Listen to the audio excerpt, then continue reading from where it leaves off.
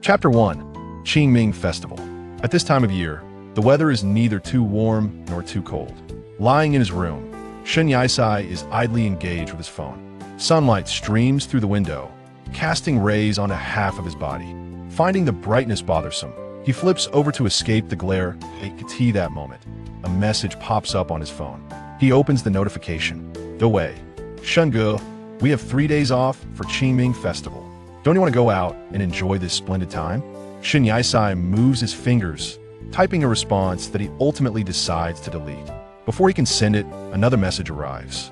Dawei, are you planning to visit the graves tomorrow for Qingming? Shen Yisai clears the text he had begun to type and sends a new message instead. No, I'll leave the grave visiting to my mom. Dawei, a male friend, quickly replies. Then let's go to the internet cafe tomorrow. Wang Jinjun will join us too. After a simple okay, Shen Yisai switches off his phone screen. Rising from his bed, he stretches lazily before heading to the bathroom. It is now afternoon, and the sun is just beginning to set. Usually at home, it's just him and his mother. Shen Yisai's father, Shen Jianhua, passed away long ago, a time when Shen Yisai was still quite young. Their interactions were few, and he never felt particularly close to him. During the funeral, he was the only one who did not shed tears, nor did he smile. His expression remained neutral, leaving others unable to decipher his thoughts. A week after his father's passing, Shen Yisai resumed his smile and became quite warm in demeanor. Yet his academic performance remained unchanged, making him a source of frustration for his teachers. His mother, Huang Shangyun, generally does not impose strict rules on him. Shen Yisai has always been well-behaved, only disliking being controlled. He gets along well with people, and when Huang Shangyun does intervene, it is typically in gentle tones without any forceful demands. Huang Shangyun works late, usually returning home around midnight. Shen Yisai, feeling a sense of impending boredom, decides to entertain himself with the computer. As he approaches his desk, he accidentally kicks the leg of the table. Reflexively, he looks down, and upon lifting his gaze, he notices a book wedged between the computer tower and the wall behind it. Intrigued, he wonders how the book ended up there. With his long, slender arms, he easily retrieves it. The cover is thick with dust, and a spider web clings to one corner, indicating that it has been there for quite some time. The dust blends seamlessly with the computer's color, making it difficult to notice without close inspection. It revealed itself only when he kicked the table. Frowning slightly at the dirtiness, Shen Yisai retrieves some wet wipes from the living room to clean the book's cover.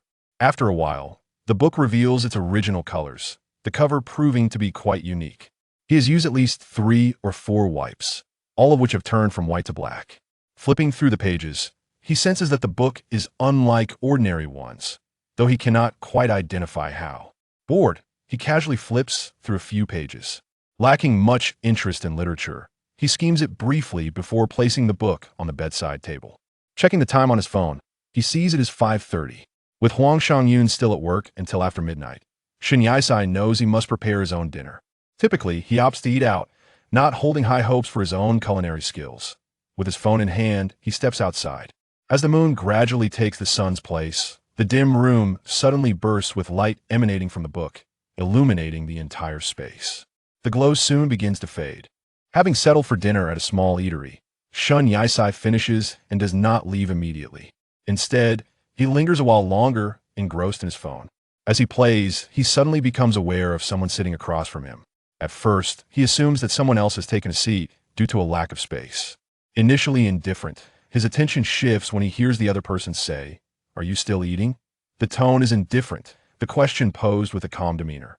Shen Yisai looks up to find a boy of similar age, strikingly handsome.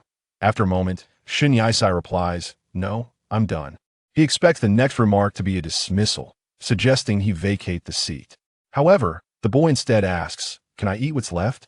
Shen Yisai is taken aback. The boy does not appear to be a beggar. Why would he ask for someone else's leftovers? His calm demeanor, coupled with a hint of innocence, adds to Shen Yisai's intrigue. Not responding, Shen Yisai remains silent. "That's not advisable." Shen Yisai smiles gently. "Leftovers aren't good for your health. Are you very hungry?"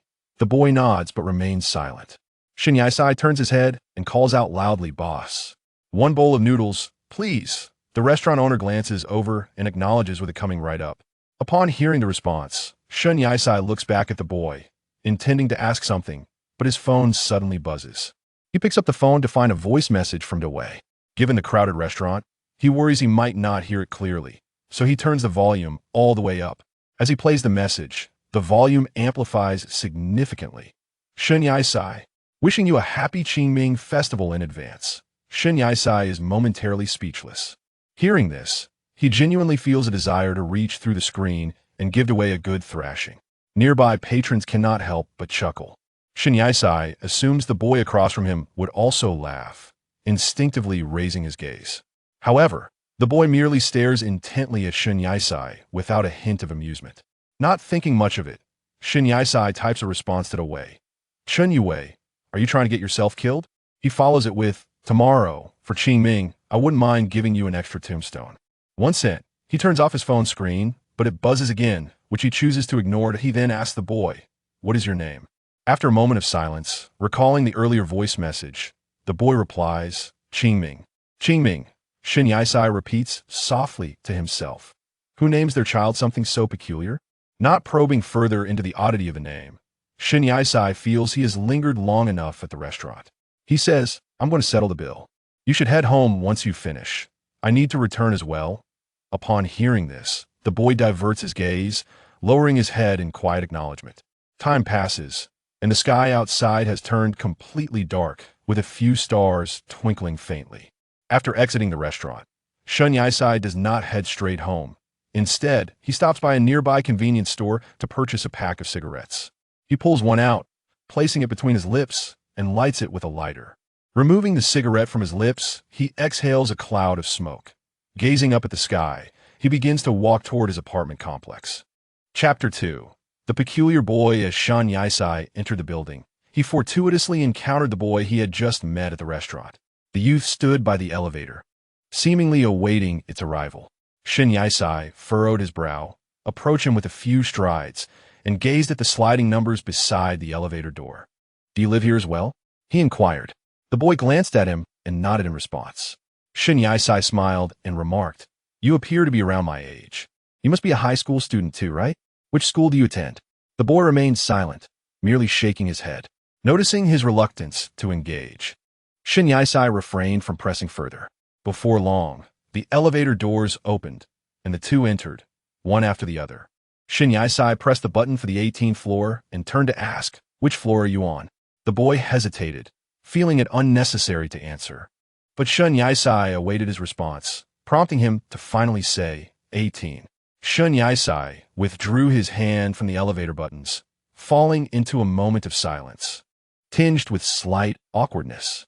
As he reflected on his daily comings and goings to school, he realized he had no recollection of such a strikingly handsome neighbor. Typically, he could easily remember attractive faces. Could this boy perhaps be a distant relative of one of his neighbors? Shun Yisai was quite familiar with those living nearby, partly due to his amiable nature and decent appearance, often bringing fruits as a friendly gesture. Yet, this boy, taller than him, seemed exceedingly reserved and taciturn. While waiting for the elevator, Shun Yisai finished his cigarette and contemplated retrieving another from his pocket. However, upon glancing at the boy beside him, he shifted his fingers and dismissed the thought of smoking further. Once the elevator reached the 18th floor, the doors opened, and the boy followed Shun Yisai out. Approaching the door, Shun Yisai took out his keys, ready to unlock it, when he noticed the boy standing still beside him, observing him intently. Are you going home? What are you following me for? Shun Yisai could not help but ask. The boy replied coolly, This is my home. Shun Yisai was momentarily taken aback, the atmosphere growing awkwardly tense. He had assumed he had approached the wrong door and instinctively glanced up at the number displayed. It indeed matched his apartment number. There was no mistake. He looked back at the boy, questioning, You must be mistaken, right? This is your home?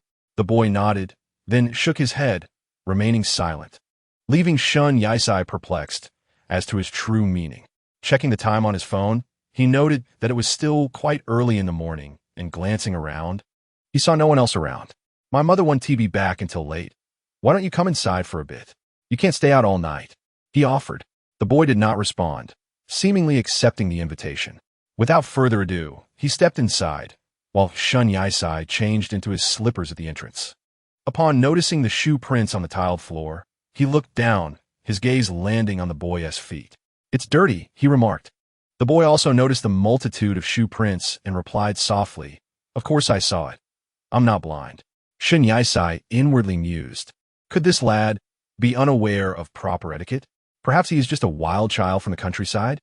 The tall figure resembled a lost young master who had wandered into someone else's home, which alone made him appear rather peculiar. Was there perhaps something amiss in his mind? Shun Yisai sighed, retrieving a pair of slippers from the shoe rack and offering them to him, stating, "Put these on." Upon hearing this, the youth nodded and removed his shoes, which were a pair of white sneakers. The slippers Shun Yisai handed him were black, previously worn by Shan Jianhua, and now left untouched on the rack. "You can roam about freely, except for my mother's room," Shun Yisai cautioned, gesturing towards one of the rooms. He intended to mention that it was Huang Shangyun's room, but the youth interrupted, "I know." After placing his white sneakers on the shoe rack, Shun Yisai averted his gaze, intending to return to his room. Halfway there, he pondered whether the youth would remain standing in silence if he chose not to speak. Just then, he turned back to look at the young man, who was now crouched down, using his sleeve to wipe away the shoe prints on the floor. Startled, Shun Yisai hurried over, squatting down to grasp the youth's wrist. Unable to contain his curiosity, he inquired, "What are you doing?" "Cleaning," the youth replied, his tone cool and indifferent. It was a curious spectacle, performing such a foolish task in the most frigid manner. Shun Yisai found himself both amused and exasperated, pulling the youth to his feet. As he observed the muddy sleeve, an unexpected softness enveloped his heart, his gaze reflecting a tinge of complexity. "Qingming," he called for the first time. The youth, still holding Shun Yisai's wrist, looked up, momentarily lost in the name just uttered. Shun Yisai continued, "Did you ever do this at home?" Upon hearing this, Shun Yisai speculated that Qingming might have suffered abuse at home, perhaps left hungry on the streets, unwilling to return home. Such scenarios felt like fiction, yet the harsh reality was that they existed. Qingming, noticing Shun Yisai's deep contemplation of his sleeve, withdrew his hand, prompting Shun Yisai to snap back to reality. Qingming averted his gaze, replying simply no. Shun Yisai perceived Qingming as rather honest and deemed it inappropriate to meddle in others' affairs, thus letting it be. "I'll handle this. You can stand aside," he said, heading to the bathroom for a mop. As Shun Yisai departed, Qingming lowered his head, gazing at the shoe prints on the floor. Whispering to himself, "Why didn't I tell him my name?" His voice was barely audible, difficult to detect, and this was the only lie he had ever told. Suddenly, another voice emerged within his mind. "You need only to fulfill your tasks. There is no necessity for trivial matters." This voice was not human, but rather reminiscent of a robotic tone, resonating through Qingming's consciousness. Upon hearing it, Qingming's expression turned even more impassive. Soon, Shun Yisai returned with a mop, swiftly cleaning the floor. Contemplating the myriad of things he should impart to Qingming, Shun Yisai resolved to teach him some sophisticated skills.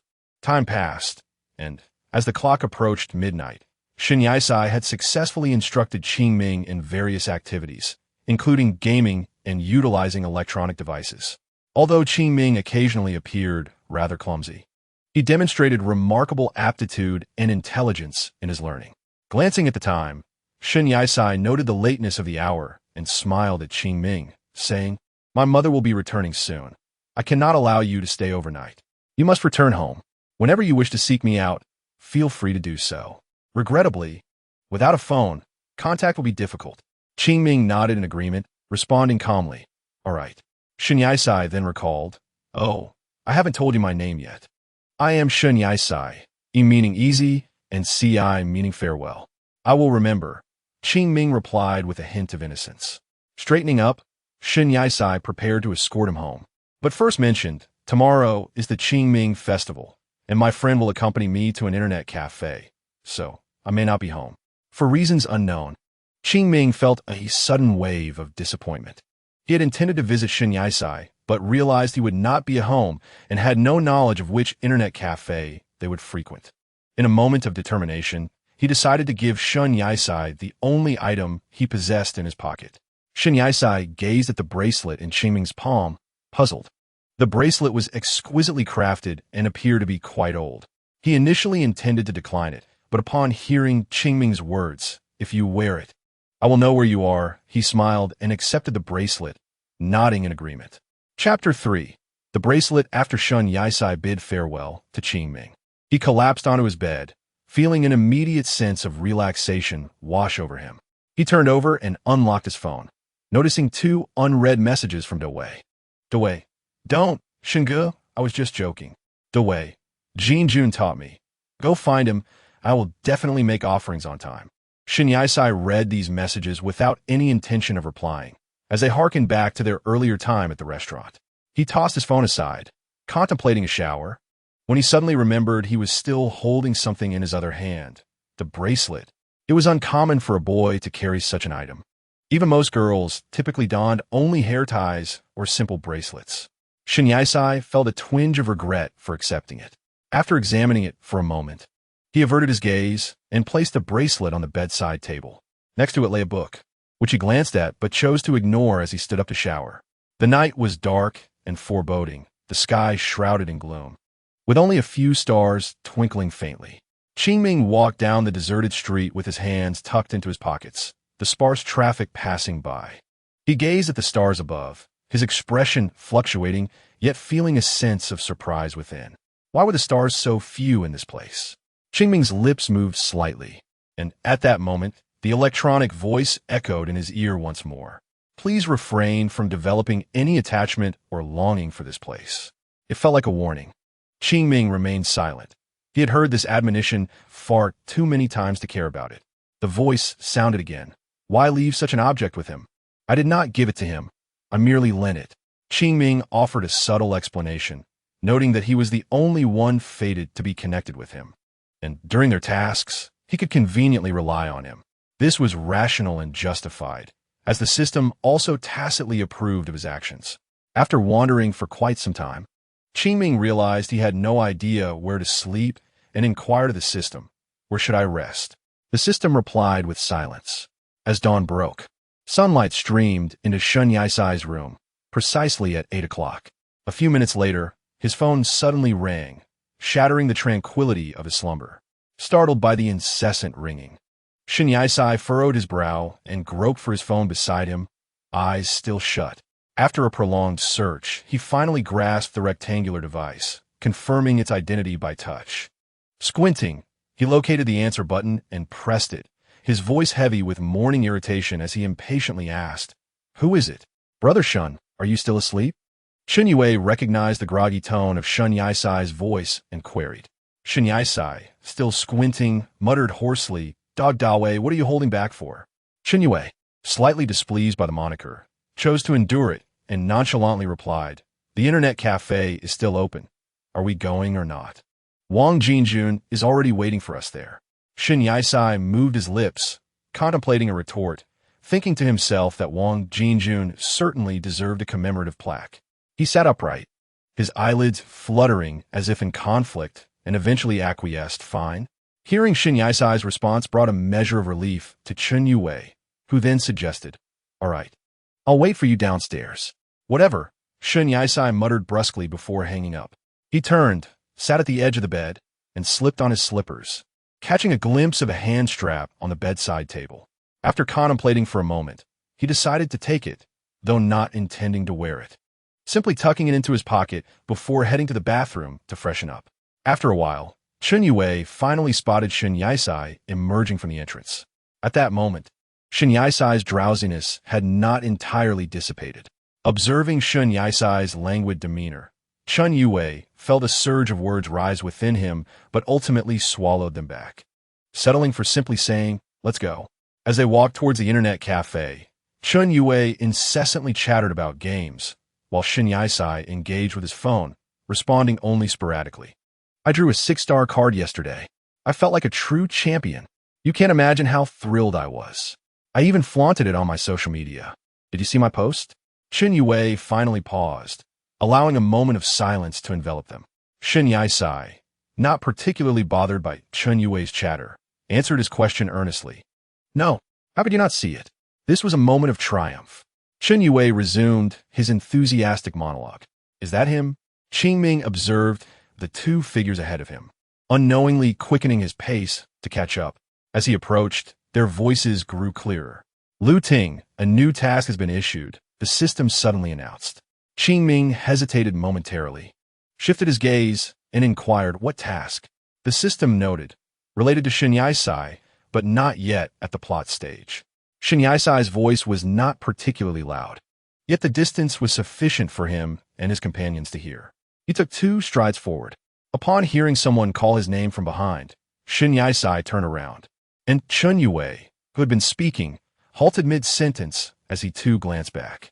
Shen Yisai expressed mild surprise, smiling as he remarked, "What a coincidence to encounter you here." Qingming displayed little emotion and offered no further explanation. It would be rather cumbersome to admit that he was aware of Shen Yisai's location solely because of the bracelet he wore.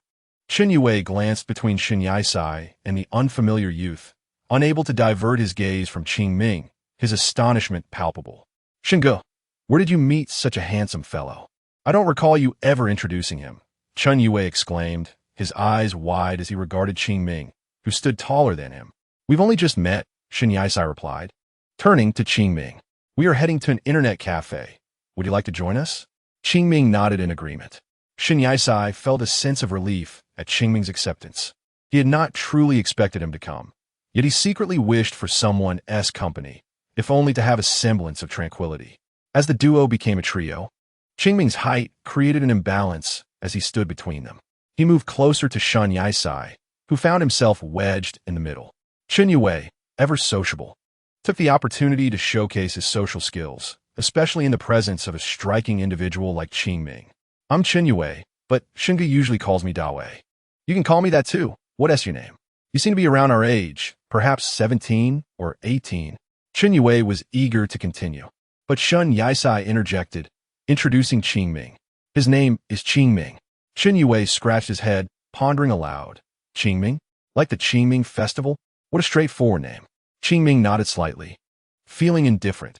It was merely a name he had chosen on a whim. "How old are you?" Chen Yue inquired.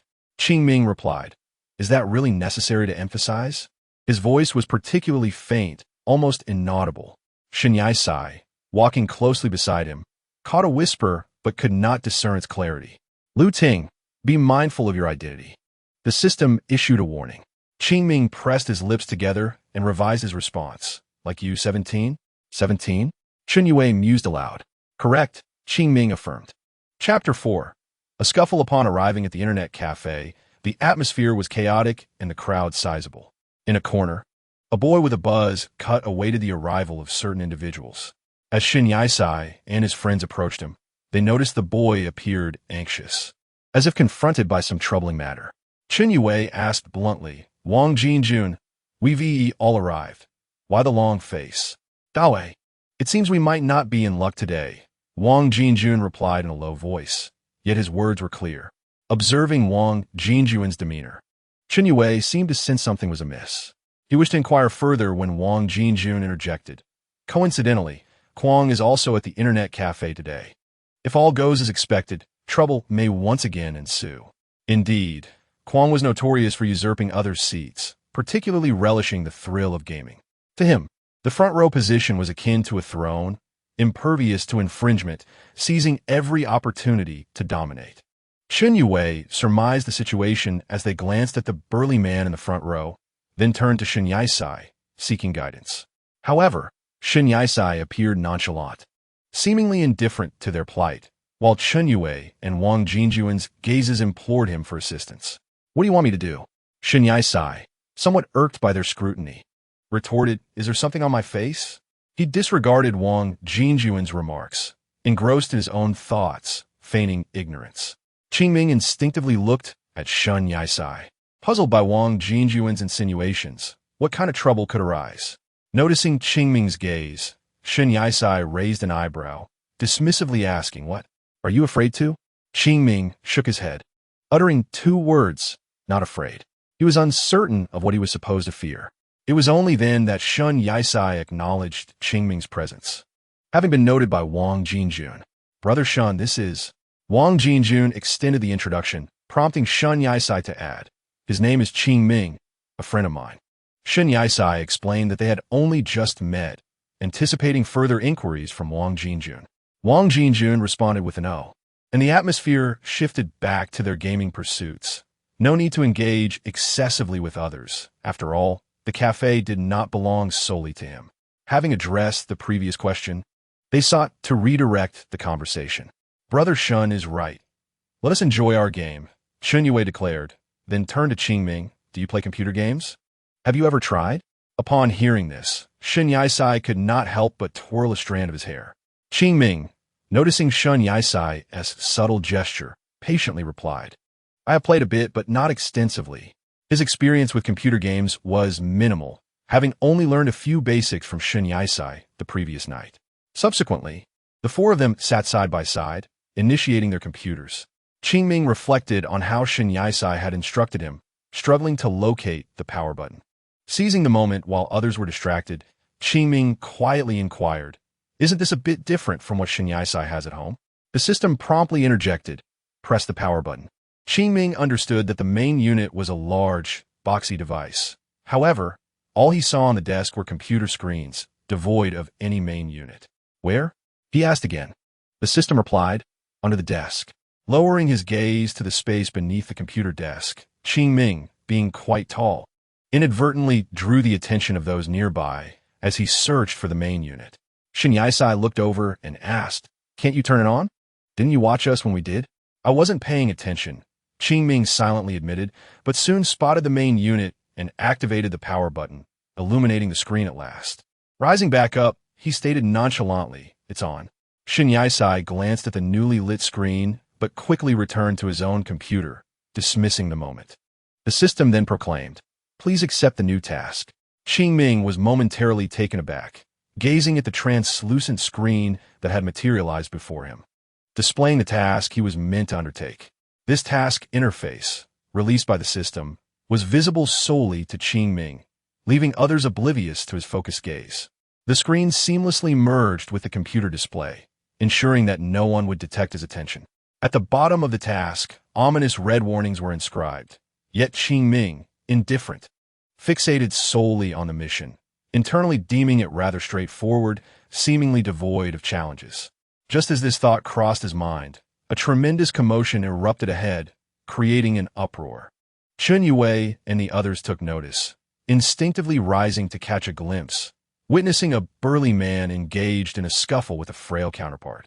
In a fervor, Shun Yue shook Shun Yisai beside him, as if he had stumbled upon an exhilarating climax in a play, exclaiming, "Shun Ge, look, the crazy guy has started fighting." Wang Jinjun, observing the frail boy sprawled on the ground, felt an inexplicable pang of sympathy. How tragic. Someone is about to face the consequences. Shun Yisai, however, did not divert his gaze from the computer screen, yet Shun Yue incessantly shook and patted his shoulder, causing Shun Yisai to falter in the game, resulting in the character's untimely demise. A flicker of impatience surged within Shun Yisai, yet he restrained his irritation and remarked to the incessantly pestering Shun Yue, "Why does their brawl concern you? If you must intervene, why not join in and allow others to achieve their double kill?" Shun Yue, daunted by the prospect, felt that even stepping closer would be suffocating. He knew he would be at a disadvantage in a fight. Among the four, one individual bravely stepped forward and made his way towards the commotion. The other three instinctively turned their attention to him. "Qing Ming, what are you doing?" Shun Yisai turned his head to observe Qing Ming's retreating figure, bewildered by his audacity. Was he courting danger? If Qing Ming were to be harmed, who would be accountable? Without glancing back, Qing Ming declared, "I'm going to mediate." "You must be out of your mind." Shun Yue echoed Shun Yisai's apprehension, while Wang Jinjun stood in stunned silence. Mediate? It was a miracle that the combatants would even pause to hear him. Was he not challenging their limits? Resolutely, Qing Ming advanced toward the fray. The brawler, having noticed the audacious youth daring to approach amidst the spectacle, was momentarily puzzled by the boy's intentions. His courage was indeed remarkable. The frail boy on the ground appeared pallid, bruised and bloodied, trembling in sheer terror. The brawler, glaring at the youth, uttered a curse, and raised his fist. Just as many anticipated yet another victim, Qingming abruptly seized the brawler's wrist, gripping it with fierce tenacity, twisting it with a decisive motion that produced a chilling sound of grinding bone. The entire assembly stood aghast, not a soul daring to utter a word, even their breaths seemingly suspended. The brawler cried out in pain, swinging his other fist towards Qingming, as everyone held their breath, fearful of missing the unfolding drama. With remarkable agility, Qingming evaded the punch, pulling the hand he had grasped toward him. Kong Ge lost his balance and stumbled in Qingming's direction. In a swift motion, Qingming raised his leg, driving his knee into Kong Ge's abdomen with considerable force, sending him crashing a significant distance away. Writhing in pain, Kong Ge could neither rise nor cease his cries, clutching his belly or the twisted wrist. After a brief interval, applause erupted throughout the room, all eyes fixated on Qingming. Well done. Such skill at such a young age. Impressive. The crowd buzzed with excitement, venting their disdain for the obnoxious bully who had long monopolized their space. Amidst the cacophony of the internet cafe, Qingming paid no heed to their remarks, instead staring at his palm in astonishment, grappling with disbelief. The boy with the swollen face, upon regaining his composure, managed to stammer a hasty thank you before fleeing. Shen Yue and Wang Jinjun could not contain their applause for Qingming, while Shen Yisai remained frozen at his computer, utterly astonished by Qingming's unexpected prowess. Observing Qingming standing motionless, Shen Yisai rose and approached him, gently pulling him back from his reverie. Suddenly, Qingming's hand was grasped by another, firmly tugging him closer to Shen Yisai. Frowning, Shen Yisai inquired, "Aren't you afraid of getting reported if you seriously injure someone?" Yet, he too had engaged in the altercation, trailing off as he contemplated the recent events. Intrigued, Shen Yisai noted Qingming's icy demeanor belied a surprising obedience and skill. Unable to contain his curiosity, he asked, "Have you trained in combat?" Qingming, taken aback, failed to comprehend. Shen Yisai clarified, "I mean fighting." After a moment's hesitation, Qingming seemed to ponder his response. Typically, he answered swiftly or remained silent, but now he appeared to falter, his mouth opening and closing as if wrestling with shyness. Yet, he genuinely struggled to articulate his thoughts. "Don't try to mislead me," Shen Yisai prefaced, while Qingming had no intention of deceiving him. "I simply don't recall," he replied. This only deepened Shen Yisai's skepticism, yet Qingming asserted confidently, "I truly do not remember." With a mix of belief and doubt, Shen Yisai chose to accept this explanation without further pressing. As time passed, patrons of the internet cafe resumed their games and activities, though some couldn't help but glance back at Qingming, reliving the recent brawl. Kong Ge, now fearful, had already seized the opportunity to escape the cafe. In truth, Qingming was even more curious than Shen Yisai about how he had come to fight. Initially, he had approached with the intent to mediate, not to engage in violence. However, the instinctive reaction to defend himself had taken over in that fleeting moment. He continued to scrutinize his hand, eager to understand the reason behind his response. It was as if, upon witnessing the opponent's fist, he instinctively knew how to react. Eventually, the system announced, "Task completed." Chapter 5, Task, Awaiting Task Refresh. Rewards to be issued for completion of the previous task.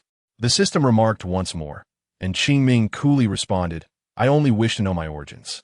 The system replied, "You possess no agency in this matter." A surge of heat coursed through Qingming's mind, followed by a sharp pang. He furrowed his brows and closed his eyes, fearing that others might notice his distress, thus refraining from any overt movements. Suddenly, a multitude of images surged within his consciousness, somewhat familiar, as though they had transpired in his own life. These visions merely revealed to him the manner in which he had arrived in this world. Upon his arrival, Qingming experienced an instantaneous blankness, with all prior memories erased from his mind, retaining only his name and age. His true name is Lu Tan. Yet this appellation is of no use here, particularly concerning his age. Though his visage bears that of a youth, he is actually 128 years old. The system emerged only upon his entrance into this realm, tasked with restoring his past memories through the completion of missions, which are governed by numerous prohibitive rules. Lu Tin had already begun undertaking these tasks, and the wristband he possessed was intrinsically linked to him, being the sole object carried over from his original world. The first and second missions were relatively straightforward, but it was not until the completion of the second task that he recalled the significance and importance of the wristband. However, the wristband had already been given to Shen Yisai. This was Lu Tan's own decision. Although Shen Yisai did not wear it on his wrist, he kept it close, and Lu Tan was acutely aware of its presence. Now, the third mission entailed expelling Brother Kwong from the internet cafe. That book, yes, the one on Shen Yisai's bedside table, was also inextricably linked to Lu Tan, for it was through that very book that he had arrived. It served as a passageway to another world. The reason Lu Tan claimed that Shen Yisai's home was his own was that he had materialized in Shen Yisai's room upon his arrival in this realm. Throughout this journey, Lu Tan had acquired knowledge about many matters in this world, aided by the system's guidance. For instance, had it not been for the system's assistance during the elevator incident, Lu Tan would likely have remained oblivious to the purpose of that confined space. While gaming in the internet cafe, although Lu Tan's skills were not exceptional, he possessed a solid grasp of the fundamentals, ensuring he did not hinder the performance of the trio. In contrast, Shen Yisai excelled far beyond Chen Yue and Wang Jinjun, having spent considerable time playing games. After the Qingming Festival, the time for students to attend classes arrived. Shen Yisai endured the monotonous routine of lecturing, where students either slept or played on their phones, with only the homeroom teacher maintaining strict expectations of him, while other instructors turn a blind eye. During the break, the class representative emerged from the homeroom teacher's office, bearing unfortunate news for the class. The homeroom teacher announced that there would be an exam the following day, urging everyone to review diligently during evening study sessions to achieve commendable results. Upon hearing the representative's words, the classroom erupted in chaos. This news was more terrifying than a nightmare. Chen Yue exclaimed, What? Tomorrow? What are we being tested on? Chen Yue desperately wished he had misheard. But Wang Jinjun had also caught the announcement, rendering it an unavoidable reality. An exam? Wang Jinjun's eyes widened in disbelief. Was the end of the world truly upon them? Just after the holiday? That was merely the calm before the storm. An exam? What kind of examination was this? Chen Yue was momentarily taken aback, stunned for a while before he vacated his seat to approach Shen Yisai, initiating a gentle shake of Shen Yisai, who was slumped on the desk in slumber.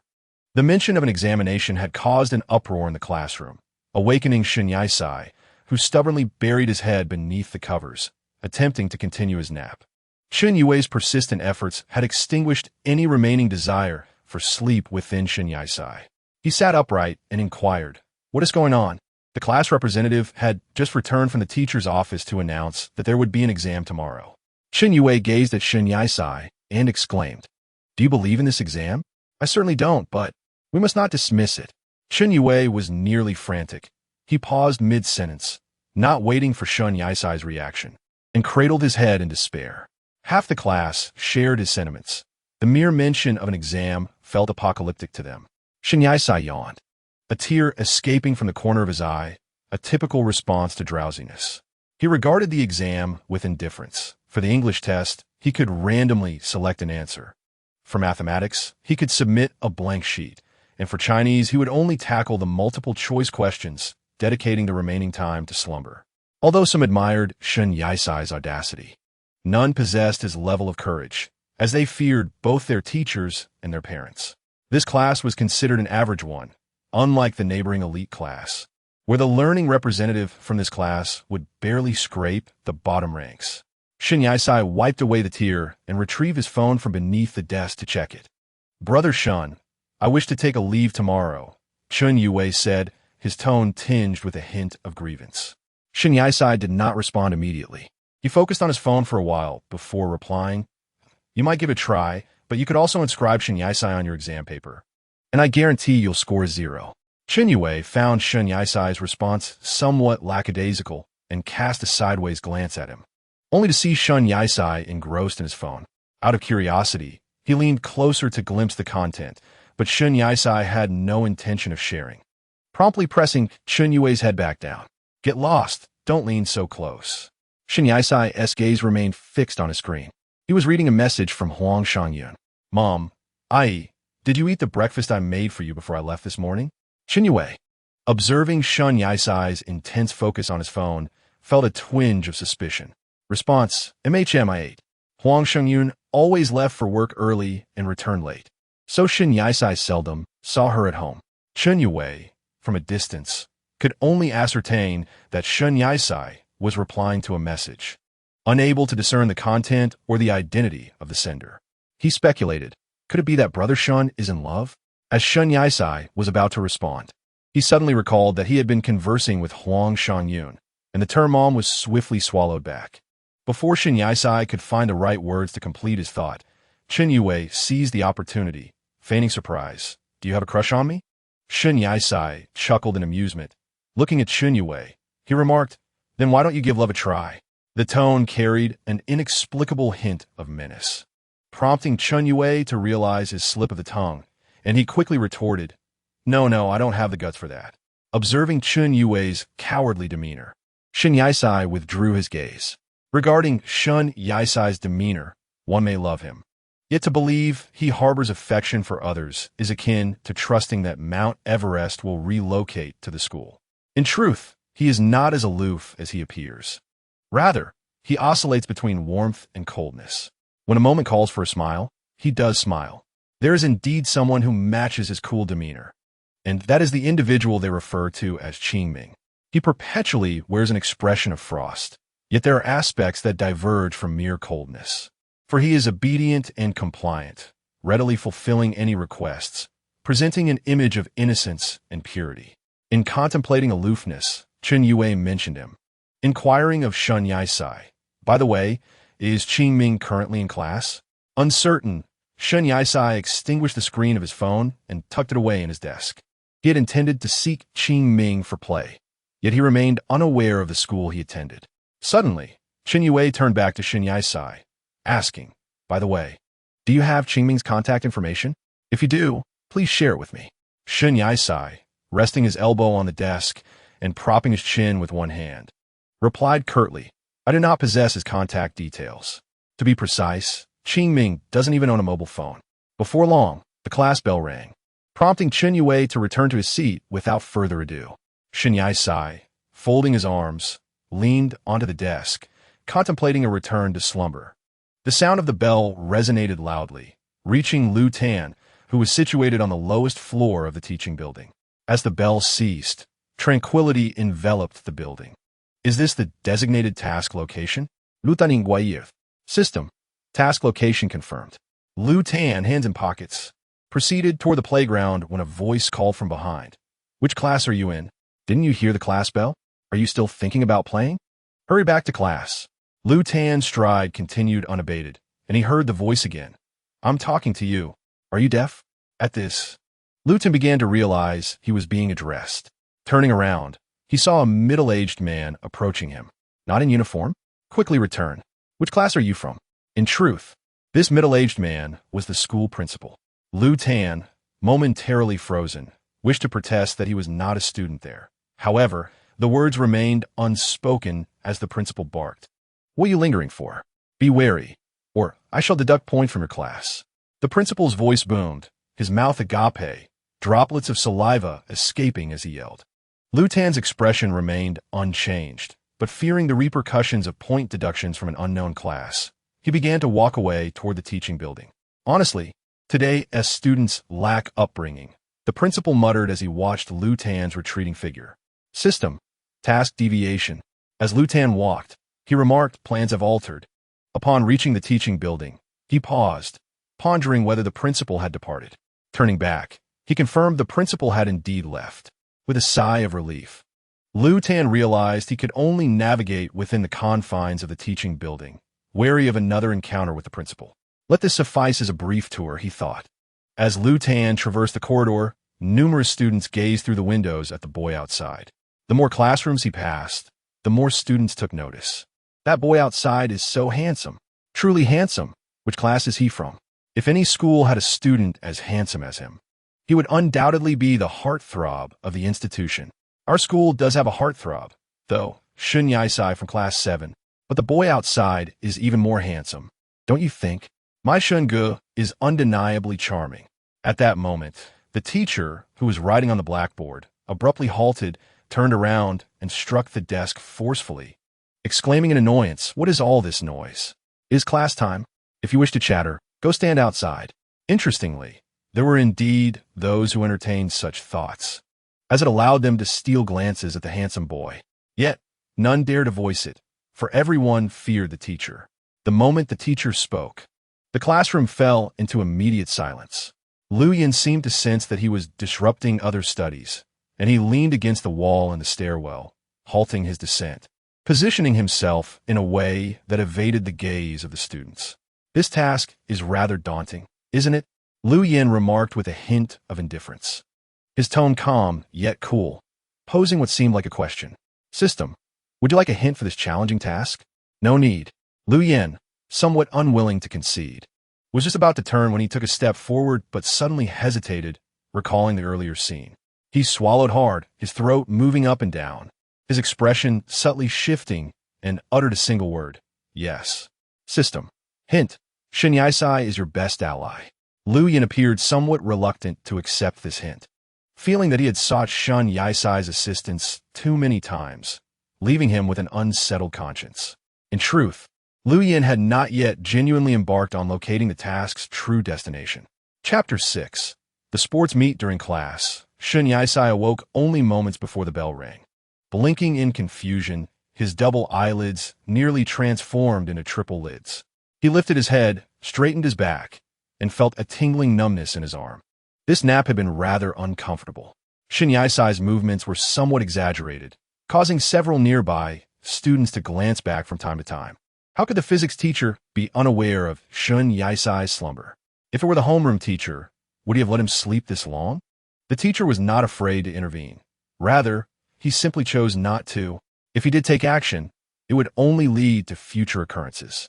Some students have surely awakened. The teacher tossed the chalk into the box, signaling towards a certain individual. Almost half the class turned to look at Shun Yisai, the notorious slacker. It was remarkable how he managed to sleep through it all. The teacher glanced at his watch and added, "Class is about to end, and I have nothing to punish you with. Just try not to sleep during my lectures. Will you not show some respect for the teacher?" "I promise to do better next time," Shun Yisai replied dismissively, lost in thought. Suddenly, the school bell rang, marking the end of a rather tumultuous physics class. It was indeed frustrating to waste such precious time with this fellow. Resigned, the teacher silently gathered his materials and exited the classroom without uttering a word. As soon as the teacher left, Shun Yisai felt an inexplicable sense of relief. The students in the classroom immediately scattered, surging towards the exit, akin to caged birds finally set free. "Shunge is incredible. Look at how furious Mr. Fu is," someone remarked. "Are you heading to play basketball, Shunge?" Shin Yisai raised his head, directing his gaze towards the source of the voice, only to find Wang Jinjun clutching a basketball, looking at him. With a playful smile, he responded with a simple sure. Chen Yue, catching the excitement, chimed in, "I'll join too." Subsequently, the three of them exited the classroom, with Shun Yisai leisurely trailing behind. "Oh my goodness, that boy is absolutely stunning," exclaimed a group of girls, pressing against the railing as they gazed down at the young man below. "Is he new here? I've never seen him before." Their enthusiastic shrieks reverberated, causing Shun Yisai to wince as he instinctively dug his finger into his ear. Upon reaching the ground floor, Shin Yisai unconsciously reached for his phone to check the time, but as he glanced at the screen, he inadvertently bumped into the person in front of him. "Why are you stopping?" he inquired, retracting his phone and raising his gaze. "Qingming," Wang Jinjun exclaimed, eyes wide with surprise, while Chen Yue tugged at Shun Yisai's sleeve, saying, "Shunge, why is Qingming here?" Shin Yisai looked up and met the gaze of the tall, composed youth standing in the distance. His demeanor calm, yet radiating an almost ethereal glow under the sunlight, reminiscent of a melting iceberg. The youth regarded Shin Yisai with his hands in his pockets, his expression subtle and difficult to decipher. While Shin Yisai did not outwardly express astonishment, he felt a surge of disbelief within. He approached the youth and asked, "What brings you here?" After a moment's contemplation, he rephrased, "Did you come specifically to find me?" Lu Qi remained silent, deeply pondering the inquiry. He was present to fulfill a task, and seeking out Shen Yisai was part of the hint, a matter of convenience. After considerable reflection, he ultimately nodded in agreement. "Wow, two heartthrobs," a girl exclaimed, leading the chorus of excitement. "I can't believe it," another girl echoed, joining the fervor. "Shen Yisai knows this handsome guy. If he can't win him over, perhaps he should go after the other." As the crowd of onlookers swelled, Lu Qi recognized that he was the center of attention. Yet, given that it was a break between classes, he felt no obligation to retreat. Just as he was about to speak, Shen Yisai's words caught in his throat when a girl approached, extending a small note to Lu Qi. Although Lu Qi had just heard Shen Yisai calling him, he fell silent, turning to the girl beside him. She appeared graceful, with long hair, fair skin, and striking features that could qualify her as a campus beauty. Shyly, she offered the note with one hand, while nervously clutching her clothing with the other, her cheeks flushed with embarrassment. She kept her head lowered, acutely aware of the gazes upon her, feeling as though she might wither away in humiliation. "Hello, could I have your contact information?" she murmured, her voice soft and delicate, tinged with sweetness. Her words barely reached Lu Qi's ears, prompting his curiosity about the note. He extended his hand to take it from her, but as he reached out halfway, a hand suddenly emerged from the other side and grasped Lu Qi's hand. Lu Qi lifted his gaze to find Shen Yisai standing before him. He took the note and addressed the girl, saying, "Doesn't he have a phone? May I add you instead?" Indeed, Lu Qi had no mobile device, rendering any exchange of contact information futile. The girl abruptly looked up to see Shen Yisai standing in front of her. He wasn't as tall as the person behind him, so through him, she could still catch a glimpse of the boy's shoulder and head in the background. After a moment of silence, the individual behind made no move or reaction. The girl, feeling defiant, simply said, "Thank you," and blushed before scurrying away. Lu Qi's gaze lingered on the hand that Shen Yisai was holding, and after a while, Shen Yisai turned to face him, prompting Lu Qi to shift his focus to the other SIs. "Let us go to the basketball court," Shen Yisai continued. "I still want to play with Dewey and the others. Are you coming?" "Okay," Lu Qi replied absently. Shen Yisai grasped Lu Qi's hand and led him towards the basketball court. Upon arrival, he released Lu Qi's hand and joined Chen Yue and the others in playing basketball. Lu Qi could still feel the warmth of Shen Yisai's grip and paused in silence. While they played, Chen Yue inquired, "Shingu, did you accept that note? You're not actually going to add that girl, are you?" Wang Jinjun suddenly realized, "Is our Shun Gu's romance blossoming?" "Shut it," Shen Yisai retorted. "There's so many people watching. It will be quite embarrassing to reject her." Shen Yisai's thoughtfulness was commendable. "Go play basketball," Shen Yisai commanded. Fortunately, the next period was physical education, and they continued to play until the bell rang again. However, Lu Qi did not know how to play basketball and could only watch from the sidelines. Shen Yisai, drenched in sweat from the game, decided to take a break and walked over to Lu Qi. He casually snatched the mineral water from Lu Qi's hand and drank deeply without a word. The sound of him gulping the water was quite audible, revealing his thirst. He managed to consume more than half the bottle. Lu Qi merely observed him in silence. Shen Yisai tightened the cap and noticed Lu Qi's gaze, prompting him to chuckle. "Qingming, you seem so silly," Shen Yisai called out, playfully adding, "Silly boy." Lu Qi stood there momentarily stunned. He rarely witnessed such a sunny smile from Shen Yisai, stirring small ripples within him, yet he revealed no expression. He paid little heed to Shen Yisai's words and coldly asked, "What did you want to say before you handed me the note?" Shen Yisai, suppressing a laugh, reflected on the moment and seemed to momentarily forget what he had intended to say. "I forgot," he replied straightforwardly, unapologetically asserting, "If you need to find me, don't come here again, otherwise our school might explode." At this, Lu Qi recalled the bracelet. In truth, he hadn't known Shen Yisai would be here. It was merely a coincidence that his task unfolded in this location. However, Lu Qi had sensed the bracelet's position, which was at Shen Yisai's home, not on his person. "What about the bracelet? Didn't you bring it?" Lu Qian nearly let slip a secret, but for once, She refrained from directly answering Shun Yaisai's inquiry. Her brows furrowed slightly as she regarded him. Shun Yaisai was momentarily taken aback. He had not anticipated Lu Qian would broach such a subject, nor did he expect her presence at his school. "Oh, that? I forgot to bring it with me this morning," he replied, a statement that led Lu Qian to suspect he might not be entirely truthful. Observing that Lu Qian merely lowered her gaze upon him, Shun Yaisai couldn't discern her thoughts from her expression. Sensing her discontent, he added, "I promise to bring it tomorrow." "If that's acceptable?" Lu Qian remained silent. At that moment, Chun Yue, who had been playing basketball, suddenly recalled something and called out to the two nearby, "Shingu, I just remembered, it seems their SA sports meet this afternoon." "A sports meet?" Shun Yaisai pondered for a moment and realized that indeed, such an event was scheduled. Lu Qian's eyes brightened as she lifted her gaze, appearing quite intrigued by the prospect. Wang Jinjun, noticing her reaction, inquired, "Qing Ming, do you wish to participate?" Without hesitation, Lu Qian nodded affirmatively, although Shun Yaisai understood that Lu Qian might not excel in this area. He recalled her impressive skills during the previous incident at the internet cafe and found no reason to deter her. Chun Yue then recalled a question he had long wanted to ask Lu Qian, "Qing Ming, which school are you from?" He felt a pang of discomfort, caught in a dilemma of having to fabricate a lie he was reluctant to tell. Wang Jinjun swiftly diverted the conversation, remarking, "Oh, right. I wonder if the sports meet allows outsiders to participate." Chun Yue asked a rather pointless question, "Qing Ming, how's your stamina?" "The sports meet is school-wide, and the athletes often take the lead." Lu Qian replied confidently, "I can manage." "What class is this?" Shun Yaisai recalled that the class bell had already rung. "It's just in time for gym," Chun Yue answered. After a brief silence, Shun Yaisai said, "We should find Teacher He. I remember that for our School S sports meet.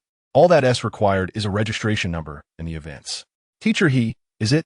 "Perfect, he is one of the organizers," Chun Yue noted, pausing his basketball game. "Does Qing Ming have classes this afternoon?" Shun Yaisai inquired. "No," Lu Qian replied. The three exchanged smiles, seemingly communicating through their glances, though Lu Qian remained unaware of their thoughts. Yet, she grasped the underlying intent of their discussion regarding Shun Yaisai.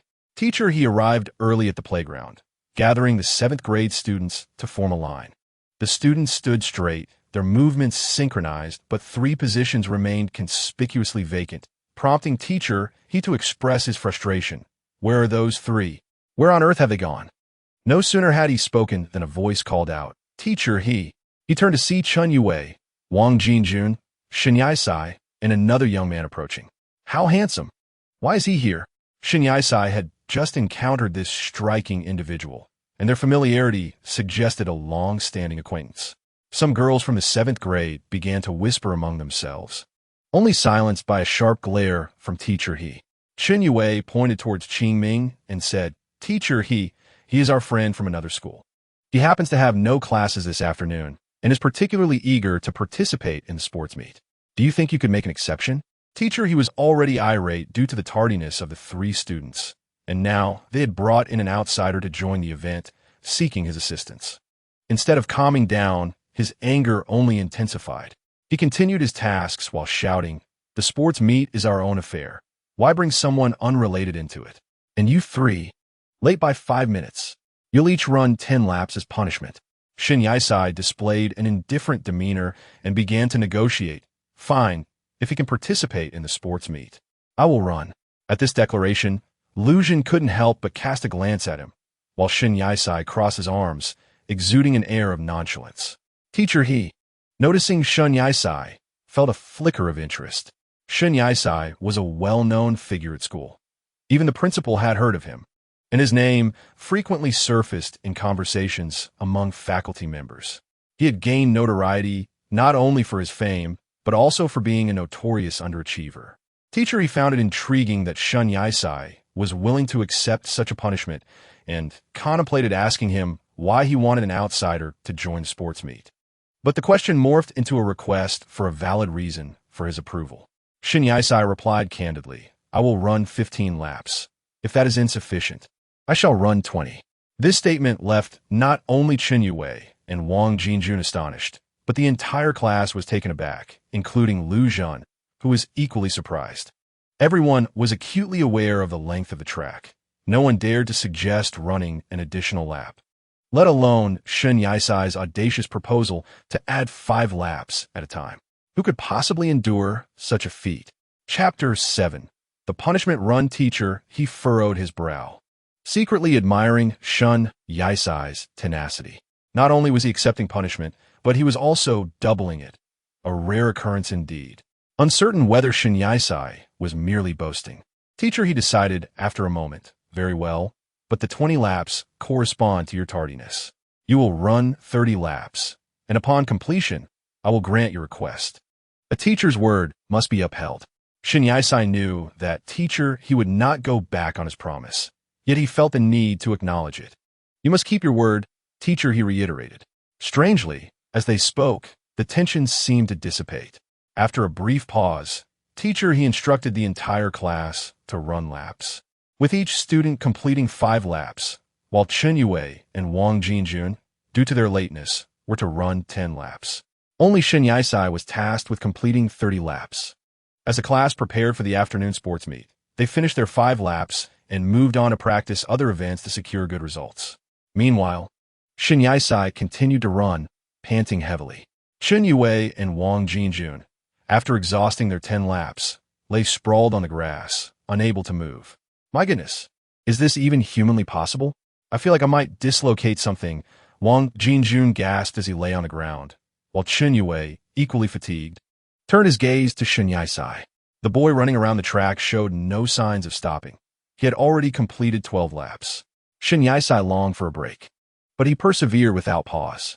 Shen Yaisai possessed a remarkable stamina, exhibiting an impressive physicality that allowed him to run several laps without feeling particularly fatigued. It was not until he reached the 12th lap that he began to draw in breath with exertion. Lu Qian stood on the grass, his expression indifferent as he observed Shen Yaisai completing yet another large circle. A sense of discomfort washed over him, realizing that he was fulfilling his task while others bore the brunt of the punishment. Though Lu Qian pondered this, the system interjected. There is no need for sympathy towards those from a different world. He fervently wished that future tasks would have no connection to Shen Yaisai, ideally severing any ties to him. With a serious demeanor, Lu Qian attempted to negotiate with the system, only to be met with refusal. If you wish to restore your memories, refrain from speaking out of turn. He contemplated that once he obtained that book, he could return, hoping that it would mean an end to Shen Yaisai's suffering. The system retorted, ineffective. The task remains incomplete, and the world passage cannot be opened. Clenching his fists and furrowing his brow, Lu Qian quickened his pace, his strides growing larger. Wang Jinjun noticed Lu Qian's determination and called out, "Qingming, where are you going?" Without a word, Lu Qian made his way towards the track, swiftly catching up to Shen Yaisai. Shen Yaisai turned, surprise flickering across his features as he gasped, "What are you?" But Lu Qian interrupted, earnestly matching Shen Yaisai's pace. He simply did not wish to owe anyone. Running together provided some solace.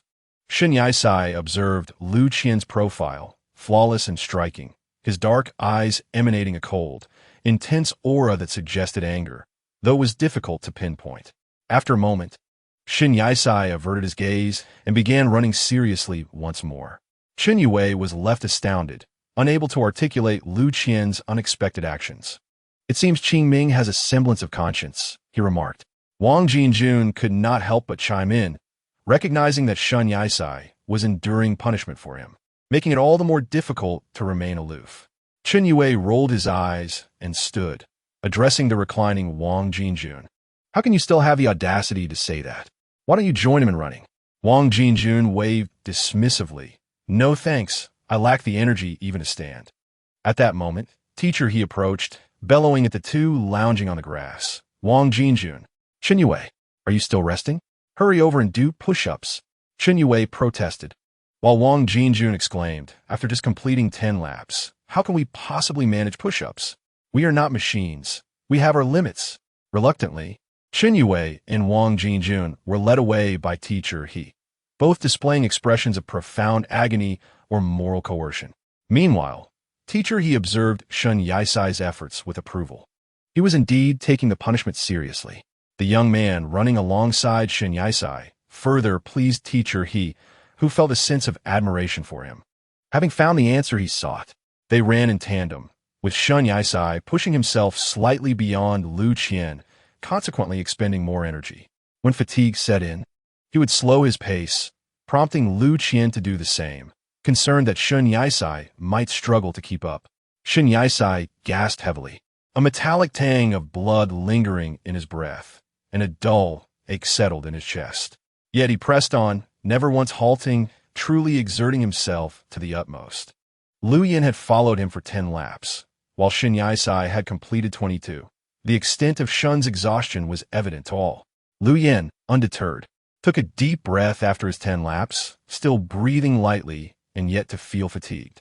Upon completing 30 laps, Shun Yaisai collapsed onto the ground, utterly spent, resembling a puddle of mud. Lu Yin, panting, with his shoulders quaking, stood nearby, both of their foreheads glistening with sweat, silent.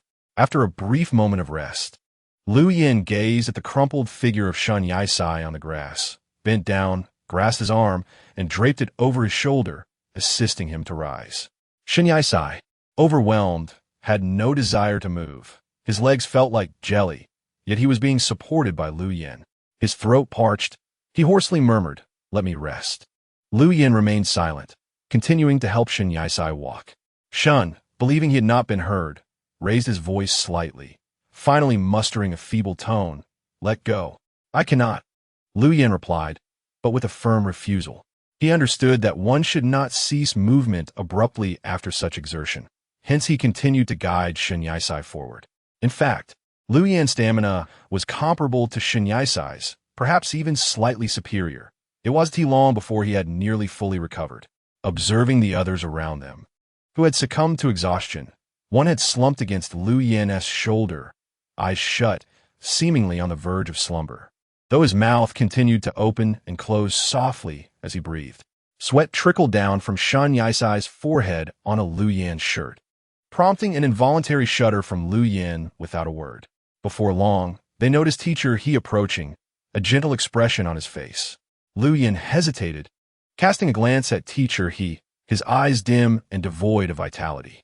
Upon halting, the individual beside him fluttered his eyelashes, slowly opening his eyes to see Teacher He standing before them, yet showing no sign of action or emotion, before once again closing his eyelids, clearly exhausted. Teacher He observed Lu Yin, then glanced at Shun Yaisai, whose head rested on Lu Yin's shoulder, before addressing Lu Yin with warmth. "I have witnessed your efforts. I permit you to participate in the afternoon sports meeting. Please report at 2 o'clock.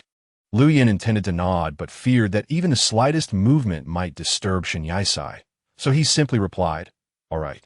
Satisfied, Teacher He nodded and prepared to leave, but suddenly a thought crossed his mind, and he turned back to ask Lu Yin, "By the way, what is your name?" Lu Yin cast a glance at Shun Yaisai, recalling that he had mentioned the sports meeting did not require registration of names. He then looked back at Teacher He and replied, "Qingming." Teacher He pondered over the peculiar name, having never encountered a student with such an unusual moniker. However, the world is vast and full of surprises, and without further thought, he nodded in acceptance. After inquiring, Teacher He took his leave. Lu Ji watched Teacher He's departing figure and then glanced at the youth resting on his shoulder. Upon hearing that he could participate in the sports meeting, Shun Yaisai exhibited no reaction, leading Lu Ji to assume he had fallen asleep. Softly, he called Shun Yaisai's name, but received no response. Was he truly asleep? At this thought, Shun Yaisai stirred slightly, without opening his eyes. He simply raised his hand and gently tapped Lu Ji's forehead with his index finger, pushing him ever so lightly. He then spoke, "Not asleep. Have you ever seen someone sleep while standing?" From his tone, it seemed Shun Yaisai had nearly regained his strength, and a hint of warmth flickered in Lu Ji's eyes. As Shun Yaisai withdrew his hand, Lu Ji inquired, "Feeling better?" "MHM," came Shun Yaisai's nasal reply. Yet, he showed no intention of releasing his hold. Instead, he opened his eyes and lifted his head, one hand grasping the other, encircling Lu Ji's neck. For a moment, Lu Ji was taken aback. realizing the proximity was rather intimate. After a pause, they heard a voice nearby say, "I want to drink water.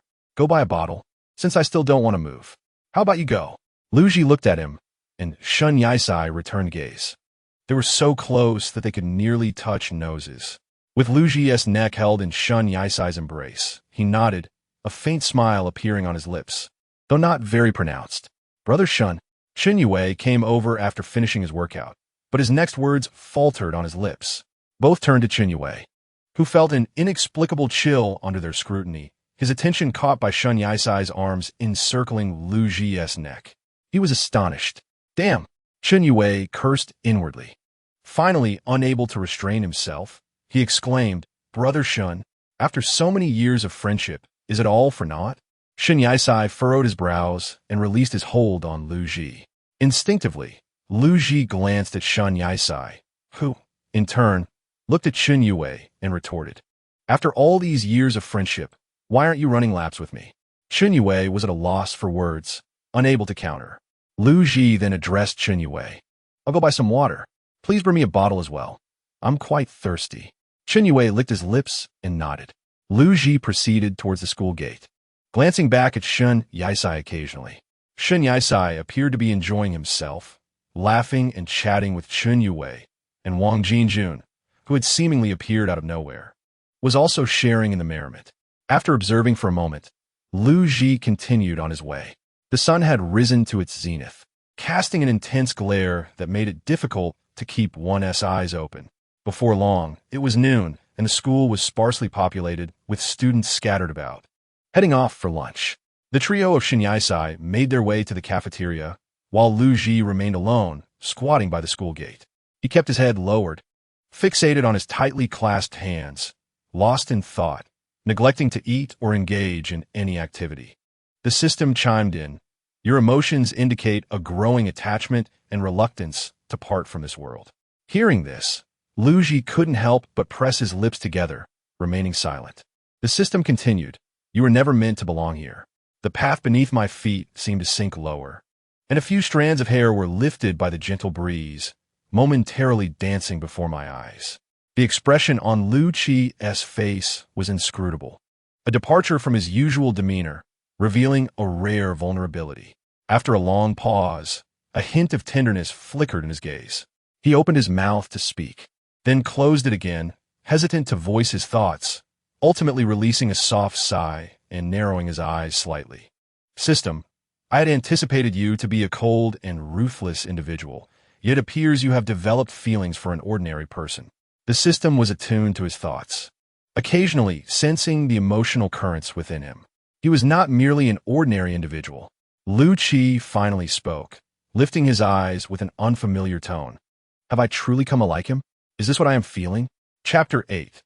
The 3,000-meter run. The system remained silent, feeling no obligation to intervene in his matters. Lu Chi felt foolish for articulating such a question, but the words had escaped his lips like water spilled and irretrievable. Finally, the system broke its silence, despite numerous warnings. "You remain unheeding." He shook his head, a cloud of melancholy descending upon him. Soon, his expression darkened as he forced himself to utter words that felt insincere. "No, I will complete the mission. Even if I long to remain here, I will finish it and restore my memories to return to my original place." "System, I hope you exercise caution." Lu Chi fell silent, a youthful visage flashing through his mind, a fleeting moment of regret surfacing. Yet he felt compelled to proceed as he had. Perhaps the system's warnings held truth. He should not develop attachments to this place, for leaving would become increasingly difficult. Once his memories were restored, he would depart. A chill emanated from his eyes as he inquired, "May I attempt to like him?" The system disapproved of his inclination, asserting that such actions would only deepen his reluctance to leave, as he did not belong here. "System, I advise against such reckless experimentation. This world does not embrace affection between the same sex. You should not linger. Why does this world reject it?" Lu Chi questioned, "Is it wrong to love someone?" "System, your emotions have altered the course of the mission. The final task has been unexpectedly refreshed. Upon completing the fourth task, he would proceed directly to the ultimate mission. no longer waiting for a refresh as before. Despite his reluctance, he yearned to recall the past. He understood the profound discomfort of living without memories. "What time is it?" Lu Qi asked, supporting himself against the wall as he stood. "System. Current time is 1:32. It was time to return." Lu Qi turned and walked back toward the school, nearly half an hour remaining until the competition. He ambled slowly, furrowing his brow, then paused, his legs growing numb. Unable to resist, he shook them out. The area outside the school was nearly deserted, with everyone preoccupied with preparations for the event. The playground was bustling, most engaged in warm-up exercises. Lu Qi found himself momentarily lost in thought until a sudden voice erupted beside him. "It's you again. If it weren't for class, I wouldn't bother you. Which class are you in?" As Lu Yin turned his head, he noticed the principal approaching, and instinctively he began to run in the opposite direction. "Hey, where are you running off to? I shall deduct points from your class," the principal bellowed from behind. But Lu Yin had already distanced himself, and the voice faded into the distance. Only when he was certain he had evaded the principal did he finally pause. Glancing back to confirm he was not being pursued, allowing himself to relax. However, just as he turned back, an article of clothing unexpectedly draped over his head. Momentarily stunned, Lu Yin removed the garment and cast a glance at the person beside him. There stood Shen Yisai atop a stone platform, gazing down at Lu Yin with a smile, arms crossed. As Lu Yin looked up, he was taken aback by Shen Yisai's face. Although not taller than Lu Yin, standing on the stone platform afforded him a slight elevation. "Huh, you got caught by the principal, didn't you?" Shen Yisai chuckled, covering his mouth with his hand. Lu Yin met Shen Yisai's gaze in silence, his eyes reflecting a hint of confusion, innocence, and naivety. "Fool, quickly put on your school uniform. We can't afford to get caught again," Shen Yisai teased, descending from the stone platform and losing much of his height. "Now," Lu Yin looked down at him, gesturing towards the uniform in his hand and asking, "Is this for me? What about you?" With a smile that brightened his eyes, Shen Yisai replied, "I have no need for this uniform at school. It makes no difference to me whether I wear it or not." He was a notorious figure among the faculty, having committed far worse acts. A mere school uniform was nothing to him, something he had long grown accustomed to hearing about. Lu Yin stared at the uniform in his hands, momentarily dazed, but ultimately heeded Shen Yisai's advice and donned the attire. The uniform, tailored to fit, appeared slightly snug on Lu Yin, yet he simply smiled, unconcerned. Having worn a gray short-sleeved shirt beneath, he now looked somewhat like a student in his uniform. Shen Yisai could not resist stealing a few glances. It was the first time he had seen Lu Yin in a uniform. Although the design was inherently unflattering, Lu Yin's charm overshadowed its shortcomings, proving once again that good looks could elevate any style. "Is there something on my face?" Lu Yin inquired, prompting Shen Yisai to become flustered, blinking in confusion as he averted his gaze. "Nothing," he replied, unsure of why he was so captivated by someone else.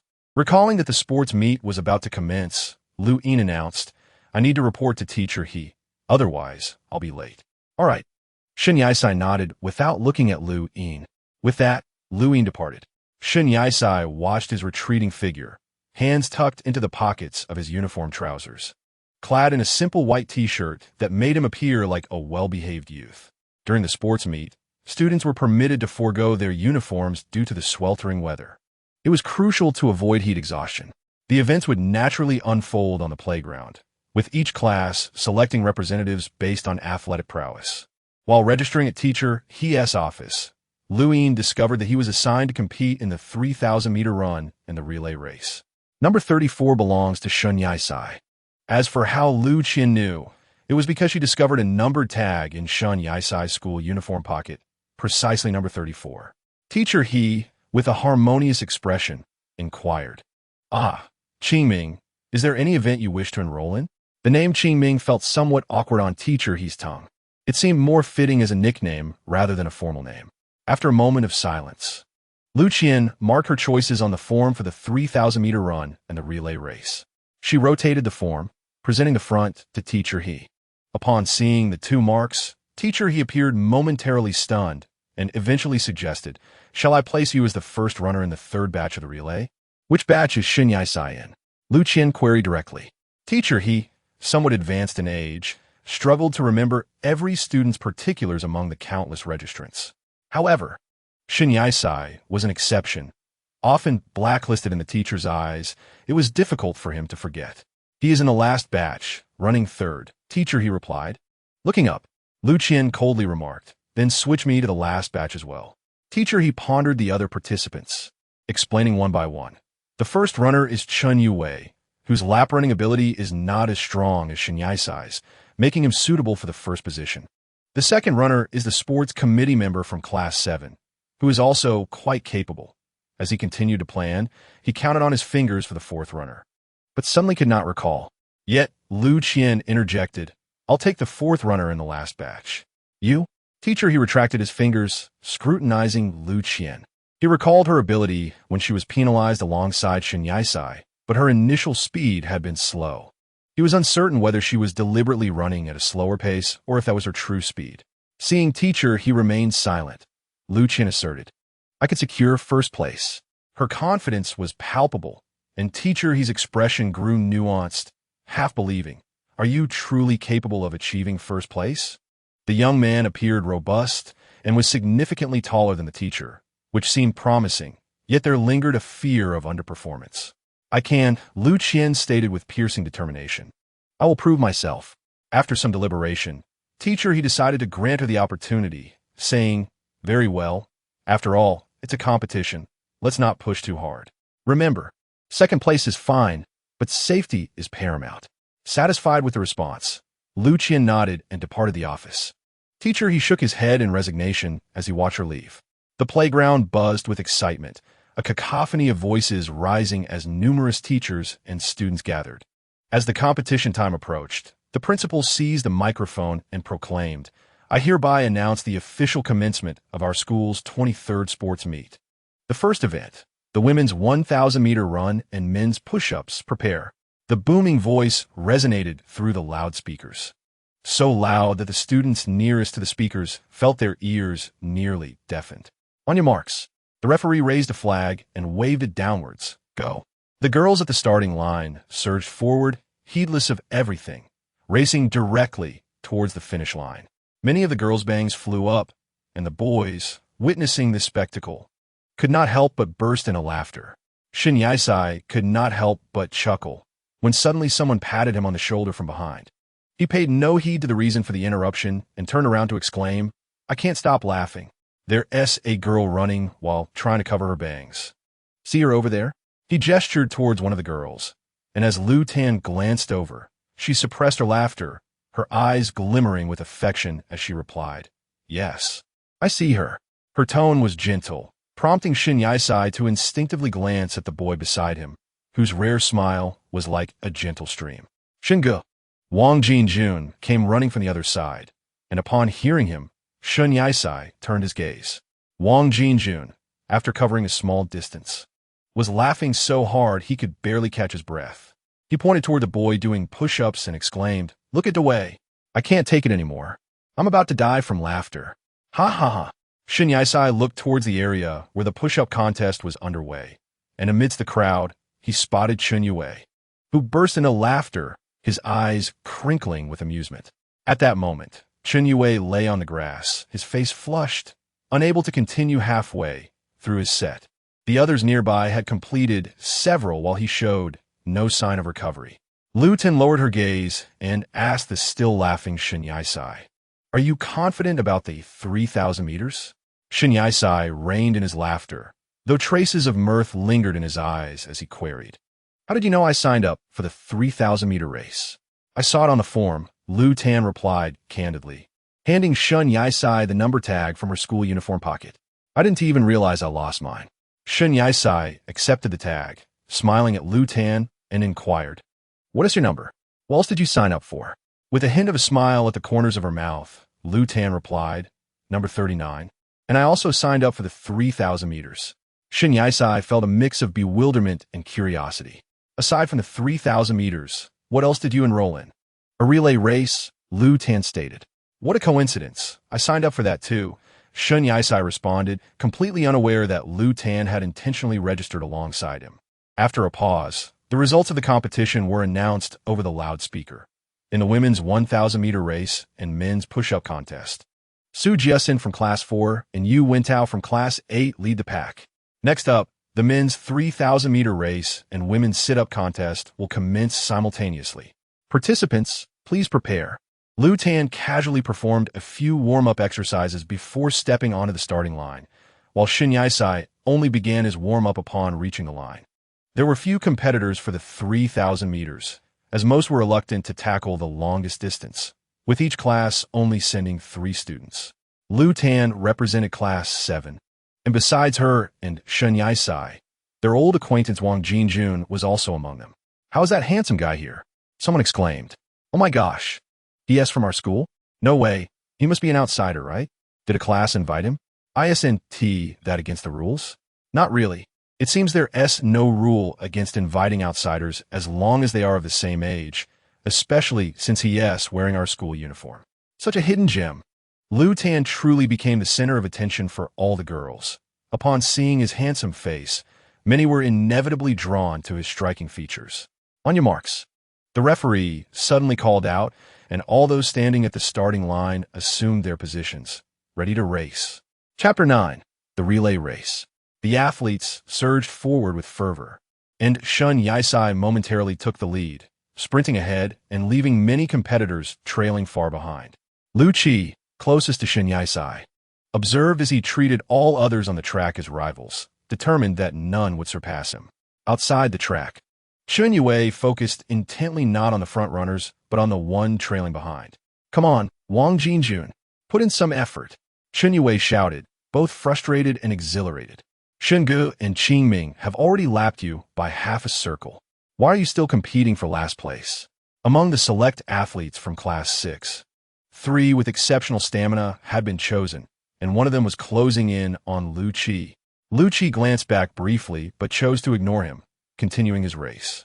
The athlete from Class 6, now just an arm's length away, felt a pang of indignation at Lu Qi's apparent disregard, prompting him to quicken his pace. He overtook Lu Qi and swiftly passed Shin Yaisai as well, achieving a remarkable double overtaking. Is someone actually catching up? Shin Yaisai pondered, quickening his own pace. The 2 front-runners continued to push ahead, with Lu Qi matching their speed. The trio had distanced themselves from the remaining competitors by nearly half a lap. The director of education stood beside the principal, both anxious and exhilarated, exclaiming that the atmosphere was electrifying. Lu Qi merely followed in the wake of the 2, watching their fierce rivalry unfold. "You must be Shin Yaisai," the athlete gasped, questioning whether he believed he could surpass him. "Of course I can," Shin Yaisai replied with a challenging gaze. "Don't let last year's South first place go to your head. How could they still find time to chat?" Lu Qi, observing the 2 from behind, felt a sense of helplessness. Chen Yue noted that Shin Yaisai and the athlete from Class 6 were nearly neck and neck, neither yielding an inch.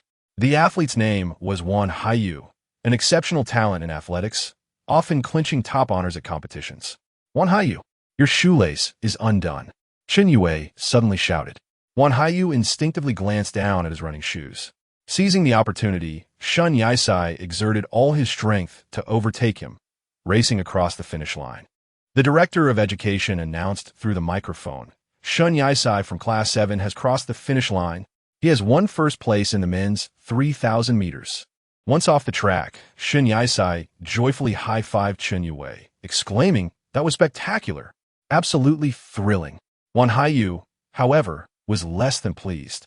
He had forgotten to secure his shoelaces before the long run and had worn shoes without laces, his expression darkening. "How utterly absurd." Lu Qi smiled slightly, turning to Shin Yaisai. "Congratulations on your victory. It was all thanks to me that Shen Gu came in first," Chen Yue declared proudly, pointing to himself with a sense of accomplishment. Shin Yaisai returned the gesture, giving Chen Yue a thumbs up. It was truly exhilarating. Class 6 will surely wear sour expressions. Wan Hai felt a surge of anger as he observed their jubilant expressions for securing first place, compounded by the ridicule he endured. When Wang Jinjun arrived, Chen Yue cast a disdainful glance and remarked, "Look at you. While Brother Shun is vying for first, you're languishing at the bottom. Where does your confidence in this 3,000 meters stem from?" Wang Jinjun took a moment to catch his breath, replying, I thought I was quite adept at 3,000 meters. Who knew they would all be so formidable? Is this a joke?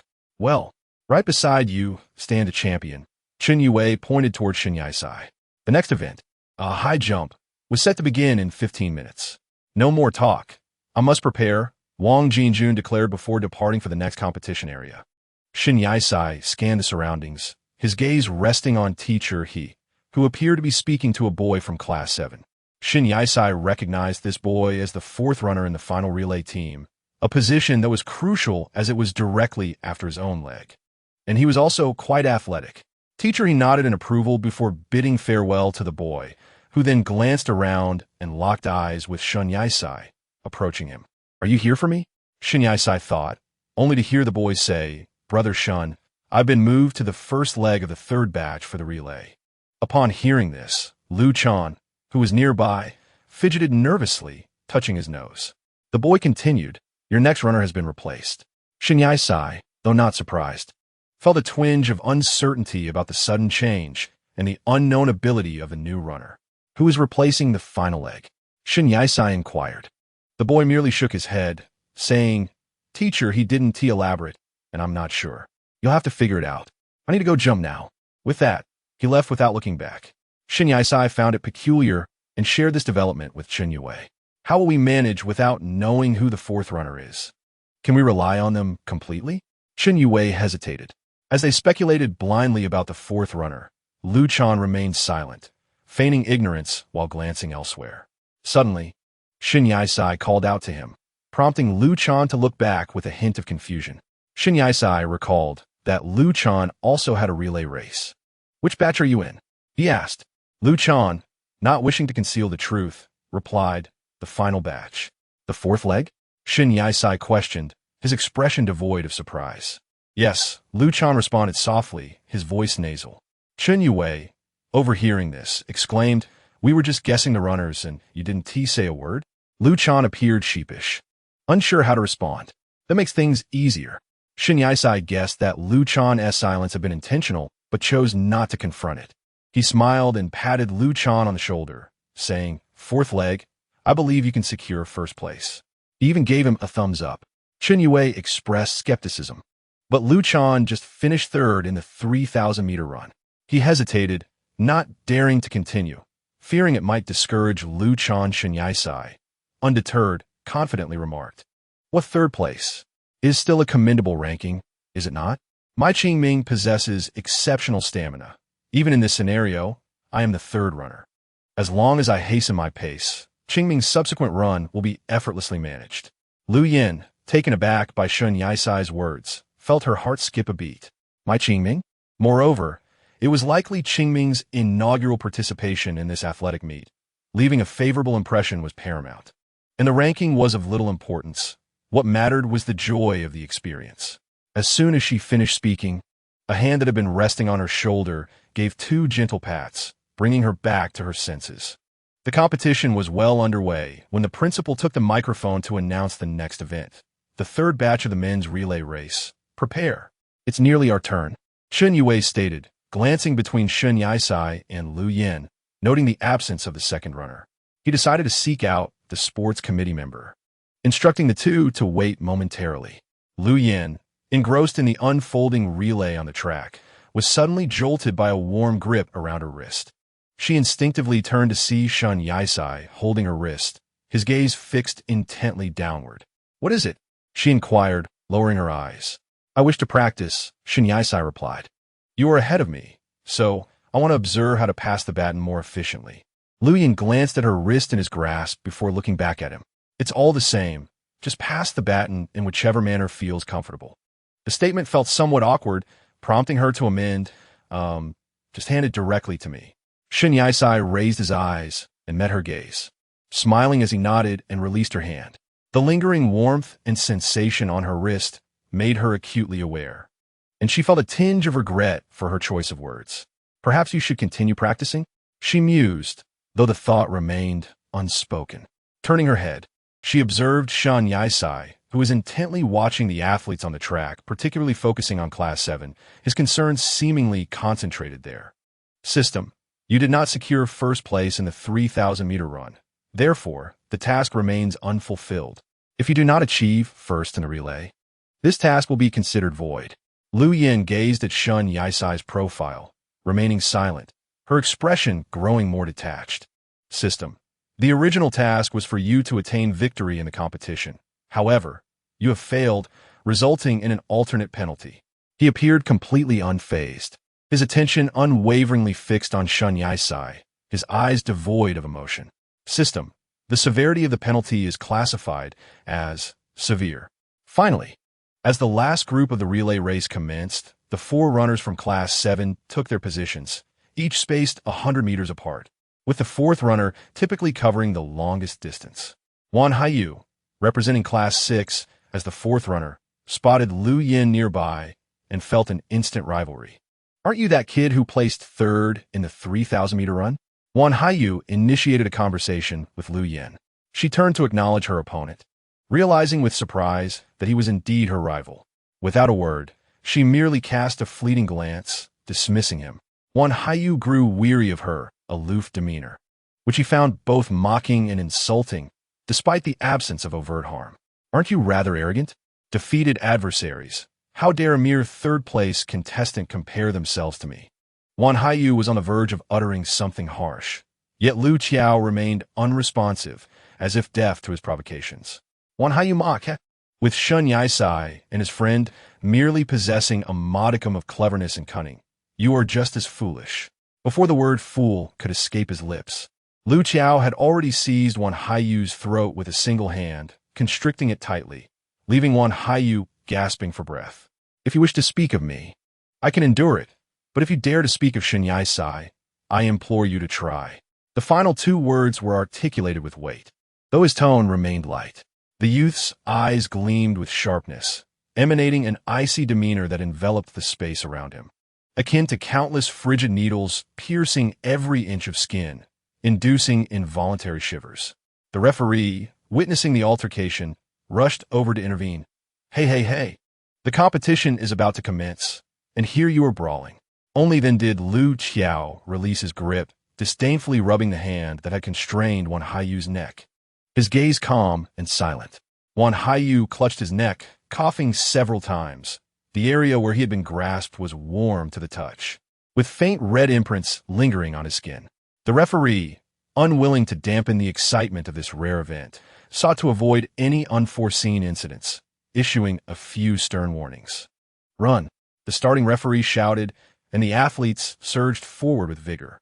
The sports representative of Class 7 continually glanced back, awaiting the baton from Chen Yue. "Hurry up! Away a bit faster!" The sports representative muttered anxiously, his feet restless and fidgeting, clearly agitated. At the outset, Chen Yue sprinted ahead to take the lead. Yet halfway through, he abruptly slowed, slipping to the last position. All his energy had been expended at the start, leaving him utterly fatigued as he lagged behind. By the time the others had received their batons, Chen Yue finally caught up.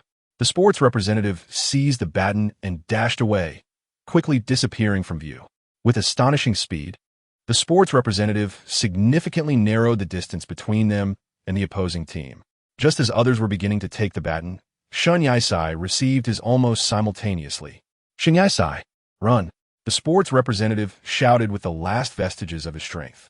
Shun Yaisai, with remarkable swiftness, easily caught up with the other athletes.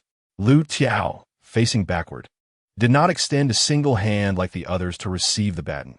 Instead, he opened both arms wide, resembling someone yearning for an embrace. As Shun Yaisai approached, he drew nearer, unaware that he had tripped over something, twisting his ankle. Lu Qiao's expression immediately stiffened, and disregarding his own condition, Shun Yaisai poured all his effort into reaching Lu Qiao, who steadied him by the arms, expressing concern. "Be careful." Without hesitation, he passed the baton to Lu Qiao, forcefully turning him around and pushing him forward. "Run fast." Lu Qiao was propelled a considerable distance, glancing back at Shun Yaisai. Upon hearing his command, he refocused and began to sprint. By the time Shun Yaisai had twisted his ankle, Class 6 had already surpassed him. He had reached the 4th leg, while Wan Haiyu had already begun to run with the baton. Chapter 10. Sprain Lu Yan's mind was preoccupied with the incident of Shun Yisai spraining his ankle. Although he was running, his thoughts were elsewhere. A referee, having picked up a half-consumed bottle of mineral water from the ground some distance behind Shun Yisai, shouted toward the crowd outside the track. "Whose is this?" "That's mine, I apologize," came a voice from the throng. Shortly thereafter, a girl stepped forward, taking a couple of steps ahead and saying, "I accidentally dropped it. I'm truly sorry." The referee handed the bottle back to her, admonishing, "Do you realize how dangerous this is? An accidental drop could end up on the track." I'm sorry, the girl bowed twice, her expression one of deep regret. "You should apologize not to me, but to him," the referee stated, pointing towards Shun Yisai ahead. Shun Yisai, noticing the referee behind him, was momentarily taken aback upon seeing the bottle in the girl's hand, only then realizing he had stepped on the mineral water bottle. Class 7 crosses the finish line. First place. The volume of the announcement had barely diminished when the crowd erupted in astonishment. What? Qingming in first. Chen Yue was taken aback, watching the youth sprinting towards the finish line with astonishing speed, as if propelled by some unseen force. Wan Haiyu was also stunned, witnessing the third-place runner in the 3,000-meter race, his own subordinate, now racing with incredible velocity toward the finish. Could it be? Wang Jingjuan's eyes widened in disbelief, a surge of indescribable excitement and exhilaration swelling within him as he gazed towards the finish line. Lu Yin, though distracted, did not stop immediately upon reaching the finish line. Instead, he veered off the track, running towards Shun Yisai. Upon hearing that Class 7 had secured first place, Shun Yisai paused, intending to look up at the finish line when he noticed Lu Yin approaching him with the relay baton in hand. "Please, you don't need to continue the relay. It's already over," he thought, assuming Lu Yin was still unclear about the rules of the relay race. Lu Yin kept his gaze fixed on Shun Yisai, only slowing down when he reached his side. He bit onto the baton horizontally with his mouth, grasping Shun Yisai's arm and placing it around his neck. "What are you doing?" Shun Yisai instinctively inquired. Muffled by the baton, Lu Yan's response was indistinct yet clear enough for Shun Yisai to comprehend. "I'm taking you to the infirmary." Caught off guard, Shun Yisai felt Lu Yin clasping his arm around his neck while the other hand encircled his waist. "You came all the way just for this?" Shun Yisai asked, regarding Lu Yan's cold profile. "Yes," Lu Yin replied curtly, avoiding eye contact. "Please don't support me like this. It feels uncomfortable." Shun Yisai indicated the hand around his waist, requesting him to let go. "What would make you comfortable?" Lu Yin queried. The question struck Shun Yisai as odd.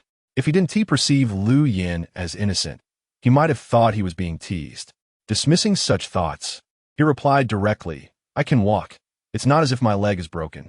At last, Lu Yin released him, and Shun Yisai withdrew his arm from Lu Yan's shoulder. Lu Yin examined Shun Yisai's ankle, which appeared unremarkable at first glance. It was likely just a simple sprain. The girl who had dropped her water bottle approached the two of them, apologizing with a hint of shyness. "I'm sorry, it was unintentional. I was merely arguing with a friend, and it was an accident." Shun Yisai cast her a fleeting glance, and soon a smile graced his lips. "It's nothing. A minor injury is inconsequential. A little rest will suffice. If your leg were truly broken, that would be a different matter altogether." Lu Yin observed him, pondering this thought internally while remaining silent. Seeing that Shun Yisai had forgiven her, the girl brightened, nodding with a smile. "I'll be more careful next time. Congratulations on your class ranking." And with that, she departed. Lu Yin felt no inclination to linger, eager only to escort Shun Yisai to the infirmary. Shun Yisai expressed his gratitude, and after a moment, Lu Yin grasped his arm, supporting him as they made their way slowly to the infirmary. Perhaps due to the pain, Shun Yisai walked awkwardly. Chen Yue, having heard about Shun Yisai's injury, decided to accompany them to the infirmary. "What is going on? Your leg isn't broken, is it?" he inquired upon entering. Shun Yisai had just settled into a chair, regarding him with a look of exasperation. "It's not broken," he drawled lazily. "Your father's leg is just fine." Lu Yin rummaged through the medical cabinet for supplies. Since the school doctor had joined the festivities during the competition, the infirmary was empty upon their arrival. Chen Yue approached Shun Yisai, squatting down to inspect his ankle. "Isn't it fine? Where are you hurt?" he asked, Shin Yisai retorted, "Get lost." At this, both boys were taken aback, their gazes shifting to the source of the voice, locking eyes with Lu Yin, whose expression was chillingly fierce. It was the first time they had witnessed her being so stern with Chun Yue. Startled, Chun Yue released Shin Yisai's foot, stepping back abruptly, which caused Shin Yisai a sudden jolt of pain. "Hey, be gentle." Shin Yisai winced, his brow furrowing in discomfort. Lu Yin knelt down, placing Shin Yisai's foot on her lap, applying medicine with a cotton swab soaked in antiseptic. The area was slightly red and swollen, but upon closer inspection, it was difficult to discern any significant difference from his usual foot. After a while, Chun Yue sensed that Lu Yin had calmed down a bit, and he ventured to ask, "Qing Ming, are you angry with me?" He feigned indignation. "You're actually scolding me? Are you still the Qing Ming I know?" Lu Yin remained silent. Shin Yisai also found it curious. He gazed down at Lu Yin as she treated his injury, the coolness of the antiseptic providing a refreshing contrast to the heat of the competition, making him crave an ice pop. However, the thought quickly dissipated, and what truly captured his attention was Lu Yin's apparent knowledge of medicine. With a hint of curiosity, Shin Yisai inquired, "Qing Ming, do you know a lot about this stuff?" The boy squatting beside him maintained a stoic expression, replying mildly, "Just a little." "Have you ever considered becoming a doctor?" Shin Yisai pondered aloud, reflecting that it seemed unlikely for someone so young to pursue such a profession, and then circled back to ask, "Did your parents work in medicine?" "I don't remember," Lu Yin replied curtly, dismissing Shin Yisai's curiosity with just a few words. Shin Yisai did not pursue the matter further. After all, applying medicine was rather straightforward, and even without having practiced as a physician, one would possess a modicum of understanding. The system chimed in his mind. Task deemed successful. Reward for completion issued, proceeding to ultimate assessment. Just as the system's voice faded, Lu Qian was beset by a sudden headache, causing the cotton swab in his hand to momentarily halt. Noticing the pause, Shin Yisai inquired, "What's wrong?" Furrowing his brow in discomfort, Lu Qian retracted the cotton swab and replied, "That's enough for now. Let De Wei handle the bandaging. I need to step out for a moment, so you should rest." With that, Lu Qian exited the infirmary without a backward glance, leaving Shin Yisai and Chun Yue with a sense of inexplicable strangeness regarding his departure. Once he confirmed Lu Qian's absence, Chun Yue finally voiced the thought that had been weighing on him.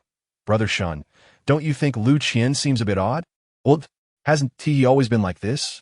Shin Yisai was taken aback by the question, but pondered for a moment before adding, "That moment when he scolded you was indeed somewhat peculiar." "Shoo, keep your voice down.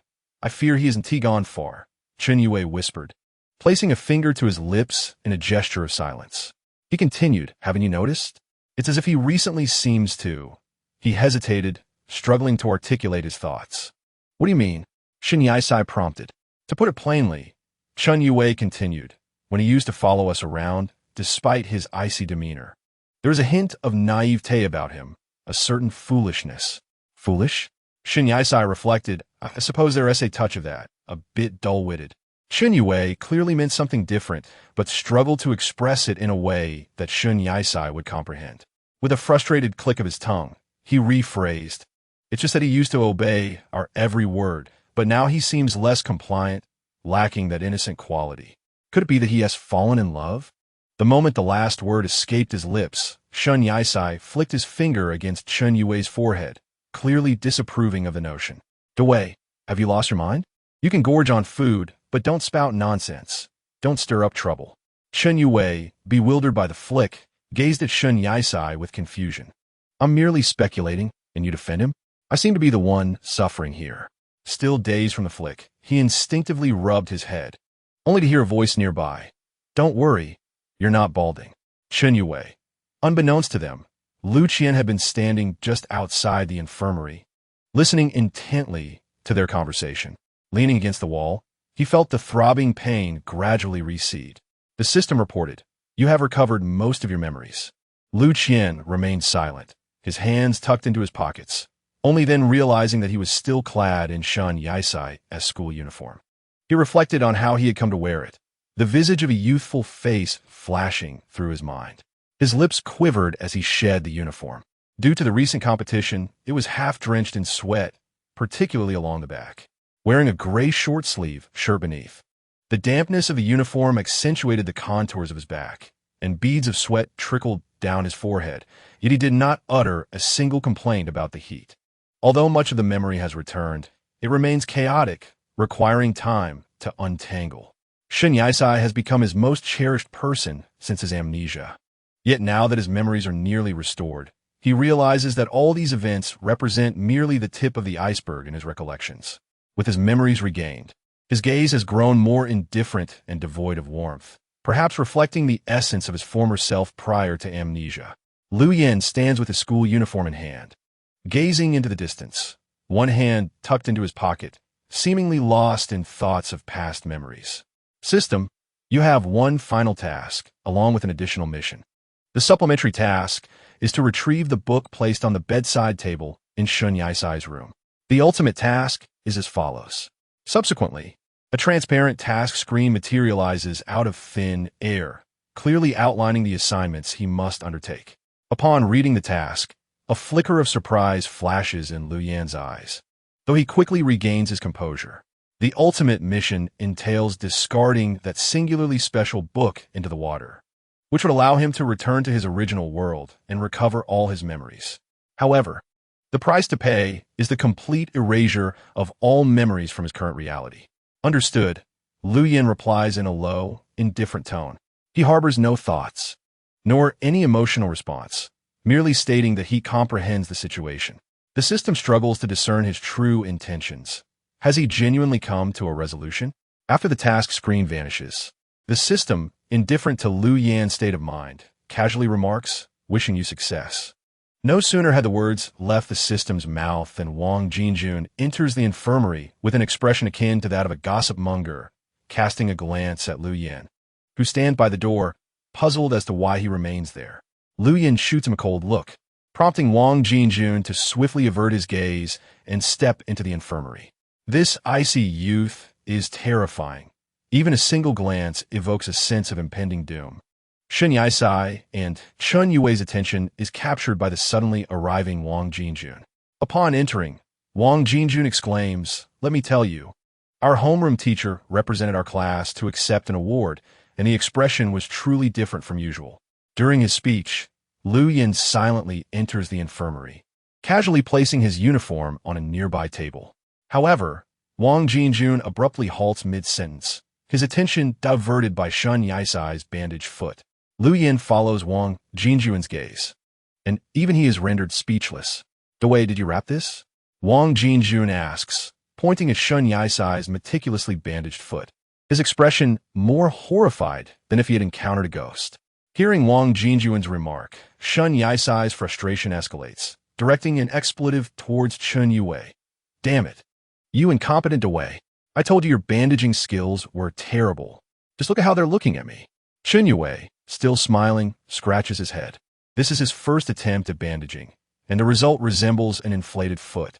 Notably, the end of the bandage is tied with a rather elegant bow. "How am I supposed to walk?" Shin Yisai adds, exasperated. Wang Jinjun finds the situation both amusing and bewildering. It is abundantly clear that the bandage has been wrapped excessively. Yet it's merely a sprained ankle, not a broken leg. Was such dramatization truly necessary? Within her heart, Lu Qi remained utterly unperturbed.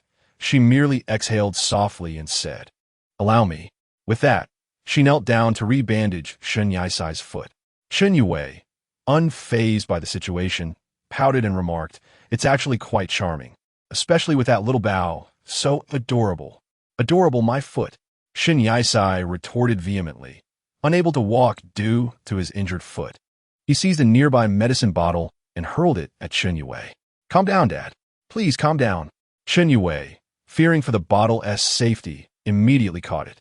Shin Yisai glared at him, annoyed, and declared, "Once my foot heals, I shall twist your head off and hang it at my door for good luck." Seizing the moment while Shun Yisai was incapacitated, Chun Yue shot back, "Well, if your foot is broken, at least I'll be safe." Shun Yisai, infuriated, pointed at Chun Yue's face and threatened, "I could send you to the hospital. I've even reserved a bed." "Thank you, Dad. Thank you." Chen Yue clasped his hands in mock reverence and, after a barrage of nonsensical chatter, dashed away. Observing his retreat, Wang Jinjun felt compelled to leave as well. Cautiously inching toward the exit, Shen Yisai raised an eyebrow at Wang Jinjun's hesitant steps. Wang Jinjun promptly explained, "Our homeroom teacher is looking for me. I must be off. Shunge, farewell." He emphasized the farewell with a theatrical gesture before sprinting away. Shen Yisai mused, "Why do they run so fast when it's a competition?" Chapter 11. Lu Qi and Qing Ming out of the corner of his eye. Shen Yisai caught sight of the school uniform on the table. He recalled that Lu Qi had placed it there upon entering, indicating that the uniform belonged to him. He watched Lu Qi as she meticulously wrapped the bandage, her movements delicate. Looking down, he asked softly, "Are you planning to leave after the competition?" Lu Qi hesitated slightly, her lips pressing together as she completed the final step of the bandaging. Her work was exquisite, far surpassing Chen Yue's efforts. Rising to her full height, she crossed her arms and looked down at Shen Yisai, her eyes devoid of warmth or brilliance, stripped of any prior irritation. "Perhaps," she replied, her gaze seemingly ensnared in a quagmire, lacking the vibrancy it once held. Shen Yisai felt an inexplicable sense of reluctance toward the youth before him, remaining silent. Lu Qi sensed this flicker of hesitation within Shen Yisai, but chose to ignore it. In truth, Lu Qi had often pondered what it was about him that she found appealing, yet she could not pinpoint it.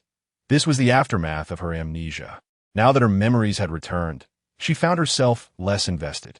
The amnesia had bestowed upon her a certain innocence and simplicity, free from anguish and pressure. She had forgotten everything from her past and had become more open than before. However, before losing her memory, she had desperately wished to escape her painful experiences, yearning to forget. Yet, she later realized that even in forgetfulness, there are moments when one longs to reclaim their memories. With recollection restored, had her feelings truly diminished? Or was it simply that the novelty had worn off? "I have an exam tomorrow. I may not have time," Shen Yisai suddenly interjected, pulling Lu Qi back from the depths of her thoughts. "When you plan to come and play with me next?" Lu Qi hesitated for a moment, casually uttering 3 words, "I don't know." Shen Yisai remained oblivious to Lu Qi's peculiar behavior, noticing only that he seemed significantly colder than before. He attempted to rise, donning his shoes. Although his feet were wrapped in bandages, it did not hinder his ability to walk. Instinctively, Lu Qi reached out to assist him, but halfway through the motion, he paused, drawing his hand back. He understood that this was a behavior characteristic of the amnesiac Lu Qi, or rather, a reflection of his lucid identity. He sought to remind himself that he was no longer the obedient youth he once was. Shen Yisai paid no heed to Lu Qi's actions. He fastened his shoes, gradually standing up, and with a smile remarked with the wristband, "You will be able to find me. You stated this, so when you seek me next, I shall be waiting." Lu Qi was momentarily taken aback, nearly forgetting that the wristband remained with Shen Yisai. His memories were entangled, and to be precise, he was on the verge of forgetting his current recollections. "System, do you intend to retrieve Junying?" "Not at the moment." While contemplating this, he stuffed his hands into his pockets, appearing nonchalant. For the Lu Qi prior to his amnesia, the wristband held immense significance. The system referred to Junying, which was indeed the true name of the wristband. System, such a decision will significantly alter the narrative of the story. Let it remain as a keepsake. This was precisely Lu Qi's thought. The system was momentarily stunned. He understood better than anyone the importance of Junying to him. "System, since you have made your decision, I shall not intervene in this matter." After a considerable duration, the students in the classroom were summoned by the homeroom teacher, who proudly approached the podium with an array of awards, too numerous to hold, thus placing them upon the lectern. The teacher swept his gaze across the class, ultimately landing on Shen Yisai, who appeared somewhat disheartened. However, upon hearing that Shen Yisai had been injured during the relay, he chose not to dwell on the fact that Shen Yisai had been sleeping in class. If one were to call him the god of sleep, it would indeed be fitting. As long as he could sleep, there was never a time he could not. Our class secured several first-place victories in this sports event, and all participating students were invited to receive their certificates. As the teacher spoke, he picked up the awards and prepared to distribute them. Those whose names were called stepped forward with pride, a surge of accomplishment evident in their demeanor. With each name announced, the class erupted into applause. Wow, did you see that? Our class came in first. This time, we have avenged our previous losses. We utterly crushed the sports class. Incredible. I heard Shinyue outsmarted Shinyaisai to seize the first place. At that moment, when Wanhai slowed down to check his shoelaces, it was utterly brilliant. Shungu took the lead. The resounding applause managed to rouse Shun Yaisai from his slumber. He covered his ears, yet the cacophony of clapping remained unrelenting. Left with no choice, he buried his head in his phone. The last two are coming up, the teacher announced, glancing at one individual and smiling as he said, "The sport committee member and Shun Yaisai, congratulations on securing first place in this sports event." The class erupted in astonishment. Shun Yaisai grew increasingly agitated, his eardrums nearly bursting. "That is awesome." Shun Yue immediately stood up and applauded Shun Yaisai at the back of the classroom. This action elicited laughter from the entire class. Upon hearing the applause, Shun Yaisai put down his phone and nonchalantly navigated through the desks and chairs to accept the prize from the homeroom teacher. Despite having twisted his ankle, he managed to walk with some difficulty. He stole a glance at the certificate and medal, smiling as he held the prizes aloft for the class to see. The entire class had no retort for this audacious young man, yet it seemed as if Shun Yaisai had said everything without uttering a word. His expression unmistakably conveyed a challenge, as if to say, "Who else dares to come to class 7 to mock me?"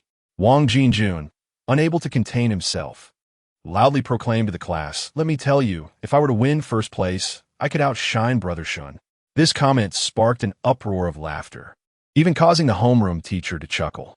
After a moment, the teacher clapped his hands to regain the class's attention, smiling as he said, "All right, now that the prizes have been distributed, it's time to prepare for class." Just as Shun Yaisai intended to return to his seat, the homeroom teacher called out to him, "Shun Yaisai, I have another certificate here for someone. Do you know who represented our class in the competition?" "I do," Shun Yaisai replied without turning back. The teacher continued, handing the certificate and medal to Shun Yaisai. "I heard you have a good relationship with him, so please deliver these prizes to him and express our gratitude on behalf of the class. He is welcome to participate in the next sports meet." The gaze of the entire class shifted, eager to uncover the identity of this handsome individual and his connection to Shun Yaisai. Shun Yaisai nodded, accepted the prizes, and returned to his seat. In truth, this provided him with an excuse to seek out Lu Tan. Unbeknownst to him, he had begun to care for Lu Tan, perhaps even longing to see him. After a long while, once school was over, Shun Yaisai returned home. As he closed the door and changed out his white sneakers in the foyer, he heard the sound of the door closing, prompting Huang Shangyun to peek out from the kitchen. Confirming that it was indeed Shun Yaisai, she retreated back into the kitchen. Huang Shangyun was busy cooking, the sounds of sizzling filling the air. Concerned that Shun Yaisai might not hear her, she raised her voice slightly, calling Ai, "Come eat as soon as you're back." Shun Yaisai paused, initially thinking he had imagined the sound of cooking, but Huang Shangyun's words confirmed his senses. After changing into slippers and tossing his backpack onto the living room sofa, he headed towards the kitchen. However, as he approached, he was immediately assaulted by the thick smoke. The kitchen was filled with the sharp scents of pepper and garlic, and he could hardly bear it for more than a moment before retreating. "Mom, could you turn on the range hood?" he managed to say before sneezing twice. Huang Shangyun, at her age, was equally intolerant of the smoke. She had been sneezing countless times since she started cooking. I noticed the range hood was broken while I was cooking," she replied, sneezing as well. "Wait a moment, I'll go get a fan." With that, Shun Yaisai headed to the living room and fetched a white standing fan from the corner. As smoke billowed from the kitchen, the entire ceiling was shrouded in a haze, making every corner feel suffocating. Shun Yaisai pinched his nose with one hand while positioning the fan to blow towards Huang Shangyun, plugging it in and setting it to the highest speed. The blades whirled so swiftly that they became a mere blur, and the powerful gust dispersed the smoke completely. Once the smoke had mostly cleared, Shun Yaisai inquired, "Why are you back so early today?" "There was too much going on at the company, so I left work early," Huang Shangyun replied. After finishing the last dish, she expertly transferred the food onto a plate with a spatula, adding, "It's been a while since I cooked for you. I managed to rush back to prepare a feast of your favorite dishes." Shun Yaisai gazed down at Huang Shangyun, who was slightly shorter than him, feeling a pang of tenderness. Once everything was ready, Huang Shangyun prepared to serve the dishes, but someone beside her eagerly snatched the plate. "Allow me, be careful. It's hot," Shun Yaisai said as he carried the dish into the living room, eliciting a warm smile from Huang Shangyun. In a moment, the smoke had entirely dissipated, and the fan came to a halt, leaving behind the lingering aroma of the ingredients. The sun was slowly descending in the sky. Shun Yaisai and Huang Shangyun sat across from each other at the table, beginning to eat. Shun Yaisai devoured his meal voraciously, resembling a famished wolf that had not eaten for 3 days, continuously shoveling food into his mouth. Huang Shangyun, eating at a more leisurely pace, observed how he swallowed almost without chewing. "Slow down. There's no one competing with you," she couldn't help but remark.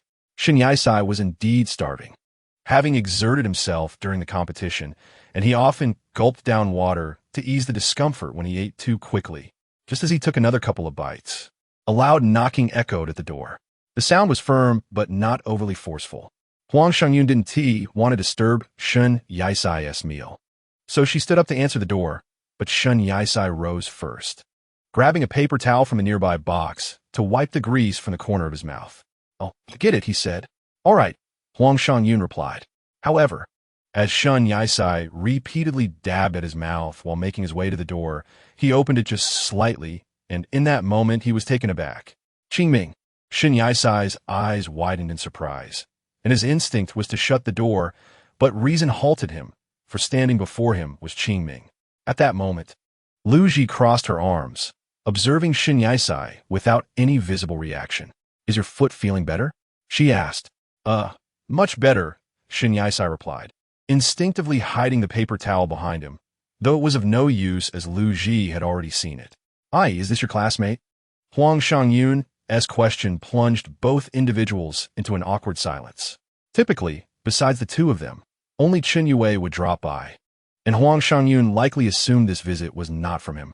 Lu Ji, realizing the tension, awkwardly blurted out, "Is your mother home?"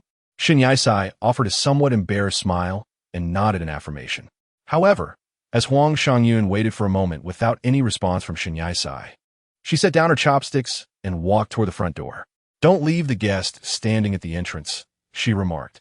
Huang Shangyun glanced outside the door, feeling a sense of unfamiliarity towards the youth before her. It was their first encounter. At this moment, Lu Ji was even more awkward than Shun Yaisai, grappling with the urge to flee but remaining rooted in place, paralyzed by uncertainty. Huang Shangyun looked at Lu Ji, yet directed her words towards Shun Yaisai. "Is this your classmate?" After a brief hesitation, Shun Yaisai managed to utter a single word. "Yes." "Hello, Auntie." Lu Ji thought to greet Huang Shangyun with a hint of a smile, but his lips pressed into a thin line, rendering any attempt at laughter futile. "Hello, hello," Huang Shangyun replied, her face lighting up with a smile as she appraised Lu Ji from head to toe. The young man was tall and handsome, his features exquisitely refined. Though he appeared cold on the surface, a genuine chill emanated from him, leaving one feeling icy to the core. His eyes were striking, with pupils as dark as endless abysses, exuding an air of frostiness. Yet Huang Shangyun remained courteous, saying, "Don't just stand outside. Come in and sit down."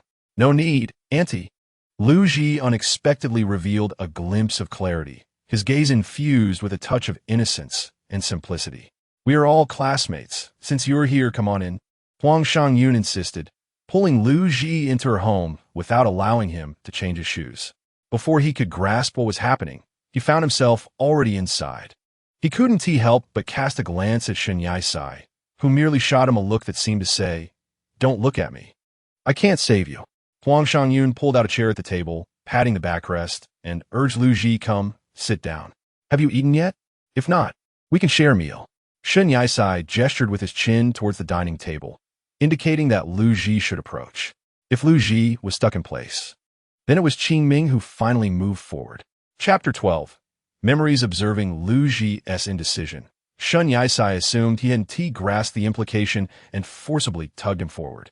Lu Ji thought, Shun Yisai is fine. I actually wanted to chat with him. Huang Shangyun served a bowl of rice to Shun Yisai, while Lu Ji stared at the rice on the table, lost in thought for quite some time. Go on, eat up. Don't be shy. Consider this your home, Huang Shangyun said, placing a small portion of vegetables into Lu Ji's bowl as she spoke. In truth, Lu Ji had initially come with the intention of asking Shun Yisai for a book, but upon discovering Huang Shangyun was home, he had inexplicably entered. It seemed that obtaining the book would have to wait. Qingming, stop daydreaming, Shun Yisai remarked, waving his hand in front of Lu Ji's eyes, prompting him to finally look over at Shun Yisai. Is his name Qingming? Huang Shangyun asked, noting you never mentioned him before. With such striking looks, he must perform well academically, right? Shun Yisai nodded sheepishly, realizing that his knowledge of Qingming was quite scant. Lu Ji's gaze was drawn to the dishes before him. His appetite stirring, he swallowed hard, his fingers twitching in anticipation. He had not eaten lunch and had gone into the afternoon competition on an empty stomach, making him particularly susceptible to the allure of food. Ultimately, he picked up the chopsticks resting on the table and began to eat. Huang Shangyun smiled warmly, continuing to inquire, Qingming, where do you live? Shun Yisai, hearing this, paused in surprise, also waiting for Lu Ji's response. I live far away. Lu Qian anticipated their next question and added, I'm not from this city. I merely came here to study. What a wealth of experience it must take to concoct such a flawless excuse. In truth, the system was subtly assisting him, allowing him to speak with such precision. However, this left Shun Yisai somewhat skeptical. If he was indeed studying, why was he not attending class on the day of the competition? Moreover, what led him to their school? Huang Shangyun then inquired, Are you boarding?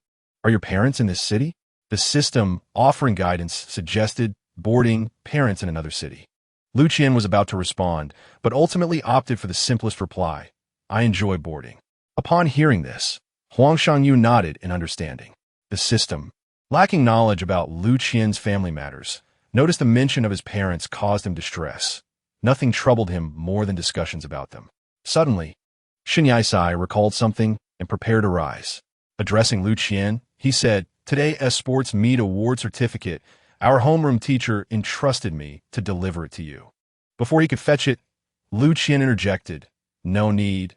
It holds no significance for me. You may keep it. After hearing this, Shun Yisai resumed his seat, pondering whether Lu Qian truly believed that participation was the sole aim of the competition. You still held a sports meet? Why didn't you mention it earlier? Otherwise, my mother would have come to cheer you on.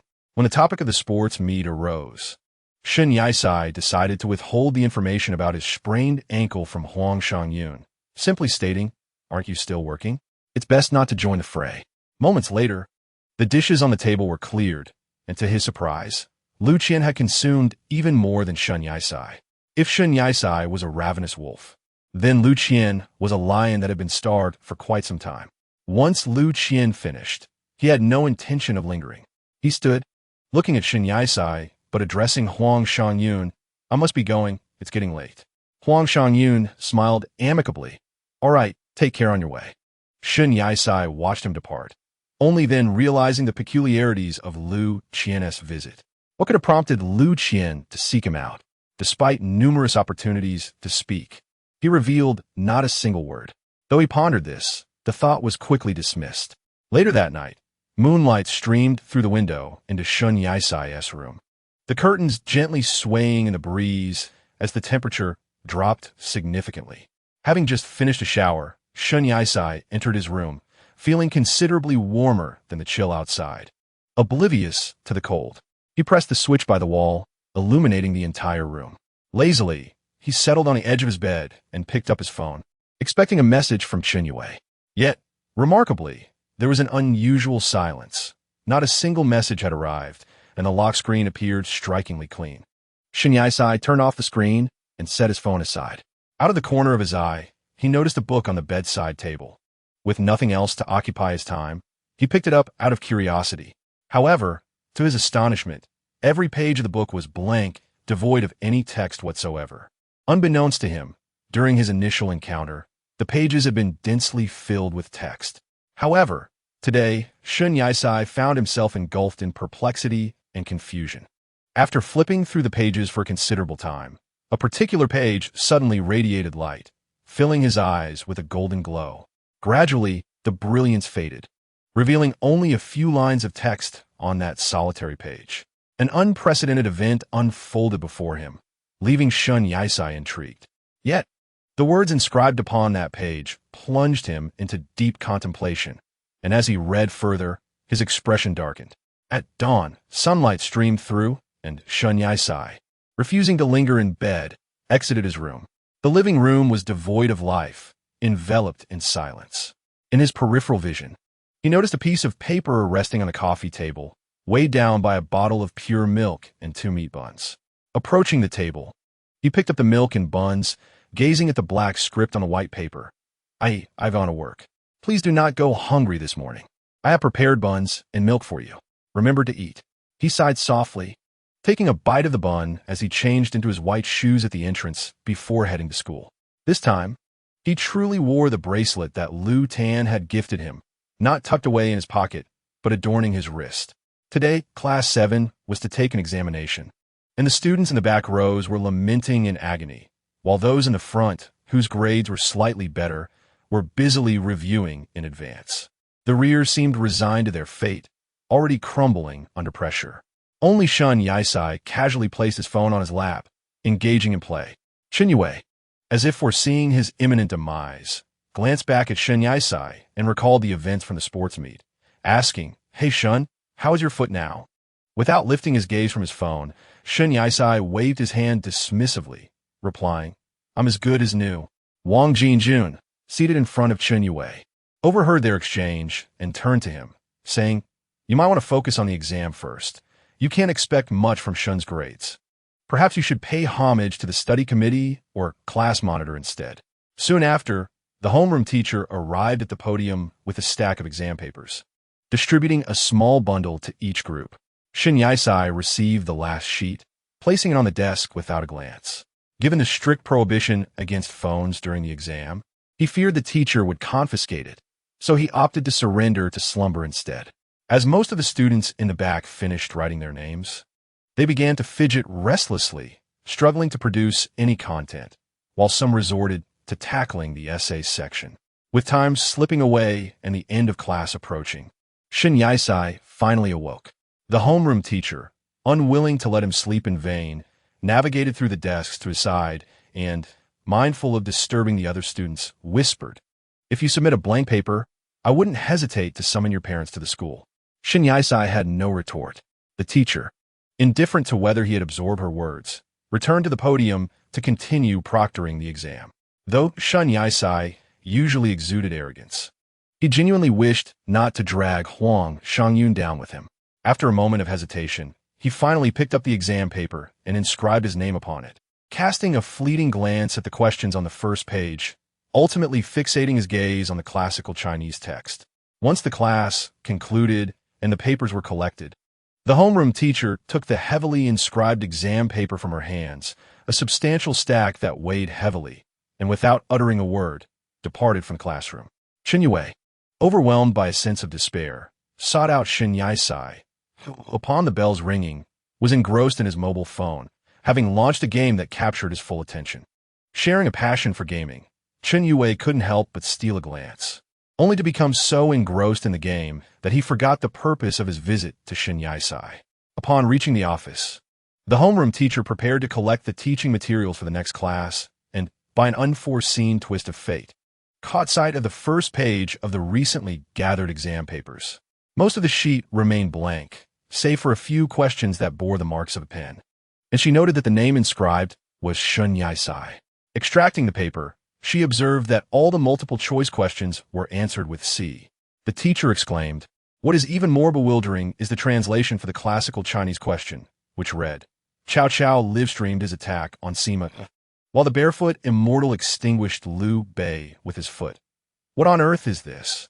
Her bewilderment deepened as she turned to the back of the paper, scanning it before her eyes landed on the essay prompt, 'The one thing you most desire to do.' To her astonishment, in the essay box, he had inscribed a few lines, I wish to have all the teachers of the school take an exam in the classroom, with me as the invigilator. And any student who does not achieve full marks should summon their parents. The teacher mused that it would be less irksome to receive a blank paper from this young man than to endure his written musings. Throughout the day, Shin Yisai spent the majority of the exam time asleep, only recalling the few lines he had read from the book the previous day when school was dismissed. The text contained information related to Lu Tan, leaving Shin Yisai in a state of skepticism regarding its authenticity. He resolved to discreetly test Lu Tan's veracity when the opportunity arose.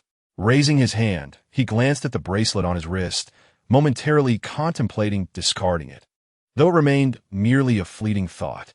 When Lu Tan had visited Shin Yisai's home, it was not merely for a meal. His true intention was to acquire that book. However, in the past, Lu Tan had been obedient, gazing blankly with an innocent demeanor.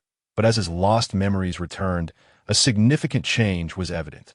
Yet, during the meal with Huang Shangyun, he reverted to his former naive self, causing a pang of heartache. System. The fourth task's penalty has been executed. At that moment, Lu Tan was in the library, perusing books and attempting to comprehend the world around him. However, upon hearing the system's remark, he realized that nothing had transpired. And wasn't the fourth task deemed successful? As he flipped through the pages, he quietly inquired, "What is the punishment?" System. You shall discover it for yourself. Wasn't the fourth task successful? Lutang Guispirth. The system clarified, failing to secure first place in a 3,000-meter run incurs a penalty. Yet I believe this is a means of assistance, turning misfortune into fortune.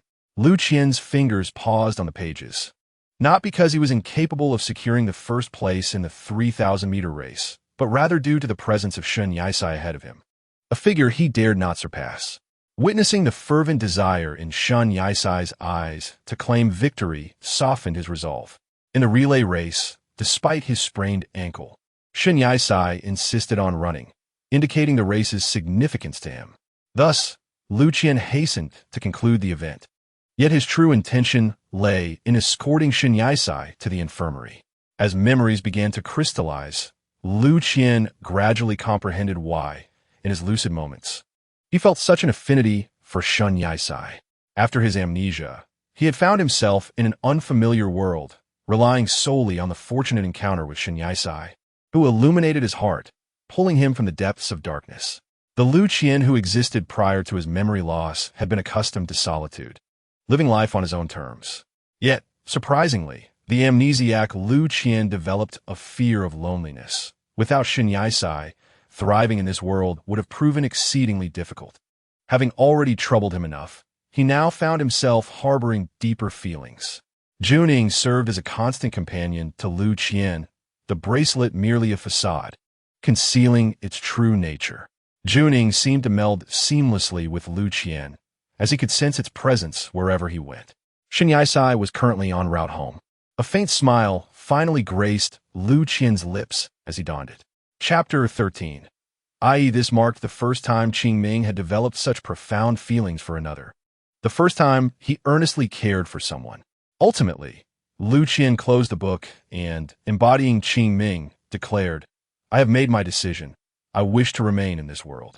The system fell silent, momentarily taken aback before replying, "Are you certain? Is your heritage and true home no longer of consequence?" Lu Qian rose to return the book, stating, "Nothing is more important than him, right, Ai?" The system responded, "I shall not obstruct your choice, but the ultimate task remains in effect. You may reconsider at any time." A glimmer of amusement sparkled in Lu Qian's eyes as he replied, "Then I trust that this task will never come to fruition." The sunset was exquisite, its golden light spreading across the horizon, transforming the scene into a picturesque painting. Shin Yisai had arrived at the entrance of his apartment building, stepping into the elevator while glancing at his phone, awaiting the floor's arrival. Just then, a message from Chinyue appeared. "Dewey. Oh, by the way, Shunga, I noticed you wearing a bracelet today. What's it about?" As Shin Yisai prepared to respond, another message from Dewey came through. "Could be a gift from some girl? Why haven't you told me, your bro, about your romantic entanglements?" Dewey continued, "Are we not good friends anymore?" Reading through the trio of messages, Shun Yisai hesitated, unsure how to respond, neither confirming nor denying. He initially contemplated revealing that Qingming had given it to him, but upon reflection, he deleted the words one by one, finding that explanation somewhat awkward. Indeed, it was unexpected for a boy to wear such a thing. Ultimately, he resolved to send a single word, "Get lost." In response, Chen Yue sent a crying emoji to convey his current mood, followed by, "Fair point. What girl would gift you something so vintage? If she were to gift you anything, surely it would be lingerie or a camisole." He then sent a humorous emoji. Without hesitation, Shun Yisai replied, "Are you a pervert? What I wear is none of your business." After sending the message, the elevator conveniently arrived at his desired floor, and he switched off the screen, slipping his phone into his pocket. Just as he reached the door, he spotted a young man standing next to his home, as if waiting for his return. Qingming? Upon seeing him, Shen Yisai involuntarily recalled a few lines from the book about him, which clearly stated that Qingming was not his real name. With this thought in mind, addressing him felt somewhat unfamiliar, even tinged with deceit. He averted his gaze, unable to meet Lu Qian's eyes, as if he were concealing a secret and feared being discovered. Lu Qian frowned, sensing that Shun Yisai's reaction seemed to reveal a lack of surprise at his presence. He spoke first, "What's wrong?" Shun Yisai's eyes appeared somewhat dazed, and after a long pause, he finally asked, "What brings you here?" During their conversation, he was unaware of how many times he had blinked.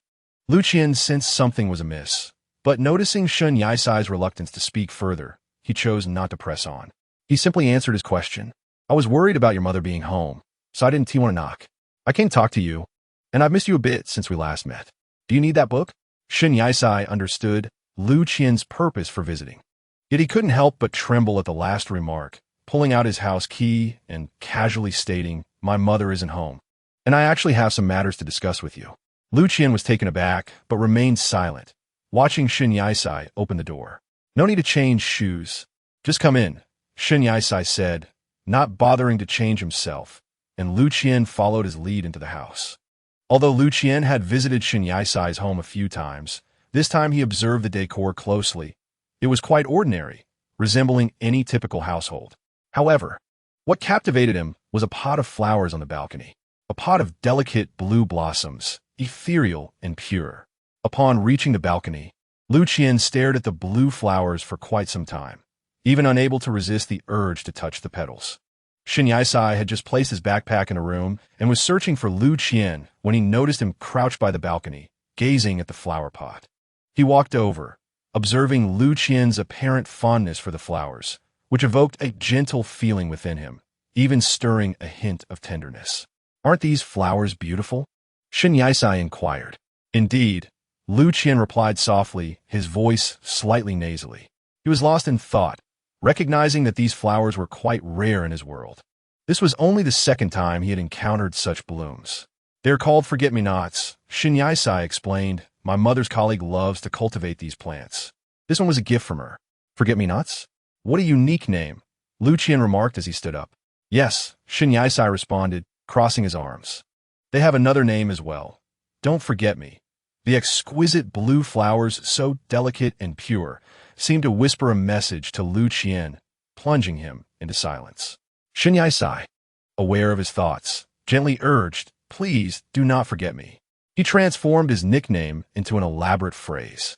Yet Lu Tan sensed that Shun Yisai was hinting at something deeper. Lu Tan gazed at him, observing that Shun Yisai maintained a neutral expression. He inquired, "Could you share your true name with me?" At this, Lu Tan was momentarily taken aback. His lips moved as if to speak, yet no words emerged. Shun Yisai further added, "As friends, I sincerely wish for you to be honest with me." Lu Tan was perplexed by Shun Yisai's sudden sensitivity and hesitated for an extended period. Just as he resolved to disclose his name, Shun Yisai abruptly asked, "You do know your birthday, right?" "Yes," Lu Tan replied. "It falls on the day of the Qingming festival." However, Shun Yisai appeared unfazed, as if he had already known, which surprised Lu Tan. "The Qingming festival has long since passed. Why didn't you mention it back then?" Shun Yisai queried. "To celebrate?" Lu Tan felt there was no need to articulate it, as it was, after all, the Qingming festival. He continued, Must we extend well wishes on Qing Ming as well? That does hold some truth, Shen Yisai conceded with a nod. It would be rather inappropriate to wish someone a happy birthday while visiting graves during Qing Ming. He sighed heavily, his shoulders trembling slightly. He pressed his lips together, resting his hands on the balcony railing, gazing at the horizon with a deep breath. I will seek you out, but I cannot contact you, Shen Yisai stated. Lu Tan's eyes brightened with a thought. Give me your phone.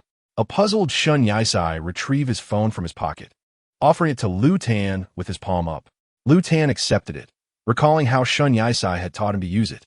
After a moment, he turned the phone to face Shen Yisai, saying, "This is the number of a library I frequent. You can reach me there."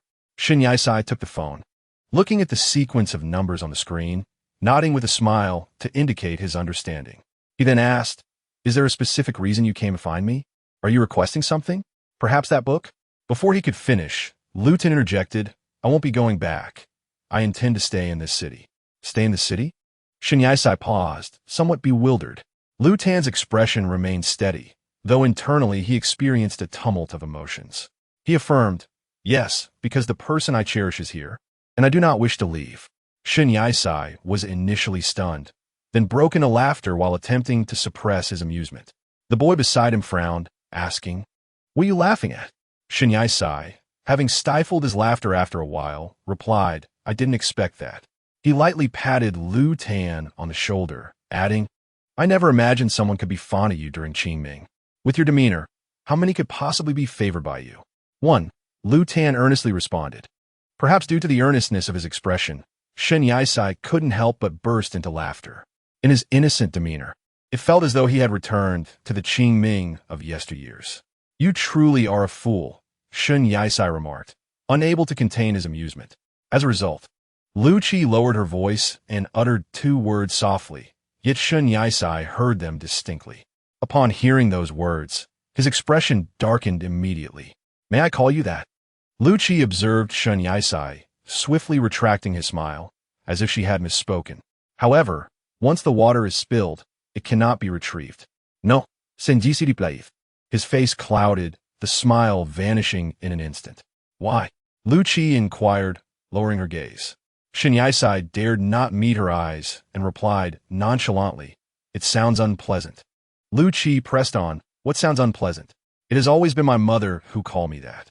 Over time, I have grown accustomed to it. But it is a name my father whimsically gave me when I was young. Now that I am grown, it feels rather awkward to hear, and it sometimes reminds me of my father." As he spoke, Shen Yisai lowered his eyes, a pang of longing for Shen Jianhua surfacing within him. Although their communication had been scant during his childhood and their bond was not particularly close, he still felt a tinge of regret for the relationship with his biological father. "It is not awkward at all. In fact, it sounds quite lovely," Lu Qi reassured him. "Your father would surely be pleased." Shen Yisai rubbed the bridge of his nose, a hint of unease creeping in as he confessed, "You must have heard my mother call me that when you visited yesterday." In truth, Dwayne knows, but he seldom refers to me in that manner. Chen Yue, both timid and feeling that the nickname is more fitting for my younger self, finds it awkward to use it now that I am older. "A.E." Lu Qi called out, gazing at Shen Yisai. Upon hearing this name, Shen Yisai felt as though someone had pricked his heart. He was particularly sensitive to being called that, especially by her, causing a slight blush to rise on his cheeks. Noticing his silence, Lu Qi called out again, "A.E. Please, stop calling me that." Shen Yisai could no longer contain himself. If she continued, he felt he might lose his mind. "I can hear you." Lu Qi chuckled. "He is rather adorable when he blushes." "No, I am not." Shen Yisai turned his face away, his ears burning crimson at her second utterance of the name. Unable to bear the moment any longer, fearing she might call him a third time, he hastily concocted an excuse to leave, claiming he needed to do his homework. A habitual non-student, he rarely engaged in such tasks, and now, feeling guilty, his rationale was entirely fabricated. That evening, Lu Qi departed Shen Yisai's home early, her spirits buoyant, although her expression revealed nothing of her inner thoughts. Conversely, Shen Yisai's mood was markedly different. Since bidding Lu Qi farewell, a shift had occurred within him. In the dead of night, a gentle breeze wafted through the window, caressing the curtains, as if even the night wind sought to console the restless youth in bed. The cicadas sang their mournful song for an extended time, yet they offered no solace to the troubled heart of the young man, who had spent the entire night weeping. Chapter 14. I Like You. He cried for an eternity, unable to find sleep until the clock struck 2 in the morning, when Huang Shangyun returned. She remained unaware of the turmoil within him, as Shun Yisai buried his face, silently weeping, his pillow nearly soaked with tears. In truth, Shun Yisai seldom weeps. This occasion of tears was not prompted by Qingming's summons, but rather by a profound sense of reluctance. As the sun ascended towards its zenith, he awoke groggily at 10 o'clock, having been roused neither by an alarm nor by the incessant ringing of his phone, which bore witness to over a dozen missed calls. His eyes, now dry from weeping, felt weary and slightly swollen. Suppressing his fatigue, he grasped his phone, glancing at the numerous missed calls, some from Chen Yue, others from Huang Shangyun, alongside a plethora of messages exceeding 20 in number. Instinctively, he first perused the messages from Huang Shangyun. Mother, why didn't you go to school today? Mother, your teacher has contacted me, regardless of your academic struggles. You ought to attend school. Mother, are you still at home? Mother, I cannot leave the office here. Are you feeling unwell today? Mother, I've called you multiple times. Is something amiss? Shin Yisai lowered his gaze, a wave of drowsiness threatening to engulf him once more. Yet he staved it off, typing a reply. Yisai, Mother, do not worry. I merely overslept a bit. Before long, a response arrived. Mother, did you sleep that soundly? I called several times and couldn't rouse you. After a brief moment of hesitation, he replied, Yisai, yes, I'll head to school now. Though he conveyed this, he lingered on the screen for a full minute, noting that the status had not changed to indicate she was typing. Perhaps Huang Shangyun was preoccupied with something, or she hesitated to reply, fearing it might affect his decision to attend school. The screen then shifted to messages from Chen Yue, who had sent a series of frantic emojis before proceeding with his messages. Dawei, Brother Shun, you didn't come to school today? Dawei, you didn't answer my calls. Are you attempting to skip class? Dawei, it's a miracle that the homeroom teacher didn't explode in anger upon noticing your absence. Dawei, I heard Wang Jinjun say that the homeroom teacher is relieved when you're not at school. I nearly laughed myself to tears. Dawei, Brother Shun, are you all right? Dawei, do reply 1 to you. Messages from Huang Shangyun and Chen Yue arrived in intervals, as if both were awaiting Shun Yisai's response. Yisai, something came up. I'm heading back to school now. Having sent his message, he did not expect a reply from Chen Yue, switched off his phone, and rose from bed. Today, the weight of drowsiness bore down upon him more heavily than usual, perhaps due to his tear-dried eyes, which felt devoid of moisture and yearned to close. This thought reminded him that his tears were shed for Qingming, and, secondarily, for the haunting words he had encountered in a book. Qingming's departure was inevitable. He was never truly of this world. In relinquishing everything, he had sacrificed it all to remain here. He required no memories, no lineage, for his own sake. He desired nothing at all. Yet, how could he exist in this realm? Such a state would only deepen his suffering. However, as long as Shin Yisai remained, he would not depart. One day, Lu Tuan would inevitably return. In a fitting moment, Shin Yisai would articulate everything clearly. Shin Yisai arrived at school just as classes were letting out. Clad in a short-sleeved summer uniform, he noted that the city transitioned to autumn swiftly, yet the temperature remained akin to summer's warmth. Many students donned autumn uniforms that were neither too thick nor too thin. Some, despite the heat, still perspired even in short sleeves. During the competition, Shun Yisai observed Qingming, who, in his own uniform, was drenched in sweat. Shin Yisai thought Qingming foolish for not changing, as the discomfort of sweat clinging to one's skin was quite unpleasant. Upon entering the classroom, Shun Yisai's timing was fortuitous. Students were scattered about, some engaging in playful banter, others engrossed in conversation, while the academically inclined focused on review, the atmosphere as unremarkable as ever. Chen Yue and Wang Jinjun were engrossed in a game, having just lost a round. Damn it, I rarely have such a brilliant game and still manage to lose. Wang Jinjun muttered in frustration. Noticing Shin Yisai had just taken his seat, Qin Yue stepped over to borrow a classmate's chair in front of him, straddling it with both legs while facing Shin Yai-sai. Bro Shun, you finally made it. If you had arrived any later, lunch would have already begun. Indeed, I haven't eaten yet, Shun Yai-sai replied nonchalantly, a wave of drowsiness creeping over him. He closed his eyes briefly and rubbed the sides of his nose. Observing Shun Yai-sai's weary demeanor and pallid complexion, Qin Yue inquired, "Why did you arrive so late? Did you not sleep well?" "I woke up late," Shun Yai-sai responded, retracting his hand. Wang Jinjun, standing nearby, noticed the slight redness and swelling around Shun Yai-sai's eyes and could not help but ask, "What time is it? Why did you sleep in?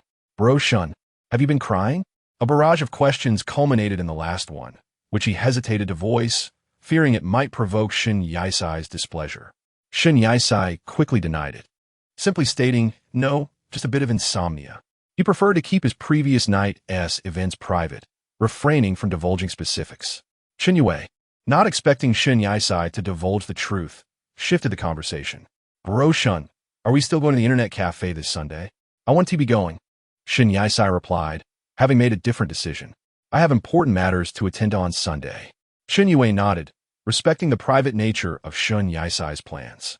However, Wang Jinjun, without any forethought, remarked to Qin Yue, "Let us invite Qingming to join us at the internet cafe on Sunday."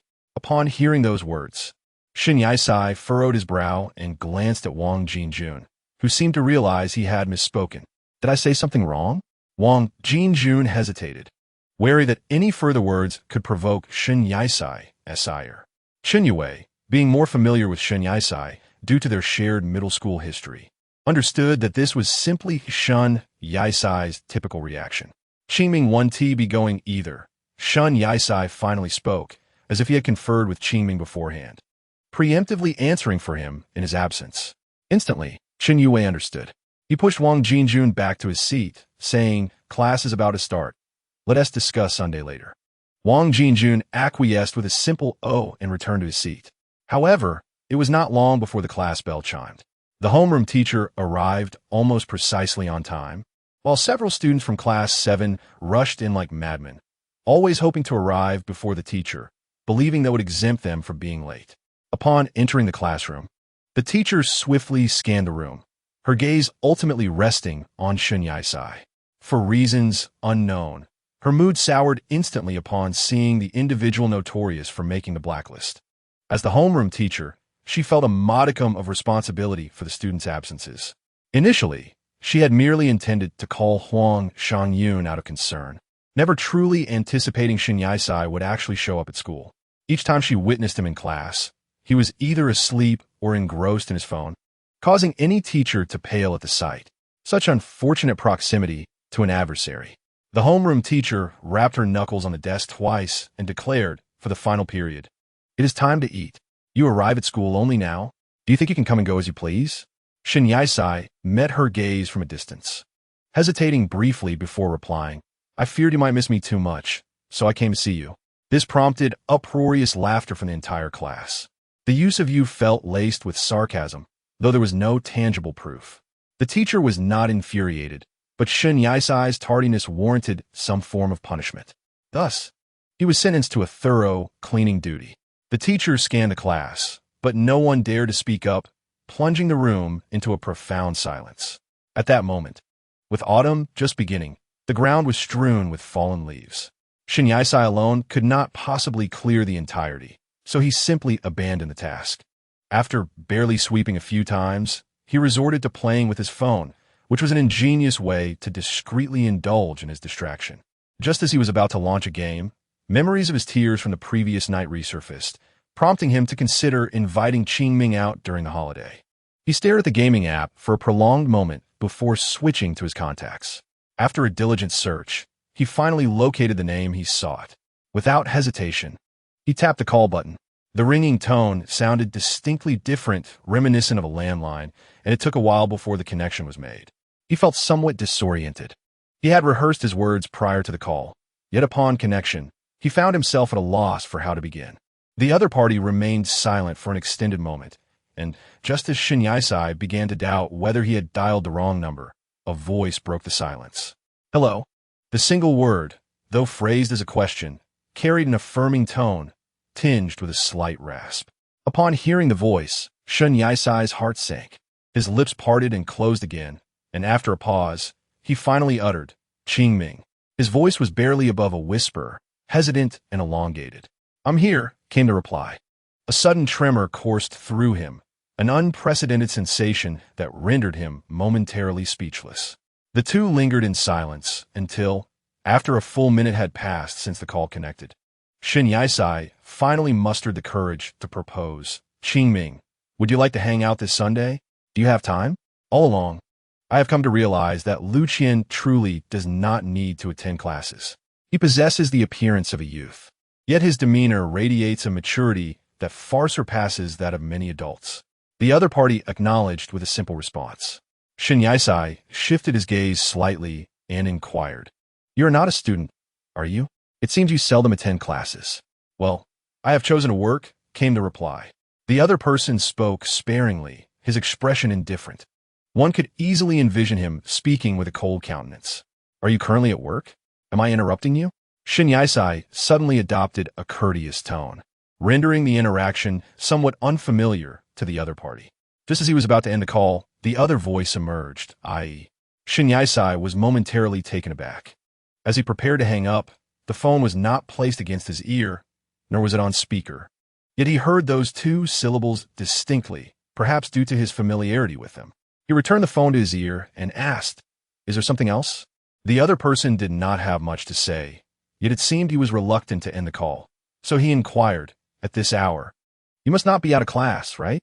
Shin Yaisai understood the implication and responded, "I had arrived late to school and was reprimanded by the homeroom teacher to clean up. There's no one outside, everyone is in class, and I'm the only one sweeping the ground." Lu Qian was aware of some of Shun Yaisai's circumstances. He had left home after 10 o'clock, and through the bracelet, he could even sense that Shun Yaisai had been crying the previous night. Rather than addressing it directly, he opted to probe gently. "Why did you come so late this morning?" "I simply overslept," Shun Yaisai replied. "What were you doing last night?" Lu Qian pressed on, determined to elicit the truth. Shin Yaisai pursed his lips. He certainly would not disclose the fact that he had cried throughout the night. "I played games too late. It happens often. I'm used to it." With this, Lu Qian fell silent, as he could not find an appropriate reason to compel him to speak the truth. If the other party did not wish to share, he would not press further. Lu Qian genuinely wished for an identity, a relationship that would allow Shun Yaisai to open his heart and speak candidly. Suddenly, Shun Yaisai recalled something and continued, "Is this call really from the library?"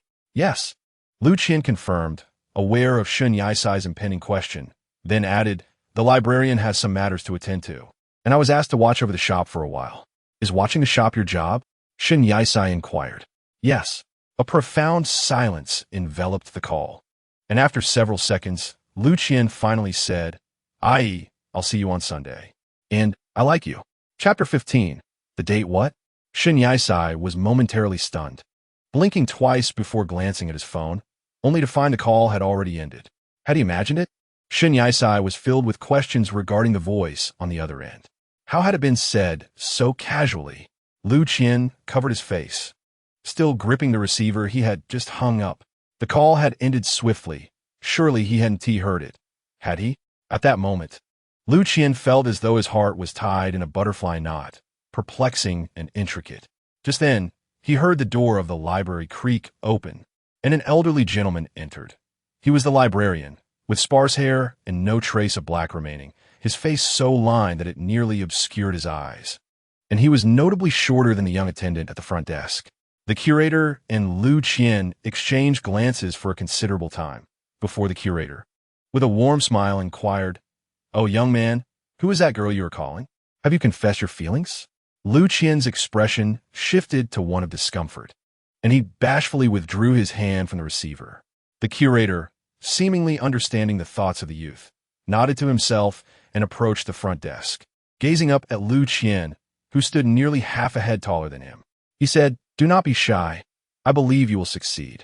In this day and age, it is not difficult to pursue a young lady." If only he genuinely hoped that Lu Qian were a young lady himself. Lu Qian indeed harbored such thoughts. but instead lowered his gaze at the curator, a hint of tenderness glimmering in his eyes. He was not young lady. After a moment of hesitation, Lu Qian chose to speak the truth. The curator, resting his chin in contemplation, suddenly recalled something and chuckled. Ah, what storms has this old man not weathered? An older lady, possessing maturity, may indeed be more challenging to win over than a young girl. Lu Qian had grown quite familiar with the curator of the library. He had never stayed in hotels. Rather, he resided in the library itself. During a time when Lu Qian had nowhere to go at night, he came to the library to read, only to accidentally fall asleep there. In the morning, he was awakened by the curator, who initially assumed he had suffered a heartbreak, as he had not returned home all night. Every evening, Lu Qian would visit, and, as they spent time together, the curator welcomed him. Handsome and tall, Lu Qian not only attracted fortune, but also assisted with various tasks, prompting the curator to allow him to stay. Given that the library was solely managed by the curator, Lu Qian had inquired about his grandson, gradually uncovering the curator's concerns. He shared, "My grandson is going to another city for his studies. Once he is admitted to university, he will come to visit me. For now, it is just my old companion and me in this city." Hearing this, Lu Qian felt a pang of sympathy. Who would care for the elderly couple left here? The curator's wife had grown frail, unable to speak or walk, lying in bed at home, nearly in a vegetative state. As the curator spoke, he began to organize the books on the shelves, adding, "Young people, we from the older generation have been through it all. Have the courage to love without concern for others' opinions." Lu Qian, lowering his gaze, pondered the curator's words for quite some time. Typically, during this mealtime hour, the library was nearly devoid of patrons, as everyone had gone to eat. After a moment, Lu Qian glanced at the wall clock. It was already past 11. At this hour, Shen Yisai was likely already having his meal. Shen Yisai, indifferent to whether he had cleaned up properly, prioritized his meal, which infuriated the homeroom teacher. Each time she stormed into the office, she was visibly agitated, expressing her frustrations, all of which revolved around Shen Yisai. Even the principal found it hard to forget that name. They felt fortunate not to be teaching Class 7, especially that boy who had been automatically placed on the blacklist by all the teachers. On Sunday morning, as usual, Shen Yisai lingered in bed, particularly reluctant to rise during the holidays, where his morning mood was notably sullen. Lu Zhen, on the other hand, had risen early and even tended to his appearance. The curator observed, almost teasingly, that it seemed as though this young man was preparing for a date. "Are you going out with someone special?" the curator stated bluntly, causing Lu Zhen to falter momentarily as he was adjusting his tousled hair. He paused upon hearing the curator's words. Lu Zhen nodded, tacitly accepting the insinuation. "But is any grooming really necessary?" The curator continued, encouragingly. "You're already quite handsome, charming, and dashing. You look splendid in any guise." Feeling a twinge of embarrassment, Lu Zhen managed to maintain a composed demeanor, replying softly, "If it were merely my looks that could capture someone's affection, that would be wonderful." He wished fervently for such a notion to hold true, yet the reality was different. Shen Yisai was equally attractive, well-liked, and amiable, albeit with a carefree disposition that appealed to many girls. Lu Zhen and Qing Ming resembled two sides of the same coin, one yearning to stay, the other eager to depart. Lu Zhen typically bore a heavy sense of responsibility, yet in Shen Yisai's presence, he sometimes felt that remaining was quite agreeable.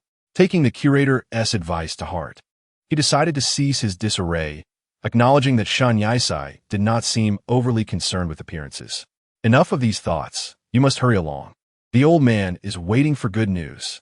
The curator regarded Lu Zhen with a fondness that suggested he never viewed him as an outsider, akin to a beloved grandson. Lu Zhen merely nodded obediently. Having risen at 6, he felt no lingering drowsiness, and by 7 he was fully prepared. "Is it too early?" he mused. Though it hardly seemed so. In his own world, his mornings commenced even earlier, as his mission and responsibilities far outweighed those in this place. Realizing he had arrived too early, he surmised Shen Yisai was likely still in bed, prompting him to proceed directly to Shen Yisai's home. The journey was serene and uneventful, as he endeavored to temper his expectations regarding the forthcoming encounter. Upon reaching Shun Yaisai's door, he knocked twice, but received no response, deducing that Shun Yaisai was indeed reluctant to rise. Just as Lu Zhen had suspected, Shun Yaisai heard the knocking, merely turned over, and buried his head beneath the blanket, attempting to muffle the sound. Thus, Lu Zhen found himself stranded outside the door, crossing his arms with an indifferent expression as he remarked, "I must be asleep." As if awakening from a long slumber, the system interjected, "There's a spare key beneath the blanket." A blanket? At the system's prompt, he glanced down to see a red blanket beneath his feet. Taking a couple of steps back, he bent down and lifted the blanket, discovering indeed a key hidden underneath. At that moment, Lu Zhen felt a surge of appreciation for the system's usefulness. Without hesitation, he seized the key, unlocked the door, and stealthily entered. Closing the door behind him with the utmost care, his footsteps as light as a whisper. Shun Yaisai had fallen asleep, but was startled awake by the sound of his name being called. He turned over again, pulling his head from under the air-conditioning blanket, and locked eyes with the person before him. "How did you get in?" Shun Yaisai suddenly blushed and buried his head back into the blanket. Lu Yin casually offered an excuse, saying he had unexpectedly discovered the spare key to their home and entered. Fearing Shun Yaisai would become suspicious, he shifted the topic. "I knocked, but you didn't respond. You were the one who invited me over, yet you're still in bed?" Estimating the time, based on his own drowsiness, Shun Yaisai replied, "What time is it now? Let me sleep a little longer." His voice was muffled, diminished by the blanket. But indeed it was Lu Yin who had risen early, so he refrained from disturbing Shun Yaisai's slumber. Sitting at the edge of the bed, he caught a glimpse of the books on the nightstand, and in that instant the light in his eyes dimmed. Shun Yaisai continued to sleep with his head buried, seemingly unwilling to reveal himself, primarily to avoid exposing his disheveled appearance, hair tousled and clad in pajamas. Such a gaze would be too awkward. However, after a brief slumber, he could no longer resist and pulled his head out, nearly suffocating under the blanket. Lu Yin noticed Shun Yaisai's movement and turned to glance at him. Shun Yaisai, in pursuit of a good rest, decided to cast aside any concern for his appearance. He still did not dare to meet Lu Yin's gaze, pulling his head out only to close his eyes again, yet he sensed Lu Yin's unwavering attention upon him. Shun Yaisai resolutely kept his eyes shut, too timid to open them. After a short while, Lu Yin heard the soft rhythm of Shun Yaisai's breathing. He seemed to have truly fallen asleep. It was not until nearly 8:30 that Shun Yaisai awoke, his eyelashes fluttering as he felt something brush against his cheek. Upon opening his eyes, he saw Lu Yin gently tracing his skin with his thumb, applying the lightest touch as if afraid to rouse him. When Lu Yin noticed Shun Yaisai had awakened, he slowly withdrew his hand. Had he been sitting there beside him all along? For a fleeting moment, Shun Yaisai recalled the last words Lu Yin had spoken before their phone call ended. Yet seeing that Lu Yin did not bring it up, he presumed it was merely a figment of his imagination. Nevertheless, thoughts of the words from his book made his expression grow somber. "What troubles you?" Lu Yin observed his mood, instinctively reaching out to touch Shun Yaisai's forehead, asking, "Are you feeling unwell?" Shun Yaisai abruptly grasped the hand resting on his forehead, feeling a pang of sensitivity, but upon noticing Lu Yin's instinctive reaction, he quickly released it. Lu Yin furrowed his brow, perplexed by Shun Yaisai's response, and withdrew his hand, inquiring, "Are you still sleepy? If so, I can keep you company." The person on the bed shook his head slightly, feigning a smile as he replied, "I'm not sleeping anymore." He added, "Could you step out for a moment? I need to change my clothes." Upon hearing this, Lu Yin scanned Shun Yaisai's entire figure before nodding and exiting the room. After Lu Yin left, he carefully closed the door behind him. Shun Yaisai waited until he confirmed Lu Yin had departed before reaching up to touch his forehead, seemingly savoring the lingering sensation. When he stepped outside, Shun Yaisai donned a white sweatshirt and a pair of distressed jeans, with a patch revealing his fair skin at the knee, exuding an air of casualness. Unlike Lu Ti, who, regardless of her attire, exudes an air of aloofness that allows her to effortlessly carry any outfit. The height difference between the two of them becomes apparent as they walk side by side. Shun Yaisai, with his gaze fixed on his phone, follows Lu Ti as she strides ahead, resembling a guide dog.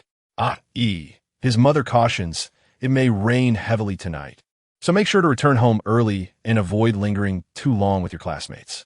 Understood, he replies, finishing his last message before tucking his phone away. Looking ahead at the roadside, Shun Yaisai comments, it might rain heavily tonight, but fortunately, it won't hinder our outing. Lu Ti nods and inquires, where do you plan to take me? I intend to show you the Milky Way. Shun Yaisai smiles. It's a rather secluded spot I recently discovered. And it's truly breathtaking. A luminous pathway that appears strewn with stars, hence the name Milky Way. That sounds wonderful. Lu Ti responds with a smile that dances on the edge of amusement. Shin Yaisai continues, unfortunately, the Milky Way is only visible at sunset. Its beauty is diminished during the day. Therefore, I plan to take you to the amusement park first. Having never heard of such a place, Lu Ti asks, what is an amusement park? This piques Shun Yaisai's interest, and he can't help but chuckle. You'll find out when we get there. As Shin Yaisai steps out, he is not empty-handed. He carries a bag slung over one shoulder, perhaps to appear more stylish. Throughout their conversation, Lu Ti brings up the bag several times. But each time, Shun Yaisai deftly changes the subject, suggesting he prefers to avoid discussing it. Although it appears light, it surely contains something. Every time Shin Yaisai glances at him, he tilts his head and finally can't resist inquiring about Lu Ti's height. Qingming, how tall are you? About 190. Though I haven't measured in a while, Lu Ti replies, candidly. That makes you 10 centimeters taller than me, Shun Yaisai states, not intending to reveal his own height until prompted. He finally admits, the last time I measured I was 180. Lu Ti lets out a soft chuckle, so faint that only those nearby might detect it. Is that a jibe at my height? Shin Yaisai, unable to suppress a sidelong glance, pivots to a different topic. Did you not attend school because you didn't get into high school? If you're working, how old are you? Isn't it common for people to inquire about age? Lu Ti reflects, often hesitant when posed with this question. After a moment of contemplation, he responds, just a little older than you. A little older? More than just a little. At 128, you could very well be my ancestor, Shin Yaisai quips. Chapter 16. The promise of the Milky Way. After spending the better part of the day at the amusement park, indulging in every thrilling attraction, Lu Ti, who had maintained a stoic expression throughout, finally shows a shift in demeanor while on a roller coaster. His first encounter with such a terrifying ride. Emerging from the exhilarating experience, Lu Ti feels a tingling sensation course through his body and a slight dizziness settling in, while Shin Yaisai, exhilarated by the thrill, expresses a desire to ride again. However, Lu Ti is not inclined to repeat the experience. Let's go eat. It's already afternoon, Shin Yaisai suggests. Lu Ti nods in agreement. The two individuals casually wandered into a nearby modest eatery to place their orders. Lu Tuo was not particular about food, thus Shin Yaisai's choices were deemed quite suitable. Upon noticing the guests, the proprietress of the establishment smiled and remarked, dining at this hour, are we? After a wild day at the amusement park, who would pay heed to time? Shin Yaisai responded with a chuckle. After reviewing the menu, he suggested, let us have a couple of vegetable dishes, one meat dish, and a bowl of soup. Very well, the proprietress replied, before retreating to the kitchen to prepare their meal. Curiously, Lu Tuo inquired, do you prefer vegetarian options? Will we be able to finish all this? It should suffice. If we can't finish, we can take the leftovers, Shun Yaisai replied, setting the menu aside. I'm not particularly fond of meat, especially that soft, fatty kind. It makes me feel nauseous. Then why order meat? Lu Tuo asked. Shin Yaisai chuckled lightly, languidly explaining, I ordered it for you. A solely vegetarian meal might become rather monotonous. Lu Tuo nodded in agreement. As they dined and conversed, they concluded their meal by 5 o'clock. Although it appeared they might not finish, their prolonged hunger allowed them to clear their plates entirely. This meal would sustain them for the day. With some time still before sunset, Shun Yaisai suddenly remembered something. He removed his backpack from his shoulder and unzipped it. Lu Tuo observed his actions, seemingly trying to discern his intentions. Upon finding what he sought, Shun Yaisai's expression shifted. He produced an item and handed it to Lu Tuo, smiling as he said, here, this is for you. Lu Tuo was taken aback, gazing at the sachet nestled in Shun Yaisai's palm, adorned with floral patterns and delicate strings for hanging. appearing quite simple, yet not ostentatious. Noticing Lu Tuo's hesitation to accept, Shin Yisai explained, "This sachet was purchased. I couldn't make one myself, but the essence lies within. Do you know what is inside?" At this, Lu Tuo lifted his gaze to meet Shin Yisai's, as if silently asking, "What is it?" Uncertain if Lu Tuo understood the implication, Shin Yisai elaborated, "It contains forget-me-nots. Do you remember? You admired them on my balcony for quite some time. So I thought of this as a birthday gift for you." "A birthday gift?" Lu Tuo inquired. Shin Yisai inadvertently let slip the information. He had intended to reveal that all of this was to celebrate Lu Tuo's birthday during their visit to the galaxy. But once the words were spoken, they could not be retracted. He clarified, "Since I couldn't celebrate your birthday on Qingming Festival, would you forgive this belated gift?" Hearing this, Lu Tuo finally accepted the sachet from Shin Yisai's hand, closely examining its form. Shin Yisai, feeling slightly bashful under Lu Tuo's gaze, remarked, "I noticed many sachets seem more feminine, so I chose one that was a bit less ornate. It may not be very attractive, so please don't mind." To his surprise, Lu Tuo smiled and replied, "I really like it." Given that Lu Tuo's birth was anything but ordinary, shrouded in many secrets. And although his birthday fell on Qingming Festival, an easy day to remember, no one dared to celebrate it, resulting in a long absence of birthday festivities. This gift was his first, especially one from Shin Yisai. How could Lu Tuo possibly take offense? He accepted the fragrant sachet, and as he glanced at Shin Yisai, he found Shin Yisai looking elsewhere. Following his gaze, Lu Qian observed a couple passionately engaged in a kiss. Lu Qian merely cast a fleeting glance, noting that Shin Yisai remained lost in thought. Was a kiss truly so captivating? He furrowed his brow and called out, "I." Shin Yisai turned back, inquiring, "What is the matter? Why are you watching others kiss?" A playful glimmer sparkled in Lu Qian's eyes, though it did not detract from his icy demeanor. Shin Yisai's lips moved slightly, his cheeks flushed with a subtle redness. Unsure of how to respond, merely denying, no. Seeing Shin Yisai's blushing face struck Lu Qian as unexpectedly adorable, prompting a soft laugh that momentarily shattered the cold facade. "Do you wish to try it?" Lu Qian's lips curled into a teasing smile, adding, "Or are you still in the learning phase?" "What does that even mean?" Shin Yisai was momentarily perplexed, his ears tinged with warmth. His fair complexion made the blush all the more pronounced. Noticing Shin Yisai's silence, Lu Qian reigned in his amusement, saying, "Want to learn? I can teach you." There was something amiss with Shin Yisai. He had transformed from the obedient figure he once was into someone more assertive. "I don't want to learn," Shin Yisai thought to himself as he answered, his gaze avoiding Lu Qian's eyes, feeling bashful instead. Observing Shin Yisai's demeanor brought a sweet joy to Lu Qian's heart. The setting sun shimmered upon the water's surface, casting a halo that resembled a stunning painting. If one were to capture this moment, few would believe it was unposed. The path ahead glimmered, twinkling in a dance of green, blue, and purple, as if countless stars were paving the way for them, a creation referred to as the Milky Way. Under the sunset, the Milky Way appeared, with the two youths walking atop it. Shin Yisai led the way, moving freely and unrestrained, as if a caged bird had been liberated. Lu Qian followed closely, treading quietly. Watching Shin Yisai's exuberant steps, who occasionally glanced back, urging Lu Qian to catch up. This scene felt illuminated by light, countless stars beneath their feet guiding him forward. Our elders have all experienced this. Go forth and love boldly. For a fleeting moment, the words of the curator echoed in his mind as he gazed at Shin Yisai, grappling with uncertainty. Typically cold and courageous, he faced challenges without hesitation. Yet for some reason, he felt like a timid turtle confronting this matter. Qingming. Lu Qian snapped back to reality, noticing Shin Yisai had already sprinted a fair distance ahead. By the riverbank, Shin Yisai leaned over the railing, gazing at the flowing water.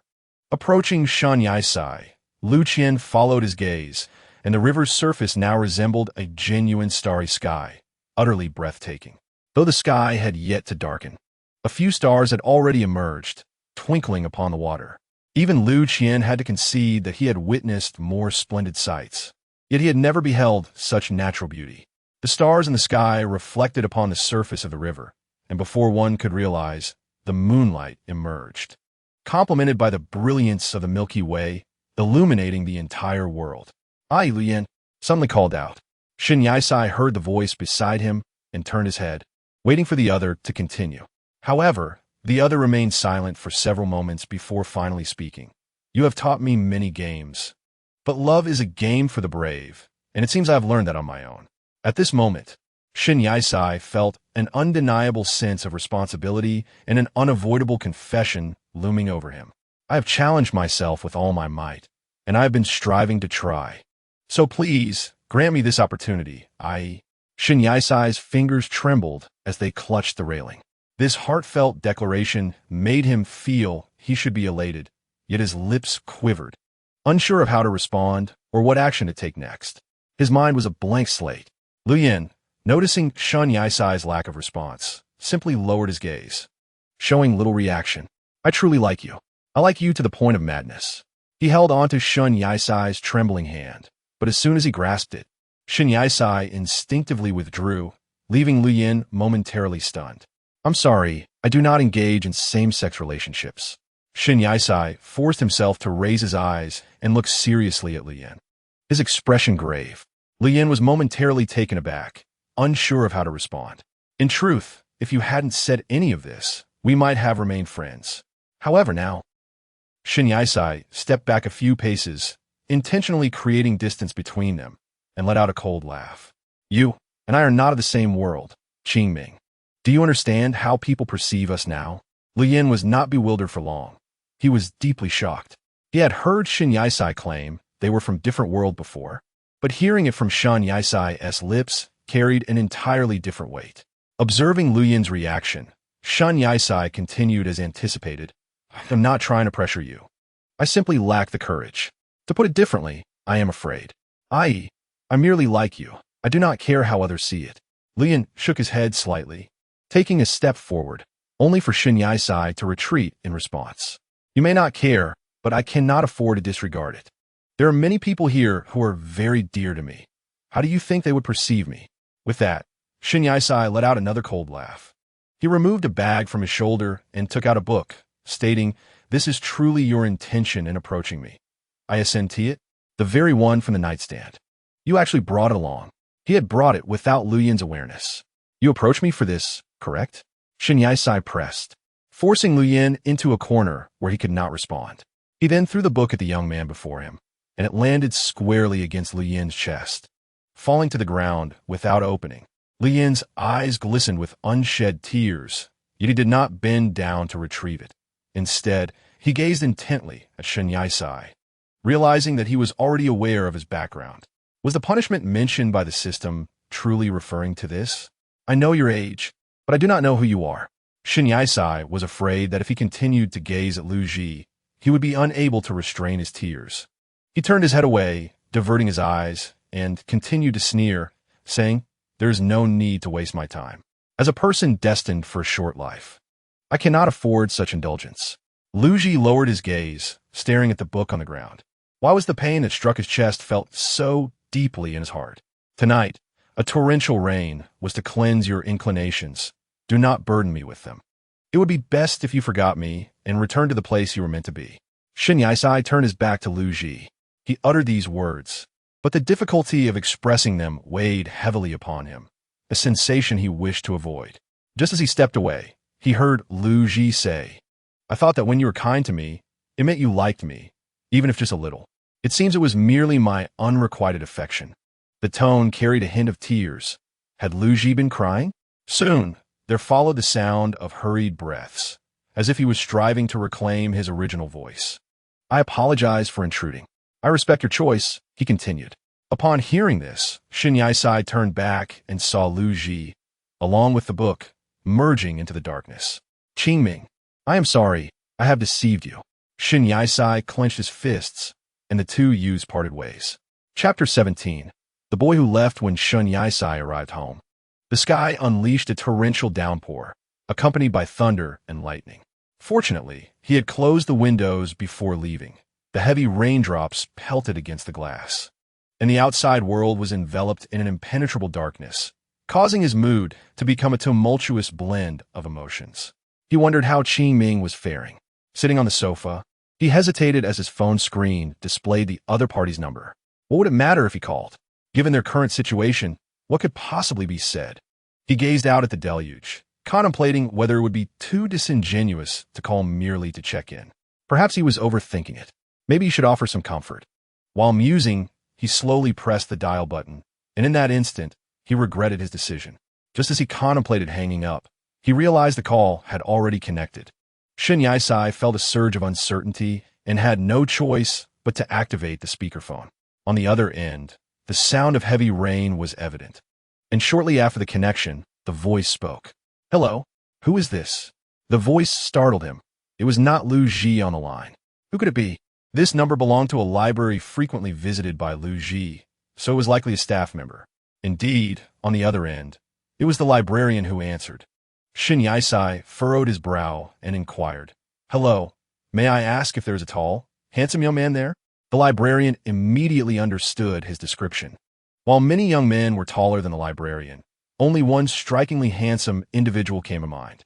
"Are you referring to the one who seldom smiles and is quite dashing?" The librarian reconfirmed.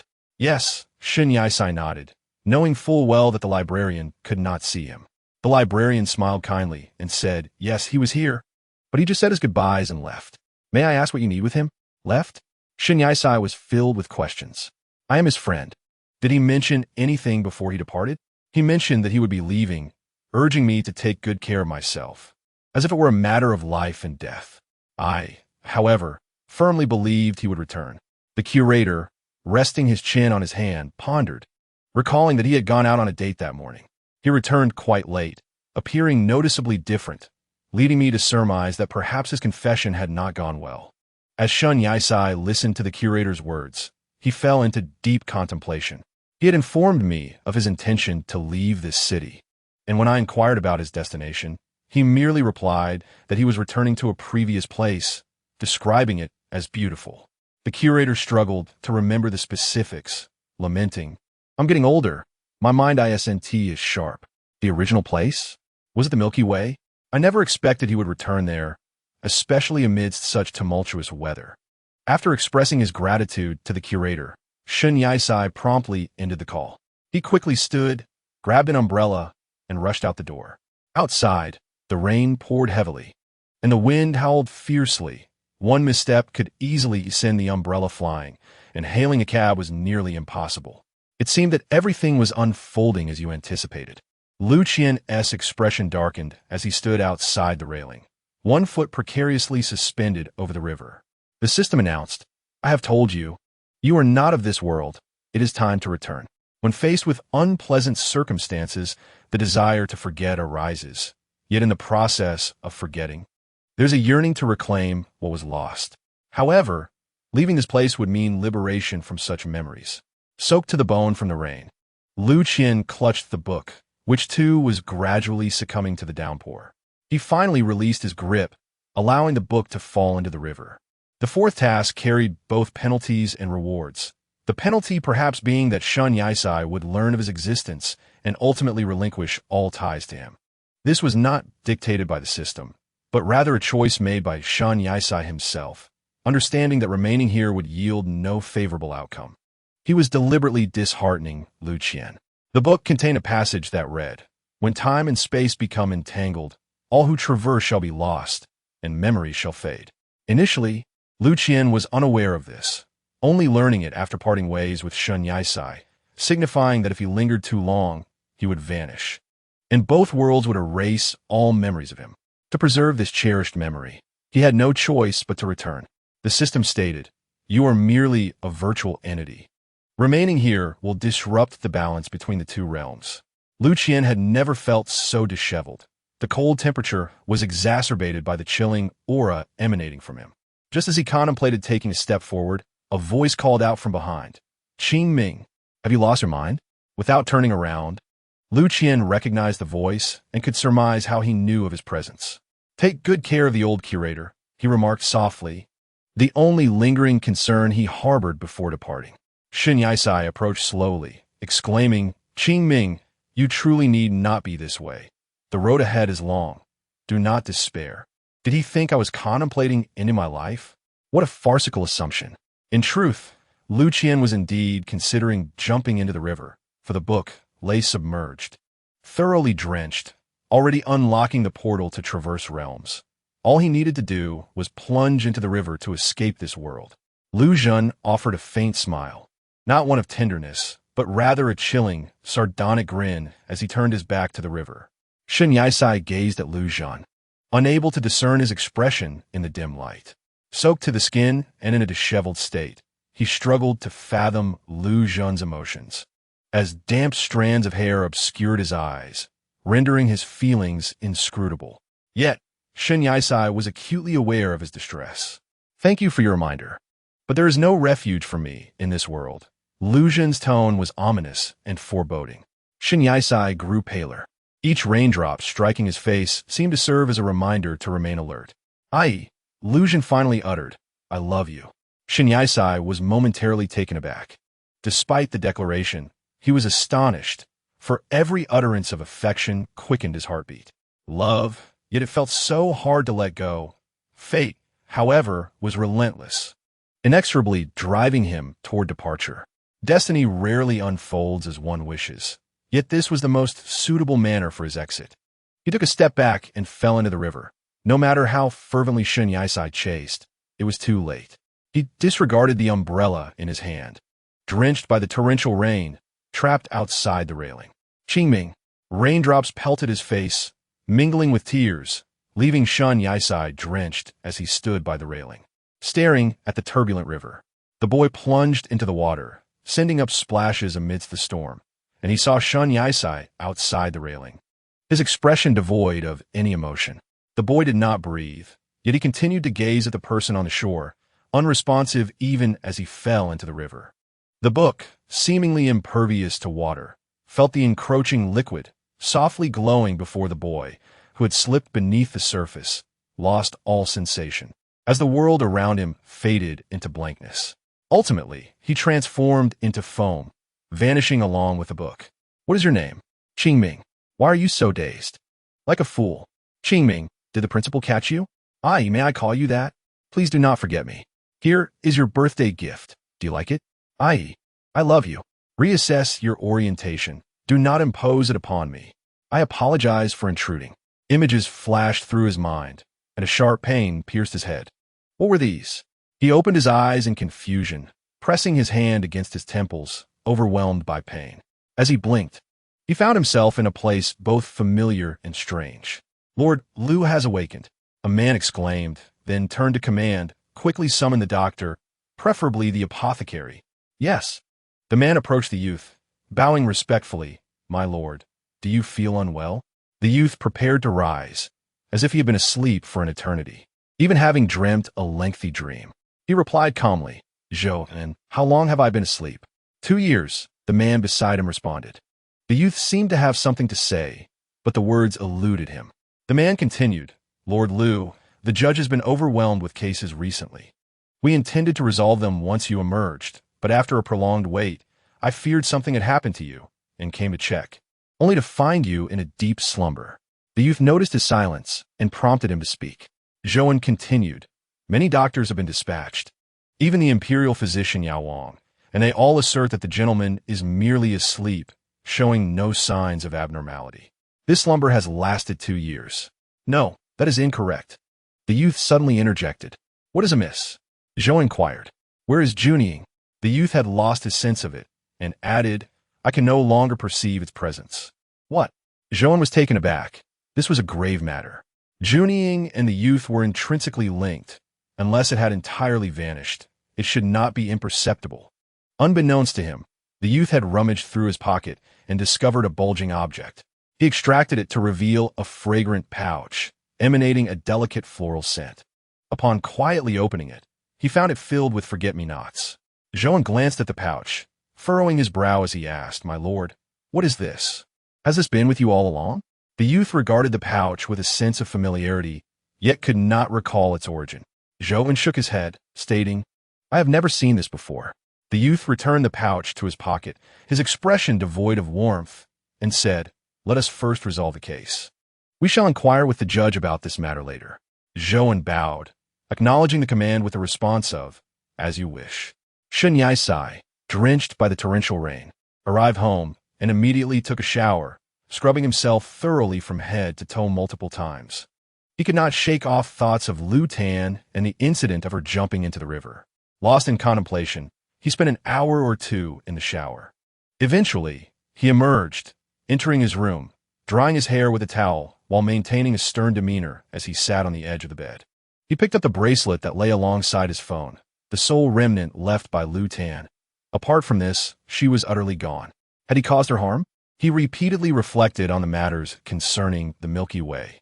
The rain began to patter softly, diluting the light of the stars, while the night sky was obscured by dark clouds, as if the world had lost all its brilliance. This deluge had also taken away a person. Shen Yisai had no intention of causing her distress. Rather, he desperately wished for her presence to remain. The people around him were compelled to erase their memories of her. Yet he hoped to preserve this beautiful recollection. Little did he expect that this day would arrive so swiftly. By morning, when the skies cleared, droplets of rain clung to the leaves, cascading down in gentle arcs.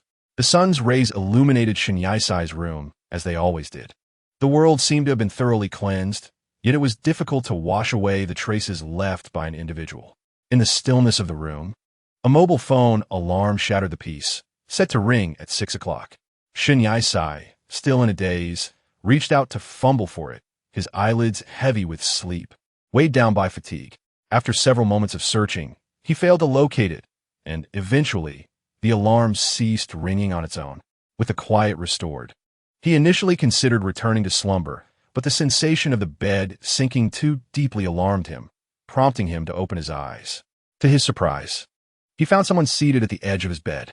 Upon seeing the person's face, disappointment washed over him. Huang Shangyun observed Shen Yisai's flushed cheeks with curiosity and touched his forehead, quickly withdrawing her hand in shock, exclaiming, "You have a fever." A fever? Perhaps it was caused by the rain last night. Hearing Huang Shangyun's words, Shen Yisai realized that he indeed felt somewhat unwell. He narrowed his eyes, seemingly contemplating the idea of returning to sleep, when Huang Shangyun announced, "I shall fetch you some antipyretics and request a leave of absence for you. You need not attend school today." Just as Huang Shangyun was on the verge of departing, Shen Yisai turned his head and inquired, "Mother, do you not have work today?"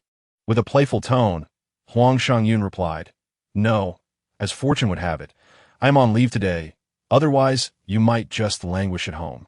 Shen Yisai watched her leave with a semblance of a smile, yet his mind was plagued by the events of the previous night, filled with an overwhelming sense of guilt. If given the chance to relive everything, he might acquiesce to the other party's wishes. However, he had never anticipated that Lu Tan would consider jumping into the river. It was the peculiar words in that book that left Shen Yisai perplexed. Who would believe in a boy over a century old? Yet, judging by Qingming's demeanor, he was indeed unlike ordinary individuals. He seemed unfamiliar with all electronic devices, yet his physical prowess and combat skills suggested he had undergone rigorous training. In contrast to Shen Yisai, who was utterly clueless yet learned rapidly, there was an innate strength within him, an extraordinary power. The book had mentioned that Qingming hailed from another realm, yet it disclosed not a single word about his true name or the means to access the portal to that alternate world. Last night, Shen Yisai had ventured to the riverbank, calling out for Qingming for an extended period, yet there was no response. The river, swollen from the rain, rushed with a fierce current. He wondered if perhaps it had swept Qingming away, and a sense of regret washed over him. Chapter 18. Forget-me-not Huang Shangyun re-entered Shen Yisai's room, announcing, "I have successfully arranged your leave with your homeroom teacher. I shall step out to procure some antipyretics. You must remain at home and rest." "Mother, I can go myself," Shen Yisai insisted, rising from his bed. Huang Shangyun, positioned by the door, interjected, "You are still running a fever. You must simply lie still."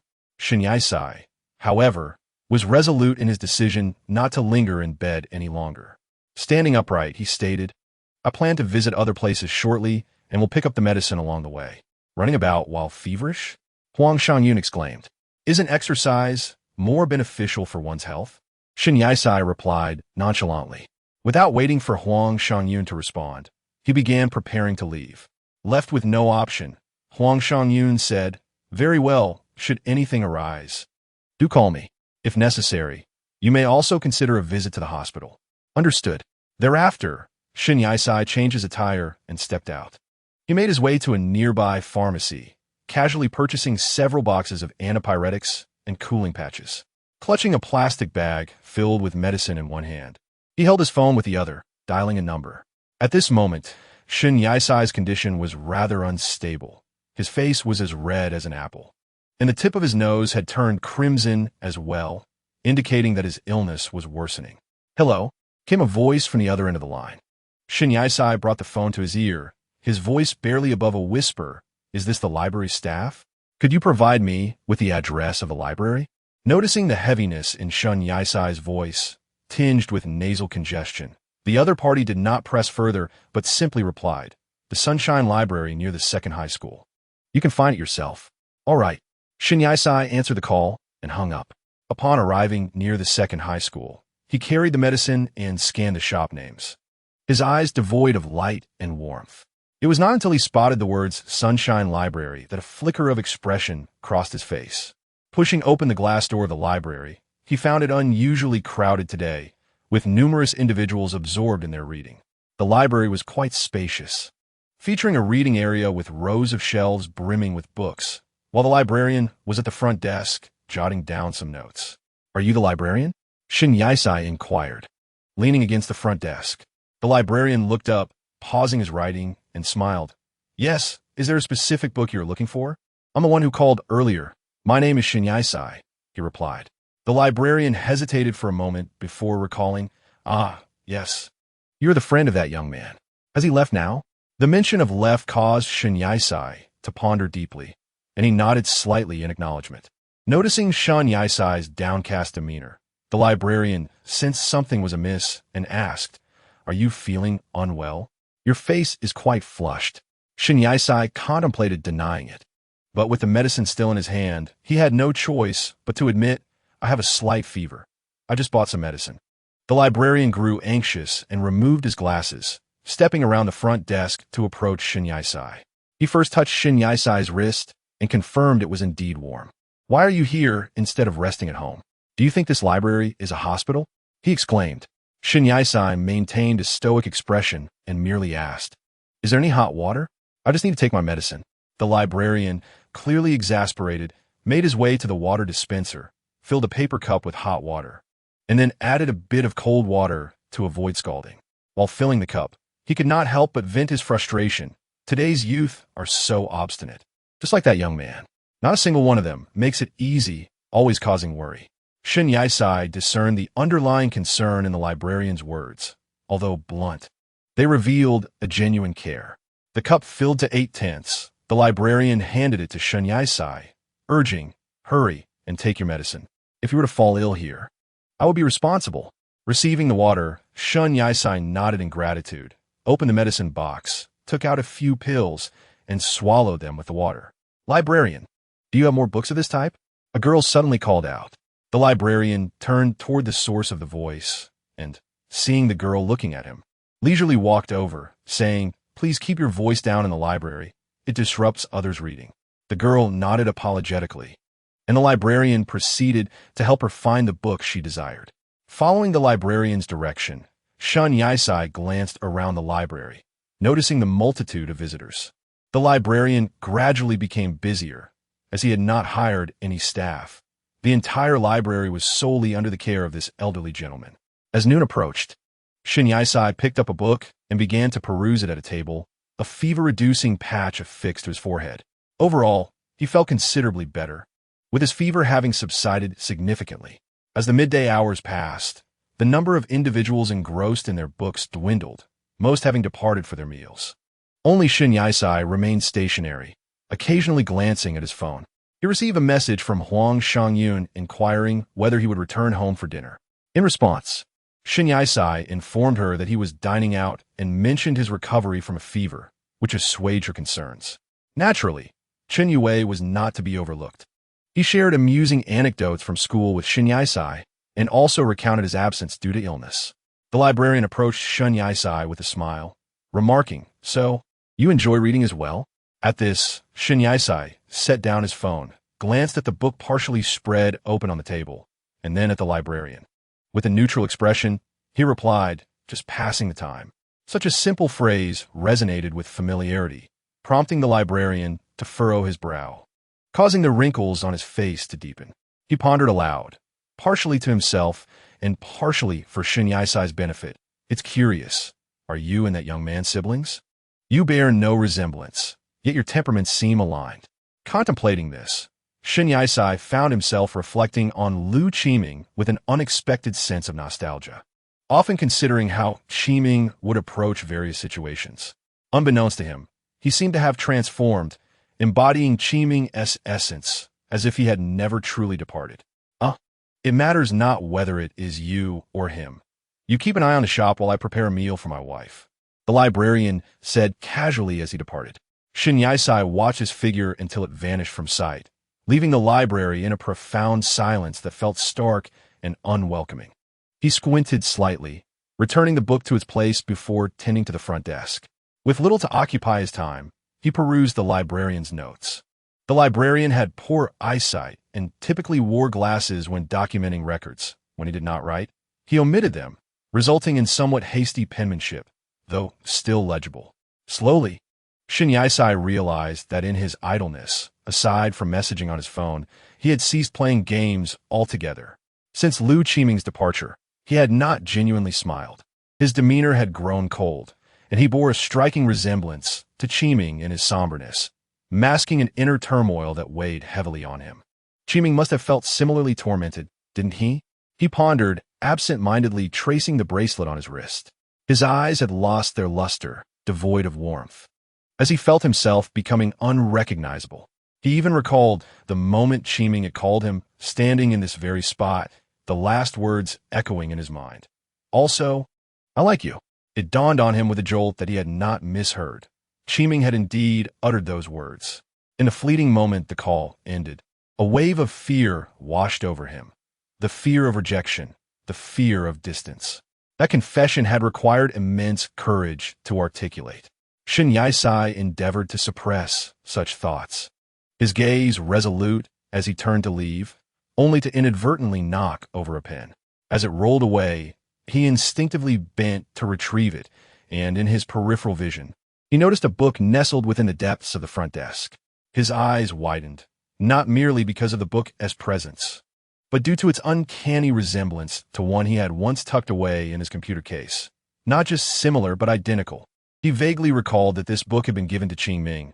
However, he was puzzled as to why it appeared here. He took out the book, examining its appearance. The cover and back were identical to the previous book, the only distinction being the 3 prominent characters inscribed on it. Forget-me-not. Was this the very book he had tossed to Qiming, or had Qiming intentionally left it with the curator? In truth, when Liu Ji had jumped into the river, he had first thrown that book into the water. At that moment, Shin Yai-sai had not witnessed it firsthand, for by the time he arrived, the book was already gone from his grasp. Unlike the first book he had found, which bore no title, this one clearly proclaimed Forget-me-not. Were they the same book or merely 2 different editions? Intrigued, Shin Yai-sai opened the book and was taken aback to find it completely blank. Each page was devoid of text. Just as the second time he had flipped through the previous book, it too had been empty. Did this signify something? It certainly suggested a connection between the 2 volumes. Yet how had this book found its way into the library? He felt perplexed. This Forget-me-not book was not as dusty as the previous one. Rather, it appeared almost new. Shin Yai-sai assumed that, like the last book, words would suddenly appear within this one. So he meticulously turned each page. Once, twice, thrice, even 4 times he discovered no clues.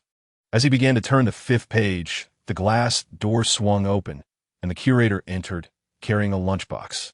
He placed it on the counter and addressed Shin Yai-sai, saying, "The old man even brought you a meal. Be sure to eat it while it's hot."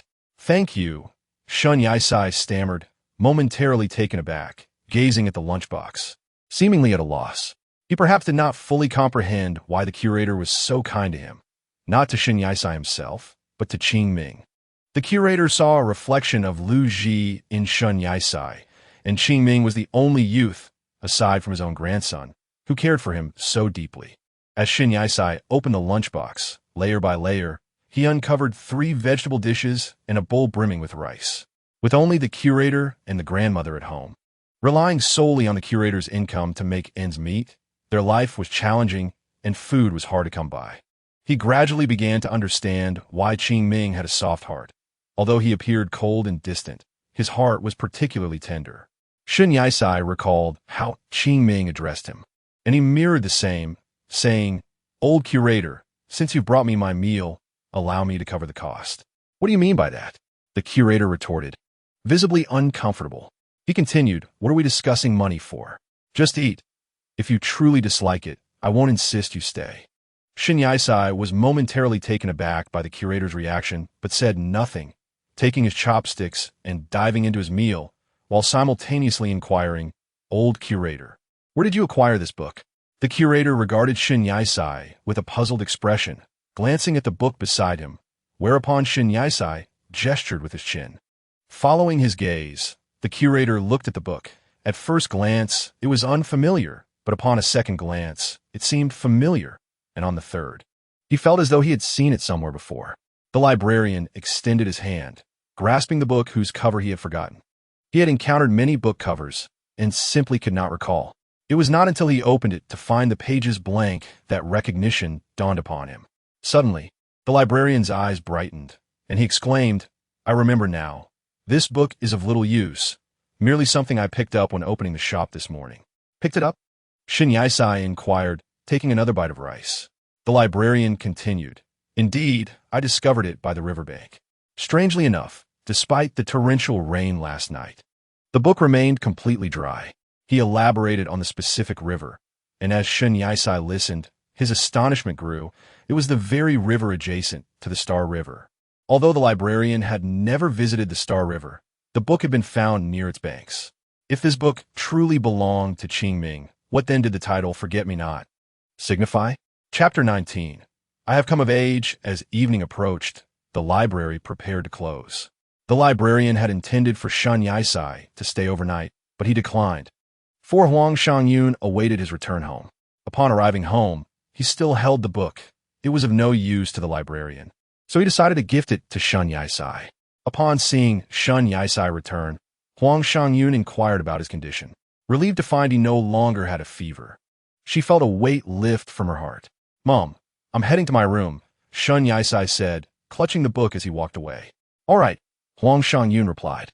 In truth, Shin Yaisai realized that no matter how he studied the book, it yielded no responses. If Qingming had perished, had the book died along with him?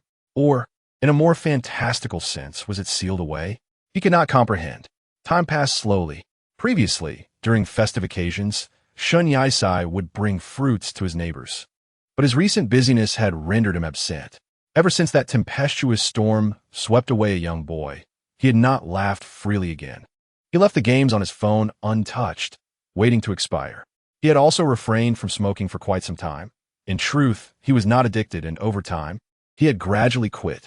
It was as if that rain had not merely taken a boy, but had also swept away a part of himself. He felt as though those around him could scarcely recognize him.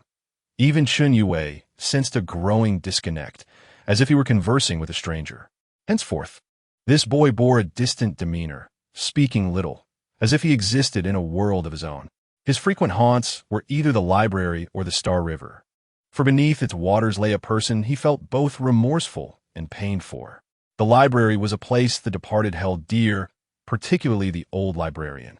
It seemed as though this world had never known the boy, yet traces of him lingered everywhere. Time sped by and winter arrived, blanketing the earth in a thick layer of snow, freezing the rivers. Shin Yaisai donned a down jacket, his neck wrapped in a scarf, bracing against the biting cold. He could not help but bury the lower half of his face in the scarf. Even his breath formed a warm mist in the frigid air. On Shin Yaisai's wrist, he still wore that bracelet, and in his hand, he held a book titled Forget-Me-Not. Standing above the Milky Way, he gazed at the river, now frozen, and a hint of tenderness graced his eyes. "Qingming, do you see? It has begun to snow." The The boy who leapt into the river now encased in ice. Seemed as if this snowfall, this drop in temperature, had sealed the boy within. You once said that by carrying it, you would be able to find me. Shin Yisai looked at the bracelet and chuckled softly, as if it were the sole remnant of warmth in this winter season. Now, Shin Yisai was in his 3rd year of high school. During the spring festival, it coincided with his birthday, his 18th birthday. He had come of age. The household buzzed with excitement. Neighbors gathered to dine at Shin Yisai's home, celebrating not only the festival, but also his birthday. Once fond of merriment, Shin Yisai had grown to prefer the solitude of his room. He felt that turning 18 bore little significance to him. Only Huang Shangyun accompanied the neighbors, chatting and feasting in the living room, while the television played the Spring Festival Gala in the evening. In his room, Shin Yisai remained motionless, doing nothing but staring out the window, lost in thought. The neighbor's child, now 4 or 5 years old and quite mischievous, had once adored Shin Yisai. But now it seemed that aside from his familiar appearance, he was no longer the big brother the child once knew. "Mom, is Big Brother unhappy?" The child tugged at the woman's shirt, adding, "He is always in his room and doesn't he play with me anymore." Huang Shangyun and the neighbor were engrossed in conversation when the child's interruption broke the flow. The neighbor bent down to speak to his child, saying, "Don't disturb your brother. It's his birthday. Let him celebrate as he wishes." Upon hearing this, Huang Shangyun frowned, expressing her concern. Doesn't he know what's wrong? He has been preferring to be alone lately, and hasn't he gone out with his classmates in ages? Perhaps it's because he has come of age? He seems to have matured considerably. The neighbor agreed, recalling how during his 2nd year of high school, he had become much more obedient, quiet, and withdrawn. Their homeroom teacher nearly believed that IE had turned over a new leaf. As Huang Shangyun spoke, her intended laughter faded, leaving her uncertain whether she should still call him IE, as if she had unwittingly adopted a stranger as her son. "What about his grades? Have they changed?" the neighbor inquired. Huang Shangyun suddenly realized there was a difference. Yes, that has not changed. His grades haven't improved at all. The carefree Shin Yisai now embodied only coldness and solitude. As another Qingming festival arrived, time seemed remarkably swift. Huang Shangyun, as she usually did, went to pay respects at Shin Jianhua's grave, while Shin Yisai chose to go directly to the Milky Way. He stood at the edge, observing the rushing river, its surface sparkling under the sunlight like the scales of a serpent. Shin Yisai stared intently at the ceaseless flow of water, lost in contemplation. "Hey, isn't that Xingu?" At that moment, a familiar voice drifted from behind him. He faintly guessed who it was and turned around to see Chun Yue waving at him with a smile. Shin Yisai felt no stirrings within. He merely cast a fleeting glance before averting his gaze. Chun Yue seemed accustomed to Shin Yisai's response, casually standing beside him and gazing at the river. Though he could not comprehend the pleasure Shin Yisai derived from observing a river, he engaged the seemingly aloof individual in conversation, remarking, "Shun, have you come to a realization?" The term Qingming was no stranger to him, yet his heart involuntarily skipped a beat at its mention. Although the name was no longer unfamiliar, it invariably conjured memories. Eventually, Shin Yisai lowered his head even further and replied in a calm tone, "I suppose so." Chun Yue, seemingly indifferent, nodded with a raised chin, and the silence that followed became awkward, as if Shin Yisai would remain mute until Chun Yue spoke again. Seeking to break the silence, he continued, "Shun, it's been quite some time. Don't you intend to find a girlfriend and indulge in romance? I've already won over the class flower from class 3, and we're currently dating. What about you?" Shin Yisai remained unmoved, uttering not a word. Chun Yue chattered on, "You used to be the most flamboyant guy in our school, the type adored by all the girls." Noticing Shin Yisai's continued silence, he felt as though he were conversing with the air, and thus resolved to speak as if to himself. "These days, even the most flamboyant among us lacks the exuberance of yesteryear. What remains is merely a cold shell. Look, Qingming is back." At this utterance, Shin Yisai snapped back to reality and turned his gaze toward Chun Yue, who was grinning at him. It dawned on Shin Yisai that he had been played. Nevertheless, he felt no anger and redirected his attention to the river, while Chun Yue confidently concluded that Shin Yisai truly missed Qingming. reflecting on how he too had transformed into a semblance of Qingming. Chen Yue, feeling somewhat helpless, earnestly remarked, "If Qingming were aware of this, he would not wish for you to be like this. Qingming cherished the former you, not the version of you that exists now." After Qingming's departure, Chen Yue had gleaned some information and was surprised to learn of Qingming's leap into the river, a revelation that had left him in a daze for several days. Shen Yisai appeared to feign deafness, showing no reaction, yet Chen Yue continued, treating his words as a monologue. "I just made a joke. The moment you turned to look at me, I felt I glimpsed the old Shun. I genuinely missed that Shun. Thankfully, Qingming isn't a girl, or else one might think you were heartbroken." Chen Yue cast a glance at the book in Shun Yisai's hand, which seemed inseparable from him, likely because it was left by Qingming. He gestured toward the book and said, "What good does it do to keep that book close? It's blank and unreadable. You might as well use it for writing or doodling. If you have no idea why Qingming left it, perhaps you should consider what you might write in it. Who knows, maybe Qingming will see it." Suddenly, Shen Yisai experienced a moment of clarity. With a faint smile, he replied, "Thanks, Dawei." As soon as the words left his lips, he patted Chen Yue on the shoulder and hurriedly ran off. Chen Yue remained momentarily dazed, pondering what he had said that could have caused Shen Yisai to briefly revert to his former self. Wait, did he just smile? Watching Shen Yisai's retreating figure, he couldn't help but chuckle softly. Perhaps Chen Yue's words were merely a means of comforting Shen Yisai. If this could encourage Shen Yisai to open his heart, it might indeed be a positive development. Much later, upon returning home, Shen Yisai eagerly retrieved a fountain pen from the pen holder on his desk. He hastily opened the book he had been holding, ready to write. For an entire year, he had studied it diligently, yet he had found no clues within its pages. However, the blankness held its own significance, and he made an attempt to inscribe his thoughts. As the pen touched the paper, his mind momentarily blanked. If Qingming could see, what should he write? After a brief pause, he resolved to begin, painstakingly crafting a line of text. Logically, he might have written Qingming, "I miss you," but instead, he penned the words, "I have come of age." He lifted the pen, leaving those 4 characters, hastily written, bold, and unapologetic. The book, however, exhibited no reaction, and Shen Yisai felt a twinge of disappointment. Just as he contemplated giving up, the book suddenly radiated light. To his astonishment, the pages became filled with bold text, nearly covering every page to the brim. Unmoved, Shen Yisai commenced reading the content from the first page with earnest attention. The narrative unfolded as a simple tale, resembling a lengthy novel, centering on an executioner. At the story's outset, an executioner in the Forbidden City planned to enter seclusion, only to fall into a deep slumber for a season, leaving his subordinates pale with fright.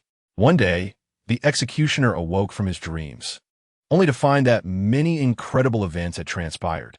Halfway through, Shen Yisai instinctively rubbed his eyes, feeling somewhat fatigued, yet he persisted in reading. Unexpectedly, he succumbed to sleep. By 6 in the evening, as darkness began to descend, Shen Yisai awoke, noticing that the book had opened to nearly halfway through its pages. He rose to pour himself a glass of water, taking a sip before carrying the cup back to his room, determined to finish the remainder. However, perhaps due to his recent awakening, he felt a bit disoriented and inadvertently stumbled. The water in his hand splashed onto the book, prompting a low curse. He set down the cup and took out a cloth to wipe the pages, only to discover, remarkably, that the book did not absorb any water. The moisture remained entirely on the surface, as if the book possessed a waterproof membrane. Before long, the book began to glow once more. Upon opening his eyes, Shen Yisai found himself in an unfamiliar place, his attire transformed. Looking around, he realized he seemed to have arrived in a quaint village. "Welcome to the world of books," a wave of sound resonated in his mind, and after a brief moment, the voice echoed again. "Only by completing the tasks assigned by the system can you return to the real world." Volume 2, The 5 Great Lords of the Book. Chapter 20, The Judgment of the Prison. Shen Yisai initially believed someone was beside him, but he found himself alone. The voice returned, stating, "I am a system. I know what you're thinking. A system? For what purpose?" Shen Yisai felt bewildered, utterly astonished by the unfolding scene. The system continued, I will provide hints when assistance is required. The tasks have yet to refresh. You must complete a task to return to your original world. Shen Yisai's curiosity about this sudden new realm was piqued. He first ventured to a small village, where the sun shone brightly, reminiscent of an afternoon. The village's inhabitants were remarkably sparse during the day, seemingly preferring the comfort of their homes. This struck Shen Yisai as odd, yet there was a sense of familiarity as the village mirrored the description in the book, known as Piyuan Village. It dawned on him that he had become a minor character in the novel, though he had not finished reading it, leaving him with only fragmented knowledge. Piyuan Village was an exceedingly ordinary hamlet, where daytime typically saw more activity than nighttime. However, the current atmosphere felt peculiar. The villagers remained indoors, reluctant to venture out. If memory served correctly, a murder had previously transpired in this village, instilling a natural fear among the residents. Following the plot, one could anticipate the emergence of the culprit at night, potentially presenting a new task. The system's first task refreshed promptly. Assist the officer in capturing the murderer. The officer? He recognized this individual as the protagonist of the book, and the murderer was notoriously cunning, requiring considerable effort for the officer to apprehend him. Thus, Shen Yisai resolved to wait for nightfall and sought a place to rest. The village was far less comfortable than his home. He stumbled upon an abandoned granary, devoid of any contents save for a tangle of weeds. He sat awkwardly among the overgrowth, boredom creeping in, and he contemplated playing on his phone, only to realize he must have left it at home. His attire had also transformed. He had been transported to this world in a simple outfit that rendered him reminiscent of a scholar, with a white ribbon tied around his waist, emphasizing his slender frame. He had traversed from home into the pages of a book, concerned that Huang Shangyun might worry over his absence. Yet returning was not an option. The only remnant he had brought from his previous life was a bracelet gifted by Qingming. Unbeknownst to him, the sun had set, and it seemed there existed a significant time disparity between the world of the book and the real world. A single day here equated to several days outside. Clearly, Shen Yisai would need to gradually acclimate to this new environment.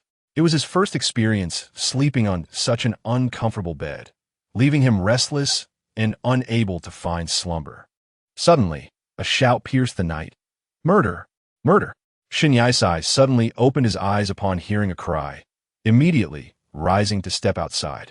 Two villagers, on their way to fetch water, had discovered a lifeless body before them, their expressions filled with panic, faces ashen, and the water buckets they held clattering to the ground as they fled in terror.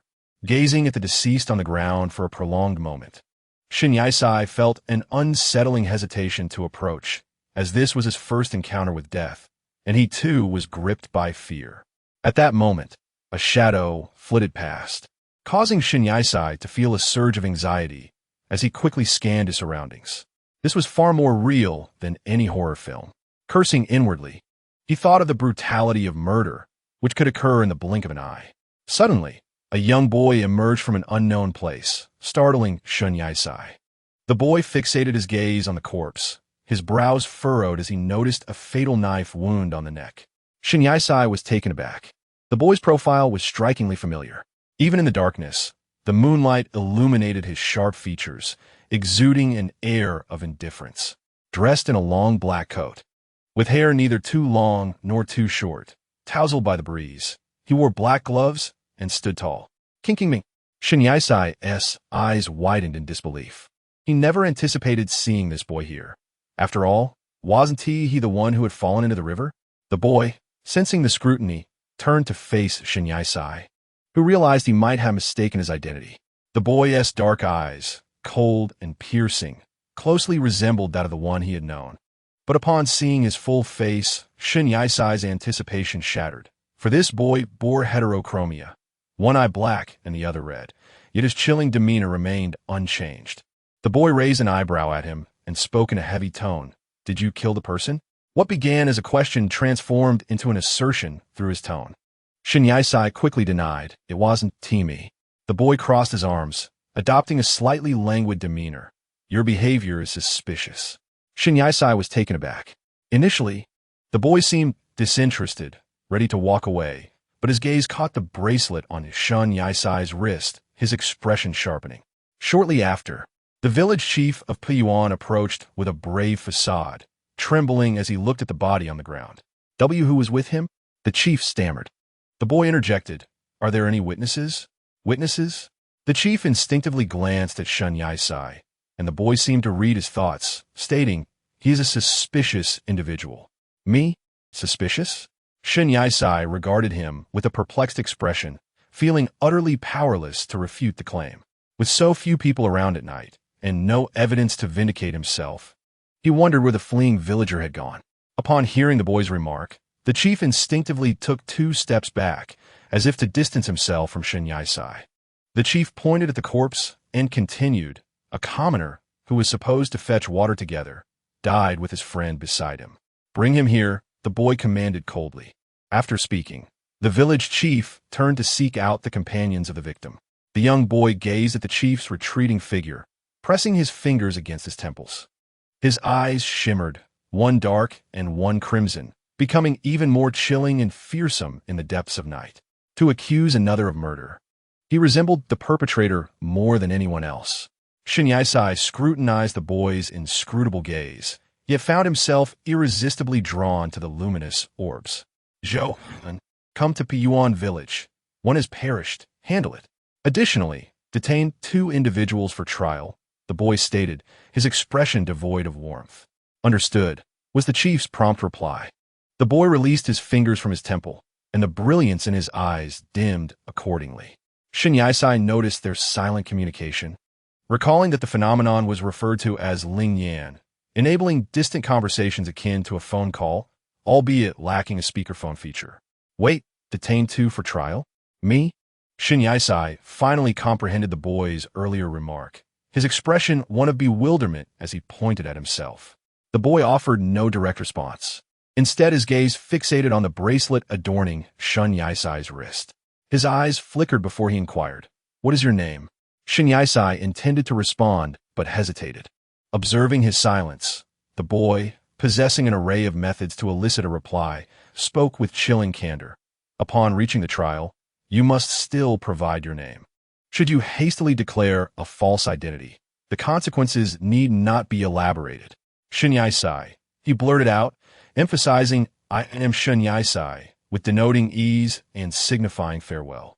"The name lacks charm," the boy remarked suddenly. Shun Yaisai was momentarily taken aback. Then he heard the boy repeat, "Ease, farewell," in those few, simple words. Shun Yaisai grasped their implication. Did they signify parting? After a brief moment, the boy made no further delay, gesturing that he was to depart. Yet, in the blink of an eye, he vanished from view. Shun Yaisai, still in a daze, found the enigmatic boy reminiscent of another individual, Qingming. In terms of stature, appearance, and silhouette, they bore striking similarities, save for their eyes. One as red as blood, the other as dark as the night. Without the eyes, they could be mistaken for twins. After a considerable time, the village chief returned with the eyewitness, but the boy with the unusual eyes was nowhere to be found. "Where did that person go?" the chief queried, scanning the surroundings. Shun Yaisai, regaining his composure, explained that the boy had already departed. The eyewitness, upon witnessing the corpse, trembled with fear, his entire body quaking. Shortly thereafter, another youth, resembling the previous boy, appeared beside them. His attire bore some resemblance to that of the boy with the peculiar eyes. "Apologies for the trouble, village chief. I have been summoned to retrieve the individual," he stated, casting a glance at the young villager and then at Shun Yaisai, chuckling lightly. "I presume you two are the ones?" Indeed, the chief responded with a smile. "What shall we do?" Shun Yaisai pondered. "I am not adept at handling cases. If the murderer eludes capture, how will the task be fulfilled?" Shun Yaisai could not help but think that he could only blame himself for drawing a high IQ opponent on his very first task. The man before him noticed Shun Yaisai's momentary distraction and smiled faintly. "Have you begun to seek excuses even before the sentencing has commenced?" Shun Yaisai lifted his gaze to meet the man's eyes, who appeared unfazed, and introduced himself. "I am Zhou, a subordinate of Lord Liu. You may refer to me as Lord Zhou." "Lord Liu?" The village chief thought he must have misheard and sought clarification. Is that the gentleman who just departed? Zhou nodded with a smile that did not quite reach his eyes. It was only then that the village chief realized his oversight, immediately placing his hands together in reverence before Zhou and chattering. Ah, it is indeed Lord Zhou and Lord Lu. My apologies for my lack of discernment. Although the boy with the heterochromatic eyes had departed, the village chief continued to express his respect through the proper titles. Shen Yisai observed the village chief, recalling that the text had warned that failing to recognize the appropriate titles of city dwellers could lead to significant offense. You may handle matters pertaining to your village. I shall escort them back to the judgment prison, Zhou stated nonchalantly, not pursuing the matter further as he prepared to lead the two away. The village chief remained where he was, happily bowing towards their receding figures. Thank you, Lord Lu and Lord Zhou, for your understanding. Although the figures had already vanished from sight, Zhou, walking ahead, did not hear the chief's words, while Shen Yisai, slightly trailing behind, could only discern the distant chattering that had long since become inaudible. Shen Yisai recalled having encountered the name Zhou in the text. He was a close attendant to the protagonist, whom Shen Yisai now recognized as Lord Lu. The text did not provide intricate details regarding the protagonist's appearance or name, merely referring to him as the executor. Although the title of executor did not seem particularly high-ranking, in the realm of fiction, anything was conceivable. A sense of unease began to creep in for Shen Yisai. If the higher authorities had indeed assigned him as the true culprit, then imprisonment would spell disaster for him. His task remained unfulfilled. Should he continue to obediently follow to the judgment prison, or should he attempt to flee? Before he could resolve this internal conflict, they had already arrived at the prison, forcing his thoughts aside. Follow me inside, Zhou instructed coolly. The judgment prison was indeed a place of dire atmosphere. Exudino intimidatinho. Flanking the grand entrance stood 2 guards, their vigilance far surpassing that of typical security personnel. Upon stepping through the entrance, Shen Yisai was momentarily taken aback. The interior resembled a scene from a hellish battleground, featuring a particularly vast area for capital punishment, with whippings, executions, human targets, branding, and various other forms of cruel punishment on display. Some executions were already underway, though perhaps due to the late hour, the execution of the newly arrived prisoners had ceased. Naturally, the conditions were far from comfortable. The prisoners either stood in slumber, with any slight movement risking a fatal jab, or hung upside down by ropes, attempting to sleep, with some enduring even worse fates. The young villager walked through this grim environment, his spirit shattered, while Shen Yisai felt a deep-seated anxiety. Having grown accustomed to the comforts of the real world, the abrupt transition to such a cruel place was indeed jarring. Yet Zhou, already well-versed in such scenes, remained emotionally unperturbed, unaffected by the horrors around him. Chapter 21. Lord Lu. The executor, as Lord Lu approached the grand courtroom, he found the judge seated upon the dais. Appearing rather fatigued, with one hand propping up his chin and his eyes tightly shut, Shen Yisai surveyed the expansive hall, but was abruptly reminded by a nearby guard to respect the judge. Reluctantly, Shen diverted his gaze to the judge atop the platform. The guards flanking the aisle were armed with swords, standing in a disciplined line. The courtroom was vast and magnificent, and beside the judge rested a sizable cushion upon which a person lay asleep, their closed eyes strikingly reminiscent of a long-lost acquaintance. No, they were identical. Lost in thought, Shen Yisai approached the dais, where Zhou bowed respectfully and announced, "Your Honor, Lord Lu, the individual has been brought forth." At this, the judge finally opened his eyes, casting a glance at those present and inhaling deeply. Pressing his fingers against the sides of his nose to regain composure, he slowly inquired, "The cases have been numerous of late, and I have had little rest. Pray, what are your names?" The villager spoke first. "I am Shi Tao, a humble citizen from the village of Piyuan." Shen Yisai felt a surge of anxiety, largely due to the intimidating presence of the armed guards nearby. Perhaps it was the chill in the air or the interruption of Shen Yisai's words that momentarily roused the judge's awareness. He awaited Shen Yisai's response, who, feeling uneasy under the judge's scrutiny, finally said, "I am Shen Yisai, merely a wanderer passing through Piyuan, who unexpectedly stumbled upon a scene of murder. Such a coincidence? The judge regarded Shin Yisai with evident skepticism. Surely, one cannot be condemned merely by happenstance. Shin Yisai hastily distanced himself from any implication of guilt. The judge inhaled deeply once more and turned to the young man beside him. Lu Qi, what is your perspective on this matter? No sooner had he spoken than the youth seated on the cushion, legs crossed and one hand supporting his head, remained asleep. The judge, bemused yet restrained from laughter, called out, Lord Lu, it is time to pass judgment. Receiving no response, the judge raised his voice slightly. Lu Qi, wake up. Finally roused, the young man, shaking off the stiffness from his arm, replied, Continue, I am listening. His two differently colored eyes opened as he surveyed the individuals standing in the center of the hall. Zhou En, relieved that he was awake, stood beside him, ready to hear the discourse. Shi Tao began recounting, I was fetching well water with Li Ning, and we were engrossed in conversation when a shadow swept past. I glanced in that direction, initially thinking it was a mere illusion, only to turn back and find Li Ning dead beside me, which terrified me in a fleeing home. In light of this, Shin Yisai interjected, I too witnessed a shadow, but that was after the victim had perished. The judge pondered aloud. So, Shi Tao saw a shadow before Li Ning's death, and after, Shin Yisai also observed a shadow. Could it be that the murderer returned? A voice broke the silence, drawing their attention to the youth with the heterochromatic eyes, who asserted, That was me. I was investigating the case at that time. It was not until the sudden utterance of the youth that Shin Yisai realized that this esteemed figure had been observing him intently.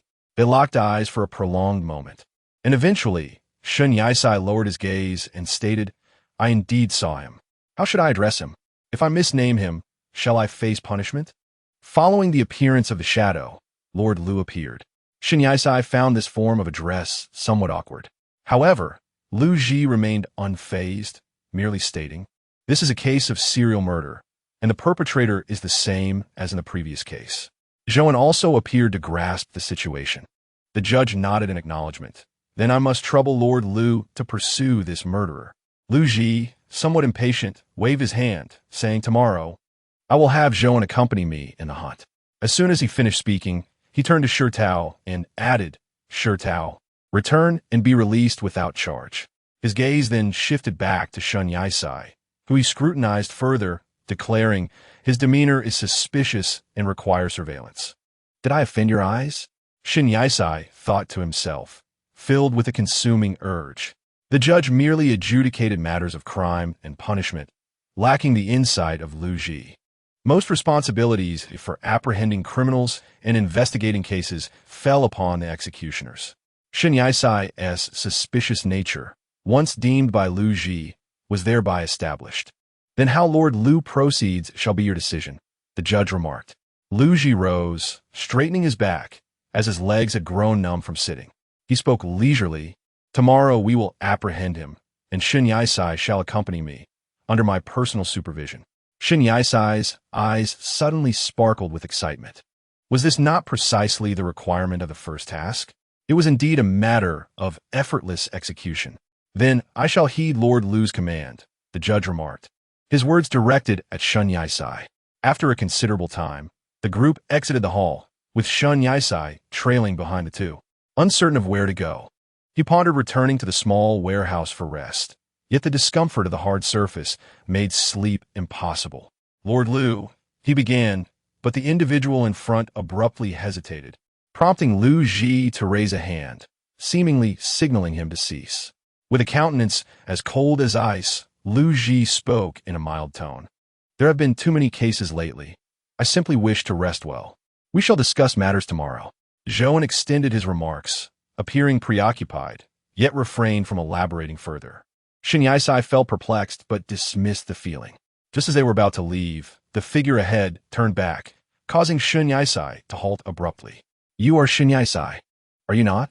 Lu Ji's gaze was lethal, and Shin Yisai dared not move, fearing he might breach some rule, and merely nodded in response. However, his demeanor only heightened suspicion, as he appeared to be evading something. Lu Ji then turned to Zhou instructing Zhou and take him to the inn for the night, supervising him the entire time. Before Zhou could respond, Shen Yisai could not help but interject, "Have I offended you? Or am I merely a nuisance? Must I be watched even while sleeping?" His temper flared, leaving Zhou dumbfounded. It was the first time he had witnessed anyone retort against Lu Ji. Zhou instinctively glanced at Lu Ji, fearing his ire, but instead, Lu Ji merely pointed to the nearby execution grounds, snorting coldly. "Would you prefer to sleep amongst those individuals?" Shen Yisai cast a brief glance at the execution grounds, immediately feeling intimidated, while Zhou expected him to retaliate further. Consequently, he clasped his hands together and uttered, "Esteemed sir, I acknowledge my error and beseech your forgiveness." Zhou replied, "Lame," while Lu Ting coldly uttered 2 words and averted his gaze. Yet, Zhou pondered Lu Ting's statement and could not help but remark, "Sir, your subordinate also longs for a restful slumber." The cases are indeed overwhelming, leaving us scarcely a moment to breathe. Moreover, he glanced at Shen Yisai before continuing. "It appears to me that young Master Shen bears no suspicious traits. Why must there be constant supervision?" Although Shen Yisai wholeheartedly agreed with Zhou's words, the title of young Master Shen felt disconcerting to him, as if he instinctively resisted such an appellation. "Very well." Lu Ting cast a sidelong glance at Zhou and added, "You have indeed toiled hard. Return home and rest well. I shall oversee matters." Zhou and Shen Yisai exclaimed almost in unison. "Ah?" Lu Ting observed Zhou and then Shen Yisai, raising an eyebrow as if to suggest their uncanny rapport. Zhou, feeling a surge of urgency, worried that Lu Ting might misconstrue his intentions as a desire for leisure. He nearly offered to supervise throughout the night, but the words faltered on his lips. Lu Ting, lacking the patience to endure his fragmented discourse, merely lifted his chin and stated, "Depart now. I am weary as well." Shen Yisai contemplated suggesting an alternative, reasoning that it would be preferable to remain with Zhou rather than with the uncommunicative Lu Ting. Zhou acquiesced with a murmur, casting one last glance at Shen Yisai before departing. "This title of sir is becoming increasingly awkward," Shen Yisai muttered inwardly, finally saying, "Shall you lead the way?" His discomfort with the address stemmed not from unfamiliarity, but rather from the striking resemblance the individual bore to Qingming, rendering it difficult for him to maintain a respectful demeanor without feeling awkward. Lu Ting merely shifted his gaze, remaining silent as he walked ahead, prompting Shen Yisai to follow. Upon finally escaping that daunting place, Shen Yisai exhaled a sigh of relief. However, the youth in front seemed to have caught the sound and remarked casually, "Where do you hail from?" "Huh?" Shen Yisai was taken aback by the inquiry. The youth continued, "A wanderer does not typically adorn themselves in such attire." Shen Yisai instinctively glanced down at his garments. Loose sleeves, a dress-like length, and a white sash at the waist, all constituting a standard hanfu. How to articulate this? Shen Yisai found himself at a loss for words. He paused, noticing that Lu Ting was awaiting his response. "I have come from another place, and am not well acquainted with this locale," he finally managed, refraining from elaborating further for fear of being accused of deceit regarding his origins. Lu Ting turned his head slightly, casting a fleeting glance at Shen Yisai before retracting his cold gaze and stating, "Should you require assistance, you may seek me out." "Only you?" Shen Yisai blurted out, realizing too late that the remark might have been inappropriate, yet the words had left his lips and could not be retracted. "Zhou is also an option," Lu Ting added. Shen Yisai acknowledged this with a simple, "Oh." As they spoke, they swiftly located an inn. Upon entering, they found the proprietor engaged in counting money. Upon noticing the guests, he promptly stowed the coins back into his pouch. With a cordial demeanor, the innkeeper inquired, "Are you 2 gentlemen seeking lodging here?" "Indeed, please arrange for a room," replied Lu Tiao, who casually produced a pouch of money and tossed it to the innkeeper. The innkeeper, upon receiving the substantial sum, couldn't help but weigh the pouch in his hands, marveling at its heft. It was a considerable fortune, and he had never encountered such esteemed patrons before. Shen Yisai furrowed his brow, convinced he must have misheard. He stepped forward, compelling Lu Tiao to meet his gaze, and queried, "1 room?"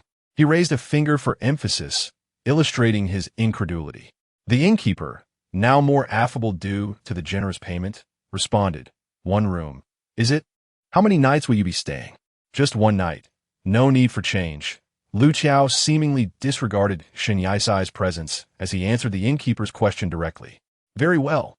I shall fetch you the finest private chamber. You shall be thoroughly satisfied, the innkeeper declared as he led them to the room. Let's go, Lu Qiao said, intent on following. Wait. Shen Yaisai intercepted Lu Qiao, exasperated. What do you mean by 1 room? Do we not agree on this? I will supervise the entire time. Lu Qiao regarded him with his deep crimson-black eyes, knitting his brow in response. Damn it, Shen Yaisai was a loss for words. Subsequently, they followed the innkeeper to a private chamber, where he graciously gestured for them to enter. As Shen Yaisai stepped inside, he observed that the chamber was indeed quite agreeable, furnished with all necessities. The sole drawback was the presence of just a single bed. Without uttering a word, he cast a speechless glance at Lu Qiao. Yet, Lu Qiao did not shy away from Shen Yaisai's gaze. They held each other's eyes.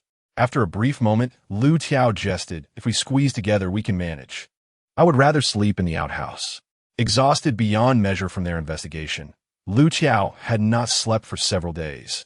It was already quite late, and he casually found a spacious wooden chair to sit upon. You sleep, I will keep watch.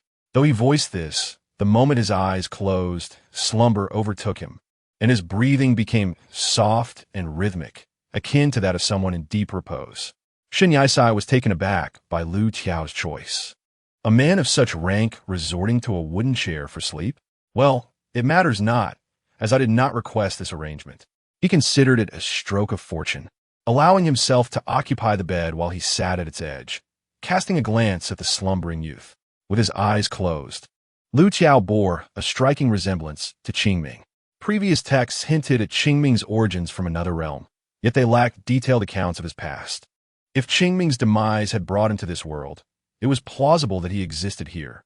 Yet, Shen Yaisai could not dismiss the possibility of Lu Qiao being that very individual. However, the matter of the peculiar eyes was significant, even if he were indeed Qingming. Why did he appear not to recognize Shen Yaisai? There were many similarities, yet numerous uncertainties remained, leaving them to navigate their path 1 step at a time. Chapter 22. The arrest time swiftly passed, and as dawn broke, Shen Yaisai's eyelashes fluttered. He slowly opened his eyes, taking in the unfamiliar, yet oddly familiar surroundings. He had dreamt of being at home or in school, yet here he remained in this strange world, contemplating what might happen to Huang Shangyun if he were no longer present. Perched half-sitting on the edge of the bed, he surveyed the room. The young man seated on the long wooden bench had yet to awaken, prompting Shen Yaisai to quietly attempt an exit from the compartment. However, as the door creaked open, a heavy voice resonated behind him. Where are you going? Instinctively, Shen Yaisai turned around to find the boy with heterochromatic eyes standing before him, causing his legs to weaken, nearly losing his balance. Do you walk without making a sound? Shen Yaisai was still recovering from the surprise, but upon encountering those striking eyes, he felt as though he had encountered a ghost. Lu Yin remained silent, arms crossed, studying him intently. Shen Yaisai merely remarked, I saw you sleeping, so I didn't want to disturb you. No sooner had he spoken than the dual-colored eyes flickered ominously, one bright and the other dim. In most instances, this indicated that someone was summoning Lu Yin using spiritual words. Lu Yin paid him no mind, pressing his fingers against his temples, the light in his eyes intensifying to a somewhat eerie degree. Then a voice echoed in his mind. Sir, the murderer is at the Moonflower Pavilion. All right, keep an eye on it. I will arrive shortly. Lu Yin lowered his fingers, and the glow in his eyes immediately dimmed. What are you going to do? Capture the murderer? Shen Yaisai, unsure of the context, ventured a guess that proved accurate. Lu Yin regarded him as if recalling something forgotten, then questioned, Can you wield a sword? Wield a sword? What is that? Shen Yaisai's expression was one of confusion. He had evidently overlooked this detail in his readings. Realizing this, Lu Yin suddenly remembered that he possessed no sword himself, and moreover, Shen Yaisai seemed remarkably naive. I need to go to Zhou and to apprehend the murderer, and I must do so with utmost speed. Lu Yin sighed softly. At the very least, he could employ lightness skills, while Shen Yaisai exhibited no sign of spiritual power. Appearing as ordinary as any common person. Run there? Shin Yisai proposed the most rudimentary of solutions. Lu Yin, after contemplating various alternatives, ultimately decided that they would ride horses. They made their way to the stable, where they selected 2 strong steeds. While most would mount by stepping into the stirrups, Lu Yin was far from ordinary. He effortlessly leaped onto his horse. Is there a hint of coolness in that? Shin Yisai observed Lu Yan's graceful movements, then turned his gaze to the other sturdy horse, staring for quite some time, as he had never ridden before. Shin Yisai mounted the horse clumsily, struggling to maintain his balance. Lu Yin, exasperated, watched him with incredulity. I can try again, Shin Yisai offered with a forced smile, though Lu Yin was unconvinced of his capabilities. Moments later, Shin Yisai had fallen from the horse countless times, and Lu Yin regarded him with a peculiar expression. Stop trying. You've fallen 38 times and haven't even managed to sit down properly. The ground, however, seems to have borne the brunt of your attempts. There was a cold sarcasm in Lu Yan's tone, leaving Shin Yisai at a loss for words, feeling rather embarrassed. Get on, Lu Yin instructed, turning the horse around. Sit in front of me. You can stop trying to ride. We are wasting too much time. Shin Yisai endured, yet he found himself at a loss, unable to mount the horse. How could he possibly embark on this journey? He gazed at the steed with a hint of hesitation. Lu Qi, evidently lacking in patience, extended his hand and conjured a spell. In an instant, Shin Yisai was lifted into the air, bewildered as he surveyed his surroundings. Lu Qi, using magic, positioned him firmly upon the horse's back, seated before him. Still in a daze, Shin Yisai heard Lu Qi instruct, sit tight. My rear aches. Sitting in front is uncomfortable. This marked his inaugural experience riding a horse, and the saddle was far from the plush comfort he had envisioned. After tumbling several times, he felt as if his backside might be ruined. Be quiet, Lu Qi snapped, unable to suppress his irritation. I've never encountered anyone as foolish as you. Why did Shin Yisai believe he could be enlightened? Perhaps his sight was impaired. I've never ridden a horse before. Given Lu Qi's high status, Shin Yisai resolved to endure the discomfort. His back pressed tightly against Lu Qi's chest, an unsettling sensation that compelled him to straighten his posture and distance himself. Though it proved futile, Lu Qi's eyes flickered as he disregarded Shin Yisai's intentions, gripping the reins and giving them a sharp flick. The horse, responding to its master's command, surged forward with a powerful gallop. In that moment, Shin Yisai nearly lost his balance, but Lu Qi's arm secured him in place, preventing a fall. A profane thought crossed Shin Yisai's mind. Riding a horse was far from the steady experience of cycling. Every jolt was nearly unbearable. The subtle warmth of Lu Qi's breath brushed against his ear, prompting him to instinctively shy away. Zhou waited patiently at the entrance of the Moonflower Pavilion, his anticipation building until he finally spotted Lu Qi and Shin Yisai in the distance. Curiously, it was not the sight of Lu Qi on horseback that perplexed him, but rather the fact that Shin Yisai was seated before him.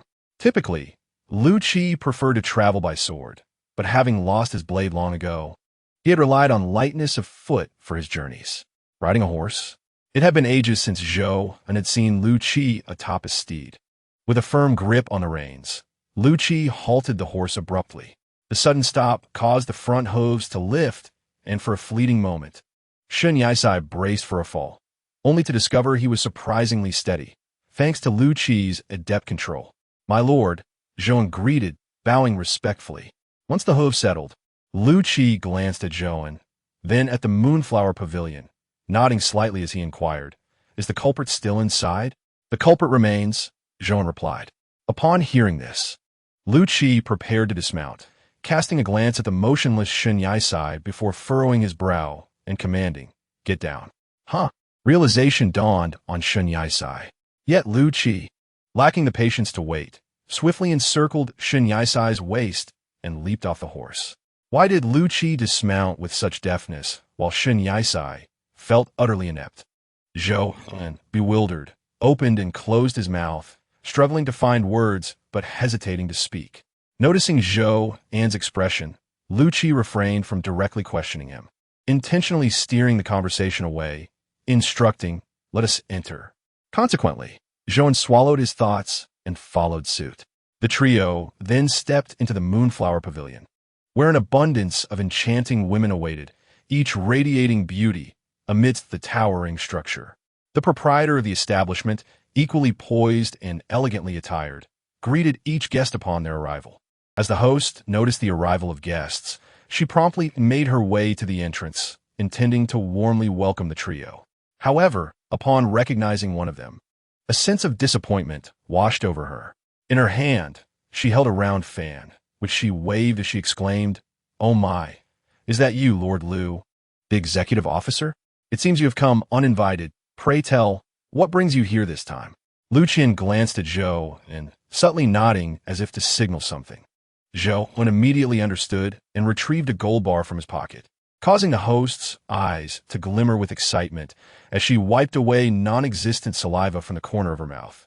Just as Zhou extended his hand, the host snatched it away. Zhou examined the gold bar, biting it lightly to confirm its authenticity, her joy evident upon discovering it was indeed real gold. "Where's Boss Lin's private room?" Lu Qian inquired expressionlessly.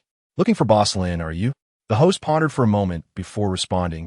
"He has indeed been here, accompanied by several lovely ladies in his suite." Lu Qian produced 2 more gold bars from her palm. The host's eyes widened in astonishment. She instinctively lunged for them, but the bars soared over her head, just out of reach even as she jumped. "On which floor is Boss Lin located?" Lu Qian asked, causing the gold bars to levitate in the air with a flick of her wrist. "The second floor, second room on the left," the host replied, her gaze fixed on the floating gold bars, her eyes nearly popping out in disbelief. "Let us proceed," Lu Qian declared, retracting her magic and heading towards the staircase, with the 2 men following closely behind. As her spell dissipated, the gold bars fell directly into the host's hands. What a peculiar world this is. Shen Yisai trailed behind them, his eyes darting between the host on the first floor and Lu Qian's retreating figure. Is it only this Lu Qian who possesses magical abilities? Shen Yisai pondered when suddenly the system chimed in. Only those with official titles within the city can wield magic. "You startled me," Shen Yisai exclaimed, a tremor running through him, inadvertently drawing Zhou An's attention. "What's the matter?" Zhou turned to inquire. Fortunately, his voice was not loud enough to draw Lu Qian's notice. Shen Yisai shook his head, feeling somewhat guilty as he denied, "It's nothing, nothing at all." "Does Zhou possess magical abilities as well?" The system replied, "Yes." "And what about me?" Shen Yisai asked, curious.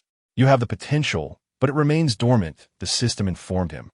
This news delighted Shen Yisai, as he believed that possessing magic would surely be far more entertaining than any mobile device.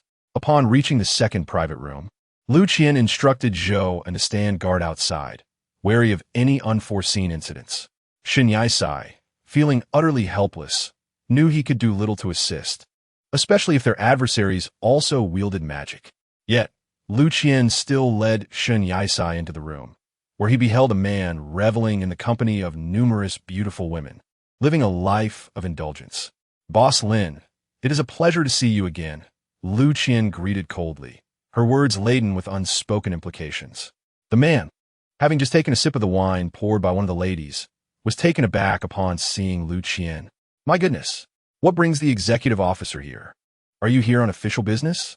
"Ah, it is you, Lord Liu. I have long admired your reputation," he stammered. "Please leave first. I wouldn't want any harm to come to you without compensation." Lu Ji's offhand remark startled the young women present, causing them to flee in haste. They circumvented Lu Ji and exited the private room. Zhou, observing the retreating figures, surmised that trouble was imminent. Lu Ji, Boss Lin was astonished. Caught red-handed, his speech faltered as instinct urged him to flee, yet Lu Ji was resolute in denying him that opportunity. Just as Lin attempted to escape, he fell victim to Lu Ji's ambush. Within mere moments, he found himself subdued and bound by a restraining cord. The sequence of maneuvers was executed with remarkable fluidity, showcasing an efficiency that was both ruthless and precise. Shen Yisai recalled witnessing a similar display during a confrontation between Qingming and Kuanga at an internet cafe. "Zhou, escort him back," Lu Ji commanded. Zhou, not daring to hesitate, promptly assisted the fallen boss Lin to his feet and led him away. With arms crossed, Lu Ji intended to exit, but the silence of those nearby drew his attention. He turned his head, a myriad of questions reflected in his gaze. Is there something on your mind? Shen Yisai, realizing the inquiry was directed at him, blinked twice and smiled, shaking his head. Nothing at all. Though Lu Ji initially wished to dismiss the matter, his gaze inadvertently caught the bracelet on Shen Yisai's wrist, prompting him to probe further. Speak if you have something weighing on your heart. There's nothing. I was merely thinking of a friend, Shen Yisai replied with a casual smile. However, Lu Ji frowned, lowering his gaze as he inquired, does your friend bear a striking resemblance to me? Shen Yisai was taken aback by this assertion. He had indeed harbored suspicions. Yet how could Lu Ji possibly know? He chose silence, averting his gaze. The truthfulness of one's eyes is undeniable. As Shen Yisai lifted his gaze, he found himself ensnared by Lu Ji's mesmerizing eyes. His voice dropped to a whisper, as if deliberately subdued. How did you know? Lu Ji regarded Shen Yisai from a superior vantage point, responding coolly, the way I observe you differs from how I regard others. As an executor, he was attuned to even the subtlest of details, a fact beyond dispute. What is different? Shen Yisai, unaware of the faint flush creeping across his cheeks, asked. Lu Ji smirked nonchalantly. It lacks the warmth of friendship.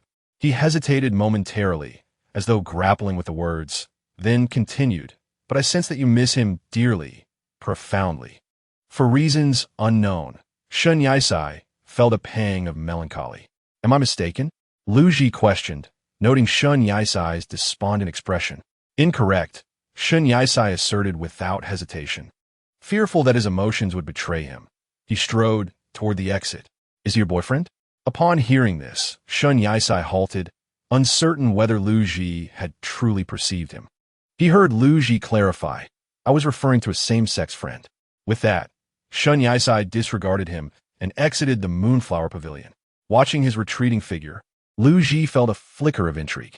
As Lu Ji stepped out of the Moonflower Pavilion, he found Boss Lin, the assailant, brandishing a knife against Shen Yisai's throat, clearly intent on using the situation to escape. Don't move. You are not allowed to approach. Boss Lin brandished a knife, shouting at them. What is happening? Lutaning Wayith. Zhou In, anxiously observing Boss Lin and Shen Yisai, whispered, for some unknown reason, the rope snapped, allowing him to seize Shen Yisai as a hostage. Shen Yisai, taken aback that the man had managed to escape, realized he was still armed with a knife, indicating his refusal to surrender. System, how can the spell be awakened? This is a critical moment. The system responded. Awakening in progress. Fearlessly, Lu Tan approached, seemingly indifferent to the notion of a hostage. Don't come any closer, or I shall slay him. Boss Lin's knife edge drew perilously near, tiny droplets of blood trickling from Shen Yisai's neck. If this continued, the consequences would be dire. Lord Lu. Zhou grasped Lu Tan, attempting to halt his advance, exclaiming, You must not. Lu Tan, his expression unyielding, retorted to Zhou, if the criminal escapes, he will endanger more lives. It is far better to apprehend him now. Upon hearing these words, Shen Yisai could almost envision Qingming's reasoning behind them, cold and ruthless, willing to capture the criminal at any cost. Did his life not hold value? He pondered that if Lu Tan were not Qingming, this would be excessively cruel, for it certainly did not align with Qingming's character. System, awakening successful. Method of use, mind control. Shen Yisai attempted the spell once, failing, but on his second attempt, he successfully severed the blade into two pieces.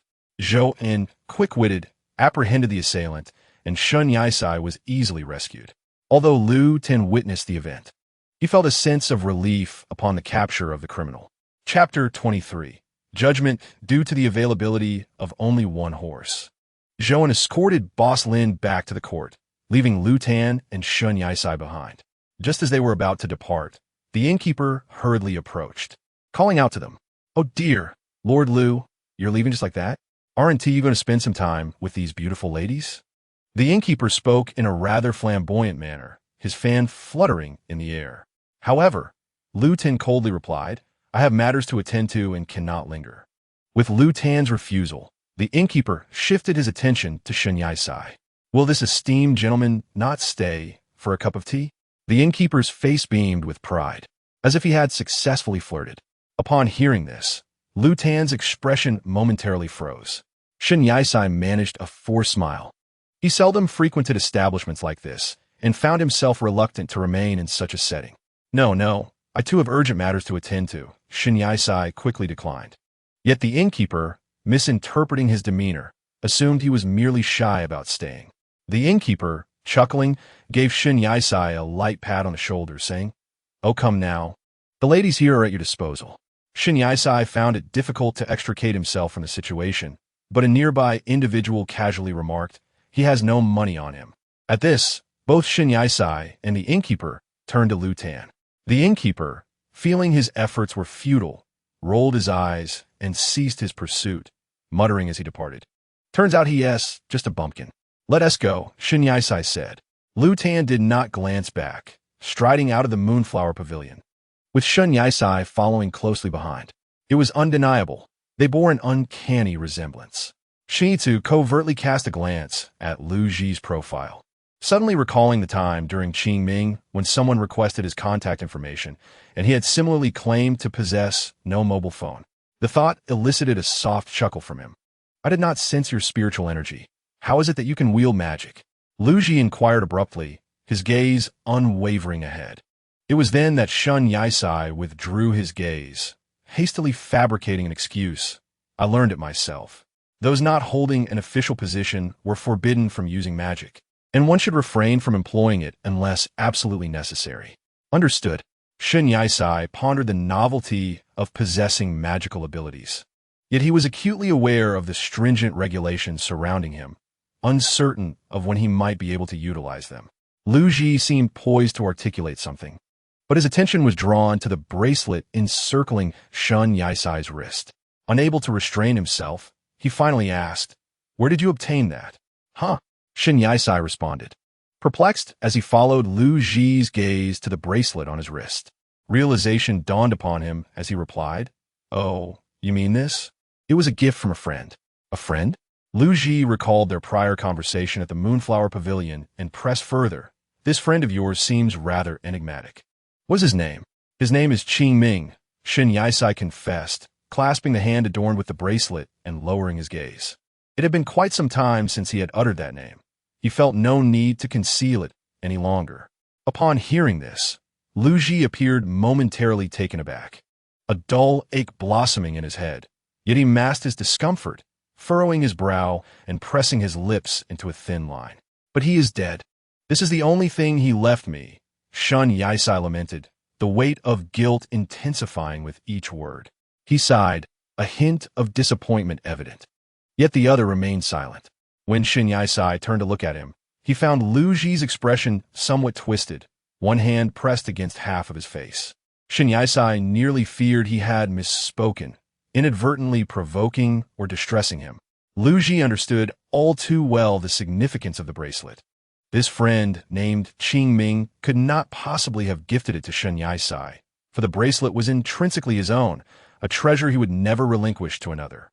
Including Zhou and Qingming had completed his final task, casting the book into the water, a sacrifice that erased his past memories, retaining only the recollections pertinent to this world. He exited in silence, having done so in the most severe yet commendable manner. "What is it? If my words offend you, I shall refrain from speaking further," Shen Yisai remarked nonchalantly, crossing his arms. Lu Ji took some time to alleviate his headache before responding with a measured tone, "Qingming, I believe I am somewhat acquainted with that name, though the details elude me." "Then you must be mistaken," Shen Yisai retorted decisively, quashing any lingering thoughts Lu Ji had. "How could Qingming possibly know you?" He mused innocently. "System, congratulations on completing the first task. Rewards are being dispensed, and the second task awaits refreshment." It appeared that Zhou had already escorted the proprietor Lin to judgment. Upon reflection, Shen Yisai realized he had not done much, at least not granting Lin any opportunity for escape. Suddenly, a thought struck him, and he addressed Lu Ji. "By the way, have you always known who the culprit is? What exactly are you suspecting me of?" Lu Ji's focus was not on Shen Yisai's inquiry, but rather on the manner in which he had addressed him. "What did you just say?" Lu Qian whispered softly, her expression stern. What do you suspect about me? Shen Yisai was filled with questions. Lu Qian chuckled lightly, though her laughter bore a hint of coldness. The previous statement. You have always known who the murderer is? Shen Yisai's confusion deepened. How did you address me? Lu Qian inquired. Shen Yisai hesitated, muttering Lu. The sentence abruptly halted, his lips poised to articulate the last word. Yet something made him pause. How could he have inadvertently uttered the name so directly? His lips twitched slightly. Ultimately, he chose to feign forgetfulness, saying, I forgot. Lu Qian, listening, was almost amused, sensing that Shen Yisai seemed to fear offending her. She was indifferent to how he addressed her, casually replying, Call me whatever you wish. I hold no grudge. Is Lord Lu so magnanimous? Shen Yisai teased. Do you require a reward? At this, Lu Qian reminded Shen Yisai of the previous encounter at the Moonflower Pavilion, where he had indeed given the proprietor a substantial amount of money, making any claim of stinginess difficult to uphold. However, the fact that Shen Yisai had managed to align himself with such a powerful ally undoubtedly came with its own advantages. He jested, Since you have an abundance of gold, why not spare a few gold bars for me? That wouldn't be unreasonable, would it? Extend your hand, Lu Qian commanded. Shen Yisai, bewildered, complied, extending his palm. Lu Qian lowered her gaze to his open hand and mirrored the gesture. In an instant, she conjured 3 gold bars from thin air and placed them in Shen Yisai's grasp. Are you serious? Shen Yisai exclaimed, weighing the elongated bars in his hands. They were indeed substantial. Lu Qian retracted her hand, her demeanor nonchalant. It's not much, really. You're being quite Versailles, Shen Yisai remarked. Since the gold bars have been conjured through magic, Shen Yisai inquired, Are these real or merely an illusion? Did you conjure them through sorcery, or are they truly yours? Real, Lu Qian affirmed. I merely possessed them in a different manner. Oh, Shen Yisai replied. But how did you ascertain that the rogue was that dandy? Dandy? Shen Yisai's choice of words amused Lu Qian. Before I encountered you, he was the suspect in the previous case, with all evidence pointing towards him. This time, it is the same. How can you be certain there isn't another perpetrator? Shen Yisai pressed. Lu Qian explained slowly. Do you recall the shadow that Shirtao mentioned? That was the murderer. The shadow you encountered was me. At this revelation, Shen Yisai finally understood. So you were pursuing the murderer at that moment? Lu Qian remained silent, tacitly agreeing. What makes me suspicious? Shen Yisai inquired directly. Lu Qian hesitated for a moment before casually stating, You appear suspicious. Meanwhile, at the judgment hall, Boss Lin faced sentencing for murder, the verdict hastily rendered due to a series of killings. Lin pleaded desperately, calling upon all present, either to flatter or to beg, but to no avail. The judge commanded the guards to seize him and drag him to the execution ground. Shen Yisai stood outside the execution area, observing the pale-faced Boss Lin, who was now frantically proclaiming his remorse, claiming he was wrong. Yet, what could it matter? Could the deceased return? Could the souls of the departed come back? Do not look any further. It is quite gruesome. At that moment, a voice broke the silence beside him, and Shen Yisai turned to see a stranger. The man, noticing Shen Yisai's gaze, smiled and remarked, Such a scene is not suitable for outsiders. Who are you? Shen Yisai inquired. My name is, but his words were abruptly cut off as a familiar voice chimed in, answering the question perfectly. Zhao Weiyan. Zhao Weiyan turned his head, arms crossed, watching Lu Zhan emerge from the courtroom. With a smile, Zhao Weiyan waved and said, Lord Lu, you have solved yet another case. Congratulations. Lu Zhan, expressionless, responded. Has your case not been resolved yet? At the mention of it, Zhao Weiyan could not help but roll his eyes. Do not even mention it. This involves traversing the Mirage Forest, which is said to hold clues, yet I have never seen anyone enter and emerge unscathed. The Mirage Forest? Lu Zhan furrowed his brow. It is indeed perilous. One should not venture alone. It is far too easy to become lost. Zhao Weiyan continued, A group is preferable. But the downside is that if one person strays, the entire group suffers. At that moment, the sound of galloping hooves grew louder and approached swiftly. A man clad in armor, holding the reins, rode directly toward the courtroom. Lu Zhan remained unperturbed, while Zhao Weiyan greeted him with a smile. Oh, General Guo? I trust you are well. The armored figure dismounted and bowed to Lu Zhen and Zhao Weiyan. I have met Lord Lu and Lord Zhao. Shen Yisai recalled from his readings that this General Gua was a stern individual, known for his strict discipline in the military and his formidable prowess in combat. General Guijun, what brings you here today? Lu Xin inquired, gazing at Gu Yunya. Before Guijun could rise from his bow, he replied, reporting to Lord Lu, we achieved victory against the bandits in the north. Very well. As a reward, you shall deal with this boss Lin, Lu Zhan said, nodding toward the condemned boss Lin, who was bound hand and foot and had a cloth stuffed in his mouth, rendering him unable to speak, only capable of muffled cries. Gu Yun hesitated, remaining silent for a considerable time. Zhao Weiyan chuckled lightly and remarked, General Gua, you have witnessed enough bloodshed. Contemplating the act of killing for so long, are you considering defying Lord Lu's orders? I would not dare, Guijun replied, straightening up and proceeding toward the execution site. Upon seeing someone approach, Boss Lin's muffled cries intensified, his expression one of sheer agony. Shen Yisai sensed that everyone treated Lu Zhan with utmost respect, while he himself felt a sense of exhilaration in being an exception to that norm. Lu Zhan, may I ask, what is your official rank? Shen Yisai said with a grin.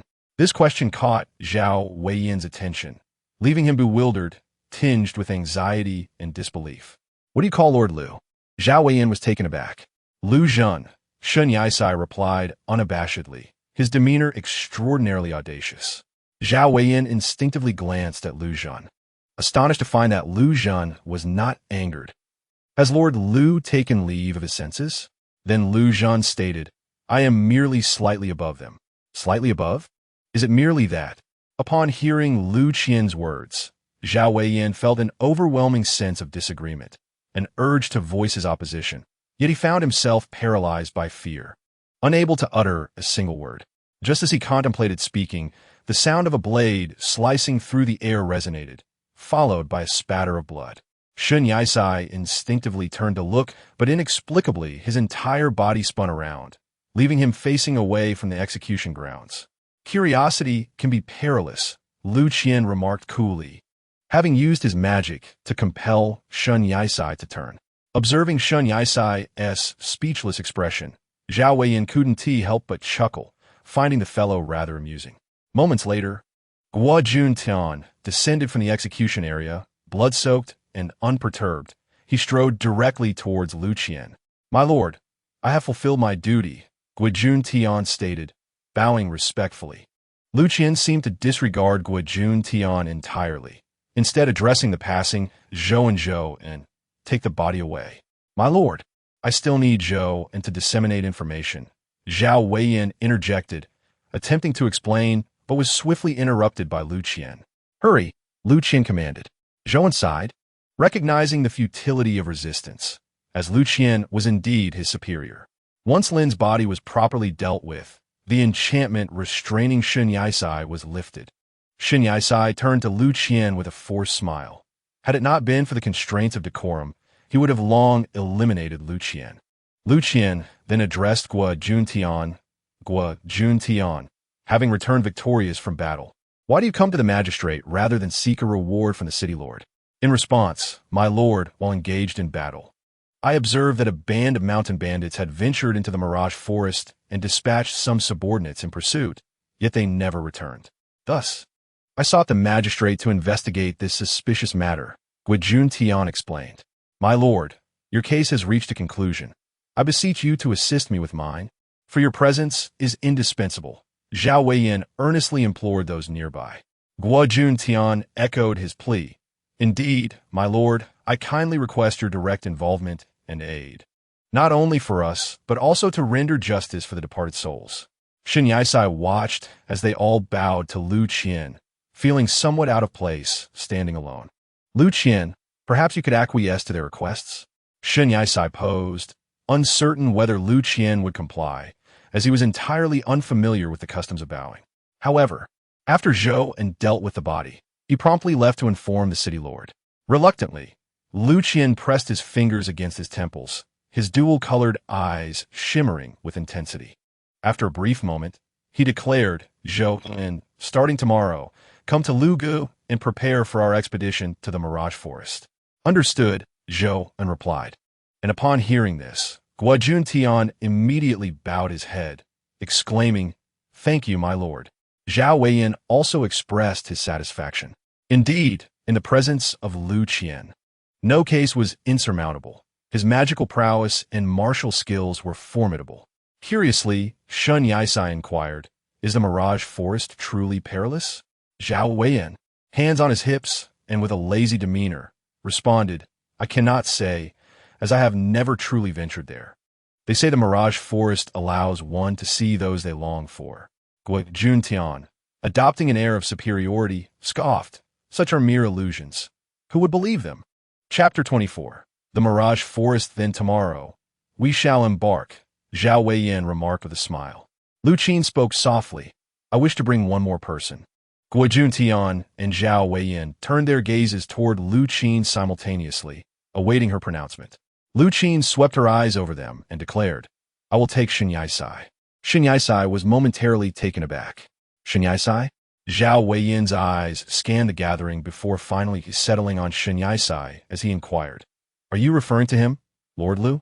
He pointed toward Shen Yaisai, uncertain of his name, yet aware that he was the only distinctive individual present. Me? Shen Yaisai echoed in confusion. What do you intend to take me for? You must not divert my gaze, Lu Qin replied coolly, without looking at him.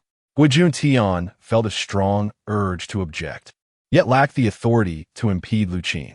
Zhao Weiyan, possessing the ability to voice his concerns and coincidentally aligned in thought with Guojun Tian, furrowed his brow and scrutinized Shen Yaisai before stating, Lord Lu, forgive my boldness, but what position does this individual hold? He had never heard of him. Despite numerous court cases, this name had eluded him. He presumed Shen Yaisai to be a mere insignificant figure, yet if Lu Qin insisted on his inclusion, he must possess noteworthy significance. Before Lu Qin could respond, Shen Yaisai managed a forced smile, saying, I hold no official title. No official title? Guojun Tian could no longer restrain himself, exclaiming, Lord Lu, the Midging Forest is not a place for ordinary folk. Indeed, should any harm befall an individual, the entire party would suffer the consequences. At this, Zhao Weiyan was taken aback. It was the first time he perceived a change in Lu Qin, especially with her intention to bring along an ordinary person, which was decidedly uncharacteristic of her. The group comprised of seasoned Zhao Weiyan, the battle-hardened General Gua, the formidable Lu Qin, and her trusted aide, Lord Zhouan. Their expedition was fraught with uncertainty, and the inclusion of an unknown entity like Shen Yaisai, or even an ordinary mortal, could lead to calamity at the slightest misstep. Lu Qin frowned, recognizing the precariousness of the situation.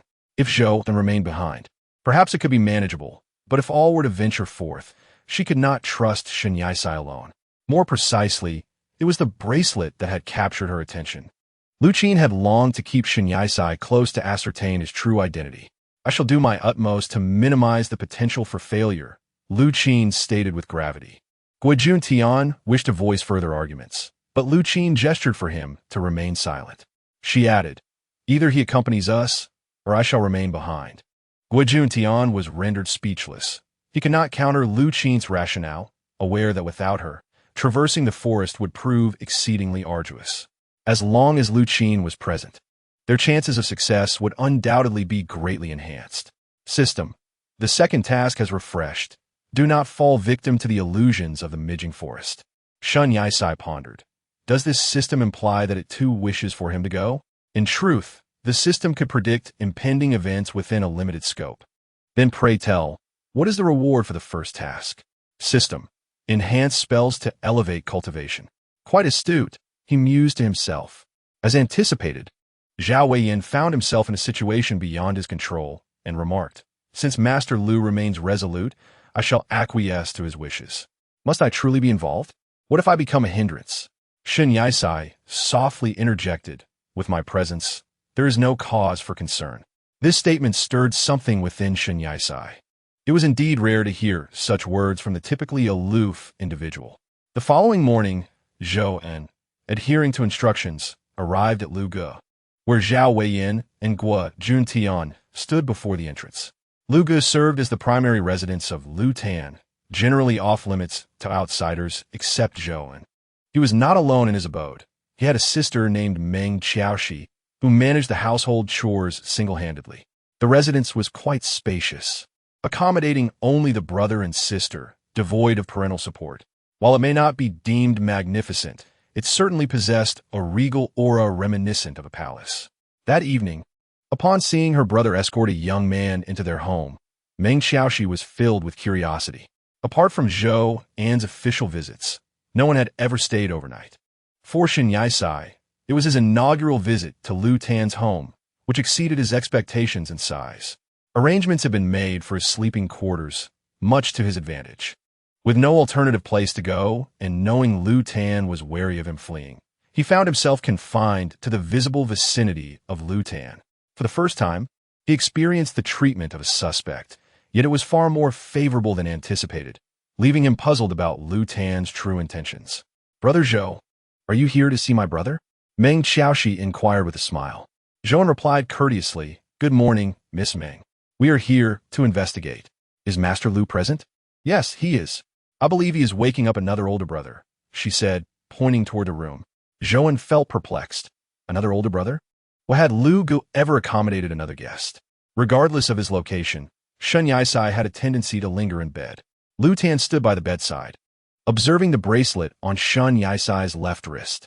Frowning slightly, he extended his hand towards the bracelet, seemingly channeling his magical energy into it, as though transmitting something. He was aware that this bracelet belonged to Shen Yisai and understood its significance, yet he was in no hurry to reclaim it. His ongoing surveillance of Shen Yisai's actions rendered the bracelet particularly loyal to its owner. It was difficult to seize unless it was willingly handed over. Thus, his decision to keep Shen Yisai close was the true motive behind his actions. The bracelet responded to the surge of magical energy, flickering intermittently. It was unclear whether it was the bracelet or the magic that roused Shen Yisai from his slumber. Startled, he grasped Lu Tan's wrist, abruptly severing the flow of magic, leaving Lu Tan momentarily astonished. Shen Yisai, exhibiting signs of agitation, frowned and, with a hint of irritation, demanded, "What are you doing?" Just as Lu Tan was about to respond, Zhou fortuitously entered the room. The two individuals simultaneously cast their gazes upon Zhou, who appeared somewhat perplexed. He glanced at the two of them, and then at Shen Yisai, whose hand was firmly grasping Lu Ji's. For a fleeting moment, it seemed to Zhou that he had arrived at an opportune time, leaving the atmosphere uncomfortably tense. Ultimately, it was Shen Yisai who withdrew his hand first, silently rising from the bed, banishing any notion of lingering lazily. "Lord Lu," Zhou was the first to shatter the oppressive silence, adding, "Lord Zhao and General Guo have already arrived and are waiting at the door." Lu Ji replied nonchalantly, "Please let them in. I shall join shortly." "Understood," Zhou responded, proceeding to invite them in. Moments later, the group convened in an appropriate setting, gathering around a long table. The presence of Shen Yisai in the Lu Pavilion was astonishing. Yet no one dared to inquire or mention it in front of Lu Ji. They all waited in silence until Lu Ji finally arrived and took her seat at the center of the table. "Lord Lu, do you think the culprit could be a mountain bandit?" Zhao Weiyin was the first to speak after Lu Ji had settled in. Lu Ji immediately instructed, "Please recapitulate your case." Zhao Weiyin spoke methodically. "Initially, several children from a village have turned up dead, 4 or 5 in total. Every lead seemingly points towards the mirror forest. The possibilities are twofold. Either the killer is deliberately leading us there, or the killer has some connection to the mirror forest." He then turned to Guijun Tian, saying, "We were contemplating whether to venture in, but upon hearing that Lord Lu's case had been resolved, the judge urgently summoned us. Subsequently, we heard General Guo's remarks about remnants of mountain bandits fleeing into the mirror forest. We dispatched a team to investigate, yet they never returned." Zhou remarked, "The mirror forest is indeed enigmatic, but if the bandits ventured in, is it certain they are still alive?" Guijun Tian shook his head in denial. "No. On the 3rd day after that bandit entered, I learned that he had been spotted in the Forbidden City." With an impassive expression, Lu Ji inquired, "Where's the bandit now?"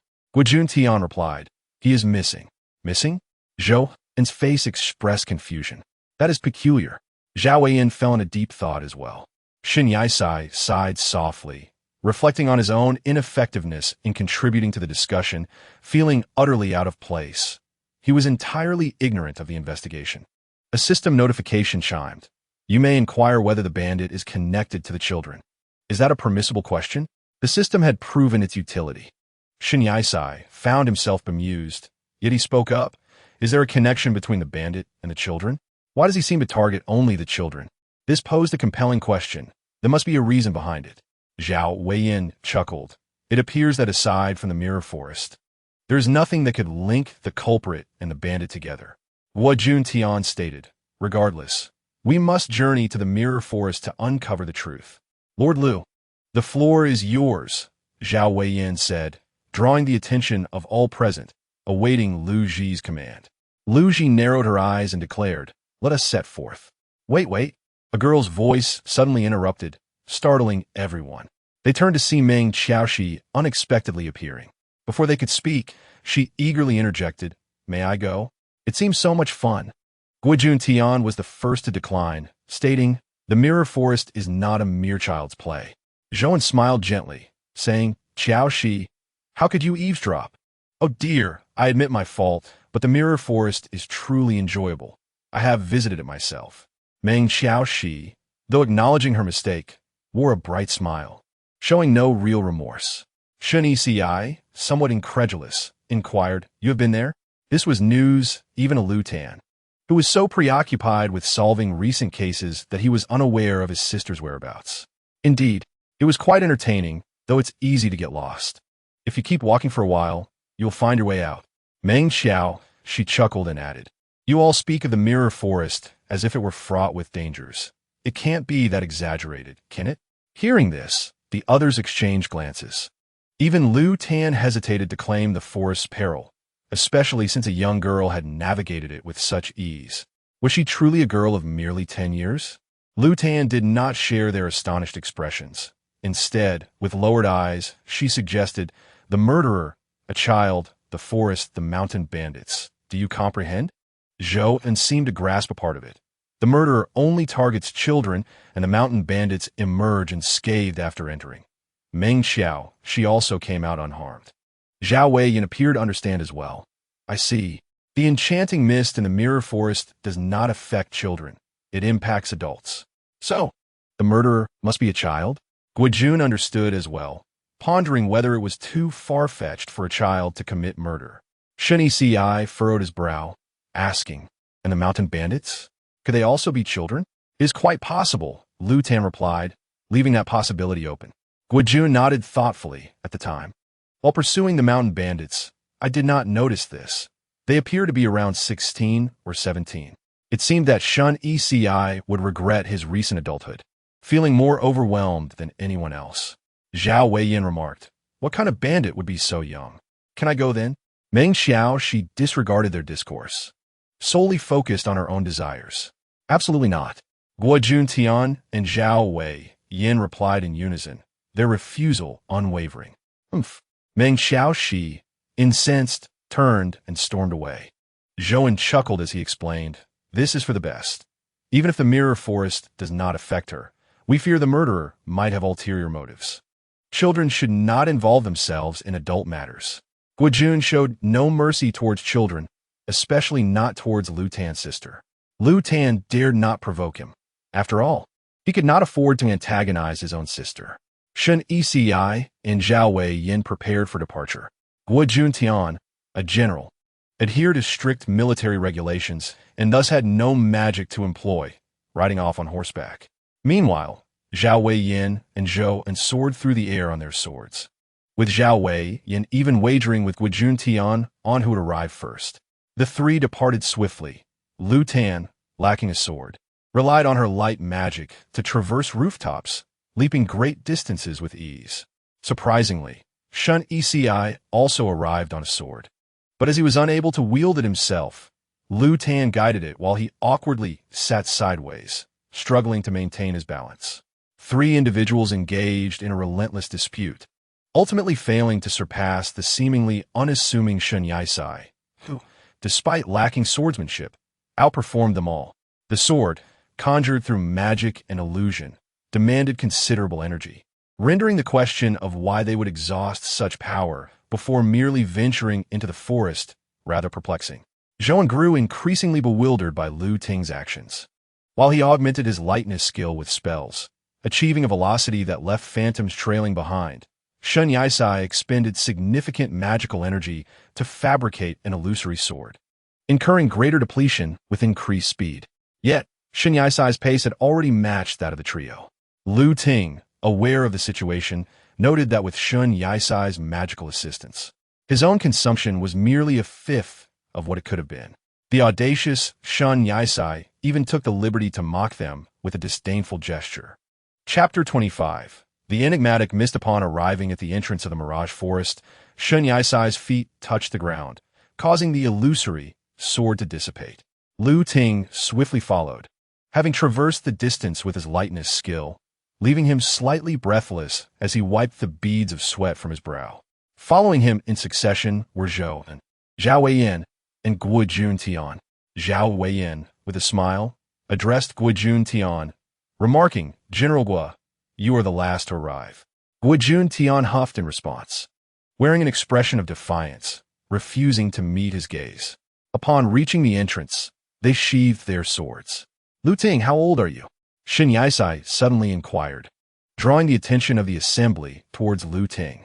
Recognizing the intent behind the question, to ascertain whether he was deemed an adult, Lu Ting coldly replied, "Older than all of you." Regrettably, he refrained from disclosing his exact age, for none truly knew the truth, save for his subordinate, Zhou En, who had been raised by Lu Ting. Remarkably, Lu Ting's appearance had remained unchanged over the years, still resembling a youth of merely 20. Zhao Weiyan, however, doused the atmosphere with cold reality, stating, "Do not be deceived by Lord Lu's youthful visage. He is at least in his 40s, if not 50s.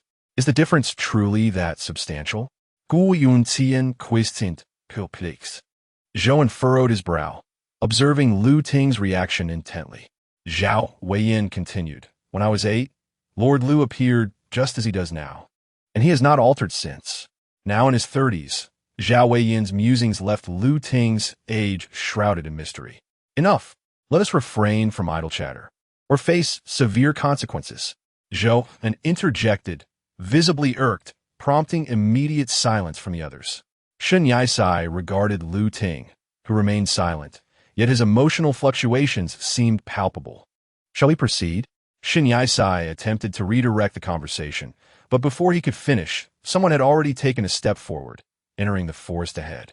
The four cast glances at Lu Ting's departing figure, dismissing the earlier discourse, and followed closely behind. Apart from Lu Ting, none dared to venture too far ahead, wary of potential dangers that might hinder their escape. A few individuals tread cautiously, having arrived during daylight, yet upon entering, they found themselves enveloped in nightfall, a phenomenon wrought by the enigmatic mirror forest. As they ventured deeper, the fog thickened, an ethereal mist that demanded their unwavering focus. "Everyone, concentrate. Do not let your minds wander," Lu Ji cautioned. However, with each step, the haze grew denser, nearly obscuring their surroundings. "Not good," Lu Ji suddenly exclaimed, for the fog had become so impenetrable that the group had become separated, utterly blind to their environment. Shen Yisai surveyed the murky expanse, feeling the weight of responsibility not to hinder his companions. Thus he remained vigilant, resolute against distraction. It was truly disorienting. He could not discern the path ahead, and if they had been maintaining a straight course, they must still be deep within the forest. In a moment of confusion, Shen Yisai retreated a few steps, only to collide with a tree trunk, a flutter of panic rising within him. Yet he maintained his composure, aware that his actions were not solely for himself, but also in service of the system's task. He glanced around, seeing no one, and called out, "Hello, is anyone there?" After a lengthy silence, there was no response. Meanwhile, Lu Ji attempted to reach out to Zhou, but the ethereal communication seemed ineffective, as if something were obstructing their connection. The already potent hallucinatory mist was further disturbed by the sudden sound of bells ringing from an unknown source, an unsettling cacophony. Lu Ji furrowed his brow. Even covering his ears proved futile, prompting him to close his eyes and sit cross-legged on the ground, seemingly in meditation. "Lord Lu, help me!" A voice cried out from a short distance away. Instinctively, Lu Ji opened his eyes and rose, only to witness Zhou and being assaulted not far off. He gestured to cast a spell to rescue Zhou, and yet the scene of the attack abruptly vanished. A hallucination. Lu Ji scanned his surroundings, realizing someone had succumbed to the hallucinatory mist. Once one individual experienced an illusion, the entire group would be affected. Shen Sai. At that moment, Shen Sai, who had intended to seek out others, found himself transported to the edge of a road, standing on a sidewalk. Across the zebra crossing, he froze in shock as he spotted a middle-aged man. "Dad!" Shen Sai shouted, momentarily forgetting his presence in the forest as he rushed toward the man. Just then, the traffic light changed to green, and Shen Jianhua stepped onto the crosswalk. A car, racing against the fading yellow light, barreled through at the last moment. "Dad!" Shen Sai cried out in a panic, desperate to save him, but it was too late. Shen Jianhua lay motionless in the street, surrounded by onlookers. He pushed through the crowd, rushing to his father's side, his eyes reddening as he slowly lifted Shen Jianhua's body. Shen Sai's lips trembled, words failing him as he witnessed the torrent of blood pooling beneath his father. He shook his head, struggling to accept the grim reality. "Call an ambulance!" Shen Sai shouted to the bystanders, but they remained indifferent. Shen Jianhua's heartbeat had ceased, and breath abandoned him. Bowing his head, Shen Sai closed his eyes, attempting to quell the tears threatening to fall. Yet when he opened his eyes again, he found himself in an entirely different place. Was this the Star River? Shen Sai gazed around in disbelief. Had he truly returned to this place? He examined his attire, a white hoodie, the same one he typically wore. The river beside the Milky Way remained as turbulent as ever. It seemed the rain had begun to fall. His gaze shifted to the railing, where a familiar silhouette stood. He hesitated to acknowledge it, yet the youth turned around, his black eyes appearing strikingly cold amidst the downpour. "Qingming!" Shen Sai exclaimed, rushing forward, reaching out to grasp the boy by the riverbank. So close, he nearly caught the hem of his garment, but the youth leapt away. "Why, Qingming?" Shen Sai crouched by the railing, embracing himself, his nose tinged with a sharp pang, and his eyes grew moist. After having lost once, why must he face the prospect of losing you again? At last, tears betrayed him, cascading down his cheeks. "Wake up, Shen Sai!" A voice resonated, as if it were the sole sound in the universe. He lifted his head, and in the blink of an eye, a figure materialized before him, shifting from a blur to clarity. Tears still stained the corners of his eyes, flowing unceasingly. He lay in the youth's arms, feeling an overwhelming fatigue wash over him for a fleeting moment. "Lin, I miss them," he murmured, closing his eyes once more, the bracelet still glowing softly. It was the bracelet that had guided Li Yuan to him. He had succumbed to the mesmerizing mist, a challenge for most to resist. "I will take you out," Li Yuan declared, hoisting Shen Sai onto his back. "Junying, clear the way," Li Yuan commanded, seizing the moment while Shen Sai remained unaware as the bracelet suddenly loosened. The bracelet transformed into a sharp longsword, whirling swiftly and dispersing the mesmerizing mist, revealing their surroundings. Li Yuan adeptly maneuvered away from the fog, and the sword reverted to the bracelet, returning to Shen Sai's wrist. With the mist dissipated, distractions faded, and he endeavored to channel his spiritual words. "Zhouan, are you still inside?" Li Yuan called out, but Zhouan, ensnared in the mist, could not hear him clearly. "Zhouan, can you hear me?" Li Yuan shouted again, and finally, a response came, "Lulu Dare and I." The other S words were disjointed, likely a result of the mesmerizing mist causing illusions. Li Yuan disregarded Zhou and's predicament, reassured that he was safe. He inquired, "What of Guojun Tian and Zhao Wei Yan?" Zhou took a few deep breaths, responding, "I just broke the illusion, but I still don't know the whereabouts of Lord Zhao and General Gua. Search with all your might. Use your powers." Li Yuan sensed a hint of urgency in his voice, prompting Zhou to comply without hesitation and set off in search of others. Lu Yuan gently set Shen Yisai down. It was the first time he had witnessed Shen Yisai in tears, and for reasons unknown, it stirred profound emotions within him. Shen Yisai stood motionless, clutching himself, his shoulders trembling slightly. Rarely tender, sought to comfort him. Those were mere illusions, all false. Yet the youth before him shook his head. Whether from tears or the difficulty of articulating his feelings, his voice hoarse and faint, it's real. Why must one endure the pain a second time? He truly cannot bear it. It is but a mirage, a phantasm that merely stirs your senses. You have merely succumbed to an illusion. Lu Ji stubbornly insists this, striving to prevent Shen Yisai from taking it to heart. System. The second task has failed. Punishment is imminent. It seems Shen Yisai has grown indifferent to the prospect of punishment. What torment could be more unbearable than that which he has already endured? He cast his gaze downward, unwilling to look elsewhere. At that moment, Zhou emerged from the ethereal mist with Guojun Tian and Zhao Weiyan, both evidently ensnared by the same illusion. Guojun Tian appeared to be in a more dire state, half-conscious as Zhou carried him out. What has happened to Guojun Tian? Lu Ji inquired nonchalantly. Zhao Weiyan rubbed his temples, feeling a slight dizziness, and remarked, General Guo may have encountered something troubling. This illusion is strikingly vivid, indeed difficult to shatter. Were it not for Zhou An's timely assistance, we might have succumbed to its grasp, never to awaken again. Guojun Tian, seasoned in the ways of battle, surprisingly seemed more affected than the rest. After a prolonged moment, he finally opened his eyes and scanned the group.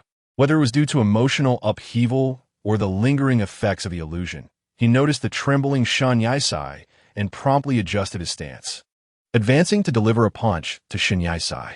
General Guo, what is the meaning of this? Zhao Weiyan exclaimed, instantly dispelling the shadows of the illusion with his incredulous gaze fixed upon Guojun Tian. Shen Yisai, caught off guard by the unexpected blow, was momentarily bewildered. His face slightly swollen and flushed from the force of the strike, he momentarily lost his bearings. Under the influence of the illusion, Guojun Tian nearly stumbled from the impact, prompting Zhou to offer him support. Had it not been for Guojun Tian's disorientation, that blow could have resulted in a few lost teeth. Yet Guojun Tian was evidently furious, his brow furrowed into a sharp V, resembling a ferocious lion. Zhou, perplexed by Guojun Tian's actions, opened his mouth to inquire, but was interrupted as Guojun Tian unleashed another punch. Shen Yisai instinctively closed his eyes, bracing for further assault. However, after several seconds, the anticipated pain failed to materialize on the same cheek. He opened his eyes to find a fist poised before him, while a nearby youth, strong and agile, had seized Guojun Tian's forearm. Have you had your fill of this ruckus? Lu Ji exclaimed, effortlessly tossing Guojun Tian's arm aside, causing him to stagger back several steps. General Guo, is there not a more civil way to express your grievances? Why resort to violence? Zhou, supporting Guojun Tian, inquired with a furrowed brow. Guojun Tian's face flushed with indignation as he continued, almost causing us all to perish within that nightmare. I did not. Shen Yisai's voice trembled, as if the force of that punch had jolted him into clarity, pulling him from the depths of that shadow. Who else could it be but you? Guojun Tian shouted back. Aside from Shen Yisai, everyone else was of high stature. It was indeed difficult to dismiss the notion that Shen Yisai had hindered their progress. Yet was it truly his fault? Shen Yisai found himself questioning his own worth, wondering if his lack of experience and formidable power rendered him a liability. If you dare to bicker before me again, do not blame me for my lack of mercy. Lu Qi suddenly spoke, his expression as calm as water, yet his tone carried an undercurrent of emotion. Lord Lu, he is merely an ordinary person. Why do you go to such lengths to defend him? This was a sentiment Guojun Tian had long wished to express, but out of respect, he had refrained from doing so until now, emboldened by the moment. With Lu Qi having spoken, Guojun Tian's continued insistence only provoked Zhou further. General Guo, Lord Lu is still present. Be wary of incurring his wrath. At this, Guojun Tian's anger began to subside. and he turned his face away as if nothing had transpired. Even the judge would give Lu Qi due regard, and he dared not provoke him further. Seeing Guojun Tian settle down, Lu Qi turned his gaze toward Shun Yi's slightly swollen face. Shun Yi merely bowed his head, saying nothing. If it hurts, speak up. Do not endure in silence. When Shun Yi met Lu Qi's gaze, his lashes still glistening with remnants of tears, it was clear he was no longer weeping. Lu Qi's palm emitted a soft blue light as he gently eased the pain from Shun Yi's reddened cheek with a magical touch, gradually making contact with the inflamed skin. He had thought Shun Yi might resist his touch, yet Shun Yi said nothing and showed no inclination to withdraw, merely observing the gentle hand that caressed him. It was a feather-like caress, akin to a wisp of cotton brushing against his face. After a considerable pause, Lu Qi withdrew his hand. Although the cheek remained slightly flushed, the pain had completely dissipated. Zhao Weiyan chuckled lightly, a hint of mischief in his tone. Pardon my intrusion, but is Lord Lu perhaps overly concerned for young Master Shen? Chapter 26. Poison Lu Qi was about to respond when he seemed to notice a disturbance in the thicket, and his voice faltered. Zhou also sensed it, unleashing a magical attack toward the source of the sound, shouting, "Who goes there? Step forward." The explosion of magic reverberated through the air, drawing everyone's attention to the underbrush. Just as they thought calm had returned, a volley of arrows suddenly flew toward them. Guojun Tian, with swift reflexes, drew his sword, deflecting the arrows with a sharp, resonant sound that alerted everyone to the impending danger. The arrows ricocheted off his blade. Zhou and Zhao Weiyan, momentarily stunned, found a magical barrier shielding them from one strike. They exchanged bewildered glances with Lu Qi, who reacted with remarkable speed, retracting his spell only after the attack ceased. However, before long, another arrow was loosed, its trajectory utterly unexpected. "Shinichi, get down!" Zhou shouted in panic. There was no time. The arrow's velocity was too great, and Shun Yi barely registered the imminent threat, almost believing he was about to meet his demise. The arrow hung in midair, its tip poised perilously close to Shun Yi's forehead, causing him to stumble back in fright. "Lord Lu," Zhou called out as he rushed to Lu Qi's side. Noticing blood still trickling from his hand, Lu Qi gripped the arrow tightly, his gaze fixed intently on the figure hidden among the branches.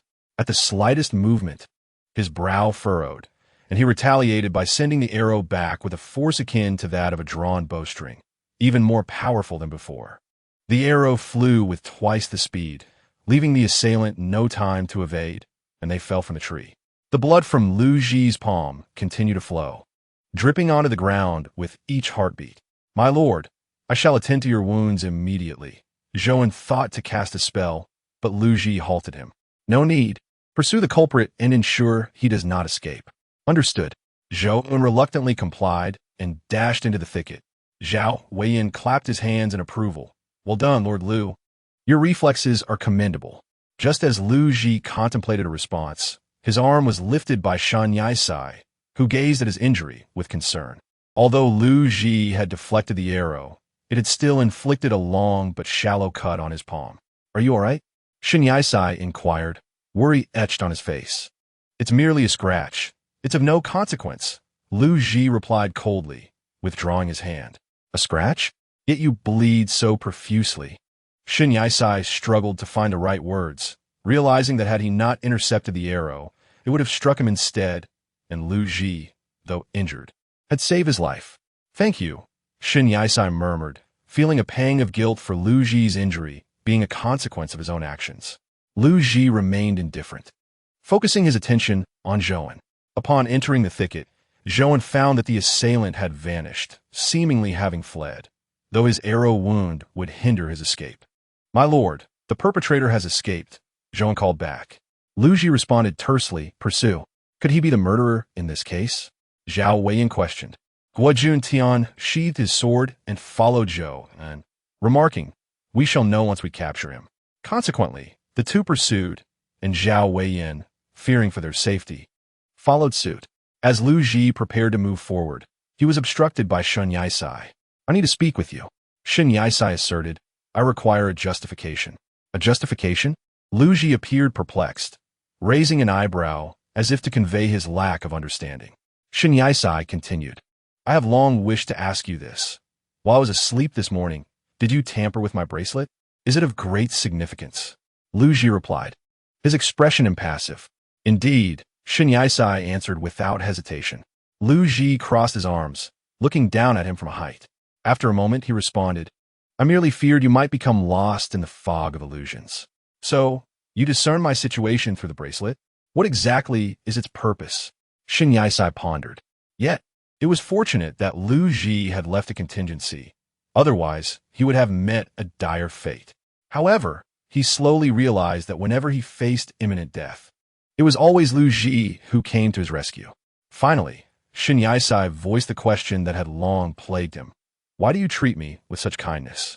Hearing this, Lu Ji let out a cold laugh. Do you truly wish to know? Shin Yisai sensed an unsettling change in Lu Ji's demeanor, and before he could respond, Lu Ji continued, do you know the origin of that bracelet? It was not given to you by a friend. It originally belonged to me. What?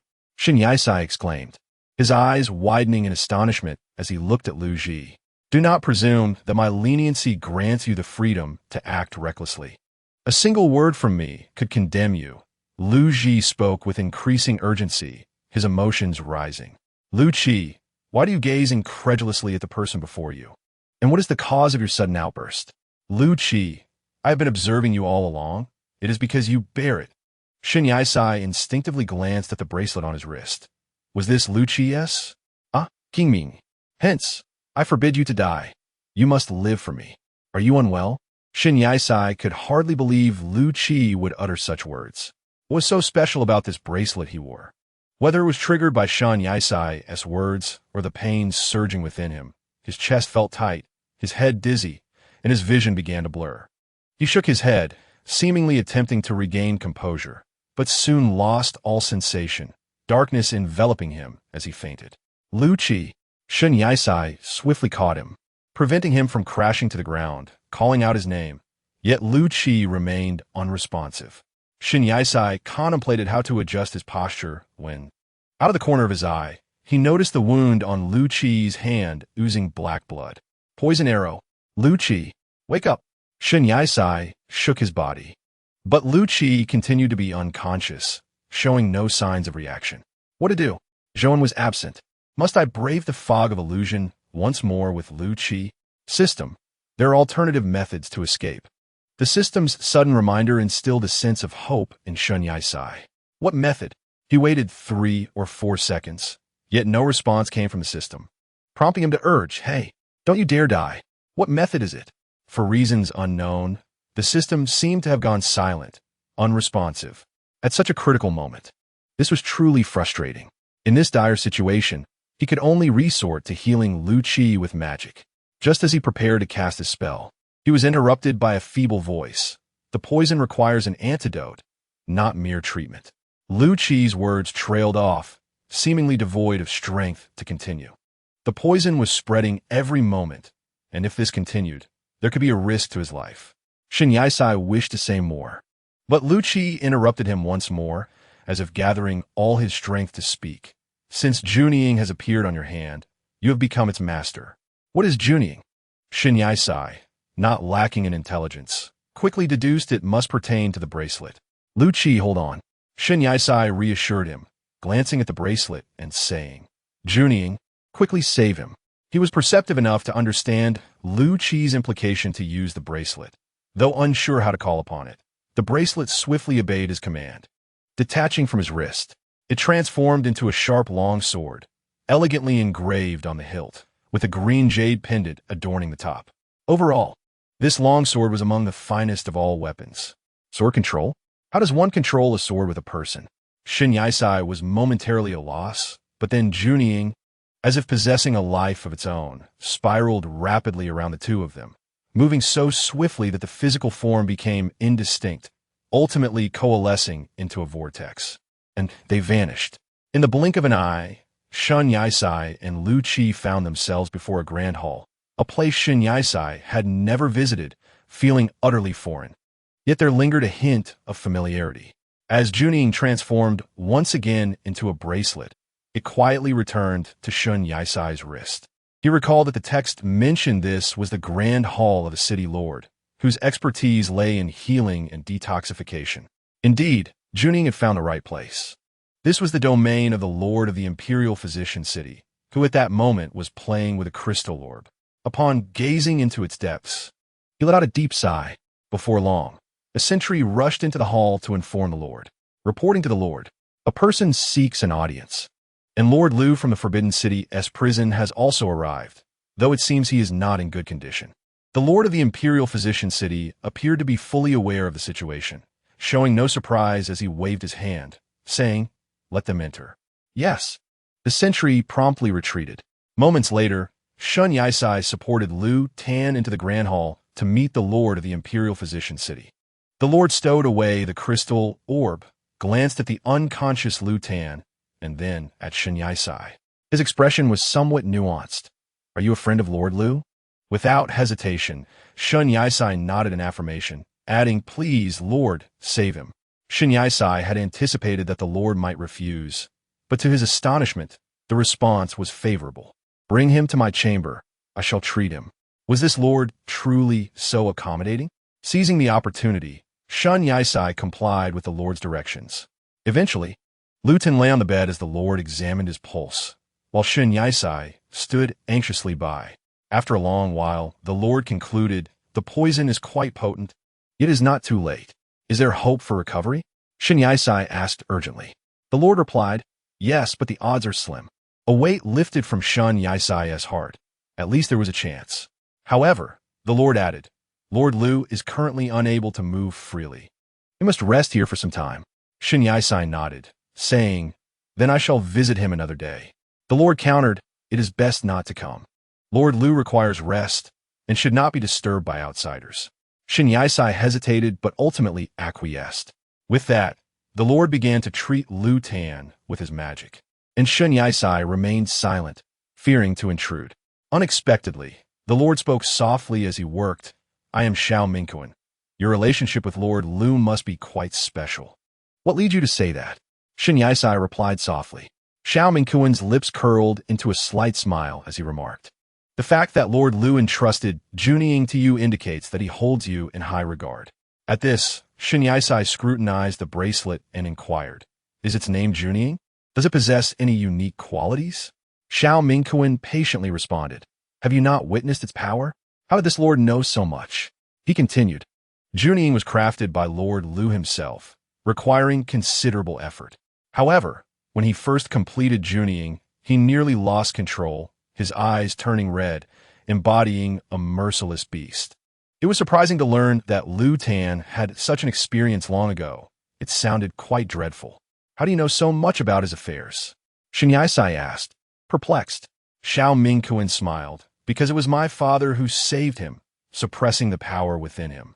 Without my father, he nearly destroyed the entire city. Was it Junying's influence?" Shun Yaisai inquired again, evidently having not encountered this storyline in the text. In truth, Lu Jun had always been this way, influenced by the forbidden techniques practiced by his father. Upon Lu Jun's birth, he was affected by hereditary factors, leading to a loss of rationality only upon reaching adulthood. To maintain his sanity, Lu Jun sought various means of suppression, ultimately discovering a method to successfully restrain the forbidden power within him. However, during the forging of the sword Junying, the materials involved included heart's blood, which nearly provoked the forbidden power, putting the entire city at risk and transforming him into a merciless demon devoid of reason. Fortunately, the former master of Yui City intervened to seal the forbidden power within him, allowing for his restoration. The sole advantage of this forbidden power was the potential for immortality. Yet for Lu Jun, it was a curse. Possessing the visage of a 20-year-old youth while being a century old, his prolonged existence had turned him into a legend. Is Lu Jun truly 100 years old now? Shun Yaisai queried. My father was still young at that time, and I am now 30. I know he lived for a century, but who can recall the exact length of his life? Having endured for so long, what torment must Lu Jun have faced? Upon hearing Xiao Mingquan's words, Shun Yisai smiled faintly, having found Qing Ming certain of his survival. Yet, why did he never acknowledge himself as Qing Ming? And why did he appear as if he had never known Shun Yisai? Chapter 27. The case from 2 years ago without waiting for Shun Yisai's response. Xiao Mingquan dismissed him. All right, you may leave. I must detoxify Lord Liu, and you can inquire about the subsequent matters once he awakens. Shun Yisai nodded and departed. In that book, Do Not Forget Me, Qing Ming's age was recorded, and by current estimations, he should be around 130 years old. There was another question lingering in his mind. Surely, the position of city lord must surpass that of Lord Liu. Why did Xiao Mingquan show such deference? Addressing Liu Zhen as Lord Liu, system, do not overthink, nor mention this to anyone, as it may influence the trajectory of the plot. Shun Yisai, hearing the system's voice, murmured, you can still power on? Has the punishment for the second task already commenced? The system replied, yes, it is not yet concluded. What? Shun Yisai was filled with confusion. What exactly was the punishment? He foolishly concluded. Could it be that Liu Zhen shielded me from the punishment? Ever since learning that Liu Zhen was Qing Ming, Shun Yisai found it difficult to pronounce his name. System. Punishments never involve others unless one forces the issue. They can only be shared by 2 individuals. Despite Shun Yisai's lingering concerns, the system perceived his thoughts. The trajectory of the plot does not constitute a punishment. Upon hearing this, Shun Yisai's anxiety was alleviated. Now, he merely needed to await Liu Zhen's recovery. Regardless of the circumstances, he resolved to ensure that Qing Ming remained this time. On the other side of the judgment hall, the murderer bore a wound from an arrow on his shoulder, defiantly struggling against the bonds of justice. Kneel, Zhou commanded as he brought the man before the judge. Impossible, the man retorted, only to find Zhou and his foot kick him off balance, forcing him to kneel on the spot. The man glared menacingly at Zhou, and even when he attempted to rise, Zhou firmly pressed him back down by the shoulder. The judge, observing this unruly individual, was visibly agitated. Speak. Why did you commit murder? The victims were mere children, aged 15 or 16. With righteous indignation, the judge's words grew increasingly rapid. Children? The man scoffed, a bitter smile spreading across his face. Indeed, children. 2 years ago, it was Ling Ling who was trampled upon, leading her to despair and suicide. She too was just a child. But who among you ever considered that? As he spoke, his laughter turned more derisive, tears streaming from the corners of his eyes. Zhao Weiyan interjected to the judge, Your Honor, there was indeed such a case 2 years ago. The judge slammed the gavel down on the table with force, his voice low and fierce. Even so, you should not have turned your wrath upon other children. You dismissed this matter as a mere suicide. The man's despair deepened as he glared at the judge, declaring, Thus, I harbor hatred for all of you in the judgment hall. I seek vengeance. Vengeance upon all of you. The judge, suppressing his anger, spoke calmly. If you answer truthfully, we will reopen the case and clear the name of the departed souls. I do not believe you. Zhou interjected. Our judgment hall values integrity more than you think. Do you not agree? The man fell silent, seemingly swayed by Zhou's words, ultimately confessing for revenge. I devised many plans. I learned that the heartbreak pill would not be affected by the illusion fog. Thus, I orchestrated this revenge scheme. One day a boy came in, and seeing he was my age, I spared him. Zhou clarified, that was the young mountain bandit. The man continued, I showed him some kindness, and he let down his guard. Hearing he was a fugitive bandit, I concocted an excuse to let him go out briefly, intending to kill him upon his return to ensnare all of you. Ha ha! His laughter was cold and sardonic. Yet, who would have thought that it was that aberration with 2 colored eyes that managed to save everyone? I loathe such ostentatious heroes. How dare they evade the illusion fog? Shun Yisai, with an impassive expression, seized the man's collar before the assembly, his eyes sharp as he hissed, Liu Tan is an aberration, not a monster. Who else could commit such indiscriminate slaughter of the innocent? Zhou was acutely aware of their surroundings. They were still in the judgment hall, all eyes upon them. With the judge present, he quickly whispered, Shun Yisai, calm down. I remember you, the weeping fool saved by that aberration. The man retorted fearlessly, locking eyes with Shin Yai-sai. Had you not mentioned it, I would not have known that was Lord Liu. It seems my death is worth it. He just happens to be absent. Has he already met his end? What do you mean? Zhao Weiyan gasped, utterly unaware of Liu Tan's predicament. Zhouan was equally stunned. What has happened to Lord Liu? What have you done to him? Shin Yai-sai gritted his teeth, enduring immense pain as he gazed upon the smug man before him, and with a swift motion, he delivered a punch. The situation had escalated to such an extent that the judge had remained silent throughout. I had stated before that Liu Tan was not an anomaly. What value do you claim to possess? Have you truly elevated yourself? A cold, humorless smile curled at the corners of Shin Yai-sai's mouth, devoid of any appealing exterior. Who would still be inclined to appreciate your intriguing spirit? His words held a veiled meaning, and those present, with a modicum of understanding, could grasp the underlying sentiment. The man struck by Shin Yai-sai's powerful blow nearly expended all his strength, forcibly dislodging a tooth. Had his arms not been bound by the magical ropes, he would have already fought back. Shin Yai-sai's formidable strike brought the man crashing to the ground, and it took a considerable time for him to rise. As he licked the fluid from the corner of his mouth, he was met with the taste of blood, realizing he was injured. Ha ha ha! The man kneeling in the center had gone utterly mad, exclaiming, "Do not presume too much. Even if I descend to the Yellow Springs, I shall seek vengeance upon you." Enough! The judge forcefully struck the wooden block, finally breaking his silence. We, the guardians of judgment, will not remain indifferent to any case. What do you intend to achieve? Restore your sister's honor? Indeed, she did not wish to take her own life. She was compelled. The man before them was determined not to squander this opportunity. Without waiting for the judge to respond, Shin Yai-sai interjected, "Very well. I shall restore your sister's honor. However, I will not let the matter of Liu Tan's injury rest." The man chuckled lightly. "If you can accomplish that, then my life is yours to take." He paused before threatening, "But should you fail, you shall accompany Lingling to the grave. Remove him and place him under strict surveillance." The judge, unable to contain his frustration, issued the command for the guards to take him away. Subsequently, the judge's attention shifted to Shin Yai-sai, who seemed lost in contemplation, fixated on the spot where the man had knelt moments ago, pondering the words just spoken. "You are Shin Yai-sai, are you not? The esteemed friend recently acquainted with Lord Liu?" The judge's inquiry jolted Shin Yai-sai from his reverie. He directed his gaze toward the judge seated in the highest position. Remaining silent for a long moment, Zhou, and beside him, gently elbowed Shin Yai-sai, whispering in a hushed tone, "The judge is addressing you." Only then did Shin Yai-sai glance at Zhou and then back at the judge, lowering his eyes slightly as he nodded and replied, "Yes."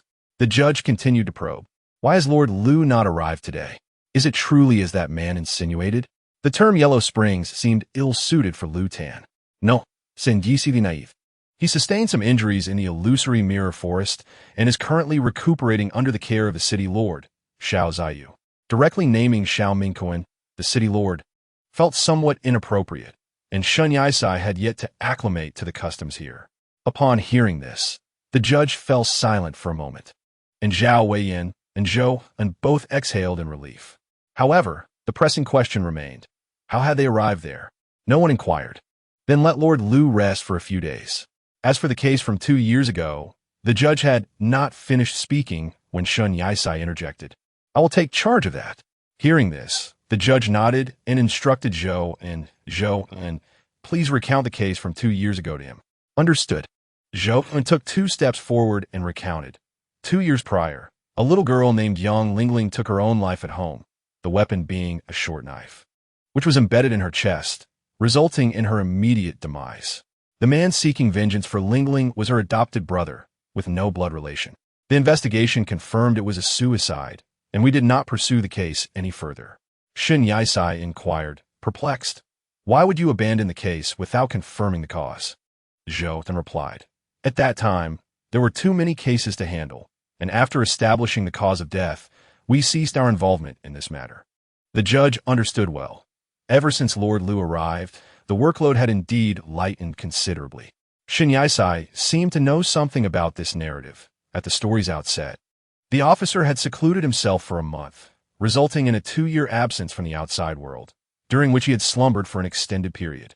Did Lord Lu not participate in the case from 2 years ago? Shin Yisai queried again.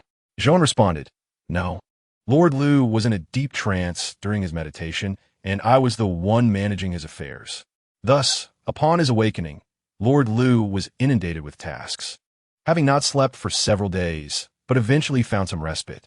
2 years ago, he was still in the Qingming period. Perhaps there is a temporal discrepancy between the two worlds, as he only stayed in his own world for a few months. Shin Yisai furrowed his brow, unable to suppress his thoughts. For the time being, let Shin Yisai assume the officer's responsibilities.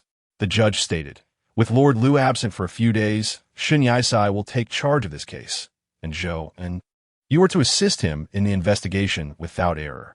Yes, I shall obey the orders of your honor, Zhou replied respectfully. After the trial concluded, the group emerged from the judgment hall and dispersed. As Shin Yisai pondered where to begin his inquiry, Zhou suddenly appeared beside him, urgently asking, what is happening with Lord Lu? Startled by the unexpected voice, Shin Yisai replied slowly, the arrow was poisoned when you went to capture the culprit.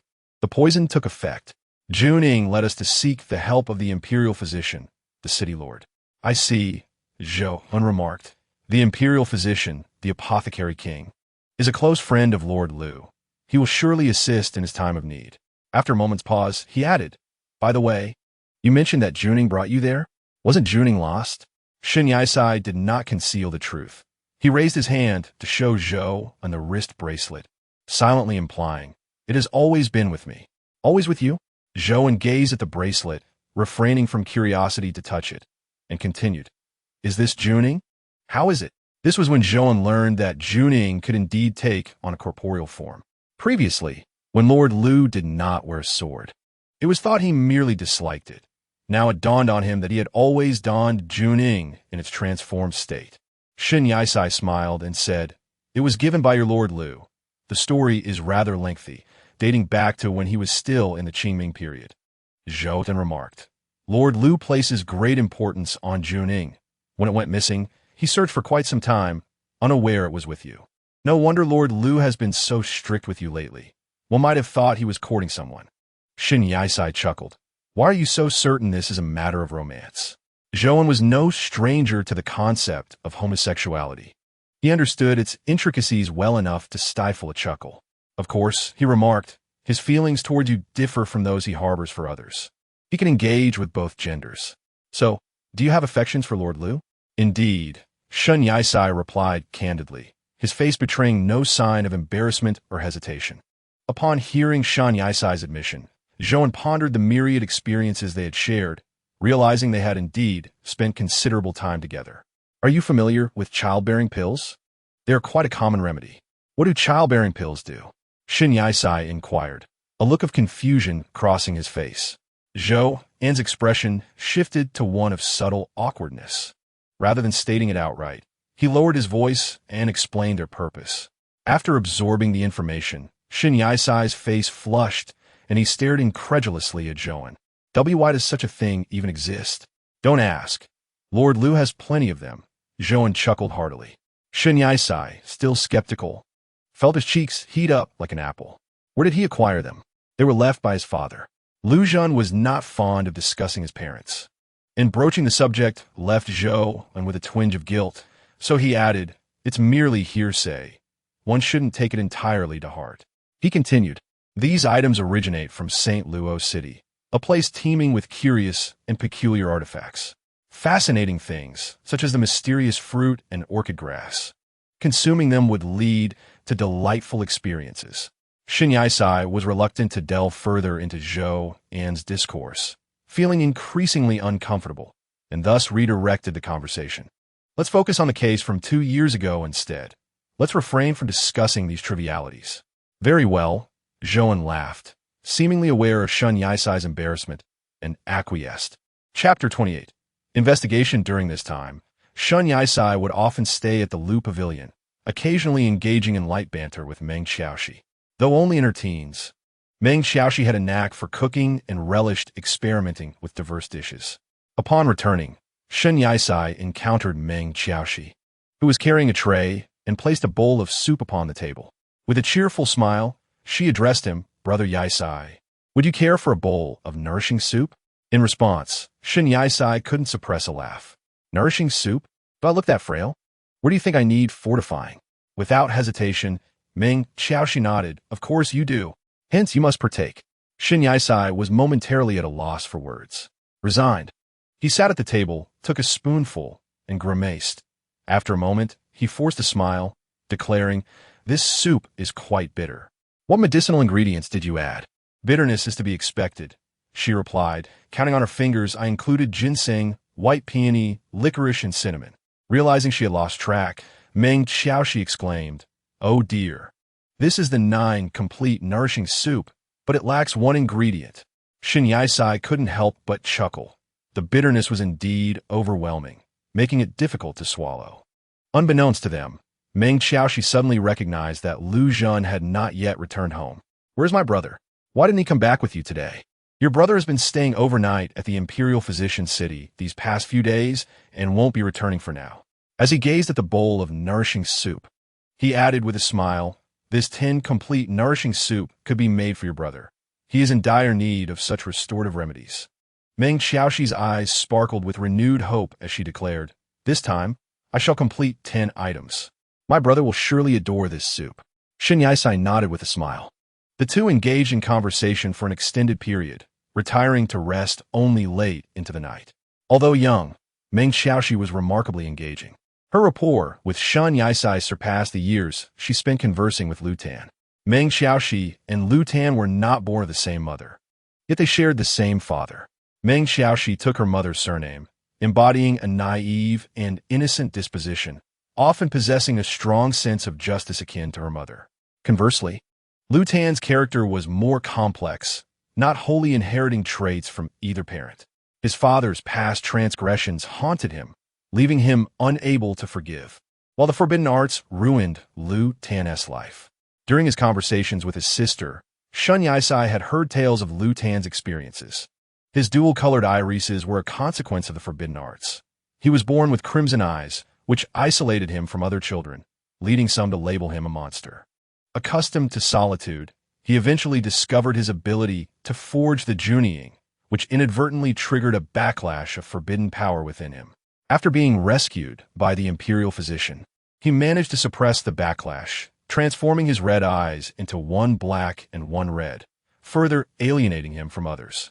Shun Yaisai met Zhou when Lu Tan was 113 years old.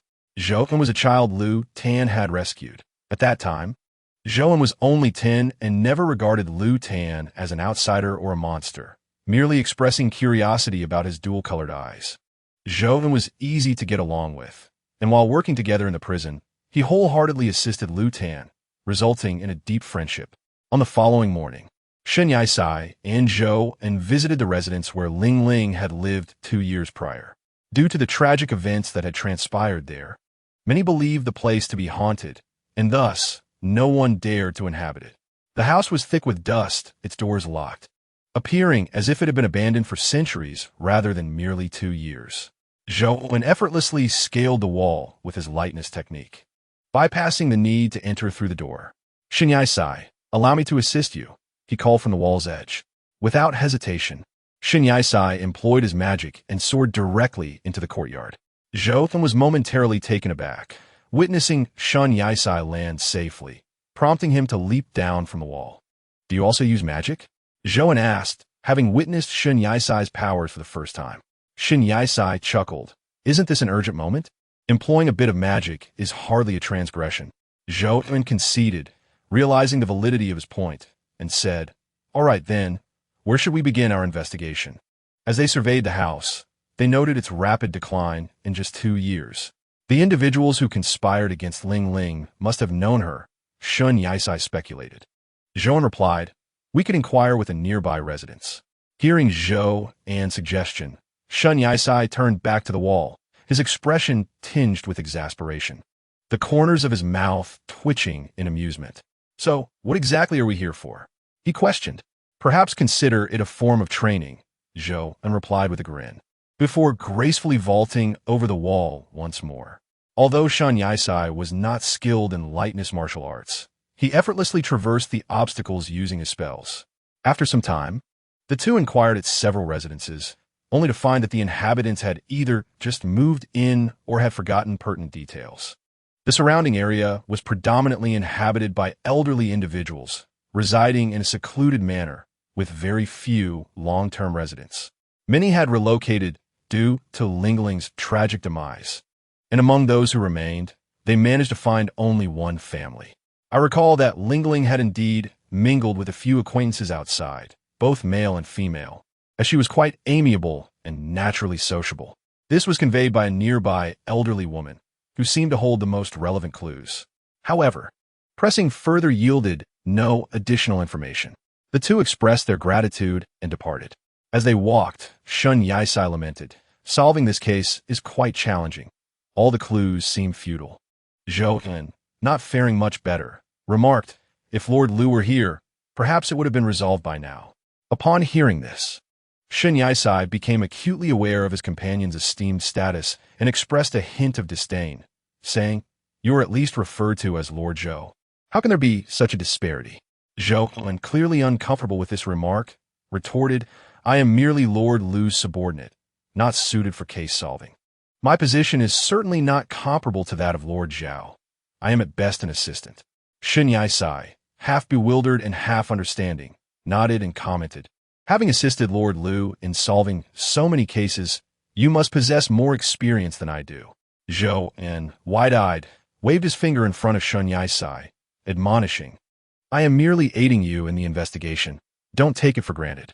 Indeed, Shun Yisai replied dismissively. Meanwhile, in the grand hall of the Imperial Physician's City, in Xiao Mingquan's chamber, Lu Ji sat cross-legged on the bed, surrounded by pulsating waves of spiritual energy, as Xiao Mingquan performed a detoxification spell beside him. After a while, Xiao Mingquan retracted his magic, and Lu Ji opened his eyes, feeling a heaviness in his chest. Xiao Mingquan calmly stated, "I have done my utmost to purge the toxins, but there may still be remnants within you. You must refrain from moving about freely for now.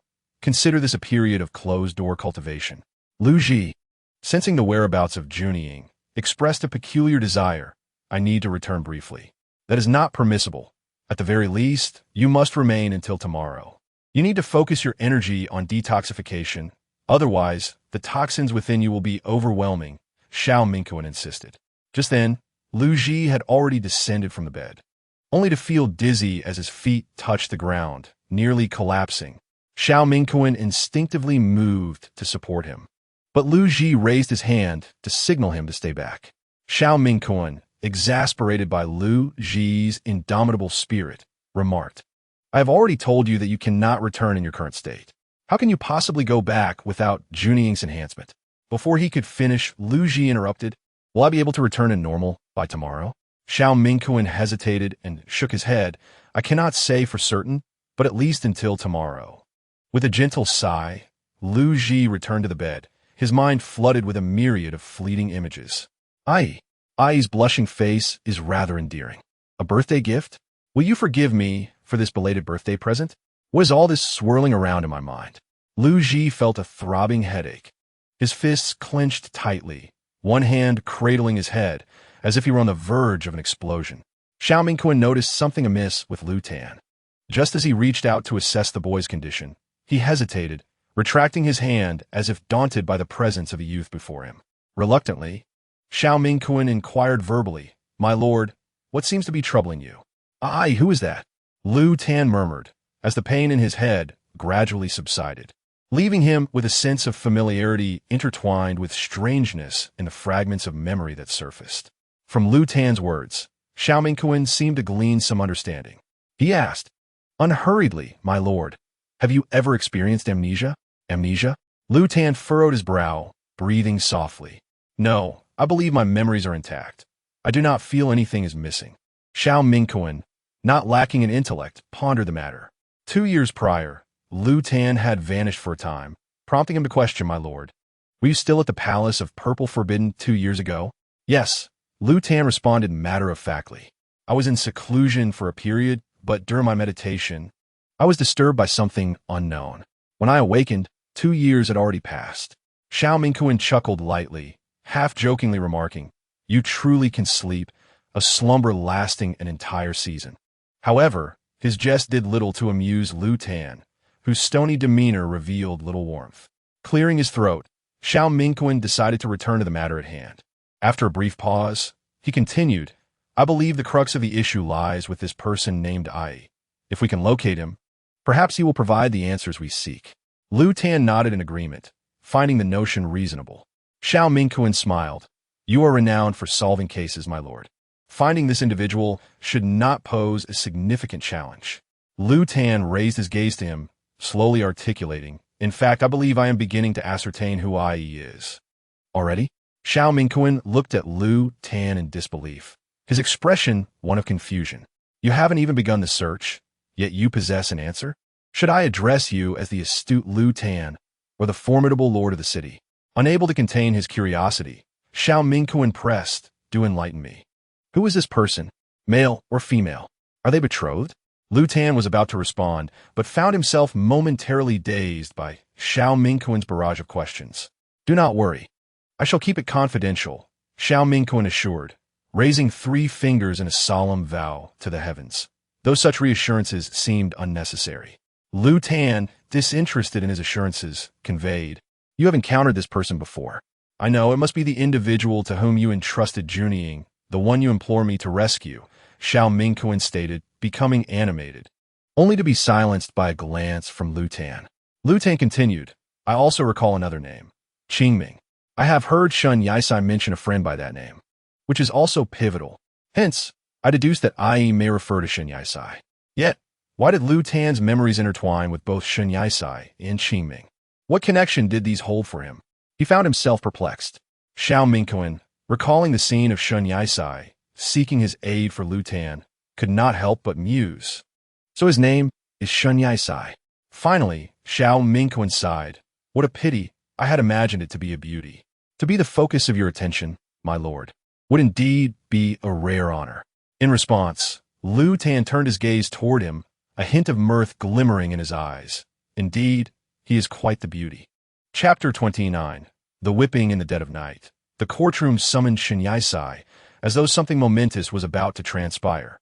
Zhouan accompanied him into the hall. The judge, pale as a ghost, altered his expression upon seeing Shun Yisai and repeatedly scrutinized a letter on the table.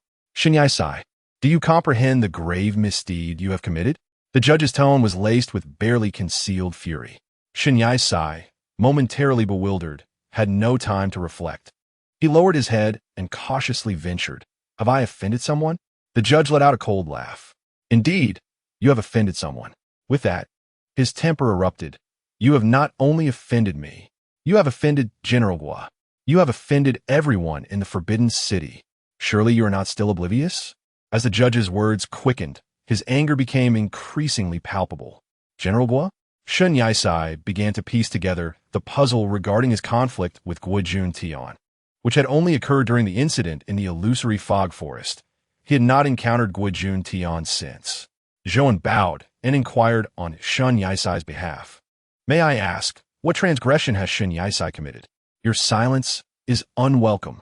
The judge snapped, although he turned back to Shun Yisai. General Gua, while fighting on the frontier, was affected by the hallucinatory mist, leading to his catastrophic defeat and the loss of tens of thousands of soldiers. This has reached the ears of the Lord of the Forbidden City. In his wrath, the Lord has severed one of General Gua's arms. Shun Yisai could hardly fathom the gravity of the situation. His complexion turned ashen. How could a seasoned general, now maimed, continue to fight? This was unforeseen. The narrative would not alter due to his actions, would it? Or was this part of the tale? He had never encountered this plotline during his readings. The judge observed Shun Yisai in silence, seemingly lost in contemplation, then scoffed, You are the root of this calamity. One person succumbs to the hallucinatory mist, and many others suffer. According to reports, it was you who led them astray. At these words, Shun Yisai's expression faltered, and he quickly raised his head to deny it. It was not me. The judge continued, Who else could it be but Lord Lu? At this, Shun Yisai again lowered his head in silence. I refuse to believe that Lord Lu would err so gravely. Zhao Weiyan, too, possesses experience in such matters. It seems implausible that he would be at fault. The judge then turned to Zhou and asking, Zhou, do you consider yourself a culprit? Zhou An's countenance darkened. He was usually forthright, yet hesitated, fearing that a denial would lead the judge to blame Shen Yisai. Zhou, speak. The judge barked impatiently. No, it is not me, Zhou replied, his voice tinged with hesitation, clearly intimidated by the judge's presence. Upon hearing Zhou An's response, the judge glanced behind them and commanded without hesitation, bring Shen Yisai forth. Administer 20 lashes of the king of hell's whip. Yes. The guards entered the hall upon receiving the order. My lord, 20 lashes could prove fatal, Zhou implored, prostrating himself with a resounding thud as his forehead struck the ground. The judge regarded him with a piercing gaze, seemingly bewildered. Is it not Shen Yisai's fault? Could it possibly be mine? Shen Yisai found himself firmly grasped by the arms of 2 guards, rendered immobile. Your Excellency, I implore you to show leniency. With that, Zhou bowed his head once more. Observing Zhou An's humble entreaty, Shen Yisai could not help but shake his head, wishing to convey, as an outsider, I do not warrant such fervent pleas on my behalf. However, he refrained from voicing this concern, fearing the judge might not spare Zhou either. Instead, he uttered, Zhou, enough. It is merely 20 lashes. The judge's expression remained devoid of emotion, his face a mask of indifference as he looked down upon Zhou. This is already a light sentence. I require Shen Yisai to resolve the case from 2 years prior. I believe he possesses intelligence, and were it not for his usefulness, I would have disposed of him long ago. Zhou met the judge's gaze with a furrowed brow, stating, an ordinary person could scarcely endure 10 lashes. The king of hell's whip inflicts 3-fold the pain of a typical lash. Are you intent on obliterating all his abilities? The judge's heart stirred not a whit. He had witnessed every form of cruelty and had no semblance of compassion. He could only attribute it to Shen Yisai's own missteps. I am confident that he will withstand 20 lashes. This individual before me is utterly unreasonable. Once an order is given, it shall not be rescinded. The judge, growing impatient with Zhou An's defense, threatened, should you continue to plead, I shall punish you as well. Suddenly, Shen Yisai recalled the system mentioning that the punishment was not yet complete. Perhaps it referred to these 20 lashes of the king of hell. If Zhou persisted, he would only drag himself into the mire, facing punishment alongside him. This retribution was fated, unavoidable. Zhou, cease your words. I can endure this. Shen Yisai, fearing his disbelief, offered him a gentle smile to reassure him. How could one find solace in such a situation? The judge waved his hand, signaling the guards to swiftly escort Shen Yisai away. In the end, the guards, holding Shen Yisai's arms, led him directly to the place of punishment. Zhou watched helplessly as Shen Yisai was taken away, his back disappearing from view. He bit his lip, brow furrowed, and even after Shen Yisai vanished, he remained in a daze. He never anticipated that Shen Yisai would find himself at the punishment site. The whipping platform featured a human restraint structure, with Shen Yisai's hands tightly bound to either side, and his feet secured as well. The executioner draped a long white cloth over Shen Yisai's eyes, knotting it at the back of his head. Why the blindfold? Shen Yisai blinked, unable to discern the scene before him. The white fabric was somewhat translucent, allowing faint shadows to emerge. The executioner explained, this will mitigate your suffering. Shen Yisai attempted to utter a response, only to have his mouth sealed, the fabric discernible against his tongue. Devoid of sight and speech, he could only emit muffled sounds through his nose. Yet his ears remained intact, allowing him to hear the sound of the whip being cracked. Before he could fully comprehend, a sharp sting struck a part of his body, pain swiftly radiating through him, leaving Shen Yisai breathless in an instant. He clenched his fists tightly, yet he could not free himself from the ropes that bound him. His feet were also bound securely, his entire body trembling. And this was merely the first lash. Cold sweat trickled down Shen Yisai's forehead, and the perspiration caused his hair to become disheveled.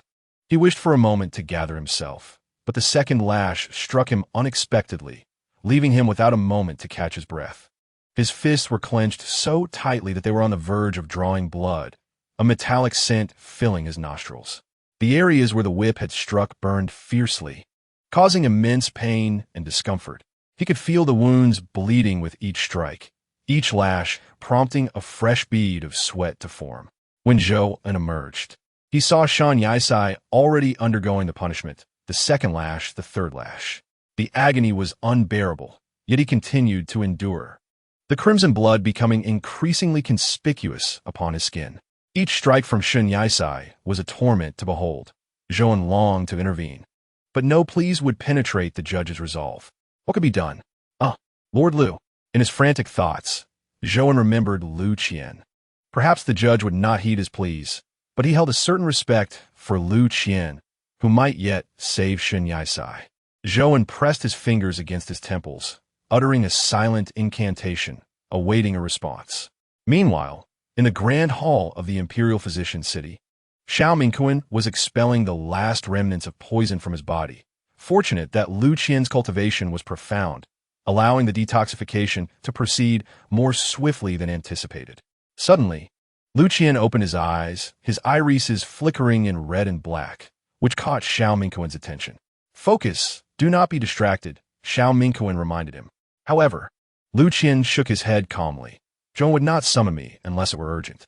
Without waiting for Xiao Mingquan to voice further counsel, Lu Qian pressed his fingers to his temples, initiating a mental communion. Before he could speak, Zhou's voice rushed in. It's bad. Lord Liu, Shan Yisai is in trouble. Please save him. Even Lu Qian was taken aback, rising abruptly. What has happened? Zhou spoke rapidly. During the incident with the illusion mist, the judge believes Shan Yisai is at fault and has him subjected to 20 lashes in the punishment arena. I will arrive immediately. Lu Qian severed the mental link and turned to leave. However, Xiao Mingquan stopped him, saying, Wait, you've just recovered. Where do you think you're going? Even if you wish to save Shan Yisai, you won't make it in time. Don't forget, we are still in the Imperial Physician City. Lu Qian frowned, realizing his haste had nearly caused him to forget his current location. The distance between cities was considerable, rendering it impossible to reach in a single day. His arrival had relied on Junying, but Junying was not at his disposal, presenting a significant dilemma. The ability for instantaneous travel could only be performed with high-level artifacts. And without Junying, he was unable to reach there. Though Lu Qian was astute, he was also impulsive at times. Without hesitation, he began to cast a spell on the spot. In that fleeting moment, his dark eyes turned red, as if the version of himself from over a century ago was re-emerging. Are you out of your mind? Are you calling upon Junying? You've just recovered and are attempting to wield such a potent spell? Do you wish to court death? Xiao Mingquan was utterly bewildered by Lu Yan's actions, questioning the motive behind such behavior. Be rational. Do not break the seal within you, he implored. Yet, before Xiao Mingquan could continue, Lu Yan had already vanished from his sight. Damn it, Lu Yan is truly insane. Xiao Mingquan fumed, stamping his feet in frustration. He had never witnessed Lu Yan behave in such a manner, and the consequences of breaking the internal seal were unimaginable.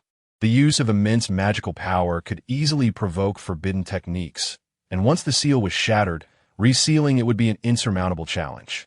Suddenly, the bracelet on Shan Yisai's wrist began to emit a flickering light, but this detail went unnoticed by anyone. As the executioner prepared to strike again, a force unexpectedly seized the whip from him. Who is it? The executioner exclaimed, startled by the sudden interruption. Emerging from seemingly nowhere, Lu Yan held the other end of the rope tightly, pulling with great intensity. The executioner, terrified, immediately released his grip, bowing repeatedly as if pleading for his life. My Lord Liu, I am but a wretched fool. Lu Yan's expression was devoid of warmth, his furrowed brow revealing his fury. Despite his anger, he could not avoid the lash that had left a scar on his arm, blood oozing from the wound. Gritting his teeth, he found himself overwhelmed. The powerful magic he had just wielded had already taken its toll, and now he had endured a strike from the king of Hell's whip, a blow that was particularly grievous. Get away from me. Lu Yan's voice was laced with rage, a tone he had never before exhibited. The executioner, trembling, hastily fled the execution grounds. Lu Yan cast the whip aside, dismissing his own injury as he turned to behold Shan Yisai in a state of utter disarray.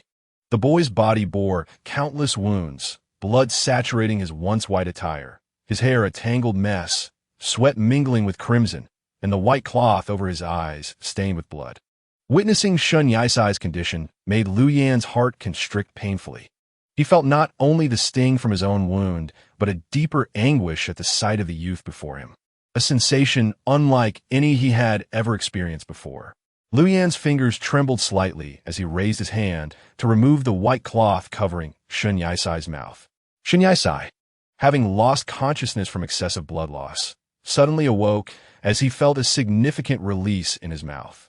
However, a wave of metallic tang surged from within him, and he coughed up a substantial amount of blood. Observing Shun Yaisai's plight, Lu Yin furrowed his brow, remaining silent as he reached out once more to console the boy. As Shun Yaisai felt a gentle touch on his cheek, he instinctively turned his head away. Lu Yan's voice was hoarse yet recognizable. Slowly, Shun Yaisai lifted his gaze, though his vision was obscured. He could perceive a faint silhouette through the veil of his condition.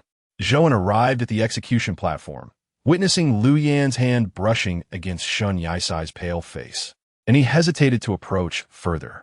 This time, when Lu Yan reached out again, Shun Yaisai did not shy away. However, he lacked the strength to speak. His words trapped within him. After a while, Lu Tan descended from the punishment platform, making his way directly to the judgment hall. Zhouan immediately followed, noting Lu Tan's wounds. Yet, no inquiry was necessary. Lu Tan's fierce demeanor suggested that he was not here for pleasant discourse, waiting like a powder keg ready to explode at the slightest provocation. Upon entering the judgment hall, the onlookers turned their attention to the tempestuous Lu Tan, their gazes fixed upon him like sunflowers seeking the sun. Lu Tan, oblivious to the scrutiny of others, boldly met the judge's gaze, slamming his hand on the judgment table, and calmly declared, "Release Shun Yaisai." Chapter 30. The truth. The judge observed Lu Tan's impatience, seemingly disregarding the collective gaze of the assembly, casting aside decorum and propriety.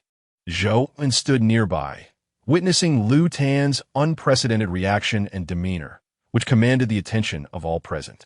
How many lashes remain? The judge, ignoring Lu Tan's ferocity, turned to inquire of his subordinate. The attendant, maintaining a professional demeanor, replied, "Your Excellency, Shun Yaisai has endured 12 lashes. However, one lash inadvertently struck Lord Lu. Lord Lu, still recovering from his injuries, had endured a blow that was excessively harsh.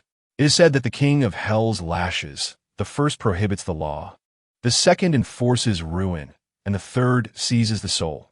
Each lash strikes deep into flesh, inflicting unbearable agony."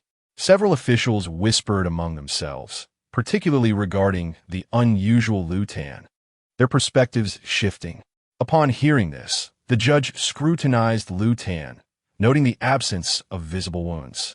However, upon reflection, if Lu Tan had truly been affected by the King of Hell's lashes, how could he still stand here alive, especially considering his recent illness? Lu Tan was deliberately concealing his injuries from the judge, glaring ominously at him. "There remain 8 lashes. Complete them," the judge stated coldly and mercilessly.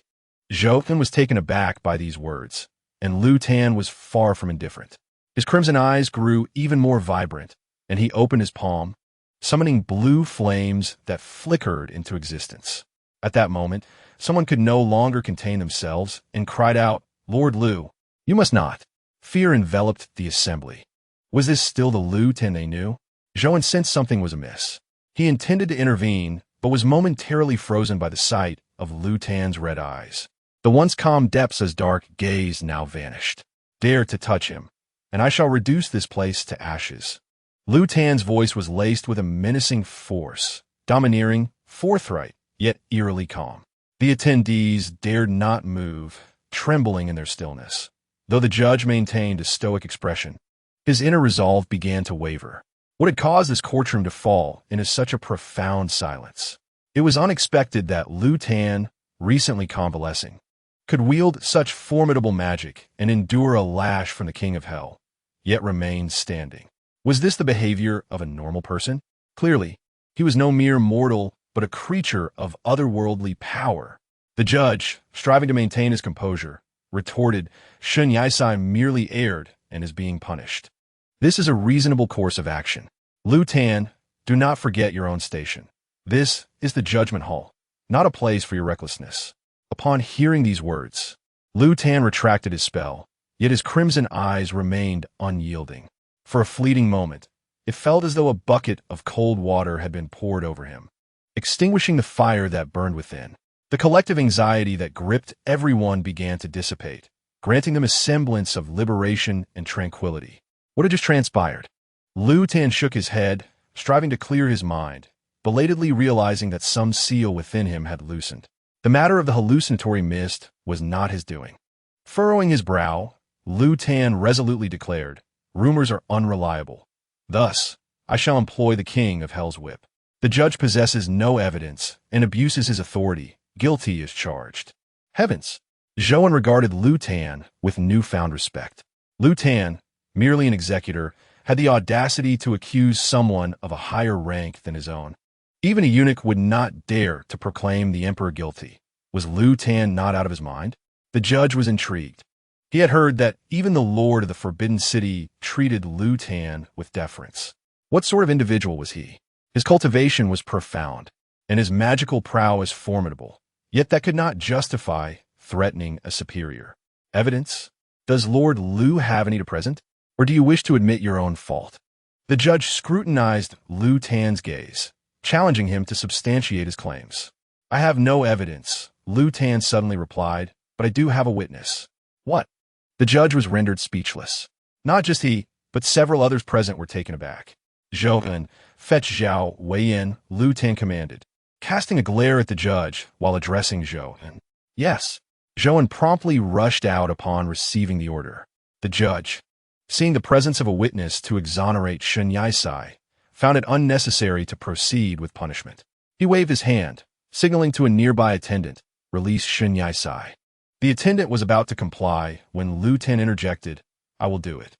When Zhao Wei arrives, he will clarify everything." As he spoke, Lu Tan strode towards the execution grounds. The judge watched his cold silhouette depart, pondering whether Lu Tan was overly concerned for this outsider. Upon their initial acquaintance, he had deemed Shun Yisai as suspect and had placed him under close surveillance. Thus, it was even less justifiable that he should endure the king of Hell's Whip. Truly, Lord Lu's heart was unfathomable. Shun Yisai had been bound for quite some time. Each time Lu Tan beheld his battered form, his heart would involuntarily quiver. Upon reaching Shun Yisai, his movements became somewhat sluggish, for he had never witnessed Shun Yisai in such a wretched state. A pang of bitterness welled within him. His gaze softened, and the color of Shun Yisai's right eye returned to its original black, as if merging with the night itself. Lu Tan slowly extended his hand to remove the white cloth from Shun Yisai's eyes. How had he become so haggard? He had lost so much weight. As Shun Yisai opened his eyes, it was as if he had been granted light, momentarily disoriented. Upon recognizing the youth before him, his heart skipped a beat. Lu Tan did not meet his gaze, but methodically untied the ropes binding Shun Yisai's hands and feet. With nothing to support him, Shun Yisai's body faltered and he toppled forward, only to be caught by Lu Tan. At this moment, he lay upon the ground as if devoid of bones, languidly sprawled across the path. Lu Luqian, gentle in demeanor, chuckled softly and spoke in a feeble tone. It was uncertain whether Lu Qian hesitated to touch his wounds or was simply moved by the breathy call of his name from Shun Yisai, yet he dared not stir. Embracing the battered figure, he remained still, listening to the whispers that grazed his ear. "I'm truly ineffectual. I shouldn't have been a burden to you," Shun Yisai painstakingly articulated, each word etched with effort. "You are remarkable." A hint of vulnerability flickered in Lu Qian's eyes, his voice softening as he replied, "He is the most exceptional." Shun Yisai longed to continue their exchange, but his body betrayed him. He had lost too much blood and succumbed to unconsciousness. Blood trickling persistently from the corner of his mouth. Shun Yisai. Gradually, his vision dimmed, fatigue overwhelming him. He yearned for an end, a release. It seemed as if someone was fervently calling his name, yet his reluctant eyelids refused to part. He did not wish to awaken. but his spirit craved to discern who was so heart-wrenchingly summoning him and why.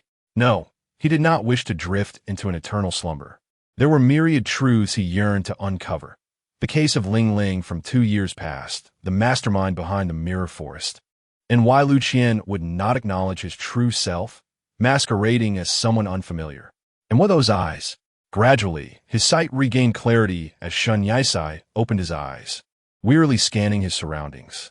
He found himself in the familiar chamber of the Lu Pavilion. Though slightly disoriented, he attempted to rise, only to be met with an agonizing jolt. The pain of the 12 lashes from the King of Hell resurfacing like a thunderclap. He noticed that his upper body was swathed in white bandages, a reminder of his torment. The pain rendered him nearly immobile, yet curiosity prevailed over discomfort, compelling him to rise. However, it felt inappropriate to venture out clad only in his undergarments, so he hastily draped a casual garment over himself. Shin Yisai ambled awkwardly toward the main hall, where Meng Xiaoxi seemed lost in thought, sitting pensively.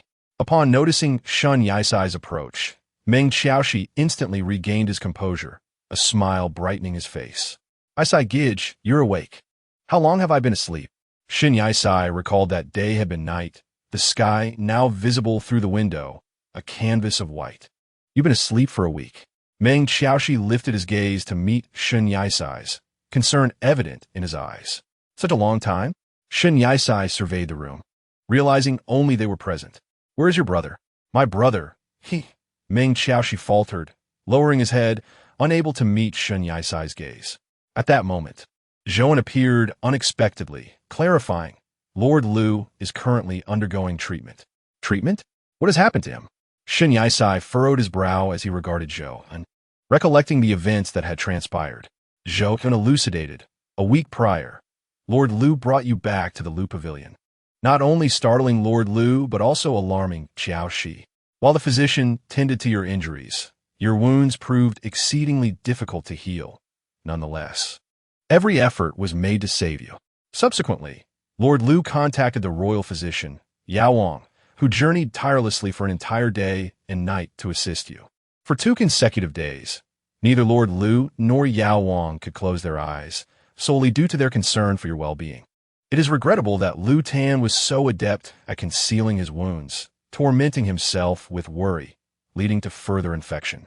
Once Shun Yisai's symptoms stabilized, Lu Tan finally felt a sense of relief, allowing his entire body to unwind after what felt like an eternity of tension. However, Lu Tan collapsed into unconsciousness, later discovering that the lash of the Yama's whip had inflicted a significant toll on him, especially after the poison had just been purged, and his condition had only begun to improve. He had exerted tremendous magical power to summon Jun Ying and transfer himself. He had also struck the Yama's whip heavily, for he was accustomed to hiding his injuries, presenting a facade of indifference and strength, which led others to perceive him as invincible. Yet he too was human, capable of bleeding and suffering pain like anyone else. But who would truly care? Zhouan was a meticulous individual. Every time he witnessed Lu Tan in distress, his concern deepened. He empathized with the torment Lu Tan had endured, yet he bore the burden alone. "What the illusory mist?" Shin Yisai inquired. Zhouan replied, "That very night, in Lu Tan's urgency to treat Shin Yisai's wounds, Zhouan remained to oversee this matter and brought Zhao Weiyan to the judgment hall. Zhao Weiyan was still engaged in reporting certain intelligence to the Lord of the Forbidden City when Zhouan summoned him in haste. When questioned by the judge regarding the illusory mist, Zhao Weiyan acknowledged, stating that the illusory mist had a flaw. It did not affect younger individuals. Given Shin Yisai's age, he was immune to its effects. But isn't Shin Yisai an adult? I clarified that younger does not imply underage. I had investigated Yang Lingling's brother, who was merely 20, yet he could come and go freely. According to him, the heart loss pill could render one immune to the illusory mist. But the heart loss pill originated from Shangluo City and has long been lost. The judge hesitated for a moment, arriving at a crucial question. Who else could it be besides Shin Yisai? It was Guijun Tian's inner demon. Within the illusory mist, we heard the sound of bells, which most easily disturbed the mind. It was Ling Ling's brother who had used a special bell to disrupt Guojun Tian's consciousness. In truth, in the illusory mist of the illusion mirror forest, Zhao Weiyan had located Guojun Tian before succumbing to hallucinations. A formidable general, Guojun Tian appeared in an astonishing state before Zhao Weiyan. His face turned ashen upon hearing the sound of the bells. He clutched his head in distress and struggled for a considerable time before losing consciousness. Initially, Zhao Weiyan intended to rescue him, but he too fell into the realm of illusions, possessing absolute rationality yet experiencing blurred vision and hallucinations. Ultimately, it was Guojun Tian who had succumbed to the illusory mist, failing to truly confront the inner demon within himself. While pursuing Ling Ling's brother, he also discovered his bell. It was evident that he harbored a grudge against the prison guards. At the time of the capture, the bell had sustained some damage, a detail that went unnoticed. Guojun Tian was apprehended, his mind ensnared, leaving the inexperienced Shun Yaisai to bear the brunt of the situation. Had he known that Shun Yaisai endured 20 lashes of the king of Hell's whip, Zhao Weiyan would undoubtedly have rushed over to testify.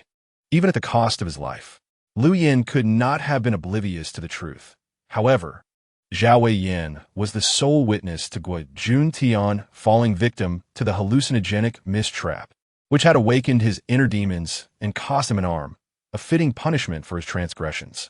As for how Liu Yin was informed, during his treatment in the Imperial Physician City, Zhao Weiyan had sent a message to Liu Yin alluding to these events.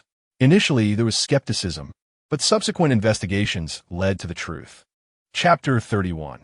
The enigmatic fruit, but who could have anticipated that Shun Yaisai would endure the 12 lashes of the king of Hell's whip? A torment thrice as painful as an ordinary whip? His body bore numerous scars from the lashes. Each step he took was a jolt of excruciating pain. Yet, he had never uttered a cry of anguish. Instead, his thoughts were consumed with concern for Liu Yan's injuries. Though his eyes had been covered, the sound of the whip striking down informed him that the pain had not compounded, as it had struck the person before him. And Liu Yan? Shun Yaisai inquired directly. Zhouan answered without hesitation. In his room, the lord of the Imperial Physician City is attending to him. The severity of his injuries was no less than Shun Yaisai's. Meng Xiaoxi was lost in thoughts of her brother, worried that Liu Yan had been confined to his room for too long. Fortunately, the situation was dire but not catastrophic. Xiao Mingquan retracted his spell and calmly addressed Liu Yan. Liu Yan remained composed by the bedside. Even the finest doctors in the Forbidden City could not mend the injuries inflicted by the king of Hell's whip. Indeed, the lord of the Imperial Physician City possessed the most expertise in medical matters. I am not omnipotent. There are ailments I cannot cure. Xiao Mingquan reprimanded Liu Yan upon noticing her improvement. Could you not allow me a moment of peace? I knew you would act impulsively, rushing here day and night. As the city lord, I have my responsibilities. Must you not endure some matters? He bore the burden of suffering that was unbefitting his age. Liu Yan squinted, her expression betraying no emotion, but her tone was laced with fury. How can you expect me to endure this? At her words, Xiao Mingquan was momentarily taken aback. Even a middle-aged man in his 30s or 40s could scarcely withstand the agony of the king of Hell's whip. Most succumbed after merely 10 lashes.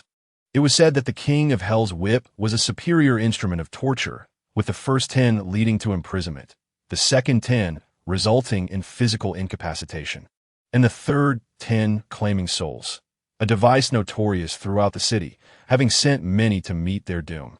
Shun Yaisai had endured a full 12 lashes, never once crying out in pain, not due to extraordinary endurance, but rather a steadfast resolve to survive and a profound sense of solitude.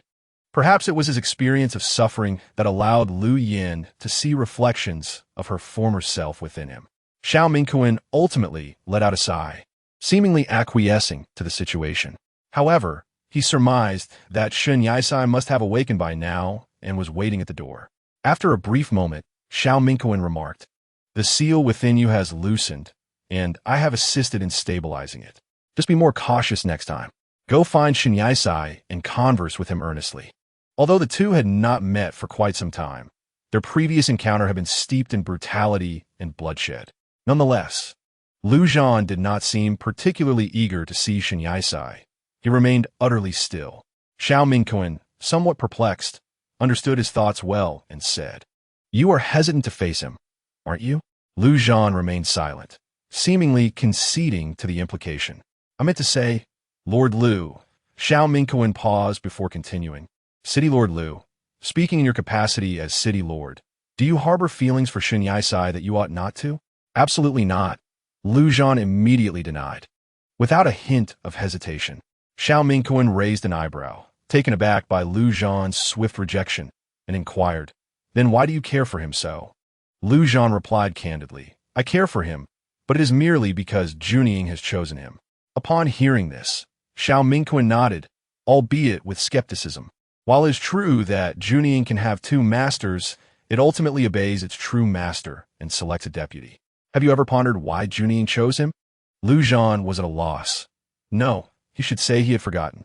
From the moment Junying entrusted itself to Shen Yisai, the choice of a deputy had already been determined. Yet, Xiao Mingquan pressed on. Indeed, those embroiled in the situation are often blinded, while the onlooker sees clearly. You have changed significantly because of Shen Yisai, haven't you, City Lord Lu? Furrowing his brow, Lu Zhan was reluctant to acknowledge Xiao Mingquan's assertions. He cast a sidelong glance before retorting, "If you insist on discussing this matter, then I shall relinquish my title as City Lord." Xiao Mingquan replied, "Why must you be so obstinate?" When the two finally emerged from the room, those waiting outside suddenly regained their vigor. Although Shen Yisai appeared somewhat sluggish, his expression betrayed his anxiety. Shen Yisai, feeling unwell, was greeted only by Zhouan, who bowed and said, "Greetings, City Lord Xiao." Xiao Mingquan waved his hand, signaling him to rise, but his gaze remained fixed on Shen Yisai. Their last meeting had been rather abrupt, and now, having learned more about Shen Yisai, he scrutinized him closely. However, Shen Yisai's attention was directed toward Lu Zhan. Xiao Mingquan observed the exchange between them, and with a knowing smile, nodded subtly. "I am fine." The three words escaped Lu Zhan's lips. He wished to reassure Shen Yisai not to worry, yet Shen Yisai remained unconvinced. Xiao Mingquan shrugged, and, with a hint of exasperation, addressed Shen Yisai. "He is unscathed, merely shaken, and the one who bore the brunt of the injury is you, not him. Why fret so?" Before Shen Yisai could respond, a girl's voice suddenly interrupted, "Brother, come and taste." Meng Xiaoxi entered, carrying a tray and placing a bowl of nourishing soup on the nearby table, exclaiming, "I made this nourishing soup just right for you to regain your strength." All eyes turned toward Meng Xiaoxi and then to the bowl of soup. "Elder brother Yisai, you have sustained such severe injuries. Why not have some as well?" Meng Xiaoxi gazed at Shen Yisai and offered a kind-hearted suggestion. Upon hearing this, Shen Yisai immediately declined without a hint of hesitation. "No, no, no. Just let your brother have it. I shall abstain." To be honest, Shen Yisai had a considerable aversion to bitterness, and though this medicinal soup was indeed nourishing, it was profoundly bitter. "Lord Lu, your sister is quite remarkable. She can even concoct the 10 complete nourishing soup," Xiao Mingquan remarked with a smile. "A little wouldn't hurt. This soup is genuinely beneficial." As he spoke, he cast a glance at the nourishing ingredients within the broth. With his extensive knowledge of medicinal herbs, he could easily identify the components included. Lu Qian nodded, took the spoon, and sipped the soup, her expression unchanged as she found it palatable and indulged in a bit more. Xiao Mingquan's eyes flickered as he turned to Meng Xiaoxi and said, "Miss Meng, would you be so kind as to prepare something for me?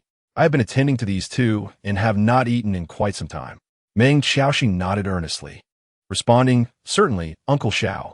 With that, she dashed toward the royal kitchen, while Xiao Mingquan glanced at Zhouan, who was watching Lu Qian intently as she enjoyed her soup. "Zhouan, accompany me for a moment," Xiao Mingquan suddenly stated, stepping away. "Where to?" Zhouan inquired. Xiao Mingquan, somewhat exasperated, replied impatiently, "Does the city lord need to report every move to you?" "I dare not," Zhouan answered with a formal demeanor, following Xiao Mingquan out. They proceeded directly to the entrance of the Lu Pavilion, where Xiao Mingquan refrained from speaking the entire time. Zhouan furrowed his brow and said, "If the city lord has something to discuss, please do so." Nothing of consequence, Xiao Mingquan replied nonchalantly. I merely require a moment for them to converse. They have matters to discuss, and we outsiders should not interfere. Upon hearing this, Zhou nodded, understanding Xiao Mingquan's intent. In the main hall, only the two of them remained, as Lu Qian had finished an entire bowl of soup, while Shen Yisai sat nearby, hesitant to speak, and an awkward silence enveloped them. Lu Qian, may I ask you something? Shen Yisai, I wish to inquire about something as well. Both spoke simultaneously, and the overlap created an uncomfortable moment. Lu Qian, maintaining a stoic expression, said, You go first. It's nothing significant, Shen Yisai chuckled softly. It's merely about a case from 2 years ago. I have no leads and wish to hear your thoughts. Is that all? A hint of disappointment flickered across Lu Qian's face, albeit subtly. What else could it be? Shen Yisai frowned, perplexed. Lu Qian pressed his lips together and accepted calmly. Just a simple Was that an acknowledgement? Shen Yisai took it as such and then asked, What did you initially want to ask me? Ae, is it you? Lu Qian's words flowed seamlessly, and upon hearing his name, Shen Yisai felt his heart skip a beat. You admit it? Shen Yisai raised his gaze to meet Lu Qian's icy eyes. Lu Qian appeared not to grasp Shen Yisai's words, asking, What do you mean by that? You still do not acknowledge it? Shen Yisai felt a wave of confusion. He had called him by his nickname, yet feigned ignorance. What was this charade? Lu Qian shook his head and, with resolute indifference, stated, in my recollections, There exists someone named A.E., whom I deduced to be you, and another friend called Qingming. Memories? Shen Yisai was somewhat taken aback. Did he not recall that he himself was Qingming? What could be the matter? He refrained from speaking, while Lu Tan, initially awaiting his response, inexplicably felt a wave of dizziness wash over him. He gently shook his head, attempting to regain his clarity, though the motion was minimal, akin to a mere twitch. I is not me.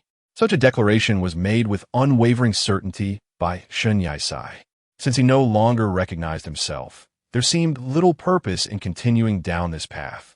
There was no need to intrude upon the other's life and world out of selfishness. Having completed his task, he intended to return. Therefore, it was best to remain as strangers. Lu Tan felt a warmth enveloping his body, his voice trembling. I.e. is not you? Indeed, at present. Shen Yisai remained oblivious to Lu Tan's peculiar behavior. He continued, This person perceives him merely as a dream. After all, he is but a passerby in your memories. So there is no need for constant reminiscence. Having said this, Shen Yisai turned to retreat to his room for rest, when suddenly someone grasped his arm from behind. In a swift motion, Shen Yisai collided against a solid chest, caught entirely off guard. The other leaned down, lips brushing against his ear, softly uttering 2 words, i.e., I have already stated that I am not Shen Yisai. He asserted, irritation mounting, and attempted to push Lu Tan away. However, he found it futile, inadvertently aggravating his injury in the process. Hiss! Shen Yisai winced, furrowing his brow. Yet to his astonishment, the other noticed and released his hold, gazing at him with tenderness. What is it, i.e.? Did I hurt you? Am I mistaken? Shen Yisai stared in disbelief, and indeed, Lu Tan's expression had shifted. His eyes filled with an unusual softness. The usual sharpness and indifference were absent, replaced by an innocent and naive demeanor. What was happening? Shen Yisai had never witnessed Lu Tan display such an expression. I will be gentler, but i.e., could you refrain from leaving? Was this truly something Lu Tan could utter? Was he attempting to act coy? Shen Yisai reached out to touch the forehead of the youth, taller than himself, finding no fever present. Was there something amiss within his mind? Seeing Shen Yisai's silence, Lu Tan assumed his lack of response meant he wished to depart. Thus he clung to him, stubbornly insisting on keeping him there. Aye, please don't go. Lu Tan's tone was soft, his breath gently brushing against Shen Yisai's ear, causing his ears to flush with warmth. Lu Tan, are you all right? Could you please release me? Shen Yisai exerted a feeble effort to push the youth away, wary of aggravating his wound and reluctant to apply too much force. I cannot. If I let go, I will leave. Lu Tan's expression immediately morphed into one of grievance. Who had taught him such tenacity? At that moment, Meng Qiaoshi emerged from the royal kitchen, carrying a tray. And upon witnessing the intimate embrace between Lu Tan and Shun Yaisai, his hand trembled, causing the tray, laden with freshly cooked congee, to crash to the floor. A loud sound echoed as the porcelain bowl shattered, congee splattering everywhere. What has transpired? Hearing the commotion, Zhou En and Xiao Mingquan rushed in, only to be rendered speechless by the scene before them. Wait, I can explain. Shin Yaisai found himself in a state of amusement as he turned his head to observe the two individuals who had been rendered immobile. Is it truly necessary for you to develop this quickly? Xiao Mingquan was at a loss for words. While Lu Ji had never been one to indulge in such displays of affection, yet it was evident that Lu Ji was the one who had taken the initiative to embrace Shin Yaisai. No, Shin Yaisai felt that even if he were to plunge into the Yellow River, he could not clear his name. However, upon noticing the two others nearby, along with the astonished Meng Qiaoshi, Lu Ji finally released Shin Yaisai from her grasp. "Aye, who are they?" she inquired. "What?" Everyone was taken aback. While some might have thought it was merely a jest, such words had emanated from Lu Ji herself. Although Shin Yaisai shared the same disbelief, he seized the opportunity to clarify. "You see, I told you I could explain. Lord Lu, I am Zhou." Zhou stepped forward, his complexion rather pale. Lu Ji shook her head, responding with three simple words. "I do not know." Elder brother Meng Qiaoshi gazed at Lu Ji, wondering if she might not even recognize her own sister. As expected, Lu Ji shook her head lightly once more, unable to endure the situation any longer. Xiao Mingquan stepped in front of Lu Ji, gripping her arm as he said, "Let me show you, perhaps your mind is faltered." "Your mind is the one that is faltered," Lu Ji retorted, shaking off his hand. "Do not touch me. I will become jealous." Shin Yaisai pondered if it is poison. That seems unlikely. Xiao Mingquan confirmed that the toxin had been completely expelled, and there were no issues during the treatment. But what could the problem be? Out of the corner of his eye, Xiao Mingquan noticed the porcelain bowl on the table. Lu Ji had finished the soup. To ensure there were no oversights, he examined the tonic. Lu Ji had consumed only the soup, while the tonic remained in the bowl. Xiao Mingquan scrutinized the contents, even counting them. "Xiaoshi, where did you find this?" he exclaimed, his expression turning grave as he selected a pink, speckled fruit that resembled a small ball from the tonic. Meng Qiaoshi smiled as she replied, "I discovered this in my brother's storage room. It looked quite adorable, so I added it to the complete nourishing soup." Xiao Mingquan, in a state of agitation, waved the pink fruit in front of Meng Qiaoshi while exclaiming, "Do you have any idea what this fruit is?"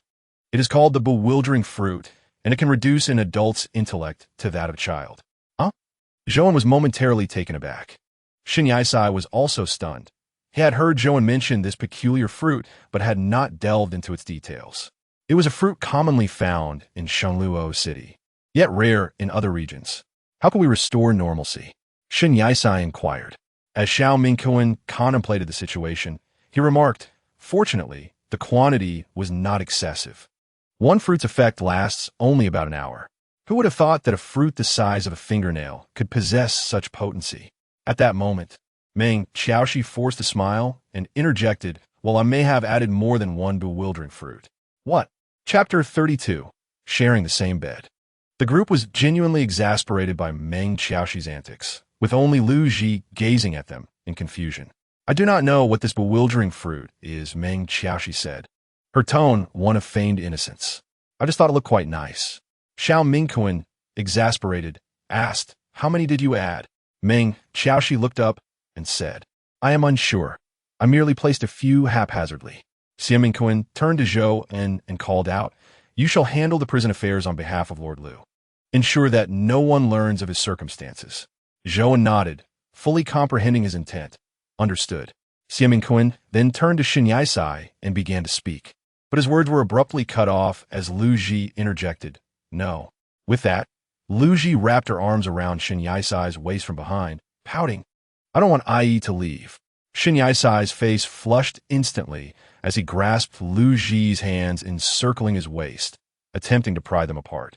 "Could you please express yourself properly?" Shin Yaisai found it impossible to break free.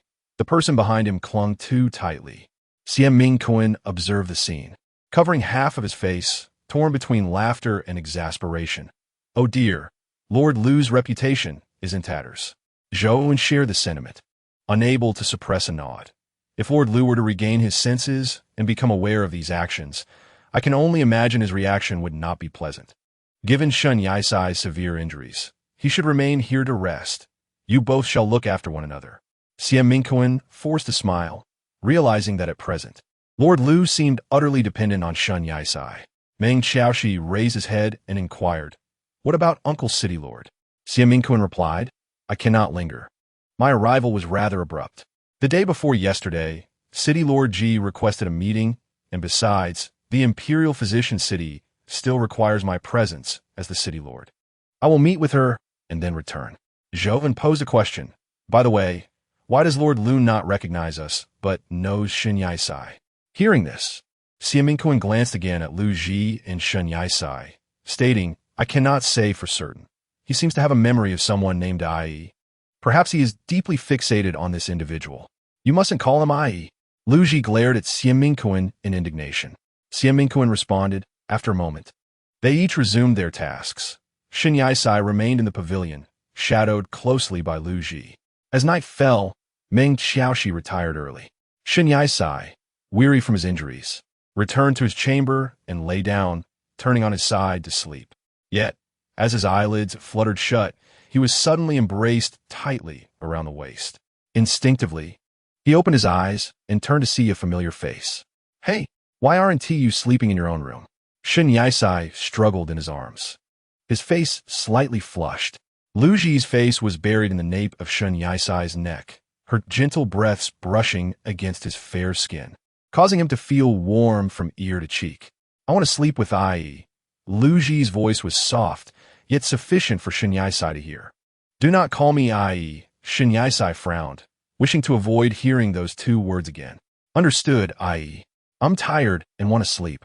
Lu Ji, with her eyes closed, seemed to have drifted off, yet her lips remained conscious, speaking in a languid tone. Shun Yaisai attempted to extricate himself, but as soon as he did, Lu Ji tightened her hold. "Could you let go? How old are you?" Before Shun Yaisai could finish his sentence, Lu Ji interrupted, "I wish to sleep holding Ai. I will not relent." In his heart, Shun Yaisai silently cursed, feeling an unsettling proximity that made him acutely aware of a soft presence against the nape of his neck, light and gentle. Yet, this sensation heightened Shun Yaisai's sensitivity, for Lu Zhan's lips rested upon that tender skin. After a brief moment, the figure behind him fell silent, seemingly having drifted off to sleep, while Shun Yaisai found it increasingly difficult to succumb to slumber. The discomfort was overwhelming. As the night wore on, fatigue ultimately claimed him, and he surrendered to sleep. The following morning, when Shun Yaisai slightly opened his eyes, he was startled to find a face before him, causing him to widen his gaze in shock. Lu Zhan had spent the entire night holding him. The youth before him was also staring, his expression shifting, and he finally spoke upon noticing Shun Yaisai's awakening. "My hand is numb." At these words, Shun Yaisai instinctively pushed the person in front of him away. He sat at the edge of the bed, turning back to look at Lu Zhan, who remained reclined. Their eyes met, and he couldn't help but exclaim, "Your hand is numb, yet you still won't let go?" "I was afraid of waking Ai." Lu Zhan averted his gaze, looking somewhat aggrieved. Shun Yaisai realized he could no longer remain in such close quarters. He was at his wit's end. His cheeks flushed crimson as he rose and stepped away. "Is I upset?" Lu Zhan mumbled to himself, pouting slightly. Just then, Meng Xiaoxi emerged from her room and happened upon Shun Yaisai, noticing his slightly flushed complexion. "Gij Yaisai, what is the matter?" she inquired, seeing Meng Xiaoxi brought a measure of calm to Shun Yaisai's demeanor. "Xiaoxi, please take care of your brother at home." "I need to step out for a bit," he replied. "Is Gij Yaisai very busy?" "But your injury?" Meng Xiaoxi expressed concern. However, Shun Yaisai managed a somewhat strained smile as he reassured her, "It's nothing. I am not so weak." Convinced by his words, Meng Xiaoxi nodded in response. "All right then.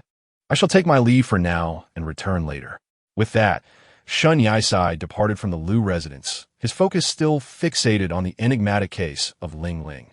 He was determined to investigate thoroughly, unwilling to squander even a moment. System. Second task punishment concluded. Third task refreshed. Uncover the reason behind Ling Ling's suicide and identify the true culprit. Shen Yisai was already on this path. Unsurprisingly, the second task involved the notorious 12 whips of Yama. In reality, he had endured 20 lashes, but Lu Zhan's unexpected appearance had fortuitously mitigated the punishment. Please, I'm not adept at solving cases. Could the system perhaps provide a hint? Shen Yisai expressed his impatience. System. Hint. Consult Lu Zhan. A suggestion that felt utterly unhelpful. Given Lu Zhan's current condition, it was improbable he could assist in the investigation. Only animated characters seemed capable of such feats. Yet, where should he even begin his inquiries? The clues provided by the locals appeared to be of little use. Meng Xiaoxi emerged from the kitchen with a plate of buns, 5 neatly arranged in a bowl, setting them on the table. Just then, she noticed her brother exiting from his room, surprise evident on her face. But it was not Lu Zhan who had come from her room. Rather, he had emerged from Shen Yisai's quarters. Had the two shared the same bed? Yet, upon emerging, Lu Zhan scanned the surroundings as if searching for someone. Brother, aren't you going to eat the buns? Meng Xiaoxi gazed at Lu Tan, who was distractedly looking around, oblivious to his own presence. What about Ai? Lu Tan demanded. You mean Brother Yisai? Meng Xiaoxi replied. He has gone out and will return later. Upon hearing this, Lu Tan's face fell, and he began to pout, turning on his heel towards the door.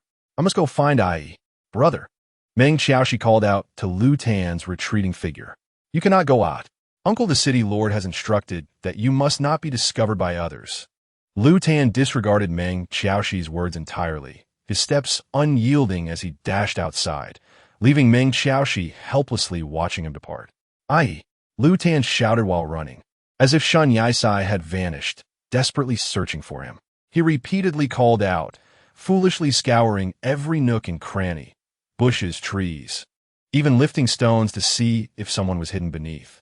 Shen Yisai heard his nickname being called from a distance, but without a second thought. He knew that only Lu Tan would ever call him that. Damn it, how did this fellow get out?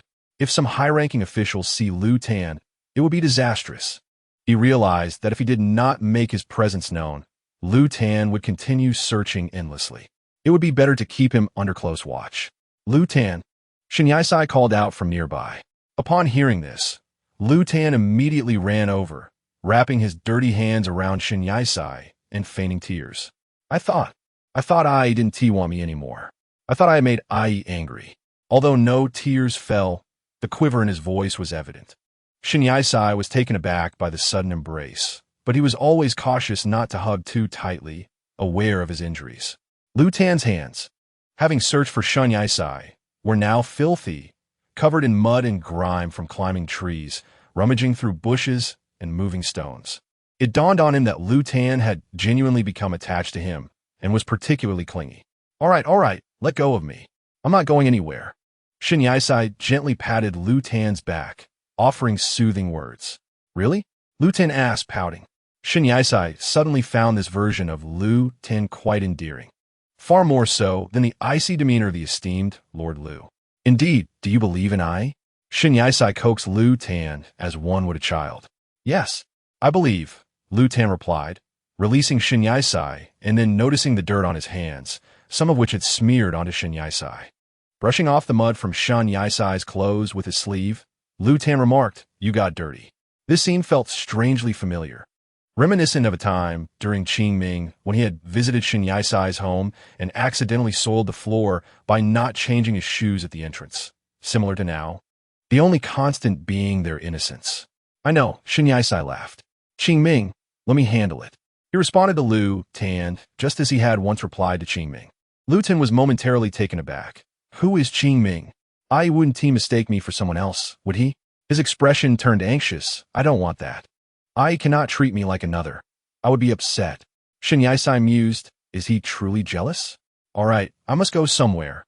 I need to investigate a case. As Shen Yisai finished speaking, Lu Yin followed with, Wherever you go, I shall accompany you. Shen Yisai sighed softly, pondering when Lu Yin would regain his composure. No matter where he traveled, Lu Yin would follow, even if it meant uprooting the very foundations of the world. That is acceptable, But under one condition, he declared, gesturing towards Lu Yin. You must remain concealed from others.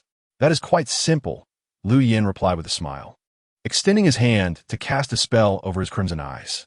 Moments later, he retracted his hand, stating, this should suffice. Shen Yicai stood in stunned silence, gazing at Lu Yan's transformed eyes in disbelief. The once vibrant red had morphed into two chillingly cold black orbs.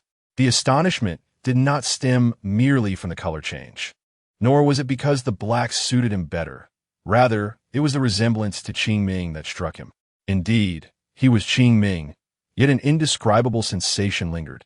The origin of the crimson hue remained a mystery, likely linked to the forbidden arts mentioned by Xiao Mingquan. What surprised Shen Yicai further was Lu Yan's ability to wield such magic despite his current state. He recognized it as an illusion spell. The crimson eyes were not a mere accessory to be altered at will, and he resolved to inquire further with Lu Yin at a later date. Chapter 33. An indirect kiss. Lu Yin observed Shen Yicai's astonished expression and furrowed his brow, asking, what is it? Do I not look good? Snapping back to reality, Shen Yicai took a step back and replied, not at all. Black suits you perfectly. Lu Yin smiled, clearly pleased by the compliment. He rarely smiled, and it was surprising that he succumbed to the allure of the mesmerizing fruit. Its effects were undeniably potent, overpowering even Lu Yan's resolve. Arriving at a secluded village, where Lingling had resided 2 years prior, Lu Yin sought to uncover the nature of the case, and Shen Yicai recounted the events. Ultimately, Lu Yin remarked with a smile, i.e., the seemingly useless clues they speak of are, in fact, the most valuable.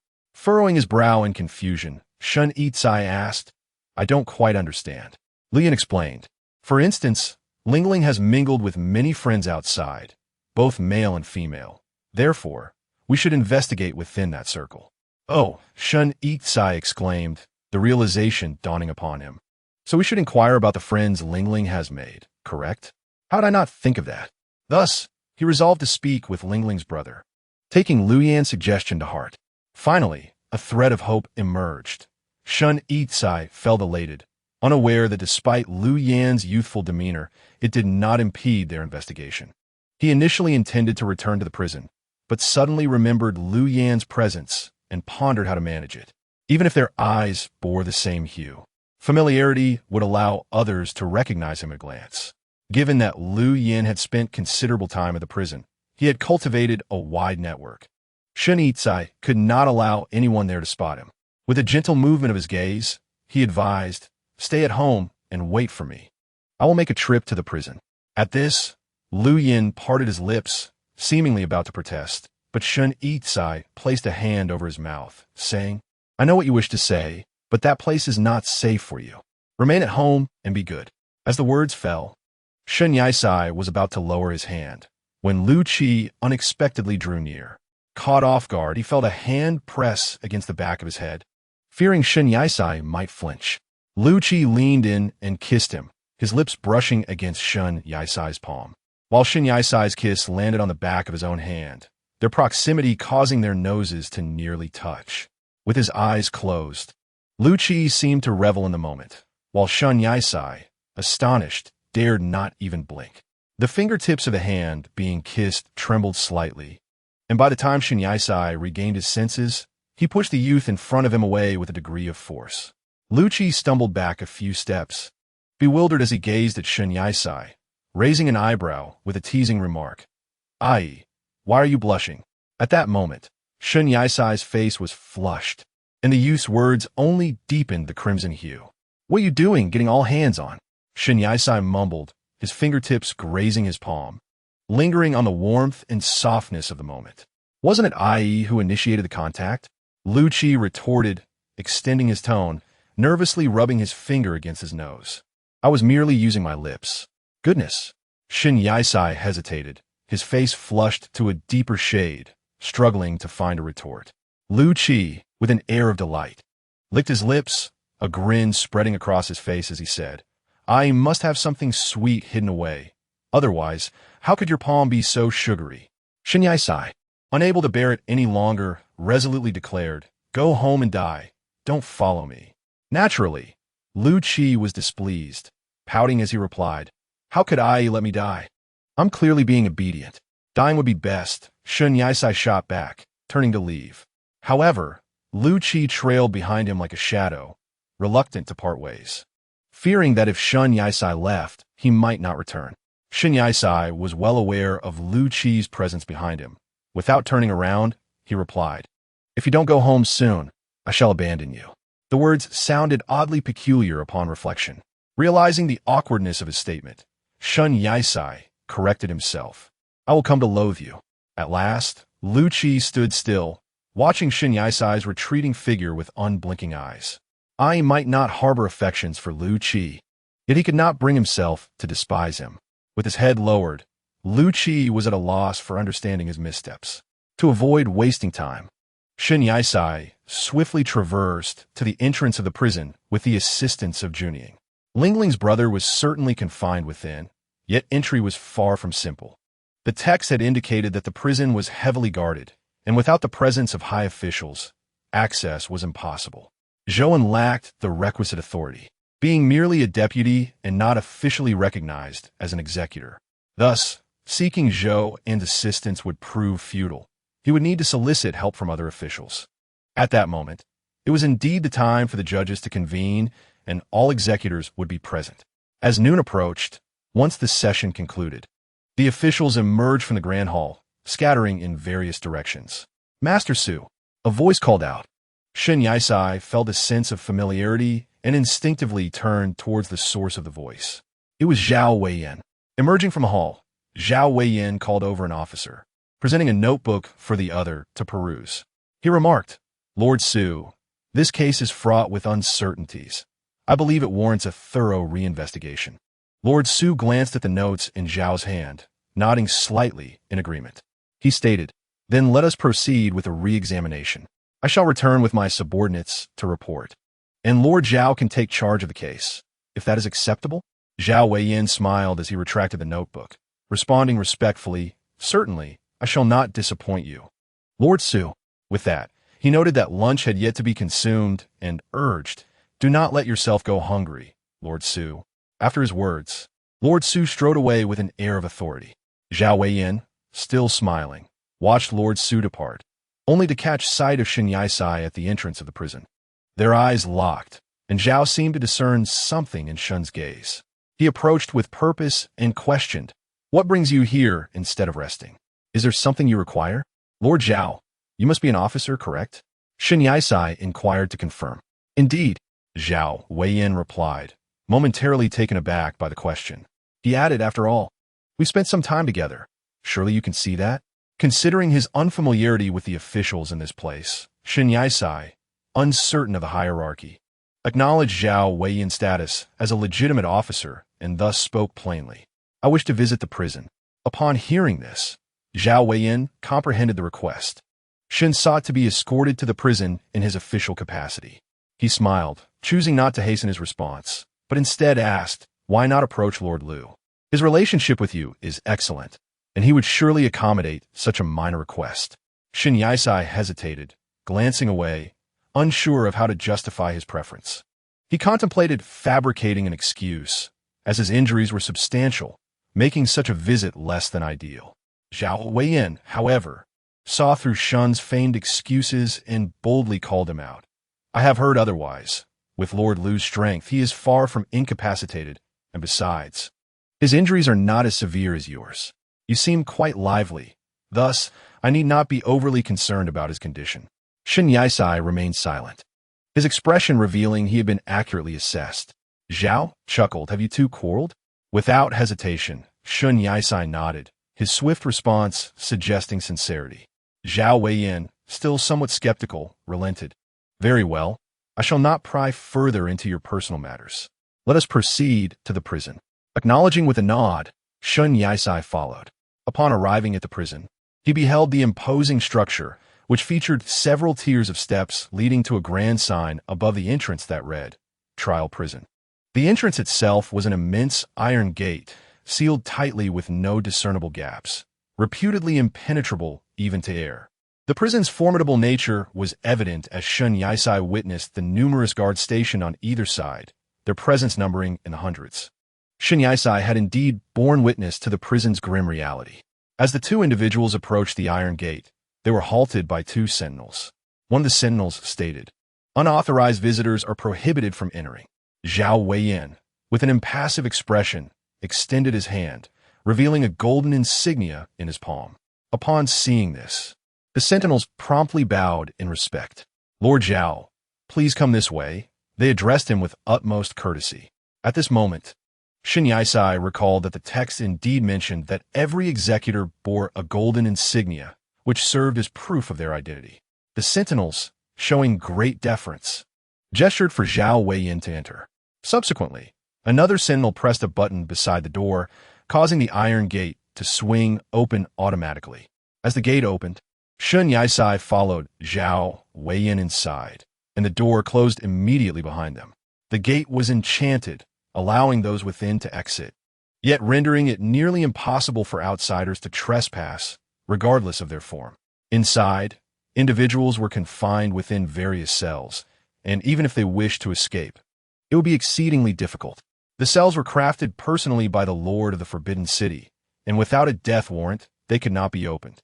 Moreover, the cells lacked keyholes, effectively sealing the captives within. As Shin Yisai and Zhao Weiyan walked past the rows of cages, they encountered numerous prisoners clad in prison garb, all of whom approached the bars to gaze at the two free individuals. After traversing through the multitude of cells, Zhao Weiyan halted in front of one particular cage, prompting Shin Yisai to turn around as well. Zhao Weiyan remarked, "This should be the person you are seeking, correct?" Upon hearing this, Shin Yisai peered inside, observing another individual in prison attire seated on the ground, shackled by iron chains on both hands and feet. The person's hair was disheveled, and their face was pallid, presenting a rather pitiful sight. The shadows of the two men fell across the cell, captivating the attention of the captive, who lifted their head and instantly recognized the one who had knocked out a tooth in the grand hall. Furrowing his brow, the prisoner averted his gaze, turning his back on the two men outside the bars. Shin Yisai, unfazed by the person's dismissal, felt a twinge of irritation. Yet there was no time to dwell on such matters. Grasping the iron bars of the cage, he announced, "There's progress regarding Lingling's case." At this, the captive reacted, turning to face Shin Yisai for a brief moment before hesitating and then rising to approach the bars. "Have you located that despicable scoundrel, that tyrant?" he inquired. Shin Yisai shook his head, replying no. The prisoner rolled his eyes and turned away, intending to leave the vicinity of the cage. However, Shin Yisai interjected, "I came to ask about the friends Lingling has associated with. I have searched extensively, yet none know this matter as well as you." The captive abruptly halted his retreat, turning back to respond, "She has known a male peer of her age and a dandy in his 40s or 50s. The female acquaintances she has mostly met while fishing in the wild." Shin Yisai raised an eyebrow at the peculiar mention, questioning, "Isn't Lingling just a child? How could she be acquainted with a dandy in his 40s or 50s? "Oh," the individual within responded, "it is because he saved Ling. Thereafter, the two became friends, and their bond has always been strong. If one were to speak of the true culprit behind Ling's demise, I believe it is not him." Chapter 34. Investigating the case, let us investigate one by one, Shin Yisai suggested, his demeanor becoming increasingly astute. He turned to Zhao Weiyan and inquired, "Are you coming along?" Zhao Weiyan, shaking his head with a nonchalant air, replied, "I shall pass. Did you not hear my conversation with Lord Su? I still have to attend to the case." It seemed there was some validity to his statement. Shin Yisai nodded, albeit with a hint of regret. While Zhou had to manage court affairs and would likely be unavailable, leaving Shin Yisai to pursue the matter alone. Observing Shin Yisai's unspoken dilemma, Zhao Weiyan chuckled. "Do not lose confidence. I believe you can become an exceptional detective." "Very well," Shin Yisai nodded, accepting the encouragement as a form of solace. "Can you communicate with the spirit language?" Zhao Weiyan suddenly asked. Shin Yisai pondered for a moment, recalling how Lu Tan used the spirit language by pressing against her temple, calling out to the other party. It was akin to making a phone call in the real world. "I should be able to," he replied, uncertain if he could indeed accomplish it. Noticing Shin Yisai's hesitance, Zhao Weiyan frowned slightly, but opted to instruct him. Simply point to your forehead with a finger and focus on the person you wish to reach. That will establish the connection in spirit language. It's straightforward, and I am certain you can manage it. Encouraged by the simplicity of the task, Shun Yisai confidently remarked, "It sounds entirely feasible." Zhao Weiyan observed his resolute demeanor and smiled. "All right then, should any issues arise, do not hesitate to call for help using the spirit language." Shun Yisai responded with a playful thumbs up, uttering 3 words, "No problem." Time swiftly passed, and it was time for Zhao Weiyan to return to his casework, while Shun Yisai continued his investigation outside. Having not eaten from morning until afternoon, he casually sought refuge in a small village. He settled into a modest noodle shop, where the proprietress was busy wiping the tables. Upon noticing a customer, she greeted him with a warm smile. "Young man, would you like a bowl of noodles?" "Yes, I would like a bowl," Shun Yisai replied, producing a gold ingot and placing it on the table. The proprietress's eyes sparkled at the sight of the gold, and she beamed even more brightly, exclaiming, "Certainly. I assure you, my noodles will exceed your expectations." With that, she hurried to the kitchen to prepare the noodles. In truth, this gold ingot was given to him by Lu Tan. After receiving a severe punishment from the King of Hell, he felt the surge of power within him dissipate, rendering him incapable of casting spells thereafter. Upon inquiring about the situation with the system, it simply stated, "The King of Hell's whip, 10 strikes prohibit the use of magic. 20 strikes nullify cultivation, and 30 strikes seal the soul to be sent to the King of Hell." The implication was clear. After receiving more than 10 lashes, one could no longer wield magical power. 20 would result in the loss of one's cultivation, and 30 sealed one's fate. Even though Shun Yisai was a first-time offender, the severity of the punishment from the King of Hell was exceedingly harsh.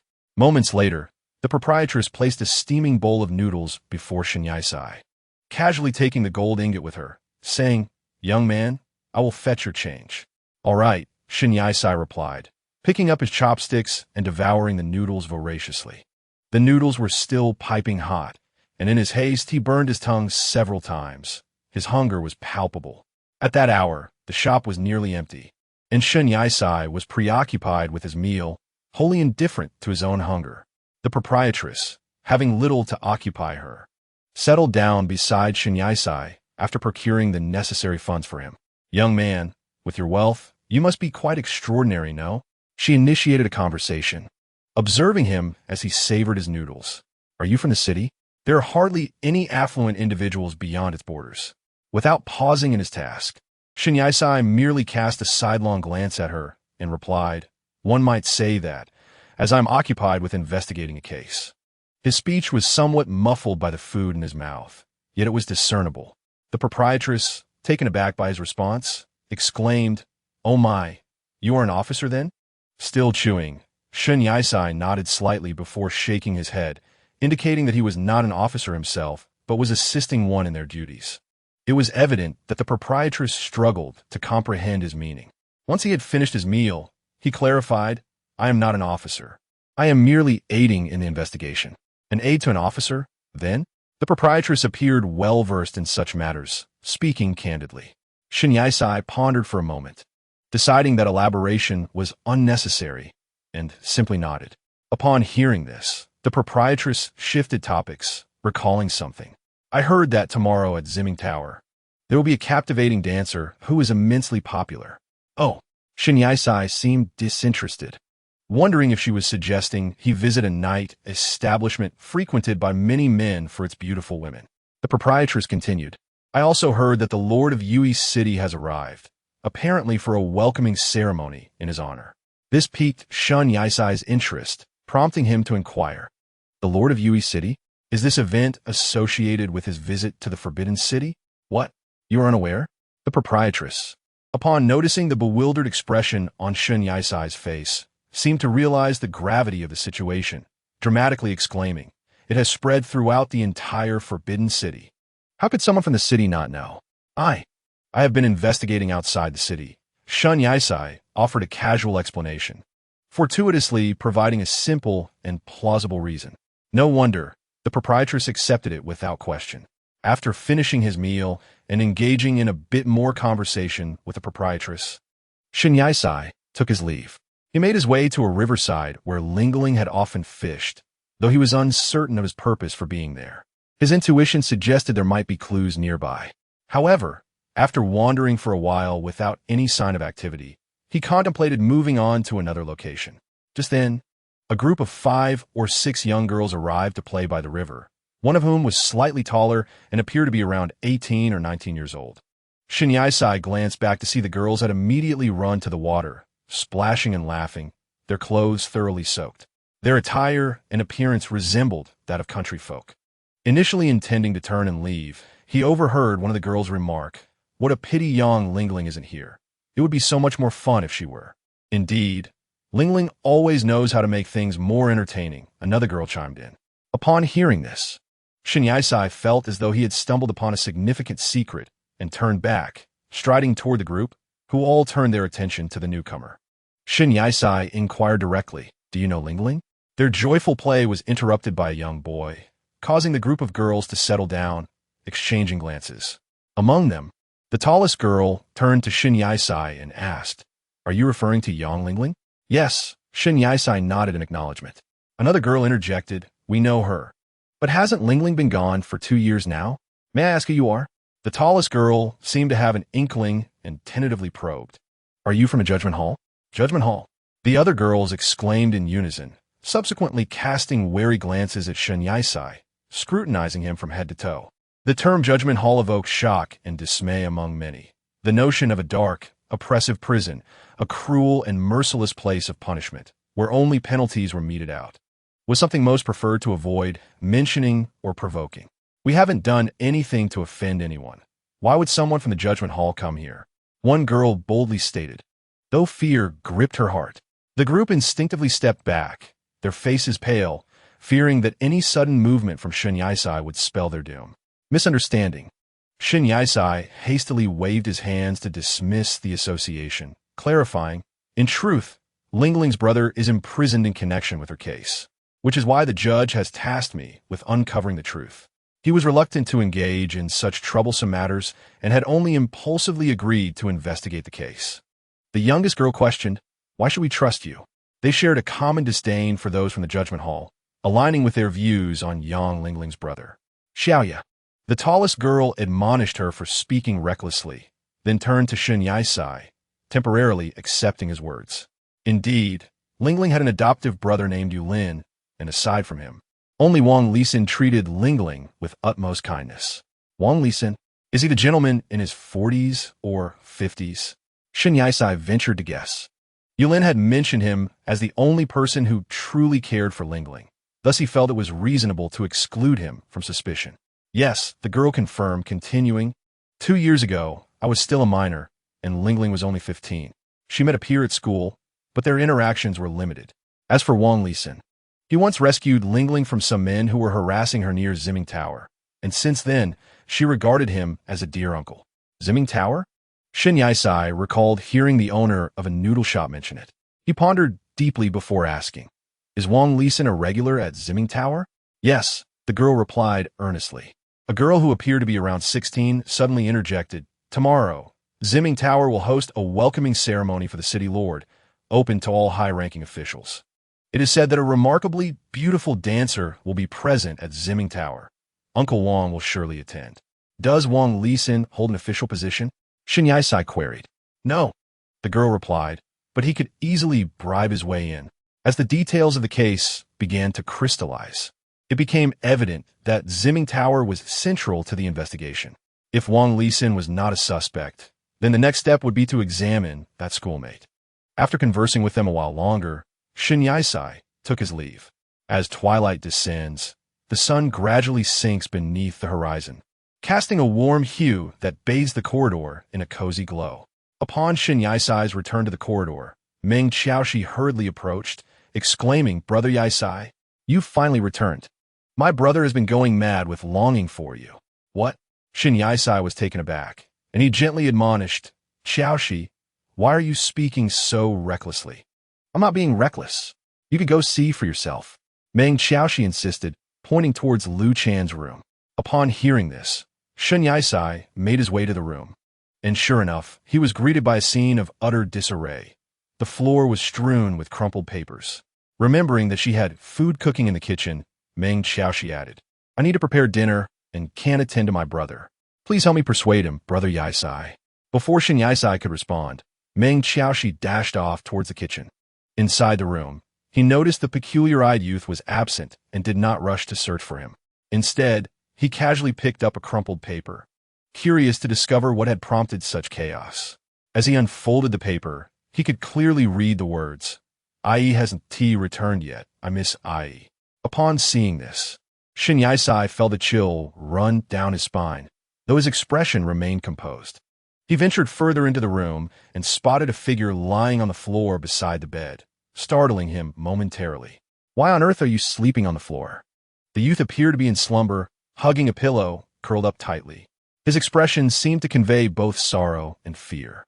Shen Yisai crouched down and gently patted Lu Chan's arm, softly calling, Lu Chan, I'm back.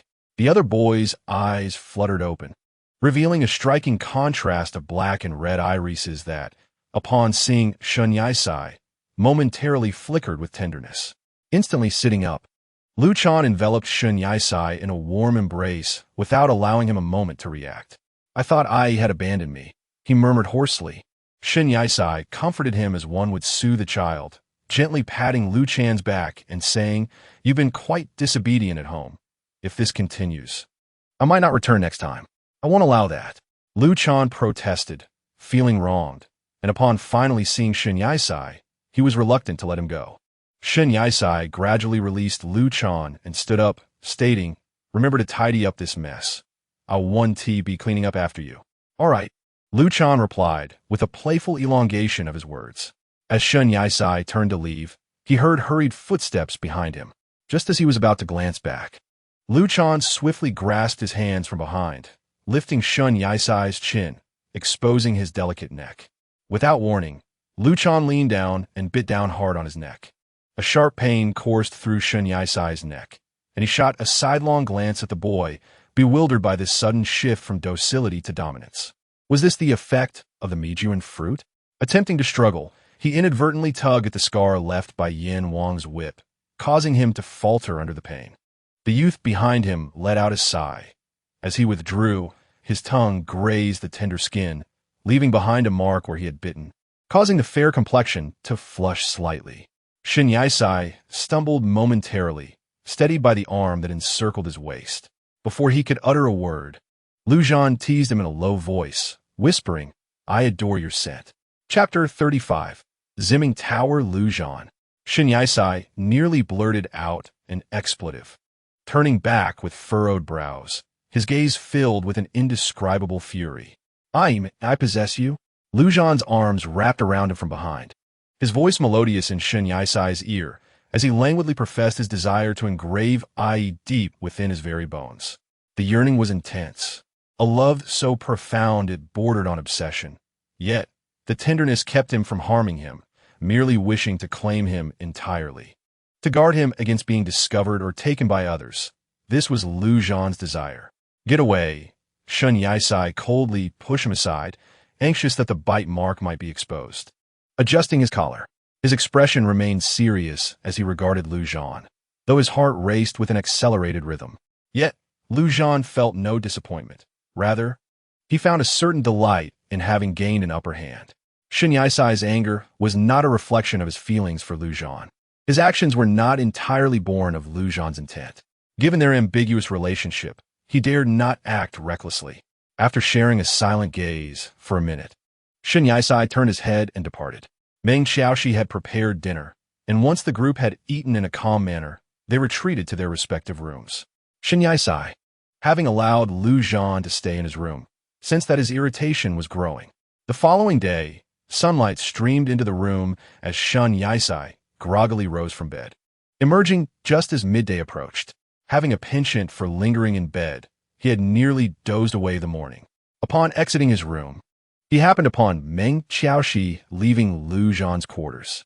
When Shen Yisai approached her to inquire about the situation, Meng Xiaoxi frowned and shook her head, saying, My brother didn't sleep a wink last night. Thankfully, There were sleep aids at home that helped him finally doze off. Not a wink. At this, Shin Yisai fell silent. Meng Xiaoxi glanced at his neck, momentarily taken aback, her finger subtly pointing to the area. Unable to restrain herself, she asked, Yisai Ji, what happened here? Shin Yisai lifted his eyelids, noticing her finger directed at the spot where his collar had shifted during sleep, revealing the bite mark. Feeling a bit embarrassed, he tugged at his collar to conceal the evidence. The mark had faded slightly overnight, but remained conspicuously visible. A few beads of cold sweat trickled down as he hastily concocted a dismissive excuse. I was bitten by a dog. Upon reflection, this excuse seemed implausible. A dog would not bite in such a manner, and it was evident that the mark was human. Indeed, the excuse was rather absurd, especially considering the individual who had bitten him was a towering figure at nearly 6.5 feet. A dog? Today's children are not so easily deceived. Even Meng Xiaoxi, no matter her naivete, would not be swayed by such a flimsy explanation. Shin Yisai was reluctant to continue discussing the matter, so he redirected the conversation, inquiring, is there any breakfast? I find myself a bit hungry. Indeed. Meng Xiaoxi, momentarily distracted by the change of topic, prepared to head to the royal kitchen. She then asked, would you prefer bird's nest congee, golden silk rolls, or dumplings, Brother Yisai? Such a lavish spread for breakfast? The mere mention of these delicacies stirred Shin Yisai's appetite, prompting him to lick his lips involuntarily as he replied, I'll have a bowl of bird's nest congee. I desire something light this morning. Very well. Meng Xiaoxi swiftly presented the bird's nest congee. Freshly made, it was slightly too hot to handle. She hurriedly placed the bowl on the table, shaking her hands to alleviate the burn. Shin Yisai picked up a spoon and cautiously began to sip, exclaiming, this is quite delightful. I truly enjoy it. With a cheerful grin, Meng Xiaoxi replied, if you like it, Brother Yisai, I shall prepare it for you again next time. Indeed, Shin Yisai responded with a smile. Moments later, Zhou entered the main hall, his expression fraught with urgency, leaving Shin Yisai perplexed. Zhou, and what has transpired? Shin Yisai directly inquired, guessing whom Zhou sought. Zhou glanced around before his gaze landed on Shin Yisai. Without further ado, he stated, where is Lord Lu? All the high officials are required to attend the welcoming ceremony at Zimming Tower, scheduled for noon. Time is of the essence. We must hurry and summon Lord Lu. Upon hearing Zhou An's words, Shin Yisai abandoned his half-finished congee. He indeed recalled the welcoming ceremony at Zimming Tower, but had forgotten that Lu Yan was not merely a high official, but the chief executive officer. Is he even awake? Shin Yisai tentatively asked, considering Lu Yan's state. After consuming the dream fruit, was he truly fit to attend? Zhou An's face turned pale as he exclaimed, this is an arrangement by the Lord of the Forbidden City. Both lords are present, and if Lord Lu fails to attend, it would be considered a grave disrespect, and it could lead to serious complications. With that, he strode towards Lu Yan's room, prompting Shin Yisai and Meng Xiaoxi to follow. Awakening Lu Yan was not difficult, but rousing him from the effects of sleeping pills was another matter entirely. Lord Lu, it is getting late. You must rise, Zhou called out, boldly shaking the sleeping Lu Yan, perhaps emboldened by the belief that Lu Yan's mind was akin to that of a child. Lu Yan was typically sensitive while asleep, and upon hearing the persistent calls, he slightly opened his eyes, his senses dulled by the lingering effects of the medication. Enough noise, he rasped, his voice hoarse and laced with the distinct irritation of being roused. Seeing Lu Yan awake, Zhou ceased his efforts, standing by as Lu Yan shook his head, seemingly attempting to shake off the remnants of sleep. He opened his dual-colored eyes, exuding an air of disdain and indifference, and inquired, what is it? Speak. His cold demeanor and piercing exterior rendered the three present momentarily speechless. Brother, you have returned? Meng Xiaoxi ventured tentatively. Lu Yan cast a frigid glance at Meng Xiaoxi, rising with a dismissive tone. Returned? Which kind of return do you refer to? It appeared the effects of the dream fruit had worn off, and the true Lu Yan had returned. Zhou appeared visibly apprehensive, bowing in respect as if he had offended someone of great consequence. In a subdued tone, he confessed, I acknowledge my mistake. Please punish me, my lord. Lu Tan replied coolly, let us discuss the matter at hand. His tone suggested a tacit forgiveness, prompting Zhou to straighten his posture and calmly articulate. The Lord of the Forbidden City is hosting a welcoming ceremony at Zimming Tower to celebrate the arrival of the Grand Physician. Attendance from all high officials is obligatory. Should you choose to forego this event, the Lord will certainly seek accountability. Lu Tan's expression shifted to one of grave seriousness as he narrowed his eyes and responded, "I understand." Reassured that Lu Tan had indeed returned to his usual self, Shen Yisai pondered whether he remembered the absurdities of the past. With that thought, he instinctively tugged at his collar to conceal the faint bite mark, lifting his gaze to meet Lu Tan's. Initially focused on Zhou, and Lu Tan turned to acknowledge Shen Yisai's glance. Unable to maintain the connection, Shen Yisai quickly averted his eyes, yet Lu Tan remained unfazed. "We're pressed for time," Lu Tan remarked curtly before striding off, with Zhou trailing behind. Shen Yisai found himself torn, uncertain whether to follow or stay behind, his steps hesitating slightly. High officials were privileged to attend. Surely, he did not qualify. He held no significant standing. "Shall I carry you, then?" A voice shattered Shen Yisai's reverie, causing him to look up abruptly, locking eyes with Lu Tan, who had paused mid-stride. Shen Yisai inquired softly, "Am I permitted to enter? If not, he would remain at home." Lu Tan coldly retorted, "If you wish to go, then go." He had a case to investigate and could not afford to miss this opportunity. Lu Tan remained silent, and assuming his acquiescence, Shen Yisai followed him to Zimming Tower. During their journey, both refrained from speaking, enveloped in a thick silence. Approximately halfway there, Zhou could no longer contain himself and asked, "Lord Lu, have you truly recovered?" "Indeed," Lu Tan replied expressionlessly. Zhou hesitated, feeling as though he was teetering on the edge of danger, contemplating whether to inquire if Lu Tan was aware of his behavior after consuming the hallucinogenic fruit, especially his clinginess toward Shen Yisai. However, he faltered mid-sentence, unable to voice his concerns. Lu Tan acted as though he had heard nothing, remaining deliberately indifferent. They assumed Lu Tan would be infuriated upon learning of Zhou's state, perhaps even to the point of wrathful fury, yet he showed no signs of agitation, leading them to wonder why he maintained a cold demeanor toward Shen Yisai. The workings of Lu Tan's mind were notoriously inscrutable. Before long, they arrived at Zimming Tower, which was heavily guarded. Other high officials were required to present their identity tokens for entry, yet Lu Tan needed none of these formalities. The townsfolk were well aware that this youth with heterochromia was the chief executive officer, a figure who inspired both reverence and trepidation. Zhou followed Lu Tan inside, while Shen Yisai was halted by the guards outside, who demanded, "Present your identification. Outsiders are not permitted entry." Shen Yisai protested, "He is the one I brought." Before he could further articulate his point, the youth within turned to the guards and said, "Allow him entry." The guard immediately retracted his hand and replied, "Yes, please proceed." Shen Yisai cast a disdainful glance at the two guards before striding inside. The Zimming Tower was extraordinarily opulent and majestic, boasting several floors, nearly every level teeming with people. The bustling atmosphere was not to Lu Ji's liking, yet he felt compelled to attend for the sake of Zhou, to prevent him from facing punishment. As he passed by, everyone bowed reverently, ensuring they could depart in his presence. Upon reaching the esteemed section, they were met with a familiar face. The person seated upon the golden throne appeared quite surprised to see them. The surrounding crowd bowed in acknowledgement. "Oh, what brings you here?" The individual on the golden chair inquired with a smile, his gaze settling on Lu Ji, unable to restrain his curiosity. "You two are welcome. But why have you brought Lord Lu along? There are too many acquaintances here, if only." "Shao City Lord," Lu Ji interjected. "Where do you intend to take me?" Xiao Mingquan was momentarily taken aback by Lu Ji's frosty tone, gazing at him incredulously. "Has Lord Lu returned to form?" Lu Ji remained silent, which was tantamount to an affirmation. "Lord Lu, is this a sign of recovery from illness?"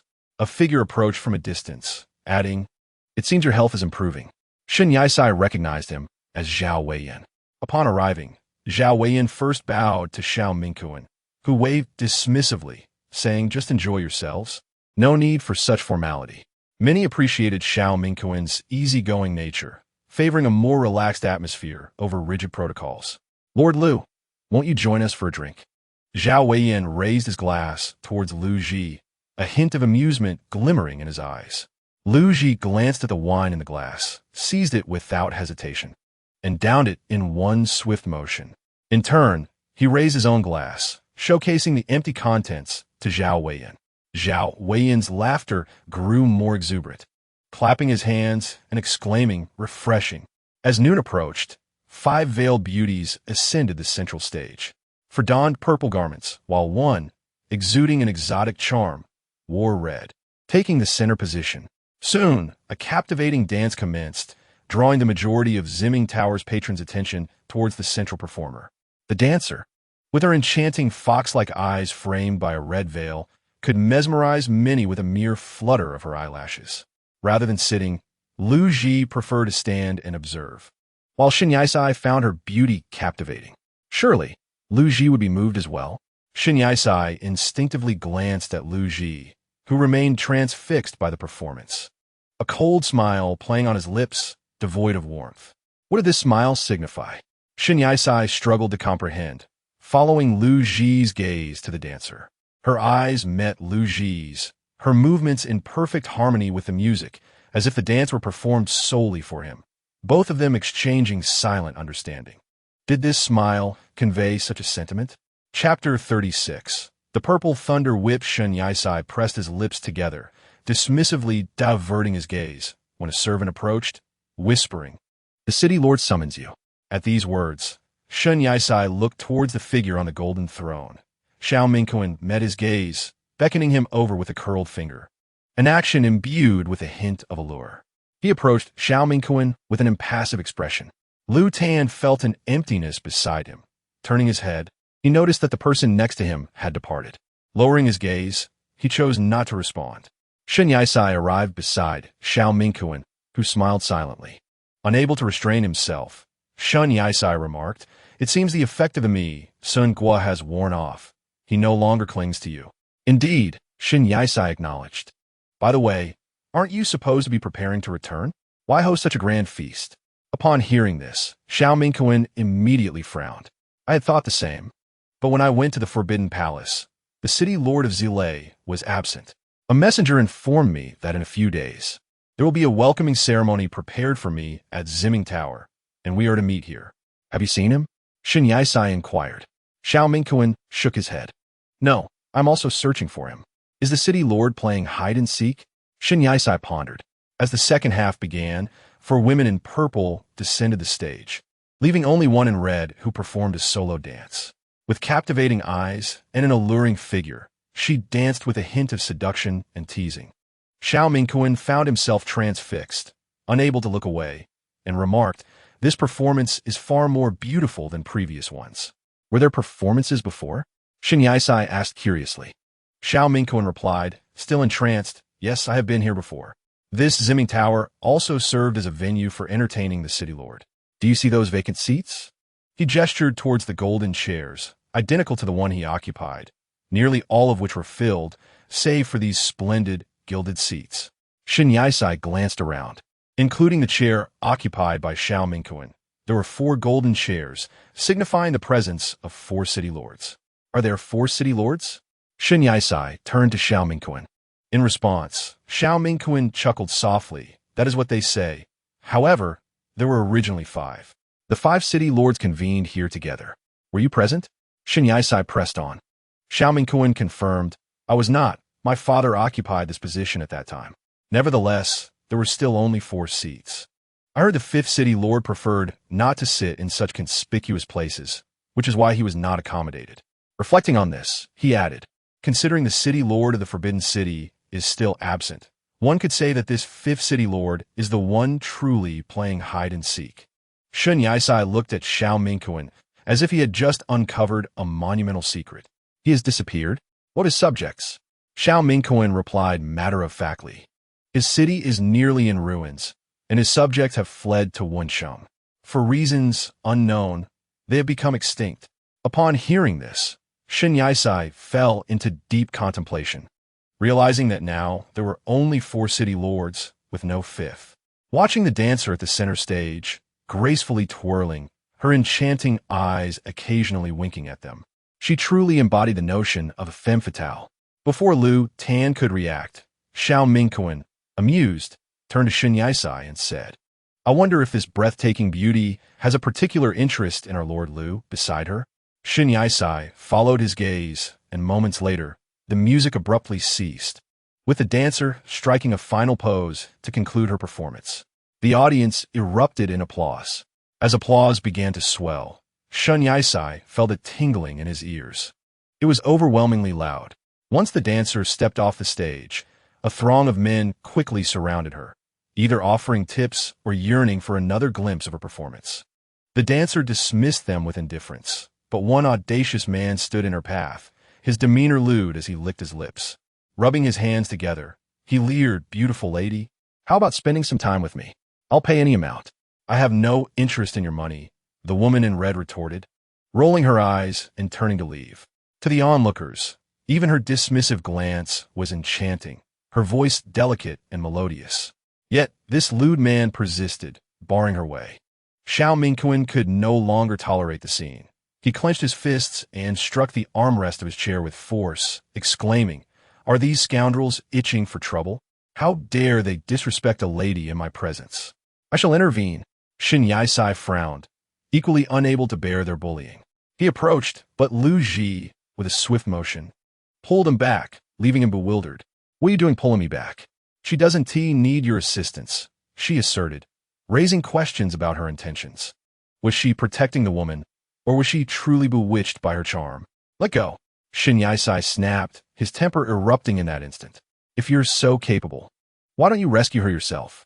Zhou In, witnessing the escalating tension, quickly stepped in front of Shen Yisai, fearing a physical altercation. "Calm down. Please, remain calm," Zhou In urged, feeling as though he might be caught in the crossfire. Lu Ji was momentarily taken aback. She had not anticipated Shen Yisai's fierce outburst. Even Zhao Weiyin, standing at a distance, was astonished by the scene unfolding before him, for no one had ever dared to speak to Lu Ji in such a manner. Just then, the sounds of a scuffle broke out behind Shen Yisai, and instinctively, everyone turned to look. They beheld the red-clad woman effortlessly overpowering the lewd man, employing her martial skills to subdue him, culminating in a decisive magical strike. Who would have thought this dancer possessed such prowess? Finally, Xiao Mingquan shouted, "What do you take this place for?" The atmosphere in the Zimming Tower felt as though time had frozen. All present knelt in unison, bowing towards Xiao Mingquan. "Please, Your Highness, spare us your wrath," the crowd implored. Only Lu Ji, Shen Yisai, and the dancer remained standing, while the entire assembly knelt in perfect unison, creating an impressive display. The dancer soon transformed from fierce combatant to gentle maiden, gracefully approaching the city lord. "What a headache this is," Xiao Mingquan lamented, covering his face and leaning against the armrest for support. Lu Ji crossed her arms, observing the red-clad woman's approach. Shen Yisai remained unmoved, coming to understand why she did not require assistance. She was fully capable of defending herself. Yet, what was the nature of Lu Ji's familiarity with her? How did she know the dancer was skilled in combat? Xiao Mingquan noted the jingling of bells accompanying the woman's every step as she drew nearer. She has danced barefoot from the very beginning, her feet delicate and fair, possessing an exquisite beauty. Approaching Xiao Mingquan, she gracefully performed a curtsy, smiling as she inquired, "Is there anything this humble lady can do for you, Lord of the City?" Xiao Mingquan waved his hand dismissively, avoiding her gaze. "No need. Your lord summoned me for a meeting only to break the appointment. That alone is disheartening enough without this commotion." "Lord Xiao," Lu Ji called out expressionlessly, prompting the man to lift his gaze toward her. Lu Ji continued, "Our city's lord has already made an appearance." "When was that?" Xiao Mingquan questioned skeptically. A cold smile graced Lu Ji's lips as she turned to the woman in red beside her. "What do you say?" "The second lord of the purple forbidden city, Ji Ziang." Upon hearing this, everyone turned their attention to the woman clad in crimson. She smiled, her eyes crescent-shaped, undeniably charming. As she unveiled one side of her veil, her true visage was revealed, a captivating beauty, flawless in every regard. The crowd promptly bowed in reverence. "We greet the lord of the purple forbidden city." The man who had been struck down appeared utterly astonished. Ji Zhang disdainfully tossed aside her veil, expressing a hint of petulance. "Lord Lu, it's no fun with you around. You always see through my disguises. Is my subterfuge that poor?" "Not at all," Lu Ji said modestly. "It's just too conspicuous." "What difference does it make?" Upon recognizing Ji Zhang, Xiao Mingquan suddenly understood. "Ah, Ji Zhang, you played me once again. How amusing." Ji Zhang replied with a playful grin, then addressed the assembly. "Everyone, rise. Heed the words of the Lord of the Imperial Physician. Feel free to enjoy yourselves without restraint." The attendees exchanged uncertain glances, hesitating to rise. Observing their reluctance, Ji Zhang spoke with impatience. "Do you doubt my authority? Are you disregarding your lord's command?" With that, Ji Zhang conjured a long whip that shimmered with a violet glow, the currents crackling ominously. It was unmistakably the lord of their own city. Only then did the crowd rise. Ji Zhang's eyes flickered, and with a swift motion of the whip, she pulled the lecherous man who had harassed her closer. Before he could react, he was slammed to the ground, the whip cracking against the earth in a menacing display. Trembling, he lay on the ground, pleading to the esteemed figures present. "Lords, please spare my life. I truly meant no offense." Unmoved, Ji Zhang sauntered toward him, placing her foot heavily upon his face, rendering him unable to turn. "Still wishing to pursue me? Dream on," she declared fiercely. "What purpose does a wretch like you serve in the purple forbidden city? I could easily strip you of your position. I shall have you bundled and tossed outside the city to feed the fish. The purple forbidden city has no need for your filthy presence." With each word, the pressure of her foot increased, causing the man beneath her to swell, his forehead bulging with veins, his face reddening grotesquely as blood struggled to circulate. Shen Yisai felt that the Lord had been excessively harsh, considering the man had not committed any particularly egregious offenses. It appeared that General Gua had to bear the brunt of this injustice, losing an arm in the process. Suddenly, Xiao Mingquan interjected. "Zhang, allow him to speak. He is unable to articulate his thoughts in this state." With a stoic expression, Ji Zhang stepped aside, permitting the man to rise slowly from the ground. His movements were painstakingly deliberate, as the wounds inflicted by the female lord made him wary of exacerbating his injuries. "What is your name?" Xiao Mingquan inquired. "Wang Lisin," the man replied candidly. "Wang Lisin." Shen Yisai gazed incredulously at the figure before him. A tall man in his 40s, far more disheveled than he had anticipated. "Which official are you associated with? Do you realize you have compounded your offenses by involving the princess?" Ji Zhang remarked, retracting her zile whip and crossing her arms calmly as she addressed the man on the ground.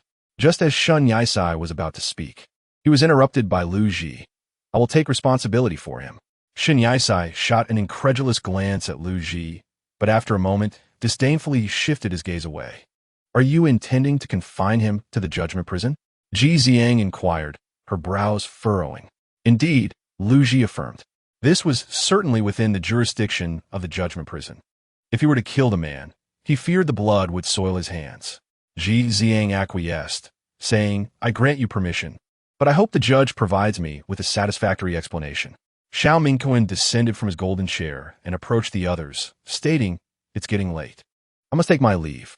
The Imperial Physician's city welcomes the Lord of the Forbidden City and Lord Lu to visit."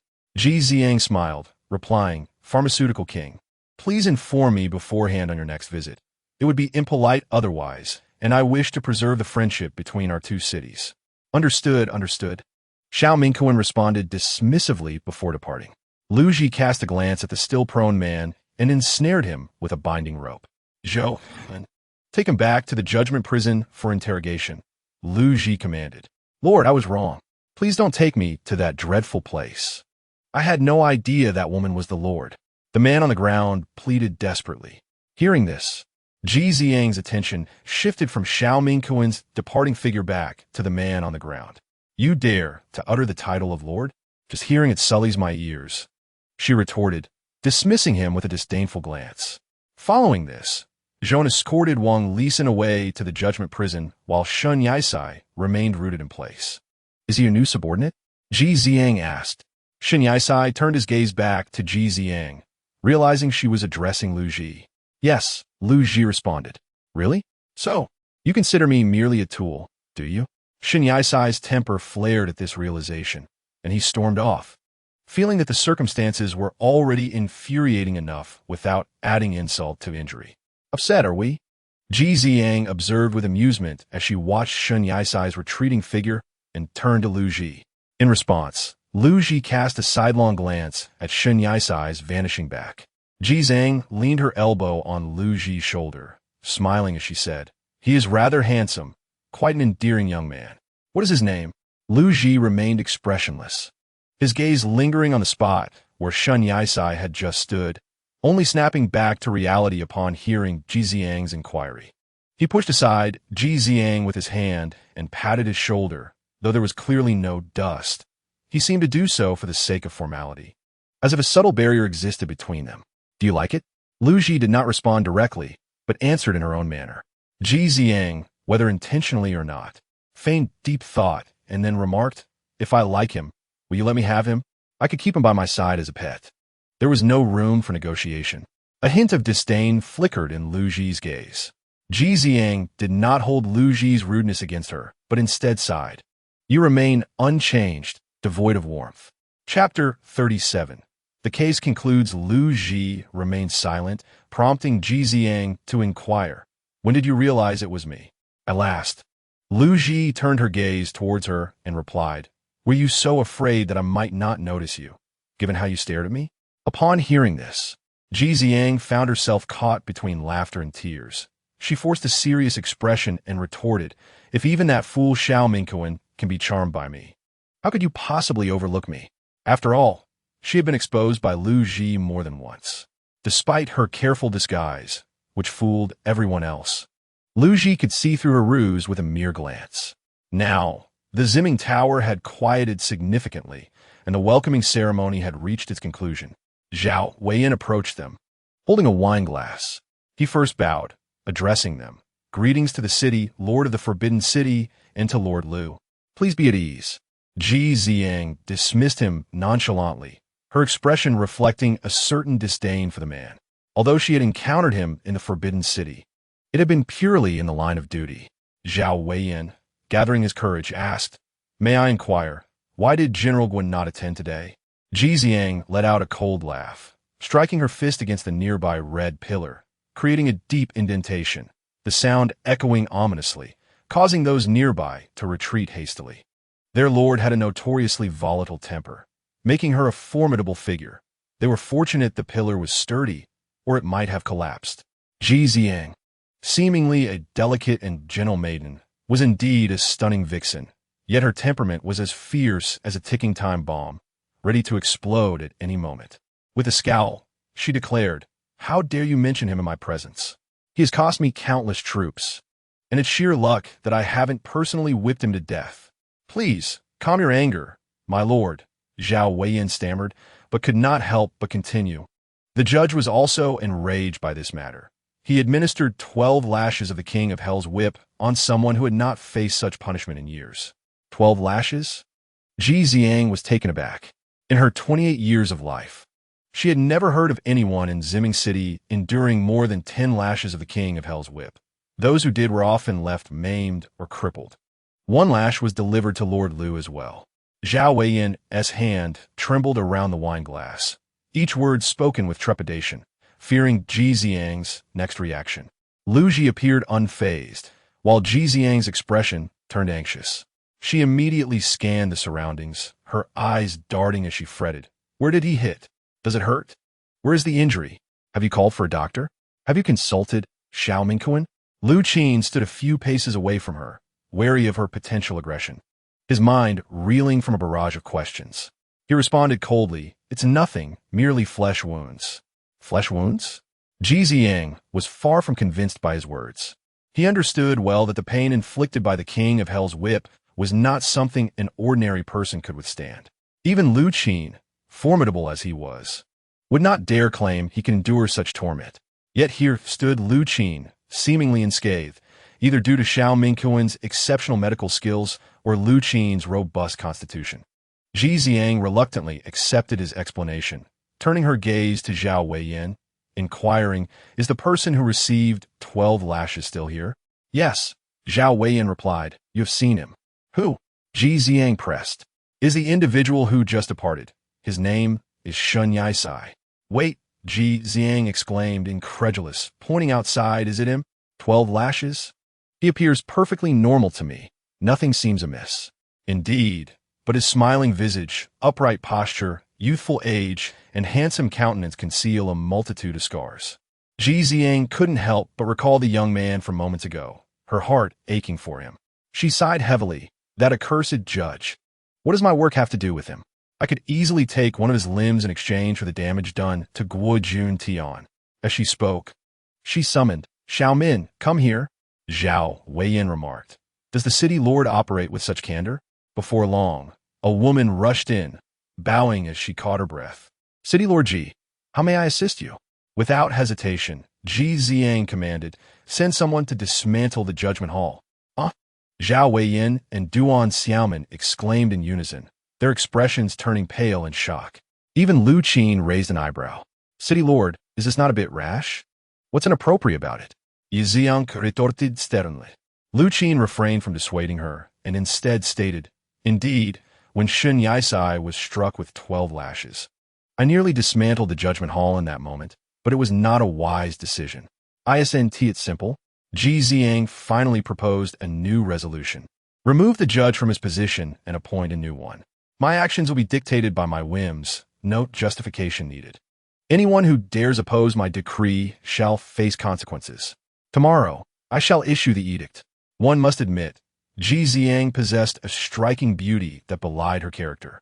She resembled a cunning fox, her approach direct, domineering, and audacious. Before being dismissed, Zhao Weiyan reluctantly acquiesced. "Very well." Duan Xiaomin, as Ji Xiang's subordinate, could only comply, understood. Lu Qin remained indifferent, seemingly acquiescing to Ji Xiang's course of action, until Ji Xiang added, "The role of judge will be taken over by Lord Lu." With a stern expression, Lu Qin nearly lost his composure. Furrowing his brow at Ji Xiang, he asked, "Why must I take over? What? Are you unwilling?"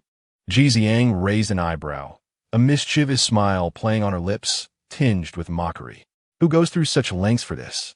Lu Qin replied, his eyes cold and indifferent, crossing his arms as he turned away, disregarding whatever Ji Xiang might say next. Zhao Weiyan gazed at the retreating figure of Lu Qian, seemingly realizing for the first time that Lu Qian had never bowed to anyone. He always followed his own path, even in the presence of the two city lords, adhering solely to his own principles. It was well known that Lu Qian had favorable relations with several city lords, and it was precisely because of their backing that no one dared to provoke him. If Lord Lu was unwilling, then it fell to you. Just as Zhao Weiyan regained his senses, he noticed Ji Xiang was looking at him. He thought he had misheard and pointed at himself. "Asking me?" "Of course."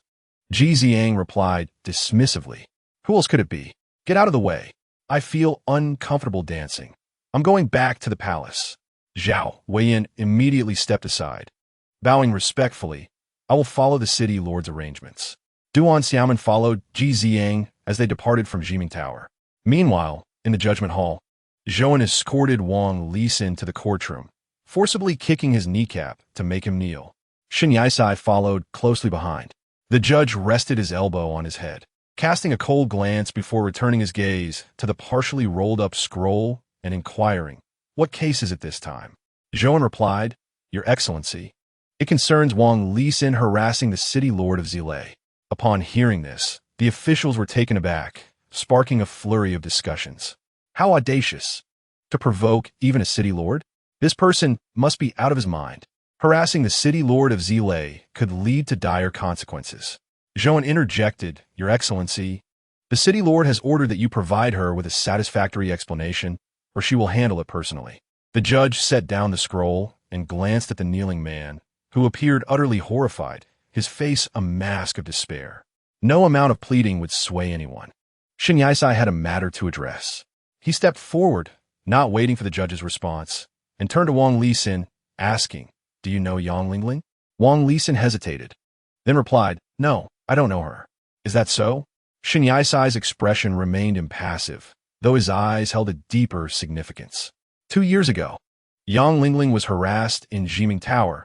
It is said that you came to her aid. At these words, Wang Lisin's face turned ashen, cold sweat trickling down as his eyes widened in terror, leaving him speechless. "I presume you sullied Yang Lingling's body, driving her to take her own life, did you not?" Shen Yaisai's temper flared, his words spilling forth with increasing speed. "No, it wasn't me," Wang Lisin shouted vehemently. "You have no evidence. How can you accuse me?" Indeed, Shen Yaisai possessed no evidence. The case was an old one, and with time, the proof had vanished. Unraveling the truth from the past proved challenging for him. You may escape the death penalty, but you cannot evade the charges of lesser crimes. Why do you still refuse to admit it? Shen Yaisai's brow furrowed. Glaring fiercely at him, Wang Lisin's legs gave way, and he collapsed to the ground, still shaking his head. "No, it wasn't me. It wasn't me." The onlookers regarded the case with great interest, and the judge awaited an answer. Suddenly, a voice rang out from outside, "Uncle Wang, why did you do this?" Everyone turned to see a young woman entering, followed closely by Lu Qian. Wang Lisin was taken aback upon seeing the woman's visage, scarcely able to believe his own eyes. Shen Yaisai noticed Lu Tan, cast a fleeting glance, and then expressionlessly averted his gaze. "Who is this?" the judge inquired. Lu Tan crossed his arms, his demeanor devoid of emotion, yet his tone conveyed a languid indifference. "She is Yang Lingling." "What?" Gasps of astonishment echoed throughout the crowd, and even the judge found it hard to fathom. Shen Yaisai's eyes widened in disbelief as he beheld the young lady. All eyes turned toward her, for she bore an uncanny resemblance to Yang Lingling from 2 years prior. Save for her increased height, she had grown significantly taller since then. Hadn't Yang Lingling perished? What was this peculiar circumstance? Could one truly return from the dead? Yang Lingling had been laid to rest long ago. How then could another appear in her stead? The adults surrounding them struggled to reconcile the reality that the figure before them was indeed Yang Lingling. "No, impossible. You were undeniably dead." Wang Lisin was on the verge of insanity, his mind in disarray. How could Yang Lingling, who had clearly died, now stand before him unscathed? "No, you are not Yang Lingling," Wang Lisin adamantly proclaimed, convinced of her demise. "This is a fabrication. You must have conjured a spell to deceive me."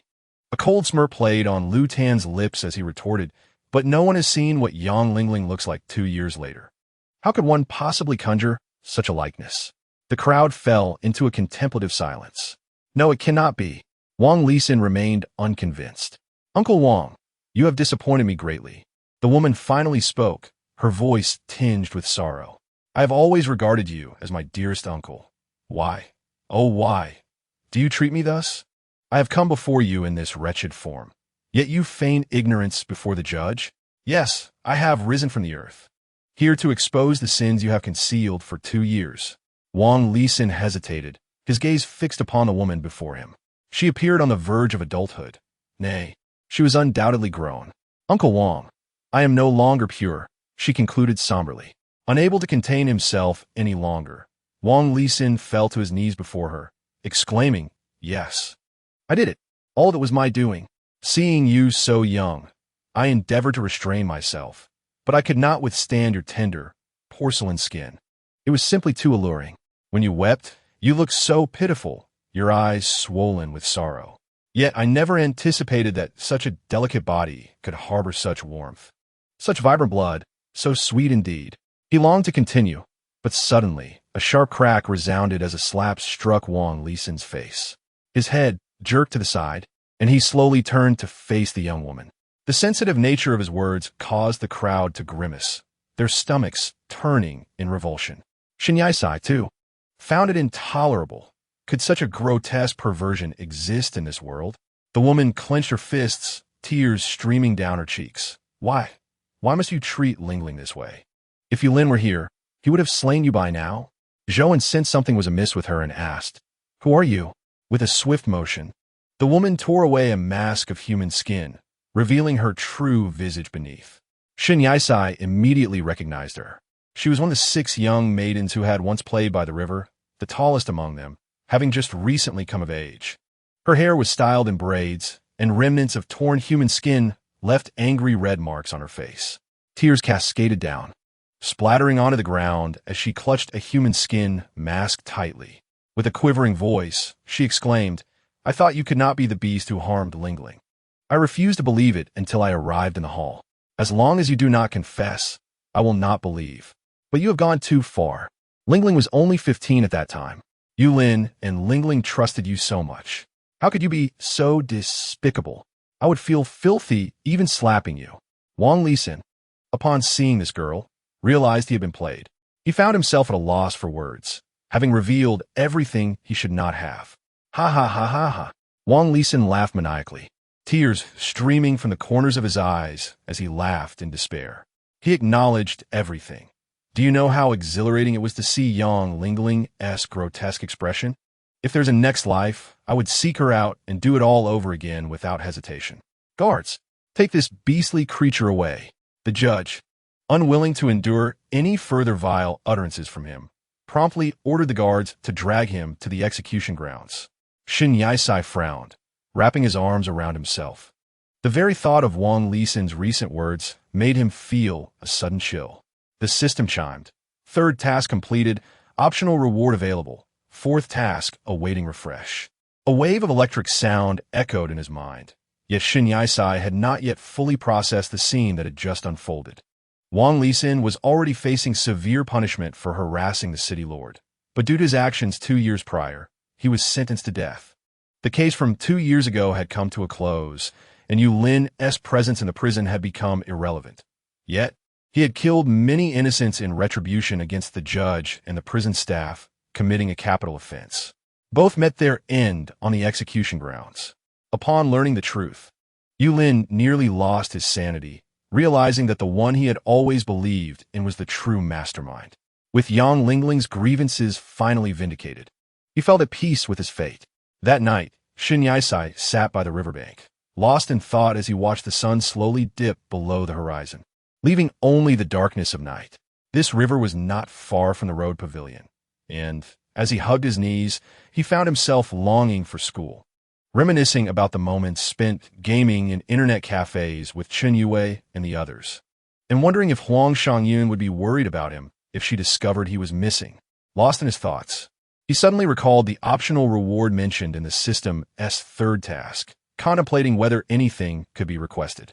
He softly inquired for the optional reward. "Can I ask for anything?" The system replied. "I can fulfill anything within my capabilities. However, if it pertains to returning to the real world, there are specific methods involved, which are beyond my power." Shin Yisai mused. "I feel as though I can no longer wield my powers.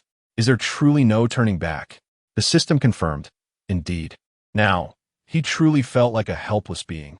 This realization led him to understand that all those who had come to this world had done so by encountering water through a book. Shin Yisai had hoped to use this reward to sneak back home, but it proved futile. Why was he sitting here all alone? A sudden sound interrupted Shin Yisai's thoughts. He turned around and saw Lu Qian.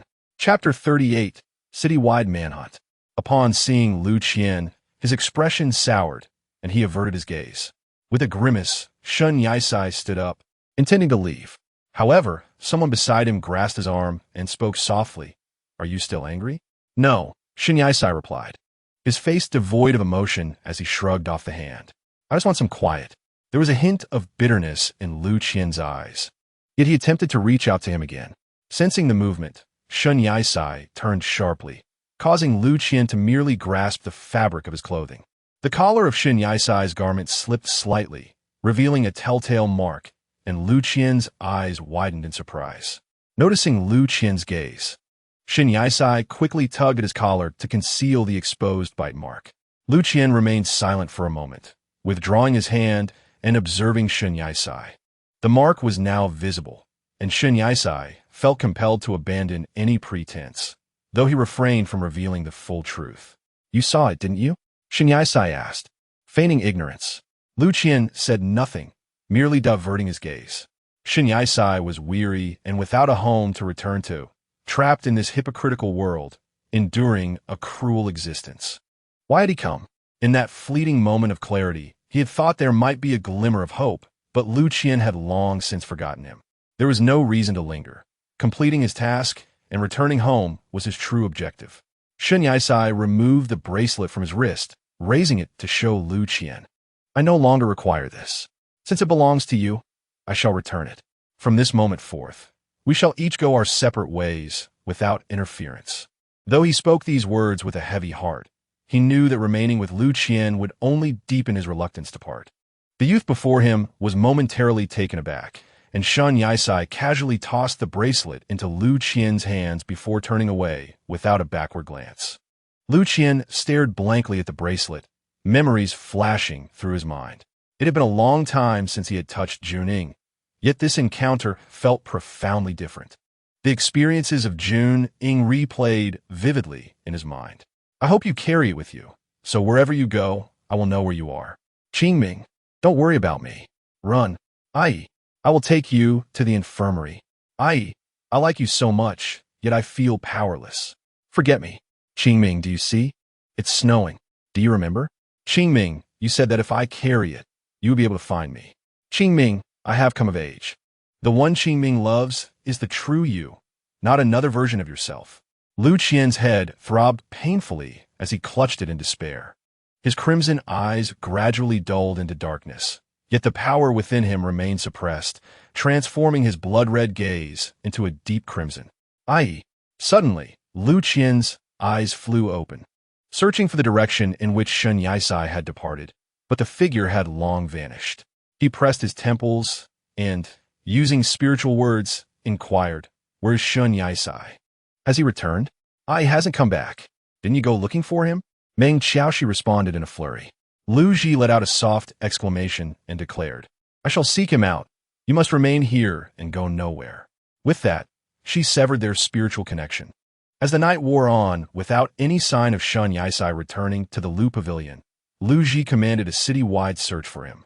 Despite an exhaustive search that stretched on for what seemed like an eternity, there was no trace of him.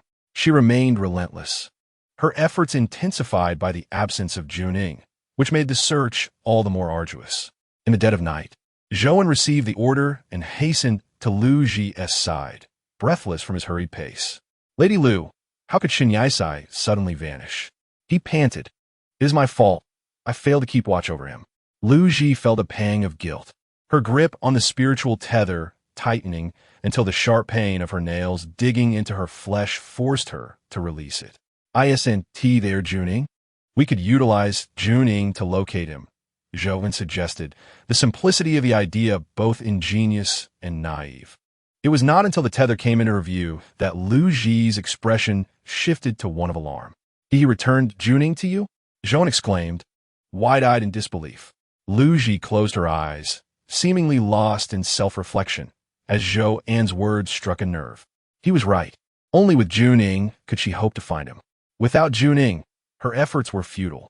For a fleeting moment, Lu Ji felt utterly incompetent, questioning her worthiness to serve as an executive officer, having failed to protect someone so important to her. In truth, Lu Ji rarely acted so recklessly, and it was all due to one person. She had indeed changed significantly. The following day, a messenger arrived at the Forbidden City to report, "Your Excellency, the executive officer Lu Ji has ordered a city-wide search." Upon hearing this, the woman seated upon the dragon throne narrowed her eyes and chuckled softly. "Lady Lu is quite audacious, launching a city-wide manhunt without even consulting me. Who is it that she seeks?" The messenger continued, "It is said to be a person named Shen Yisai." "Shen Yisai?" Ji Ziang mused, her brow furrowing. "Isn't he the one who received 12 lashes from the King of Hell?" She inquired coldly, "Where is he?" The messenger replied, "I am uncertain. Only that this individual is of great importance to Lady Lu. Thus the search is without cause." Ji Ziang's gaze sharpened. Such regard for him that she would even involve my guards? Rising from her throne, she observed from her elevated position, "Very well. It seems Lady Lu harbors deep feelings indeed. I had already suspected their bond was extraordinary." Dismissed, she commanded with a wave of her hand, and the messenger retreated. She then instructed her aide, Duan Xiaomin, Go and post the edict I drafted yesterday to the entire city. Yes, Duan Xiaoman replied before departing. The many ministers flanking the walls of the Forbidden City exchanged astonished glances. After all, Lady Lu was merely an executive officer, and it was unusual for her to have such a close relationship with the city lord, especially at a time when Ji Xiang's temper seemed inexplicably lenient. This time, Lu Ji had recklessly mobilized a significant portion of the palace guards, encroaching upon Ji Xiang's limits. Yet remarkably, she exhibited no signs of anger or intent to punish. Soon, the edict was posted by Duan Xiaoman, drawing a crowd of onlookers eager to see its contents. The imperial edict stated, Gui Jun Tian's transgressions have been duly punished. However, the presiding judge, Yin He Jun, has utilized this occasion to exact personal vengeance, resorting to illicit measures. Henceforth, Yin He Jun shall be stripped of his position and expelled from the Forbidden City. He is forbidden from entry without the permission of the city lord. With the execution officer, Zhao Wei, Yin appointed to fulfill the duties of the judge. This decision is hereby decreed. It seems that this judge has indeed provoked the city lord. Yet, the administration of rewards and punishments is intrinsic to a judge's duty. How then can it be construed as a personal vendetta? Do you not comprehend? The city lord has declared that General Gua has received his due retribution, and the judge, fearing to confront the city lord, has chosen to vent his frustrations on others. According to your reasoning, this is quite unfortunate. Such actions are bound to incite the ire of the city lord. If it were merely a demotion, that would be a mild consequence indeed. Indeed, given the city lord's temperament, merely preserving his life would be a fortunate outcome. A crowd gathered before the notice board, fervently discussing the judicial predicament, while the judge, upon receiving this news, turned pale, his complexion ashen with alarm. Several soldiers dispatched by the city lord had already arrived to confront the judge in the judicial hall. The leading guard implored, Please, do not make this difficult for us. We come bearing the city lord's command. The judge could only resign himself to his fate. At this moment, Shun Eci had taken refuge in an inn, having secured a private room and already spent a night in slumber. Just as he contemplated venturing out to procure some sustenance, several searching soldiers entered the inn, brandishing a portrait and inquiring with the proprietor, Have you seen this person? The proprietor, aged and with a faltering memory due to the influx of guests, could hardly recall faces. From a distance, Shun Eci could not discern the likeness portrayed and paid it little heed. As he prepared to descend the stairs, he overheard the soldiers declaring, By order of Lord Lu, a citywide search for this individual is to be conducted. Any concealment will not be tolerated. Upon hearing those 3 words, Shun Eci immediately recognized the subject of the portrait. He swiftly retreated upstairs, securing his room with great care. Has Lu Tan lost his mind? Shun Eci muttered to himself. However, the commotion above had attracted the attention of the soldiers below. The leading soldier gestured subtly, and without further ado, the search party commenced a thorough search of the inn, turning it upside down. As they ascended to the 2nd floor, Shun Eci heard voices outside his door. You, go that way. You follow me this way.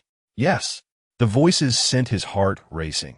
He pressed himself against the door, straining to discern their every movement. The men and women in the room were taken aback by the soldiers' abrupt and aggressive intrusion. The footsteps halted outside Shun Eci's chamber, the moment of discovery drawing near. It was clear he could not remain there, but the dinging was not at hand, leaving him without means for instant escape. In that fleeting moment when the door swung open, a mysterious figure leapt in through the window, incapacitating the searching soldiers in an instant. Nearby soldiers, hearing the commotion, hastened to the scene. Shun Eci, taken aback by the sudden appearance of this stranger, barely had time to react as the figure seized his arm, exclaiming, Run? Wait, there seemed to be soldiers outside as well. Shun Eci barely had the chance to speak before he was seized by the arm and propelled out of the window.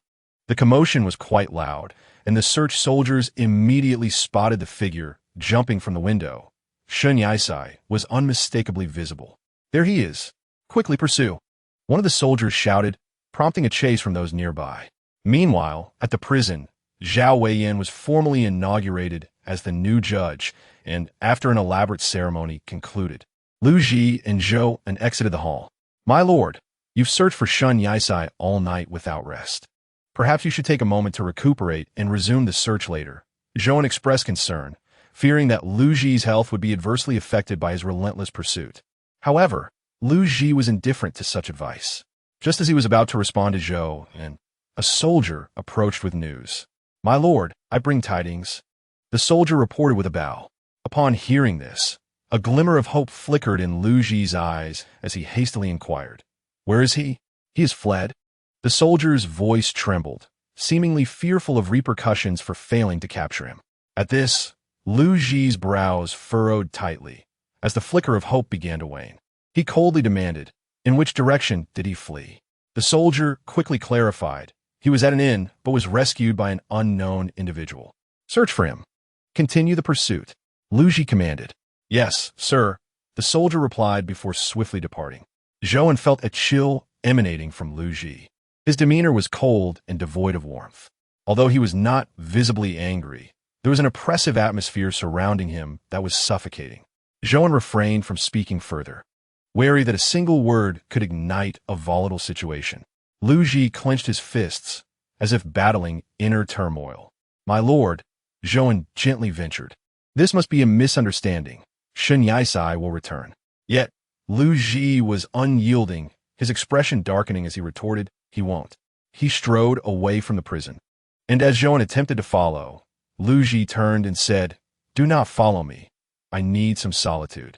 Zhou halted, observing Lu Ji's retreating figure, which no longer bore the same indifference as before. Instead, it was tinged with a hint of despair. In a secluded alley, Shun Yisai was pulled by the mysterious man, who finally released his grip and inquired, Who are you? Why did you save me? After a moment, the man turned and removed the black cloth partially obscuring his face. With a smile, he introduced himself. I have been observing you for some time and wish to befriend you. My name is Lu Zihao. Shun Yisai remained silent, regarding him with a serious expression. Lu Zihao noticed the evident wariness in Shun Yisai's gaze and quickly reassured him, Do not misunderstand. I am not a bad person. Otherwise, why would I have rescued you? I do not require your assistance, Shun Yisai coldly replied, attempting to walk away.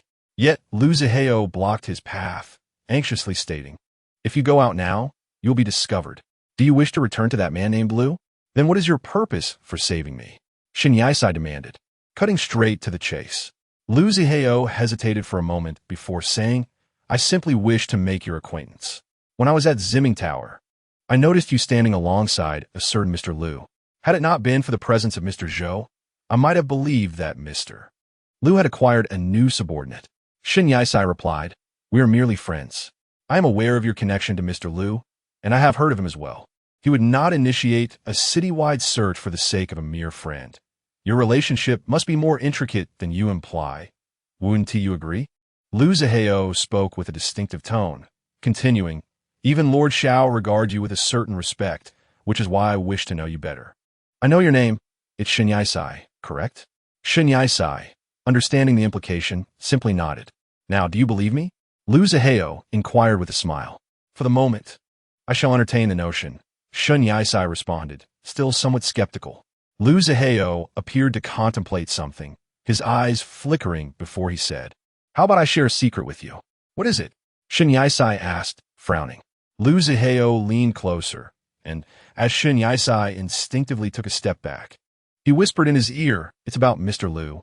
Before Shun Yisai could urge him to continue, a sharp pain struck his abdomen, causing a wave of numbness to wash over him. He staggered back several steps. Why you?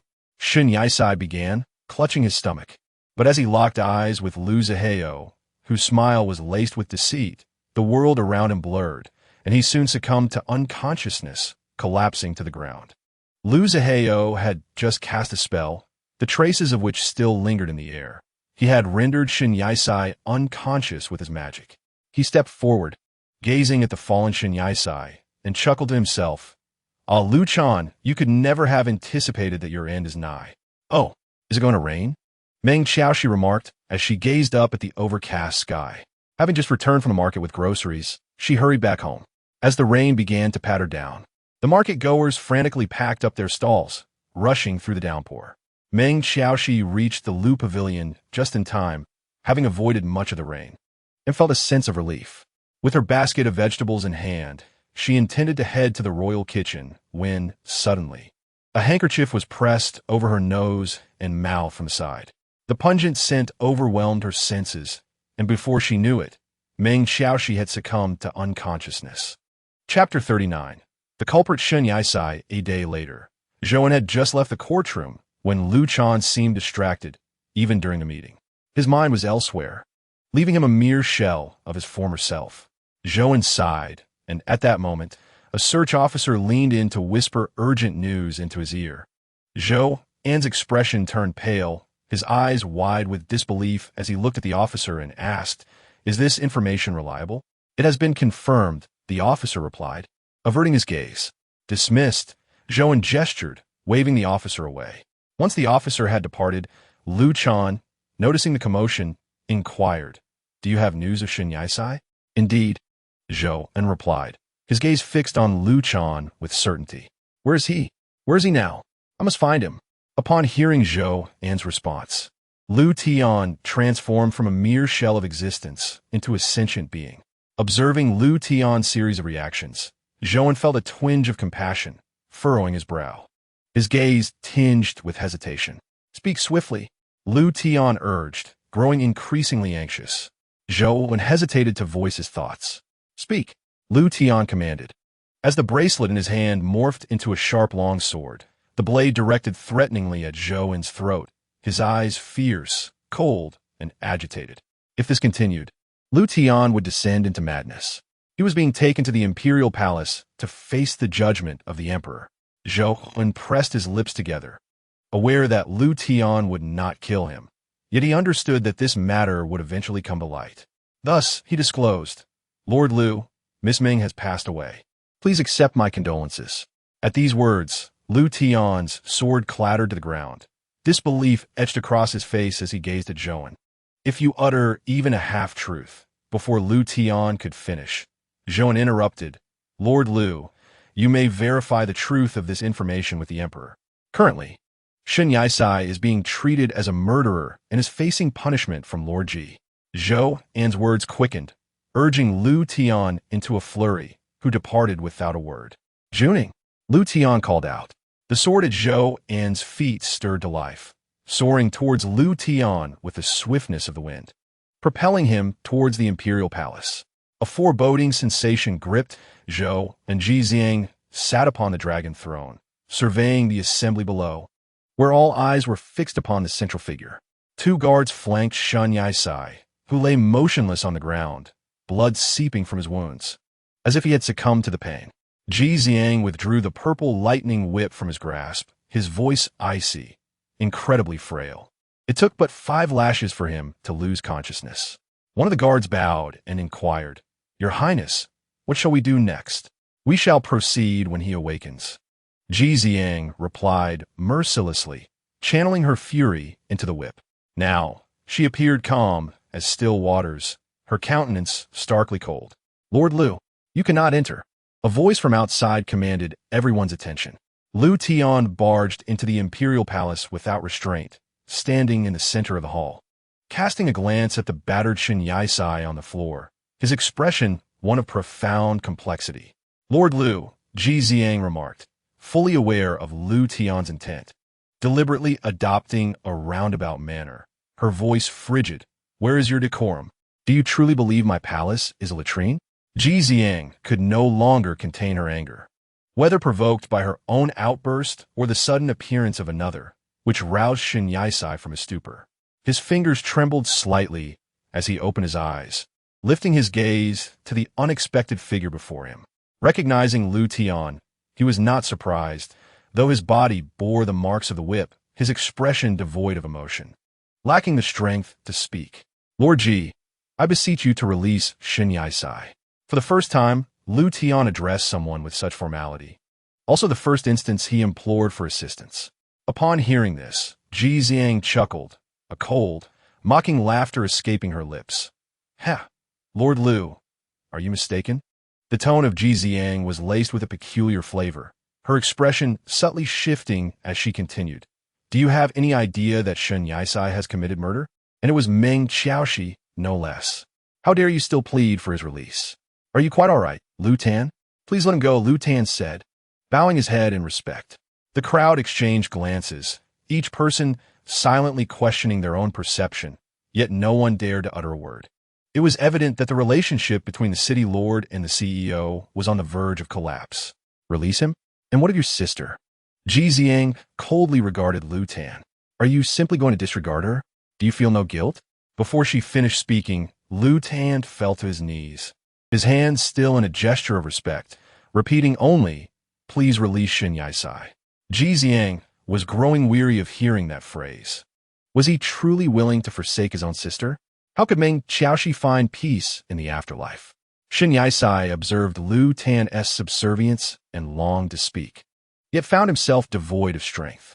Lord Lu, I have shown you considerable leniency.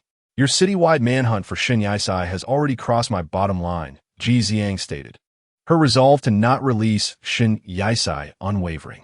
Now that your sister has passed, instead of properly mourning her, you come here to plead for the life of her murderer? I see that you alone are troubled in your thinking. Lu Tan maintained an expression devoid of emotion, completely unyielding. Duan Xiaomin, standing beside Ji Ziang, could hardly bear to watch and urged, Lord Lu, the city lord is merely executing her duties. She is doing this for Miss Meng's sake. The 12 whips of the King of Hell? Ji Ziang scoffed at the figure prostrated before her. After enduring 5 lashes, he couldn't withstand it, hardly resilient. The Purple Thunder Whip was no less painful than the King of Hell's whip, carrying the added sting of electric shock. His injuries had not yet healed, and with the new lashes inflicted, his old wounds worsened, and fresh injuries emerged. Finally, Lu Tan spoke again, asserting, there is something amiss here. It may not have been Shen Yisai who committed the act. There must be another true culprit. Is he the true murderer? Are you suggesting someone else is masquerading as the assailant? Do not forget your responsibilities, Ji Ziang replied, her words laden with implication. Do you truly dare to confront me on behalf of this man? Lu Tan found himself with no justifiable retort.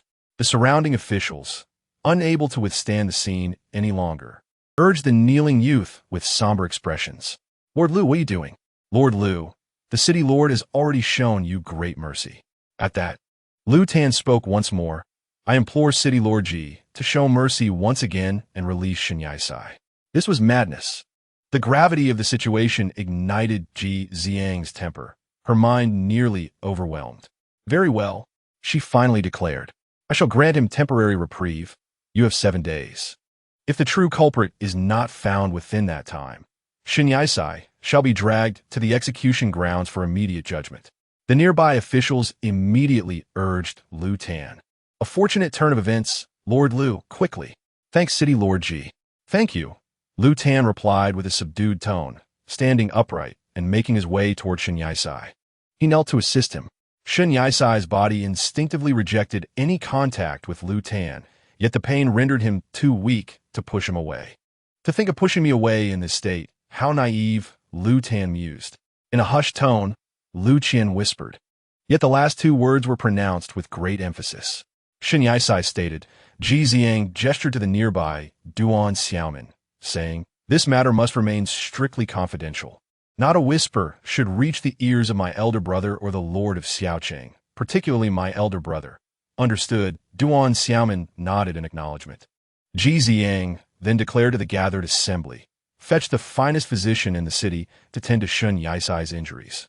In 2 hours, he is to be confined in the interrogation prison, pending trial. The crowd bowed in compliance, responding, we shall follow the arrangements of Lord Ji. When Shen Yisai next opened his eyes, he found himself in an unfamiliar setting. Gazing at the ceiling, he felt utterly exhausted, unable to move. His wounds were meticulously bandaged, and in the interest of treatment, he was left without clothing. Slowly, he propped himself against the headboard. Awake? A familiar voice whispered near him. So well known, it was almost comforting. Shen Yisai responded with a muted without turning his head. The young man beside him approached the bed, entering Shen Yisai's line of sight, and asked, why have you been avoiding me? After a long silence, he he finally spoke. Shin Yisai lifted his gaze to meet his eyes, which are filled with compassion and sorrow. With a fleeting glance, Shin Yisai averted his eyes and spoke in a hoarse voice. "Shouldn't I?" Then he looked up again, locking eyes with him, and resolutely stated, "My issues have disrupted your relationship with Lord Ji. It would be better for a monster like me to simply vanish." "Aye," Lu Qian replied, furrowing his brow in disagreement. "I understand your feelings. I've pondered similarly many times during our school days." Shin Yisai, incredulous, widened his eyes, fighting back tears as his lips quivered, struggling to suppress his emotions. "You clearly pretended not to know me. Why not continue the facade?" Shin Yisai vented his frustration. Lu Qian sat at the edge of the bed, grasping Shin Yisai's wrist and fastening a bracelet on him. "I don't want this." Shin Yisai's eyes glistened with unshed tears as he glared fiercely at Lu Qian. "I am sorry. It is my fault for involving you in this." Lu Qian lowered his head, murmuring softly, "I did not pretend. I lost my memory and cannot recall anything related to you. My memories were restored by Juning." "Aye, Qing Ming has returned." Lu Qian finally looked at Shin Yisai, his eyes carrying a hint of gentle warmth. His memories were whole again, and he was a complete young man. Unable to contain himself, Shin Yisai embraced Lu Qian tightly, his shoulder dampened by tears. He wanted to push Shin Yisai away to wipe his tears, but Shin Yisai refused to let go, holding on firmly and sobbing. "I don't want you to see me cry." Lu Qian smiled gently, softly patting Shin Yisai's back as if he were barely touching him. He comforted, "I have realized that whether I am Lu Qian or Qing Ming, my impulse to love you remains unchanged." Shin Yisai appeared not to comprehend, desperately stifling his tears as he asked in a choked voice, "Is it truly as I think?" He gently pushed Shin Yisai away, smiling as he wiped the remaining tears from the corners of his eyes. "Yes," he spoke softly, "Lu Qi has long harbored feelings for you, yet struggles to express them. Can you find it in your heart to forgive him? And for me as well?" Finally, Lu Qi gently uttered a phrase. As he spoke, he retrieved a long-neglected sachet from his pocket, causing Shin Yisai to widen his eyes in astonishment. Wasn't this the forget-me-not sachet he had sent him his own world? He had actually kept it. After a moment, Shin Yisai averted his gaze, lowering his head as he murmured, "I am the one who killed your sister. It is I who should not be forgiven."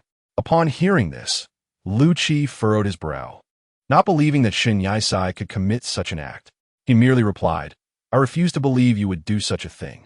Even if it were true, I am more inclined to think you were coerced." With Lu Qi's extensive experience in solving cases, he might have surmised the direction of the true culprit, but without evidence or guidance, he could not reach a conclusion. Shin Yisai's heartbeat seemed to slow for a moment as he grasped the bedclothes tighter. He then heard the person beside him explain, "The relationship between the city lord and me is not what you assume. She simply wishes to avoid entangling with another." Shin Yisai inquired, "Who is this other person?" Lu Qi hesitated for a moment before responding, "It's a long story. I will explain it to you later." Moments later, a loud knocking echoed from outside, with the impatient guards calling out, "Only 5 minutes left." At the sound, both men ceased their laughter. Lu Qi tucked away the sachet and rose from the bed, turning back to say, "You are about to be taken for interrogation. Within 7 days, I must find a true murderer and rescue you. Be careful. Don't take unnecessary risks." Shin Yisai expressed his concern. Lu Qi shook his head, reassuring him, "Do not worry. I will not let you die. Can you recount the events that transpired?" Shin Yisai reflected for a moment before narrating the sequence of events. He recalled being knocked unconscious by Lu Zihao, and upon awakening, he found himself on the long bench in the main hall of Lu Ge. Just then, someone knocked at the door. As Shin Yisai approached and opened it, he was met by Duan Xiaoman, a woman he did not recognize at the time. He intended to ask her identity when she introduced herself as the personal maid of the city lord Ji, stating she was sent to find Meng Xiaoxi and summon her to the Forbidden City. However, upon arriving at the royal kitchen, an unbelievable sight awaited him. Meng Xiaoxi lay on the ground, her hair disheveled, obscuring much of her face, her skin pale and lifeless.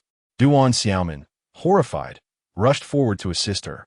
only to discover that Meng Xiaoxi was already deceased, a deep gash on her neck, blood nearly congealed, suggesting she had been dead for some time.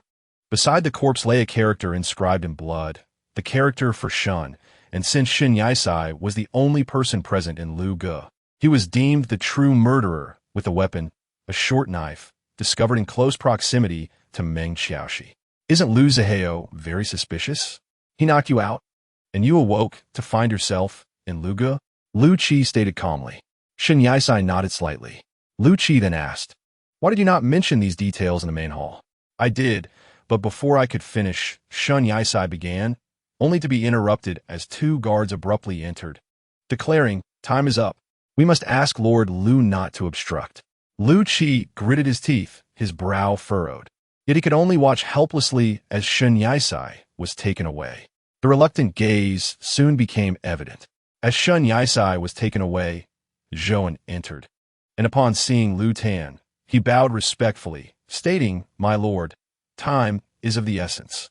Although the city lord has granted 7 days, Shen Yaisai cannot endure this duration. The old wounds inflicted by the king of Hell's whip have resurfaced, and even the best physician cannot treat him. We must summon the imperial physician and the renowned healer to intervene personally." Upon hearing this, Lu Tan glanced at Zhouan, his eyes reflecting a hint of hesitation. He replied coldly, "How long can he hold on?" "At most 4 days," Zhouan answered. The other man clenched his fists tightly, the nails digging into his flesh, rendering him oblivious to the pain, as blood oozed from his palm. Zhouan noticed this gesture and immediately urged, "My lord, please remain calm." "Calm? How can I be calm?" Lu Tan's eyes brimmed with a chilling intensity, his nails sinking deeper. "The deceased is my sister, and the accused is the one I hold dearest. How can I possibly remain composed?" Indeed, the loss of his only kin would incite a desire for vengeance, a fate of dismemberment and brutal retribution for the perpetrator. Yet the accused was Shen Yaisai. The once unflappable Lord Lu now found himself losing his composure due to the case. He had repeatedly reminded himself to maintain his equanimity, to stay unruffled, but he was on the brink of madness. "Lord Lu," Zhouan noted with disbelief, having caught the underlying sentiment in Lu Tan's words. It seemed he indeed harbored feelings for Shen Yaisai. "The one you cherish most," Zhouan boldly interjected. "I too believe in that. But this is precisely what the true murderer would relish witnessing." Upon reflection, Zhouan's words held merit. Shen Yaisai bore no animosity towards Meng Xiaoxi, the deceased. Yet he was deemed the murderer.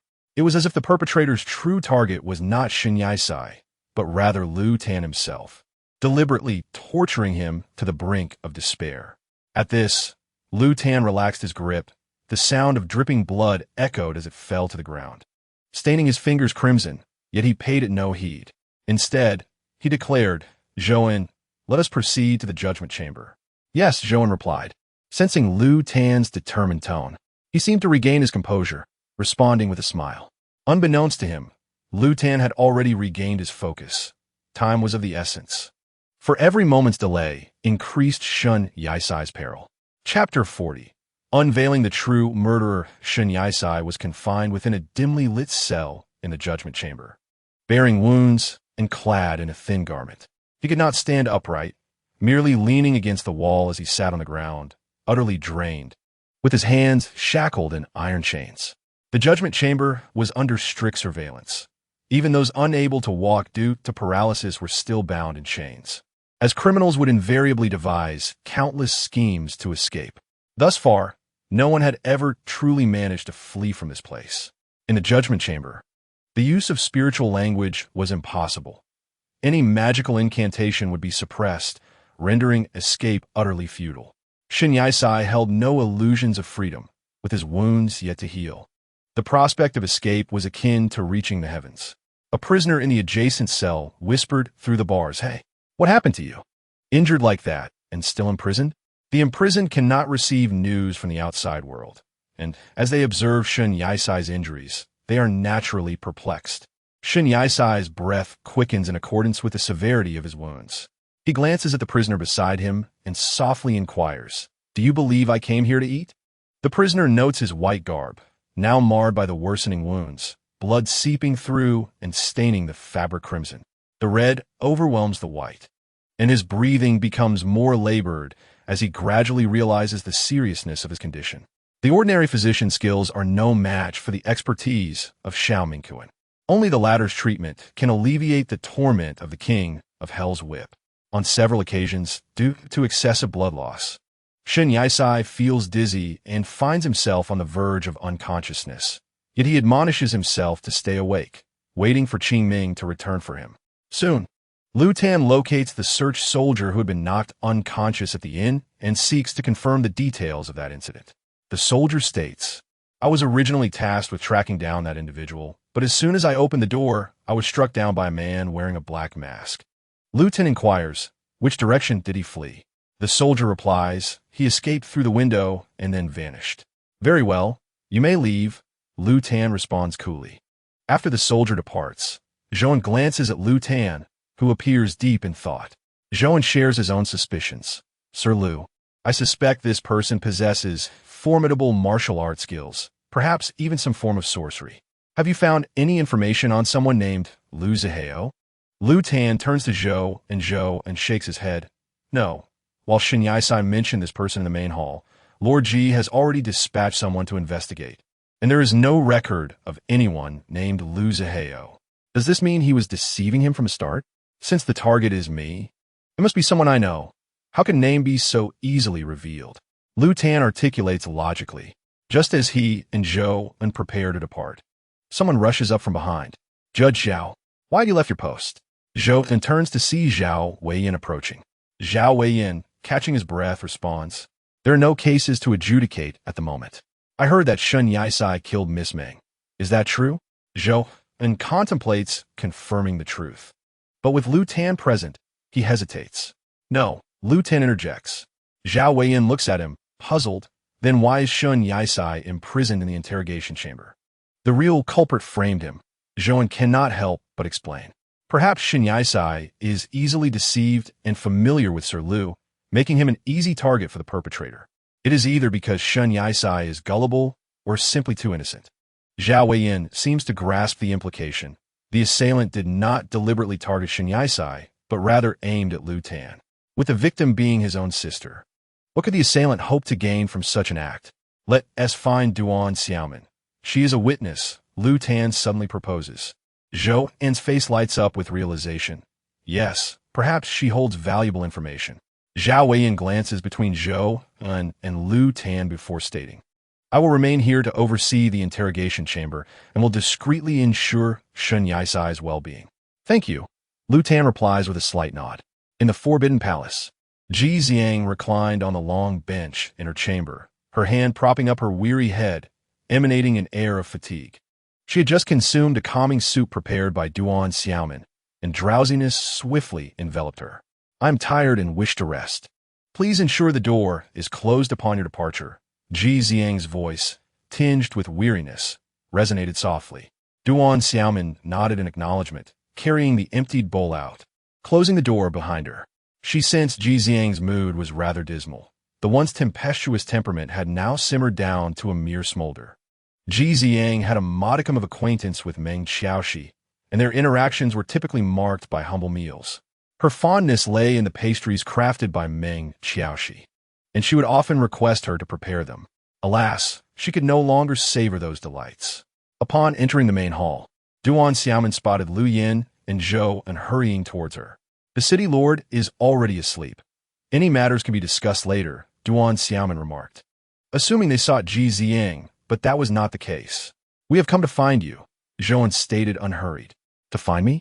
Duan Xiaomin responded, taken aback. Yet upon reflection, she began to surmise their intent. Lu Yin remained unfazed, articulating, "When you sought my sister, it was at the behest of City Lord Ji. And then Shen Yisai left the door?" "Indeed," Duan Xiaomin affirmed. "You are aware that only those affiliated with Lu Pavilion can unlock the door. No one can enter from the outside. Only those within can open it." Zhou found the circumstances exceedingly perplexing and remarked, if Shen Yisai were indeed the culprit, why would he remain in Lu Pavilion, awaiting someone to approach him? Could it be that he had just committed the act and had yet to flee before I discovered him? Duan Xiaoman speculated blindly. Shen Yisai had detailed the events thoroughly at the time. Reflecting on his words, Lu Yin asserted confidently, no, her blood had already congealed, indicating she had been deceased for some time. It is indeed suspicious, Duan Xiaoman recalled, as Meng Xiaoxi's blood had indeed solidified, her complexion alarmingly pale. And the kitchen was in disarray with her hair in disheveled disarray. This only suggested that Meng Xiaoxi had struggled before her demise. During the pursuit of Shen Yisai, a figure obscured by black fabric had rescued him. It seemed this individual intended for Shen Yisai to serve as a scapegoat, yet their calculations had proven flawed. They had failed to anticipate that he had already been exposed. However, there was no individual named Lu Zihao within the city, or the outskirts. Has there been an inquiry beyond the city? Someone interjected. Zhou Han, aligning with Lu Yan's line of thought, asserted confidently, no. There has been no search conducted outside the city. Lu Pavilion belonged to the city, thus only the interior had been searched, neglecting the exterior. Dispatch individuals to investigate. Duan Xiaoman, you are responsible for informing City Lord Ji, Lu Yin instructed Zhou and before turning to Duan Xiaoman. While names may not always be genuine, he had once revealed his true identity before Shen Yisai, thus they could utilize his likeness to locate him. Zhou acknowledged and promptly commenced his task, while Duan Xiaoman hesitated, casting a glance towards the chamber and then at Lu Yin, the unspoken understanding palpable between them. Lu Qian understood what she wanted to say and responded directly. Once Ji Zhang awakens, you may inform her as well. Acknowledging this, Duan Xiaoman nodded in agreement. Ever since Zhao Weiyan assumed the role of judge, he had scarcely enjoyed a moment's respite, toiling relentlessly. He was still engrossed in reviewing case files within the court hall when a figure approached the entrance. His devoted subordinate, Huang Shixiang. Your Excellency, Huang Shixiang greeted Zhao Weiyan with a respectful bow. I have just checked on the situation in the prison. It seems that Shen Yisai is on the verge of demise. At this revelation, Zhao Weiyan promptly set aside the case files, his expression shifting with urgency. Quickly, send for a doctor. However, Huang Shixiang hesitated, his voice dwindling. The city lord has instructed that no actions should be taken until the case concludes, lest we face the annihilation of our entire clan. Zhao Weiyan inhaled sharply, grappling with his frustration. He wished to protest, but found himself rendered speechless, dismissing the previous remark as mere folly. How could the situation have escalated to such severity? How much longer can he endure? Huang Shixiang replied, at most 1 day. What? Zhao Weiyan sprang to his feet, his pupils constricting in alarm. Lu Qian, you must hurry, he murmured to himself before turning to Huang Shixiang. Quick, go find Lord Lu. Yes. Recognizing Zhao Weiyan's palpable anxiety, Huang Shixiang hastened to locate Lu Qian. Indeed, Shen Yisai could scarcely hold on for much longer. The bracelet on his wrist bore witness to his waning vitality, and even Juning could sense the fragility of his life force. As his wounds worsened, Shen Yisai squinted, battling an overwhelming desire for sleep. Yet reason urged him to resist. For a fleeting moment, he yearned to succumb to slumber, to drift away and never awaken again. No, I must live. I must endure until Qing Ming returns. Shen Yisai clung to the last vestiges of his willpower. System, if faced with death, your real self shall perish as well. With a sardonic smile, Shen Yisai remarked, what delightful news you bring. Outside the city, they had searched for 2 days without a trace, fearing that even if they turned the entire city upside down, no leads would surface. Lu Qian had not slept a wink for several days due to the case. 3 days had already elapsed. After Huang Shixiang delivered his report, Zhou began to grow anxious. He glanced at Lu Qian, who remained composed, his expression unchanged, though a hint of coldness permeated his demeanor. My lord, there is still no sign of Lu Zihao outside the city. Zhou dared not mention Shen Yisai, fearing it would drive Lu Qian to madness. Lu Qian was acutely aware of the dwindling time. He needed to unearth the murderer swiftly. If only he could hasten the process just a little more. He was still waiting for him. His voice was barely a whisper, too soft for anyone nearby to hear. As he clenched his fists, channeling his emotions into his grip, time seemed to stand still, suffocating in its stillness. Lu Qian seated himself on a nearby chair, closing his eyes, gently tapping his forehead with his fist, repeating the motion as if engaged in deep contemplation. Zhou and Huang Shixiang observed Lu Qian, who appeared icy and composed, yet they could sense his underlying agitation and disquiet. At that moment, someone knocked on the door of the residence. Zhou glanced at the impassive Lu Tan, then at the equally perplexed Huang Shixiang. After a brief pause, he chose to open the door, revealing a young girl, the very one who had previously exposed Wang Lisin's wrongdoing. Her name was Su Ming, and as she opened the door, a sweet smile adorned her face, a basket of strawberries in hand. "Hello, it's me," Su Ming said cheerfully, lifting the basket for them to see. "These are homegrown, incredibly sweet and fresh. To express my gratitude for your assistance in Ling Ling's case, I brought strawberries for you to enjoy." Zhou returned her smile, expressing his thanks. "Thank you, Miss Su. This is indeed part of our duties as officers, but unfortunately, our superior is in a rather poor mood today and may not have time to entertain you." Su Ming pursed her lips and remarked, "Ah, I heard about that. There are search officers both inside and outside the city, seemingly in pursuit of someone's whereabouts. Weren't they looking for Shun Yaisai before?" Zhou's tone grew more elongated, as if he were reluctant to elaborate. However, Su Ming interjected, "No worries. Let's keep it brief. How can I assist you?" Zhou proceeded to summarize. "Shun Yaisai has been imprisoned for the murder of Miss Ming. Oh no. The true perpetrator has framed Shun Yaisai, and we have yet to locate the real culprit." "What? That's grave." Su Ming began to worry. "Is the murderer the one named Lu Zihao? Can we truly ascertain his identity?" Zhou shifted slightly, urging her to come inside. "It's safer within these walls." "All right," Su Ming replied, complying. Upon entering the residence, she gazed around the main hall, her expression one of astonishment. "Wow. Does Lord Lu reside here? This place is no less magnificent than a palace." Coughing discreetly, Zhou seemed to suggest she temper her enthusiasm. Su Ming playfully stuck out her tongue, but soon collected herself, placing the basket of strawberries on the long table in the main hall. At the table sat Lu Tan, repeatedly tapping his forehead, oblivious to Su Ming's arrival. Beside him stood an unfamiliar figure, but Su Ming paid little heed to that, focusing instead on Lu Tan's current state. Had she been in his position, it would have driven her to madness. The death of his sister, with the blame placed squarely on Shun Yaisai, made it impossible to fathom the depths of Lu Tan's despair. Could they simply stand by and do nothing? Shun Yaisai was still in peril. Before Su Ming could finish her thought, Zhou gestured for silence, lowering his voice. "Lord Lu has reached his limit. Do not provoke him further with talk of Shun Yaisai." It was uncertain whether it was Su Ming's sudden outburst or her abrupt halt that drew Lu Tan's attention.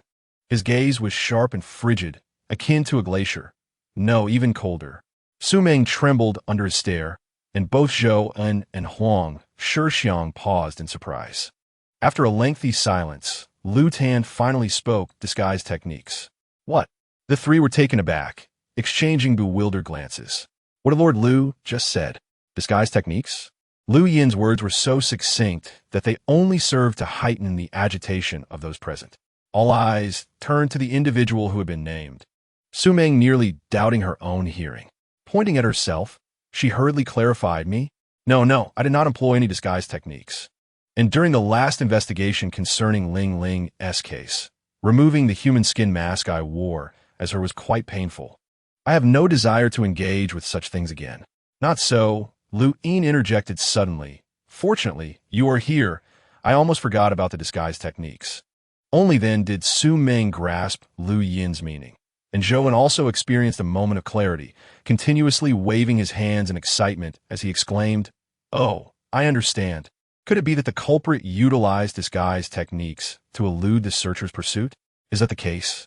He grew increasingly animated, as if his words were indeed the truth. However, Lu Yin shook her head, correcting his misunderstanding. "You have it backward." "Backward?" Zhou pondered over his previous statements, when Huang Shixiang swiftly responded, "I see it now. The culprit first used disguise techniques to rescue Shun Yaisai, and what appeared before Shun Yaisai was the disguised version, not the true identity. And the name was merely a fabrication."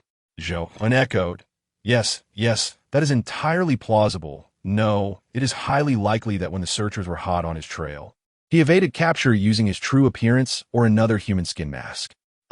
Su Ming found herself completely bewildered by their discourse. I already know who the murderer is, and you all are acquainted with him. Lu Yin finally rose as the entire case began to reveal its truth. The two individuals before her exchanged glances, seemingly unresponsive to the revelation of the identity. Come, let us confront this murderer, Lu Yin proclaimed, not daring to linger even a moment longer. Hastening her pace, as time was of the essence. The two men prepared to follow, and Su Ming, driven by curiosity, trailed behind them. Chapter 41. The final day after Ji Xiang awoke, she made her way to the grand hall and seated herself casually upon the dragon throne. Duan Xiaomin stood beside the throne, following her gaze as it swept across the assembled ministers. She had heard from Duan Xiaomin about Lu Yin's investigation beyond the city walls. She did not refuse, merely acknowledging with a nod. One of the ministers stepped forward, kneeling in the center of the hall, and bowed toward Ji Xiang, stating, "Your Highness, the imperial physician Yao Wang is outside the hall requesting an audience." Upon hearing this, Duan Xiaomin's complexion turned pale, sensing that Ji Xiang was on the verge of fury. As anticipated, Ji Xiang's demeanor shifted dramatically as she unleashed a storm of anger. She struck the armrest of the dragon throne forcefully, shouting, Who leaked information to let it reach Xiao Mingquan's ears? I shall annihilate his entire clan." As Ji Xiang's rage erupted, all the ministers prostrated themselves, not daring to lift their heads. They spoke in unison, pleading, "May your highness quell your anger." Ji Xiang let out a cold, derisive laugh, then demanded, "Who can provide me with an explanation?" Another minister stepped forward, bowing respectfully. "Please, your highness, calm your wrath. The forbidden city is securely sealed. We cannot fathom how the imperial physician could have suddenly learned of this matter. What a coincidence." Ji Xiang smiled a mocking smile, unwilling to keep Xiao Mingquan waiting outside the door, and finally instructed, "Please invite the physician inside." After a considerable duration, the ministers stood aside, awaiting the arrival of another city lord. Without any reservation, Xiao Mingquan strode confidently into the grand hall. "Lord Xiao, you have come uninvited," Ji Xiang remarked with a tone laced with sarcasm, addressing those below. This was characteristic of Ji Xiang's manner of speaking, and Xiao Mingquan, well accustomed to it, took no offense. He replied, "Lord Ji, I seek your pardon for my sudden visit. Do not blame the innocent. You possess your purple thunderwhip. While I hold my crystal ball, no matter how much one attempts to conceal the truth, it cannot escape my crystal ball's gaze." I had nearly forgotten that. Ji Xiang chuckled, adding, "That little trinket of yours is indeed quite a nuisance." One of the attendees remarked not long ago, "I discerned some movements near the Forbidden City through the crystal ball, and I hastened my journey to arrive here today. Then I suppose I ought to express my gratitude to you?" Ji Xiang retorted arrogantly, showing utter disregard for the other's status. "And what of your elder brother?" Xiao Mingquan mentioned a particularly sensitive subject for Ji Xiang. Upon hearing this, Ji Xiang's lips pressed into a thin line as he regarded Xiao Mingquan with a serious expression. Even the ministers beside them exchanged furtive glances, seemingly aware of the impending revelation from Xiao Mingquan. "Have you discussed this matter with your elder brother?" Ji Xiang anxiously gripped the armrest of the dragon throne, his fingertips trembling slightly. "Not yet." Xiao Mingquan's 3 words instantly alleviated the tension in the room. He continued, "I merely wish to remind you, Lord Ji, that some matters should not be pushed too far. Should your elder brother learn of this, neither of us would emerge unscathed." Was Lord Xiao threatening Lord Ji? A nearby minister, Duan Xiaomin, felt a chill of apprehension for Ji Xiang. After a prolonged moment of hesitation, Ji Xiang finally spoke, "I am aware of my limits. If Lord Zhao's purpose here is solely to offer a warning, then it is unnecessary." Xiao Mingquan replied, "I also need to tend to someone's injuries. I have left my personal attendant at the Imperial Physician City to manage affairs there. Thus I can remain here for a few more days." It was evident that Xiao Mingquan was already privy to all that had transpired. Ji Xiang sighed, forcing herself to calm her emotions. She stated, "Lord Xiao, I can grant you the authority to treat Shinyaisai, but there are two conditions. Speak freely, Xiao Mingquan urged unreservedly. Ji Xiang replied at her own pace. Firstly, I must impose a ban on your crystal ball from prying into all matters of my city, as it greatly affects the friendship between our two cities. Secondly, you must refrain from using your elder brother as a means of intimidation. I find it quite uncomfortable, and let this be the last instance. Without hesitation, Xiao Mingquan nodded, a smile gracing his face as he said, Then I shall adhere to Lord G's stipulations. With that, he extended his hand and conjured the crystal ball from thin air. It was not large, yet it gleamed with a translucent brilliance. Ji Xiang, her expression impassive, traced a peculiar symbol in the air with her finger. Upon completing the drawing, she flicked her finger at the symbol, which shot into the crystal ball with the speed of an arrow. Inside the crystal ball, a character for Ban appeared before dissipating. Lord Ji, she declared. Xiao Mingquan called out, and, with a flick of his magic, stored the crystal ball away. He then remarked, as a city lord, Is it appropriate for me to visit the prison? Quite so. Ji Xiang leaned against the armrest, resting his chin on his hand, and lazily replied, Xiao Min, send someone to bring Shan Yaisai out. Just take him anywhere that will facilitate the Medicine King-esque treatment. Understood. Duan Xiaomin smiled in agreement. With that, she led Xiao Mingquan away. Approaching the watchtower near the frontier, several generals were engaged in discussions about tactics, while the soldiers bore the marks of a recent battle. Some dead, some wounded, giving the impression they had just returned from a defeat. General Gua, you appear well prepared here. What about this area? One general pointed to a location on the map, adding, The defenses here are inadequate and will leave us vulnerable to the enemy's exploits. Just look at how many brothers we have lost. General Guojun Tian seemed distracted, clearly not absorbing the preceding comments, until another general exclaimed, General Gua, are you even listening? Your condition has been quite poor these days. Guojun Tian snapped back to attention, smiling apologetically. There are numerous affairs at home, causing my mind to be somewhat disarrayed. Leave your domestic matters off the battlefield. The general before him retorted, visibly irritated. Any slight error could lead to significant losses for our forces. My sincerest apologies, Guojun Tian expressed, unable to bow properly due to his single arm, instead clutching his chest as a gesture of contrition. Report. A guard suddenly entered, announcing, General, there are 3 peculiar individuals seeking an audience with you. Who are they? One of the generals inquired. The guard, not lifting his head, replied, I am uncertain, but I know there are 2 men and 1 woman among them. Now is not the time to entertain guests during tactical discussions. Send them away immediately. Another general waved his hand dismissively. Guojun Tian then asked, Are they from within the city? Seemingly so, the guard deduced based on their attire. Upon hearing this, Guojun Tian's expression shifted, while the other 2 generals were momentarily taken aback. Individuals from within the city? They echoed in unison, fully aware that such individuals held status and privilege, their attire far more refined than that of those from outside. Let them in, one general commanded. Yes. No sooner had the guard exited than the 3 individuals entered, leaving the 3 generals astonished.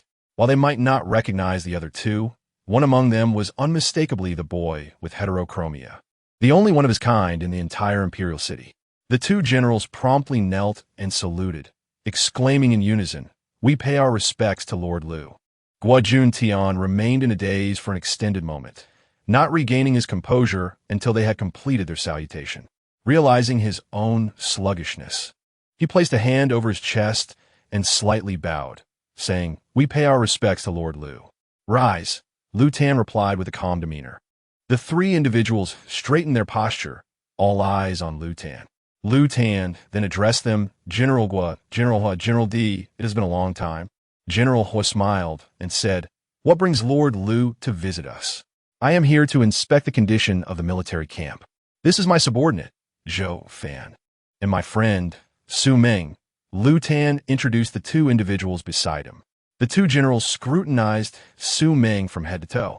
She wore a simple attire, her hair styled in a braid that cascaded down her back, giving her an appearance that did not blend with the townsfolk. Is she a girl from outside the city?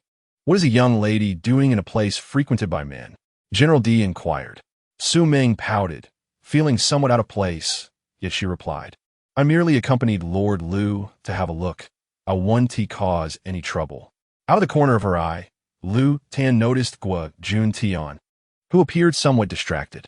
She observed that he had only one arm, the other rendered useless by Ji Ziyang, the sleeve of his garment hanging limply.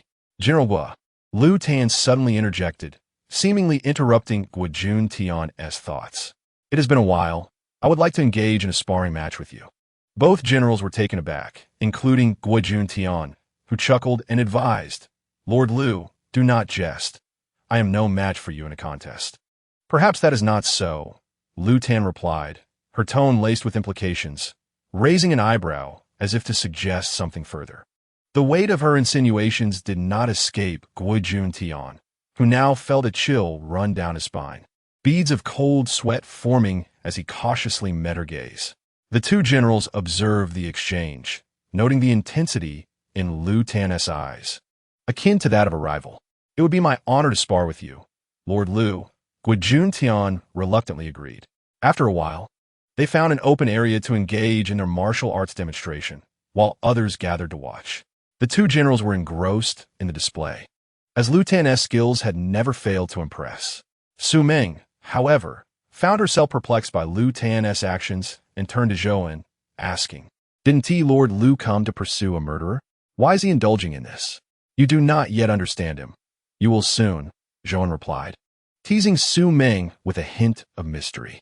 Gua Jun Tian, with his single arm, was clearly at a disadvantage, especially against an opponent like Lu Tan. Yet Lu Tan, being a fair individual, permitted Gua Jun Tian to wield a weapon in their duel, which did not hinder her performance in the least. In a sudden turn of events, Lu Tan struck Gua Jun Tian's wrist, causing his sword to slip from his grip, and, in an instant, it landed in Lu Tan's possession. With a swift pivot, she aimed the sword at Gua Jun Tian, who lowered his gaze to the blade's tip. Fortunately, he halted just in time. Otherwise, his head would have certainly been severed.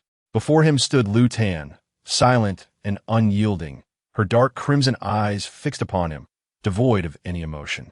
The Forbidden City has no need for a waste like you. Her words stunned all those watching, as no one expected Lu Tan to deliver such a harsh rebuke, especially towards a general, knowing well the significance of dignity for a seasoned warrior.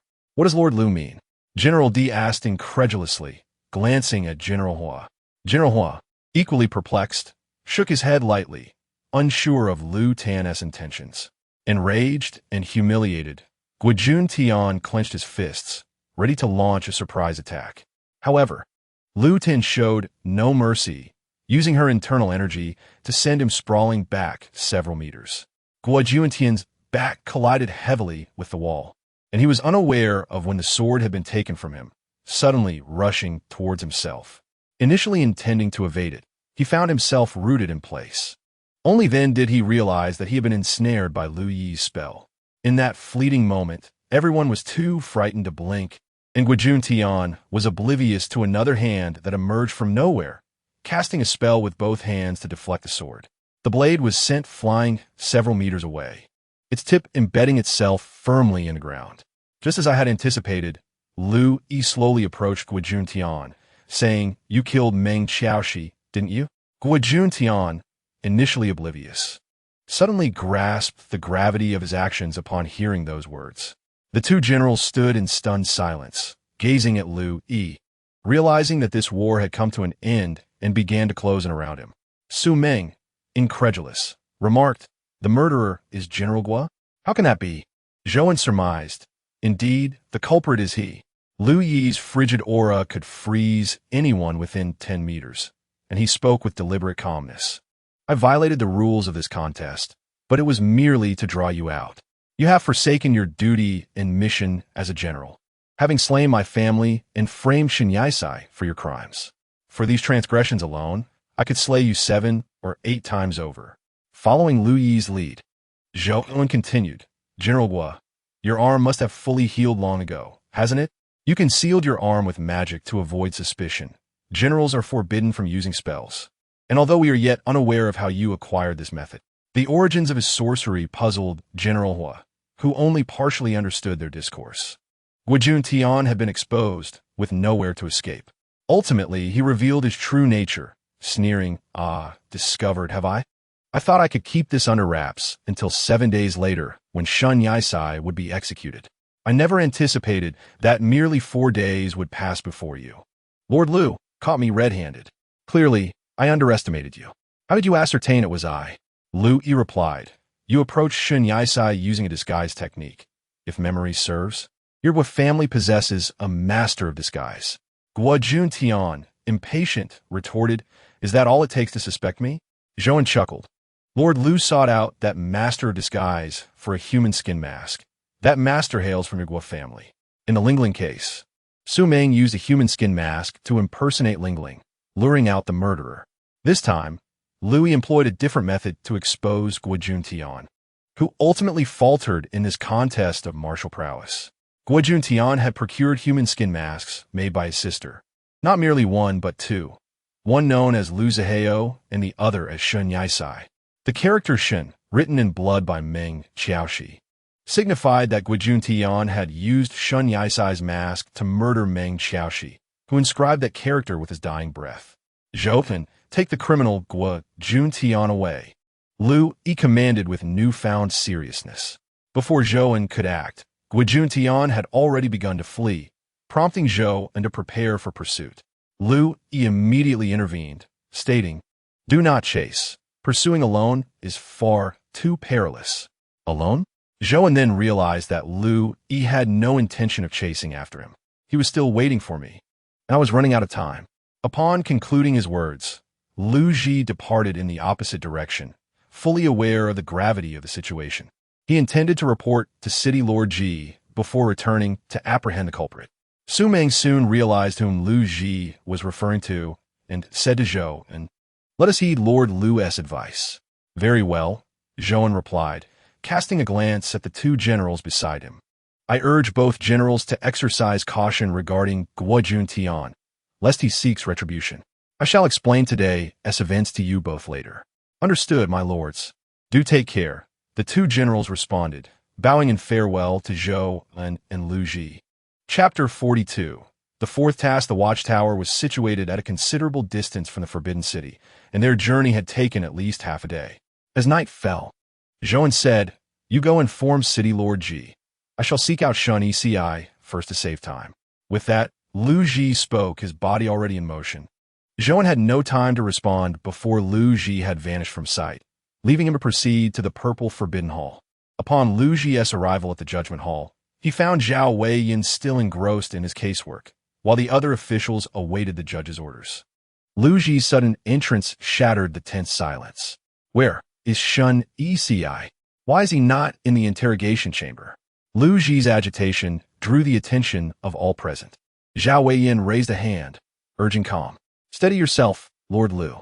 Shun Yisai is currently in a safe place, recuperating at a nearby residence. At this, Liu Ji turned sharply and departed with haste. His impulsiveness left the others bewildered. What has befallen Lord Liu? What could possibly incite such urgency? Whispered the onlookers, their murmurs filled with confusion. Yet Zhao Weiyin found no surprise in Liu Ji's behavior. Ever since Shun Yisai's arrival, Liu Ji had undergone a significant transformation, shedding his former politeness. After a brief search, Liu Ji swiftly located the small abode that Zhao Weiyin had mentioned. Upon entering, he beheld Duan Xiao Min holding a bowl of medicine, while Xiao Mingkun was administering healing spells to Shun Yisai, employing acupuncture in the process. Xiao Mingkun? What brings you here? Liu Ji's eyes sparkled with hope as he turned to Shun Yisai, who lay motionless on the bed, eyes closed. Xiao Mingkun paused his treatment, gradually removing the needles embedded in Shun Yisai's body. I learned of your predicament through the crystal ball 2 days ago and hastened my journey here, arriving this morning. I've exerted considerable effort to assist you. You ought to express your gratitude. Thank you. Liu Ji exhaled, a wave of relief washing over him. How is Shun Yisai faring? Can he be healed? At Liu Ji's inquiry, Xiao Mingkun's expression shifted slightly. He furrowed his brow. That is difficult to ascertain. It's a complex situation, If the wound lingers, I may not be able to remedy it. My medical skills have their limits, you know? Lu Ji's gaze dimmed at his words. Duan Xiaomin.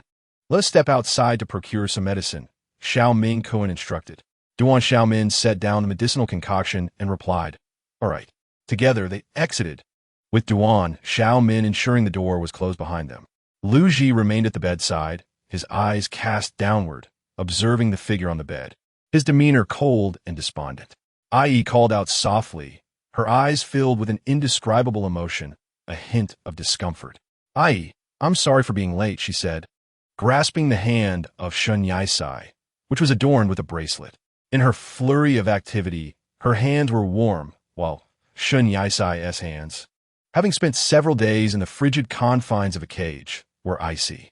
Through journeying, she learned that during her absence from the real world, Shun Yaisai had become less joyful, learned to grow independently, devoid of any emotions, and had successfully transformed into an entirely different self. However, since encountering Ai, he had gradually begun to rediscover the Shun Yaisai of old. Upon closer inspection, it was evident that Shun Yaisai had lost considerable weight, his face lacking its usual fullness. Yet, the youth on the bed remained strikingly handsome, with long, enticing eyelashes. Ai bent like a bow, her lips brushing against those delicate lashes, softly placing a kiss upon his eyelid. The kiss was feather-light, as if she cherished the young man before her. Yet, a wave of possessiveness surged within her, and after the first kiss, there was inevitably a second. This time, it landed on his lips, a deep, lingering kiss that lasted a minute. Just as she intended to withdraw, a hand pressed firmly against the back of Ai's head, pulling her back into the kiss. Stunned, she gazed into his eyes at close range. After a moment, Shun Yaisai's eyelashes fluttered slightly, and he opened his eyes, a radiant smile gracing his pale face. His voice was deep and husky as he teased. Taking advantage of me while I'm not paying attention, you'll have to take responsibility. Ai chuckled softly, a smile curving her lips. Her Ai had returned. All right, I'll take responsibility. She gently brushed her finger along Shun Yaisai's nose, eliciting an unintentional laugh from him. Their hands remained tightly intertwined, reluctant to part. Ai's gaze flicked to Shun Yaisai's delicate neck, where the marks of their previous encounter had faded over time, leaving only faint traces. It seemed that her bite had left quite an impression. Even after several days, it had yet to fully dissipate. A glimmer of warmth passed through her eyes as she shifted her gaze back to his face, locking eyes with him. Shun Yaisai furrowed his brow and asked, Do you remember the time you bit me? Indeed, Ai admitted, the embarrassing moments were indeed influenced by the Mexin fruit, but that particular bite was not. She chuckled lightly at the memory. Instantly, Shun Yaisai's face flushed crimson. Unable to contain himself, he blurted out, So, you had already developed feelings for me back then, even after the effects of the Mexin fruit had worn off. His words trailed off abruptly as he recalled that moment, feeling an acute sense of embarrassment. Ai had boldly acted on her feelings, using the Mexin fruit as an excuse. Seeing Shun Yaisai's face redden brought her joy, and she tenderly caressed his cheek, saying, Ai, if you wish, I shall remain your clarity. Before Shun Yaisai could respond, a commotion erupted outside the door, followed by muffled voices. Oh no, don't push me. Keep your voice down, or we'll be discovered. Lu Qi also heard the commotion and couldn't help but chuckle softly. He raised his index finger to his lips, signaling for silence. Shun Yaisai nodded with a smile, indicating he understood Lu Qi's intent. Lu Qi stealthily approached the door, moving in slow motion until he abruptly yanked it open, unleashing a swift and forceful action. The two individuals outside suddenly lost their balance, teetering forward, while Lu Qi displayed no intention of assisting them, merely sidestepping to allow them to fall to the ground. Duan Xiaomin and Xiao Mingkuan awkwardly scrambled to their feet, casting furtive glances at Lu Qi beside them, and then at Shun Yaisai, who remained on the bed, resulting in an awkward laugh. You all continue, please, Xiao Mingkuan said hurriedly as he made to leave. Xiao Mingkuan, Lu Qi called out, his expression impassive. You have quite the audacity to toy with me. Xiao Mingkuan recalled the incident, realizing that he had indeed misled Lu Qi, claiming he couldn't treat them due to his limited medical skills. I just thought you two hadn't spent time together in days. Isn't this merely a way to foster your relationship? He retorted. Isn't that right? As he spoke, Xiao Mingquan nudged Duan Xiaoman's arm with his elbow.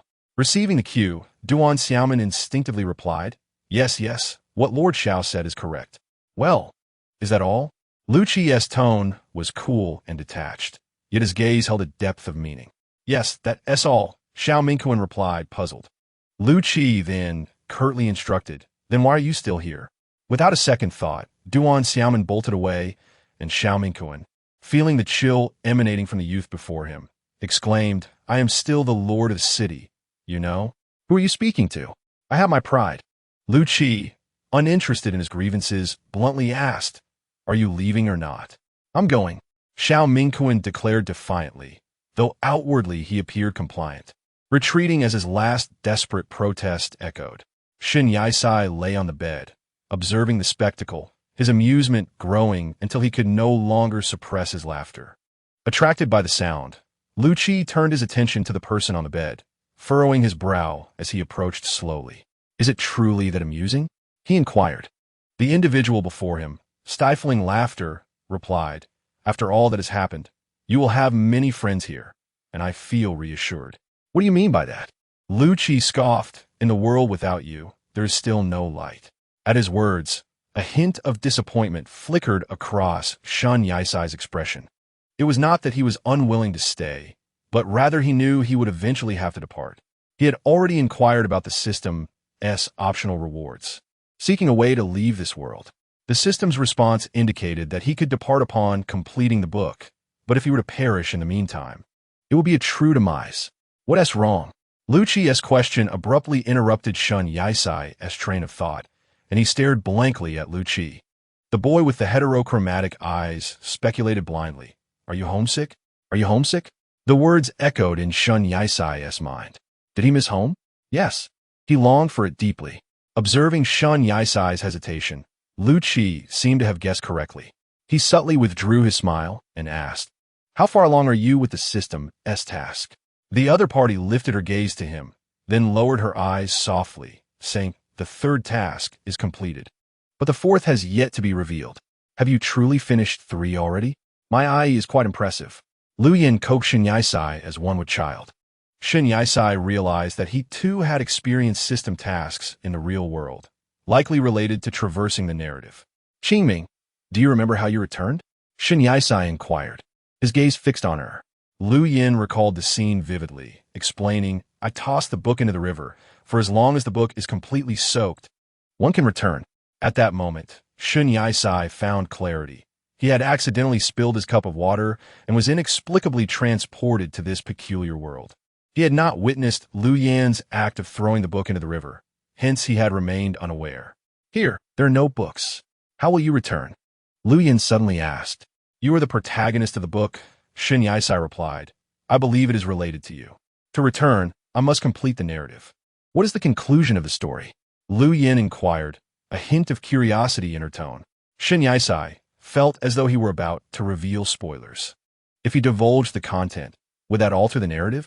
However, having only read half of the book, he was unaware of the conclusion and could only shake his head, saying, I have not finished reading the book. Upon hearing this, Lu Yin nodded with a semblance of understanding. Drawing from her own experiences with tasks, she deduced, there should be 5 tasks. You have completed 3, indicating that the book has progressed significantly. System. The 4th task has refreshed. Attend the 4 Cities Alliance. Locate the 5 city lords. Shen Yisai mused, surprised that the 4th task had indeed refreshed. Lu Yin observed him and asked, What's the matter?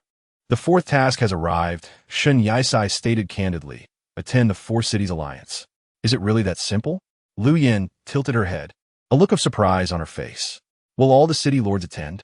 Shen Yisai directly inquired. Yes, Lu Yin confirmed, nodding. The alliance convenes once every 5 years, with the next meeting scheduled for a month from now. The timing of the 4th task was indeed precise. The system was aware of the narrative's trajectory. I can take you there. Lu Yin's smile became more pronounced, though it carried a hint of strain despite its inherent gentleness. Shen Yisai hesitated, slowly rising from the bed. The discomfort in his body became more pronounced. Lu Yin instinctively reached out to assist him, but Shen Yisai smiled and shook his head, saying, "I am not that fragile. It's all right." A flicker of concern crossed Lu Yan's eyes as she picked up the soup medicine left by Duan Xiaomin. She scooped a spoonful and brought it to Shen Yisai's lips, intending to feed him, but he clearly resisted. He glanced at the spoonful of dark brown liquid. The bitterness wafting through the air was palpable and unappealing. Lu Yin understood that Shen Yisai could not tolerate bitterness, yet there was no alternative for his recovery. He had to drink the medicine obediently. "Will you drink it?" Lu Yan's tone held a slight threat. "I want tea." Shen Yisai turned his face away, not even wanting to smell it. With a resigned lift of her brow, Lu Yin placed the spoon back into the bowl and took half a bowl of the medicine herself, prompting Shen Yisai to turn his head back in surprise at her actions. Is it oneself who is injured, or the other? Why did the last syllable escape Shen Yisai's lips only partially, as if suddenly silenced? Shen Yisai stared in astonishment at his counterpart. Since Ai was unwilling to drink, he would resort to personally feeding him, not with hands, but with lips. Lu Yin withheld the liquid in her mouth, precisely as Shen Yisai was speaking, seizing the opportunity. He leaned in and kissed her without uttering a word. Shen Yisai instinctively leaned back, yet Lu Yin pressed his head, blocking any retreat. A torrent of bitter flavor surged into his mouth, and Shen Yisai's throat bobbed as he was compelled to swallow the bitter medicine. His expression was one of indescribable discomfort. He was unable to push Lu Yin away, the acrid taste prompting him to furrow his brow. Shen Yisai believed that once he had swallowed, he could exhale, but the invasion of her tongue left him bewildered. Lu Yin grasped his flailing hands, eyes shut, seemingly savoring each fleeting moment. What on earth is this? Shen Yisai pondered, finding it hard to breathe as he tasted not only the bitterness of the medicine, but also Lu Yan's essence, all while being held immobile.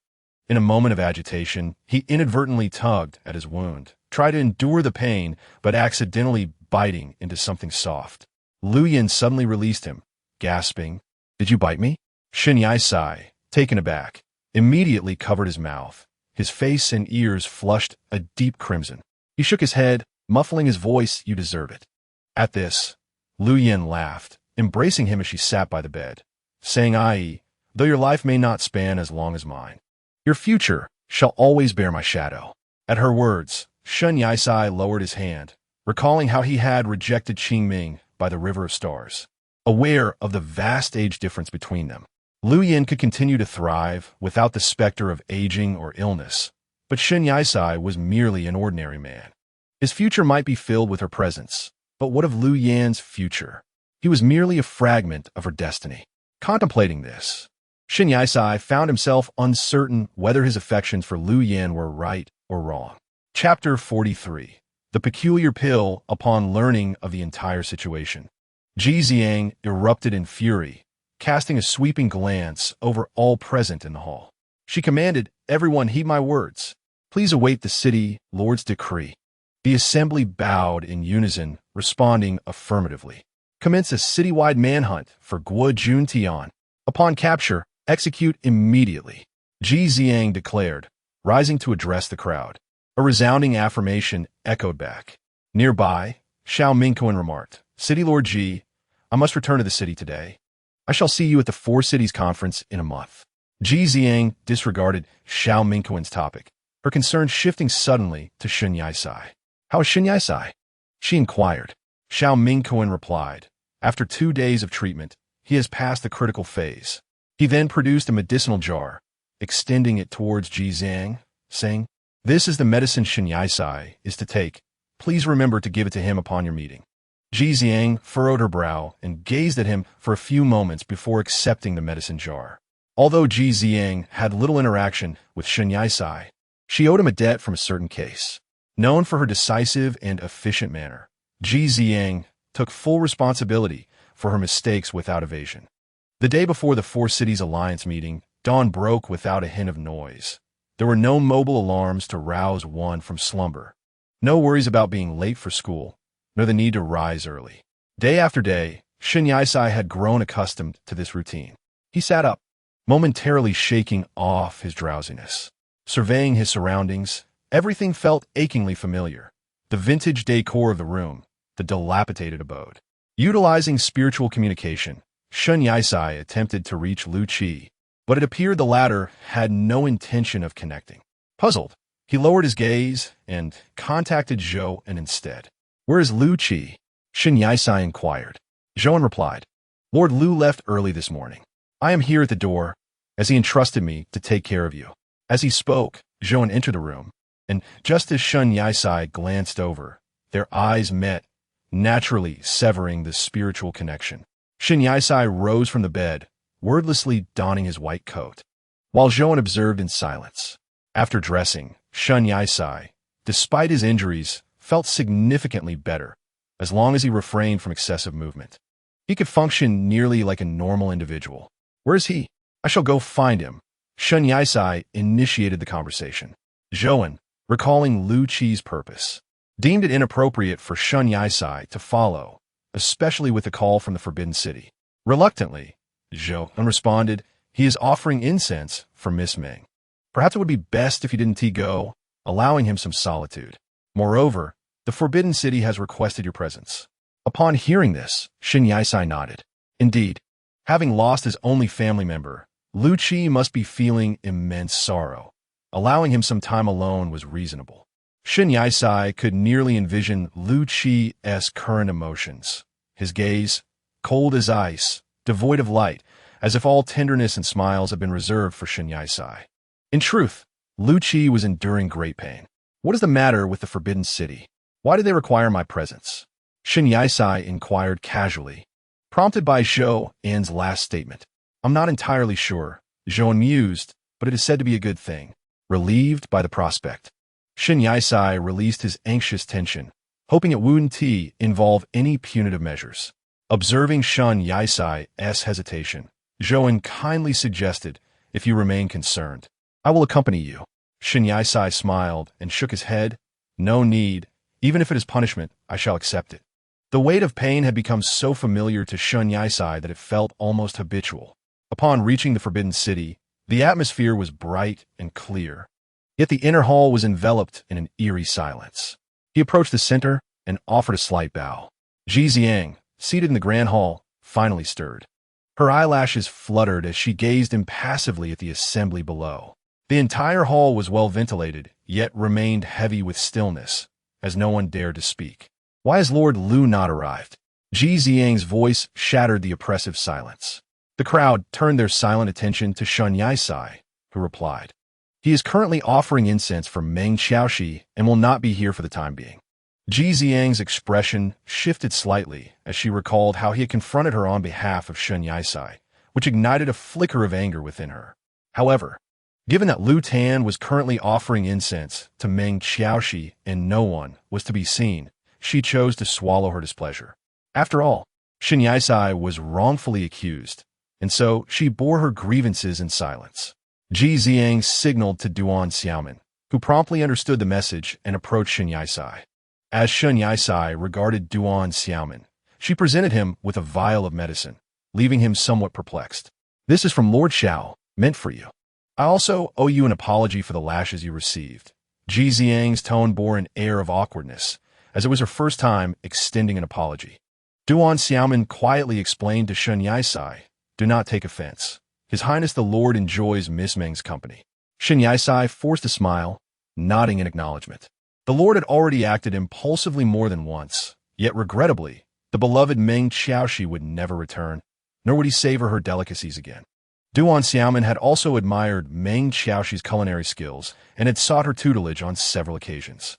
The thought of Meng Xiaoxi made Ji Xiang scornfully mutter, "That wretched Guijun Tian. I shall see to it that he loses a good deal of flesh." Shun Yisai, perplexed, inquired, "How did General Guo restore his arm? Was it through sorcery?" "It was a forbidden technique," Ji Xiang replied. "He must have employed some method to acquire such magic." "Forbidden?" Shun Yisai's expression turned grave, as if he had misheard. "Isn't forbidden magic sealed within Lu Tan?" "That fellow is merely a vessel for the forbidden arts," Ji Xiang remarked, shifting to a more comfortable position. "Most of these forbidden techniques reside within Lu Tan, though some remnants linger deep within the Mirror Forest." Duan Xiaomin approached the dragon throne, her gaze penetrating as she stated, "A great battle looms on the horizon, and Lord Liu is bound to be involved." At this moment, a minister could not restrain himself from interjecting, "We must be cautious, Your Highness. The war over a century ago was no trifling matter. Let us not tread the same path again." Before he could continue, Ji Xiang waved her hand dismissively, silencing him. The minister dared not speak further and promptly fell silent. Shen Yisai sensed something amiss. It appeared Ji Xiang was reluctant to discuss the matter. Indeed, Ji Xiang said, "There is no need to dwell on the past." Yet, curiosity proved insatiable, prompting Shen Yisai to probe. Was Lu Tan truly so fearsome? Duan Xiaomin felt an urge to affirm this, but dared not voice her thoughts with Ji Xiang present, waiting instead for the Lord to respond. Ji Xiang remained impassive, wishing to avoid the topic, but the individual before her was of utmost importance to Lu Tan, and even if she refrained from speaking, Shen Yisai would inevitably uncover the truth. Few dared to utter Lu Tan's name, even among the city lords. However, with Shen Yisai's arrival, everything had transformed. Lu Tan was no longer the cold, unyielding figure he once was, now exhibiting emotions and impulses previously unseen. To many, Lu Tan seldom displayed such fervor. But it soon became apparent that Shen Yisai was the catalyst for his every emotional response. To claim that their relationship was devoid of significance would be utterly implausible. Indeed, Ji Zhang squinted slightly, her expression devoid of emotion as she replied, "Let us not discuss specific matters in front of so many people. If you wish to inquire further, come find me in my chambers at noon. Now, the court is dismissed. I am weary." Dismissed, Duan Xiaomin called out to everyone. The ministers departed the grand hall in a great throng. Shen Yisai was the last to leave, en route to the Lulu Pavilion. He opened the vial Ji Xiang had given him. Inside were several pills, each the size of a fingernail, appearing to number a dozen or so. He tilted the vial towards his palm, allowing the pills to spill out. Initially intending to consume one, he accidentally tipped too much, causing 6 or 7 to tumble out.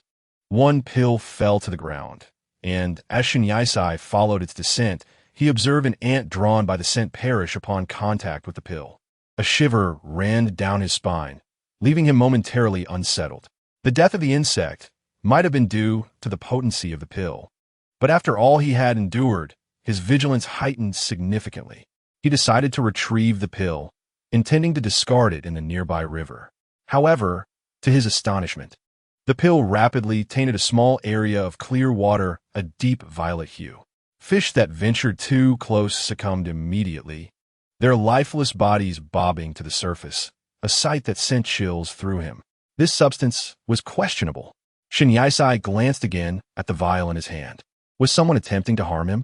The toxicity of a single pill was alarmingly potent. This was no mere poisoning, but a death sentence upon ingestion. He shuddered to think of the outcome had he not discovered the pill's perilous nature. This was the concoction that Xiao Mingquan had instructed Ji Xiang to deliver to him. But who truly intended to do him harm? Xiao Mingquan or Ji Xiang? As the imperial physician, Xiao Mingquan was knowledgeable about remedies and possessed a certain cunning. Yet, given his friendship with Lu Tan and their shared history of saving one another, it seemed improbable that he would wish him ill. And what of Ji Xiang? She bore a grudge against him in certain respects, and had shown little sincerity in her apology within the Grand Hall. While it was not beyond the realm of possibility that she could wish him harm, her understanding of poisons did not rival that of Xiao Mingquan. Given her nature, she would likely prefer the direct approach of a whip to achieve her ends rather than resorting to subtlety. Shen Yisai resolved to discuss this matter with Lu Tan. But upon arriving at the Lulu Pavilion, he found Lu Tan had not yet returned. Meng Xiaoxi felt a profound sense of loss. Ever since her departure, the imperial kitchen had lost its charm, devoid of the delightful dishes once served by a young maiden. No one had since entered, and the kitchen now lay locked, a repository of nostalgia and regret. At noon, Shen Yisai arrived at the Forbidden City as promised, approaching Ji Xiang's chambers, which were firmly sealed, exuding a stifling atmosphere. Without needing to see, he sensed that someone awaited him behind that door. Taking a few deep breaths, he raised his hand and knocked. A voice from within beckoned him to enter. He pushed open the door, revealing a chamber far grander than he had imagined, spectacular and opulent. It was indeed the abode of the city's lord. In the dormitory, only Ji Xiang sat alone on her bed, engrossed in a book.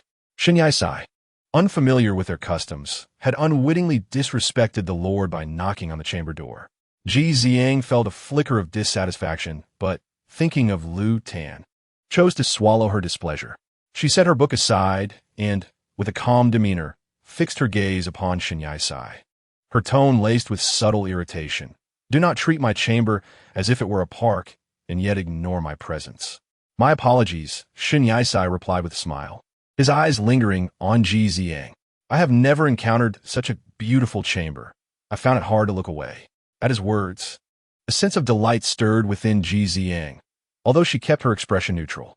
She promptly steered the conversation back to the matter at hand. Do you not wish to know about Lu Tan? Upon hearing the familiar name, Shen Yisai momentarily froze. Locking eyes with Ji Xiang, she continued, your relationship with Lu Tan must be rather significant, is it not? The moment he began to challenge me, I sensed there was something between you two. Yes, Shen Yisai hesitated before affirming, feeling somewhat embarrassed by the inquiry. Yet, Ji Xiang discerned the truth from his expression. She let out a light laugh and remarked, do not be anxious.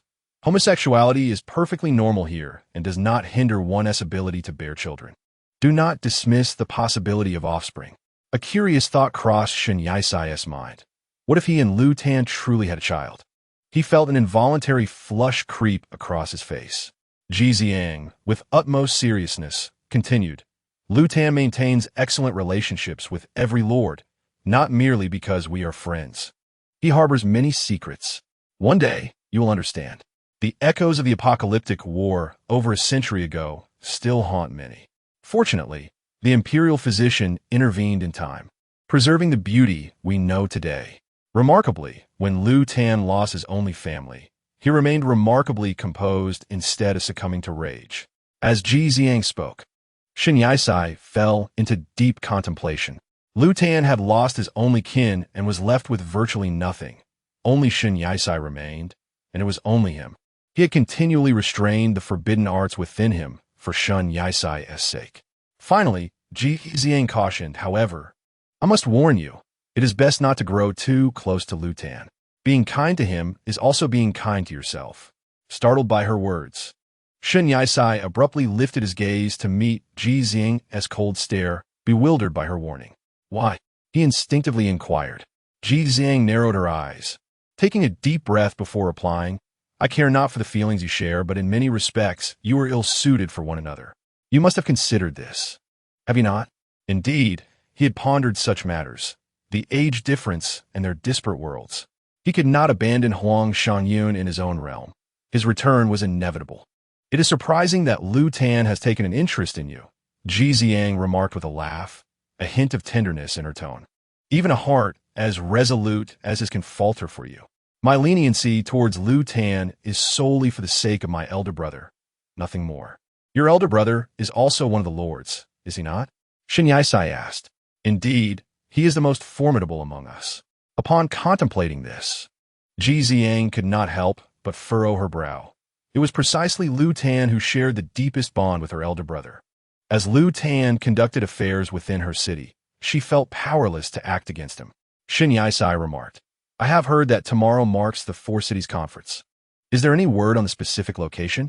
At Jiming Tower, Ji Xiang suddenly realized the nature of his inquiry and questioned, What is your interest in this? Do you wish to attend? The youth appeared somewhat speechless. Yet he heard her continue.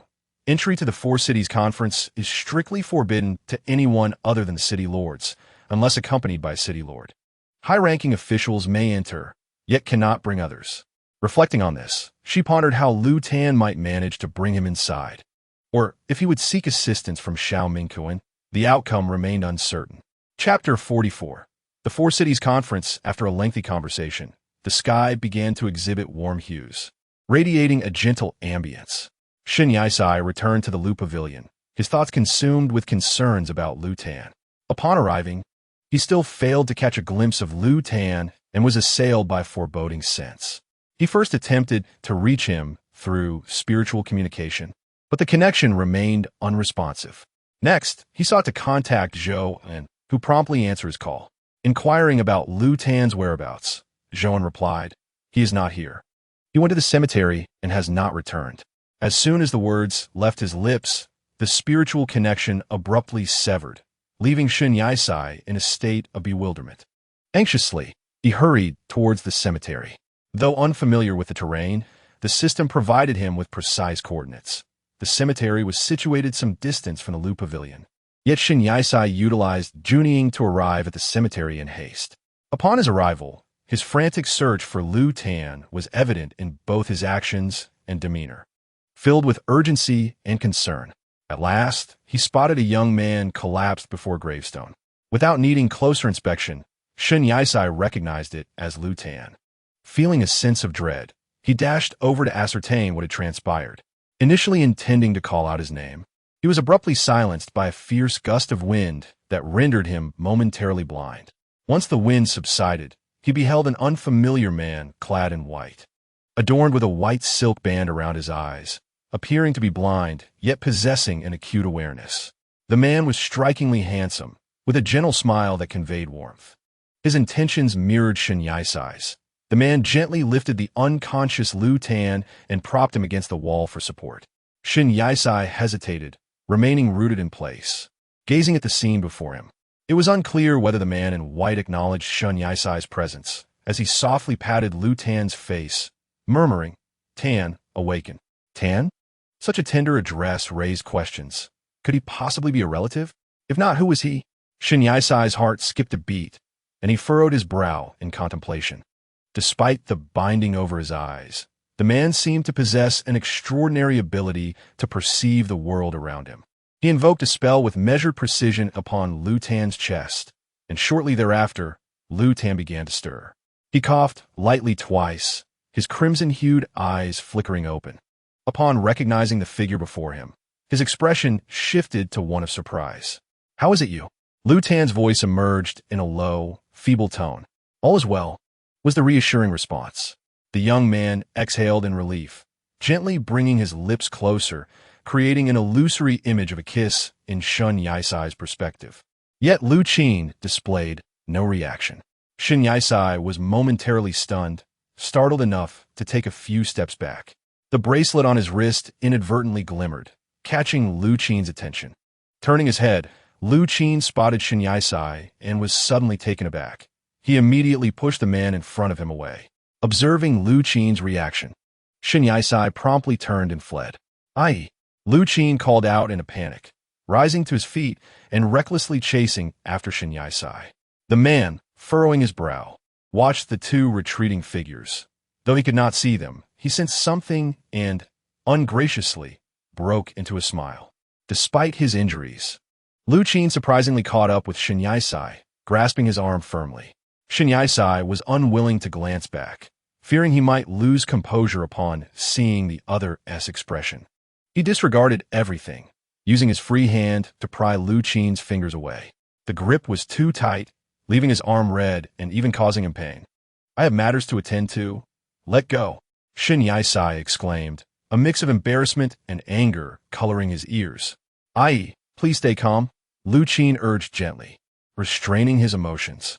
"I am calm," Shen Yisai retorted, his demeanor suddenly composed, though his eyes glistened with unshed tears as he forcibly suppressed his emotions. "I saw nothing." "No." "Ai," Lu Qin began, but Shen Yisai interrupted. "Excuse me, I must return. Let go." Lu Qin stood there, momentarily dazed, as Shen Yisai continued to struggle. "Let go." He managed to start, but his voice faltered. Lu Qin pressed against the back of his head, leaving him no escape, and forcefully pressed his lips against Shen Yisai's, abruptly silencing him. Shen Yisai felt a rush of heat, almost gasping for air. A hard collision with Lu Qin's teeth followed. With this decisive action, Lu Qin effectively sealed Shen Yisai's mouth, one hand gripping the back of his head while the other encircled his waist, leaving him with no avenue of retreat. No matter how fiercely Shen Yisai struggled, he could not escape Lu Qin's strong embrace. Given Lu Qin's injuries, how could he possess such strength?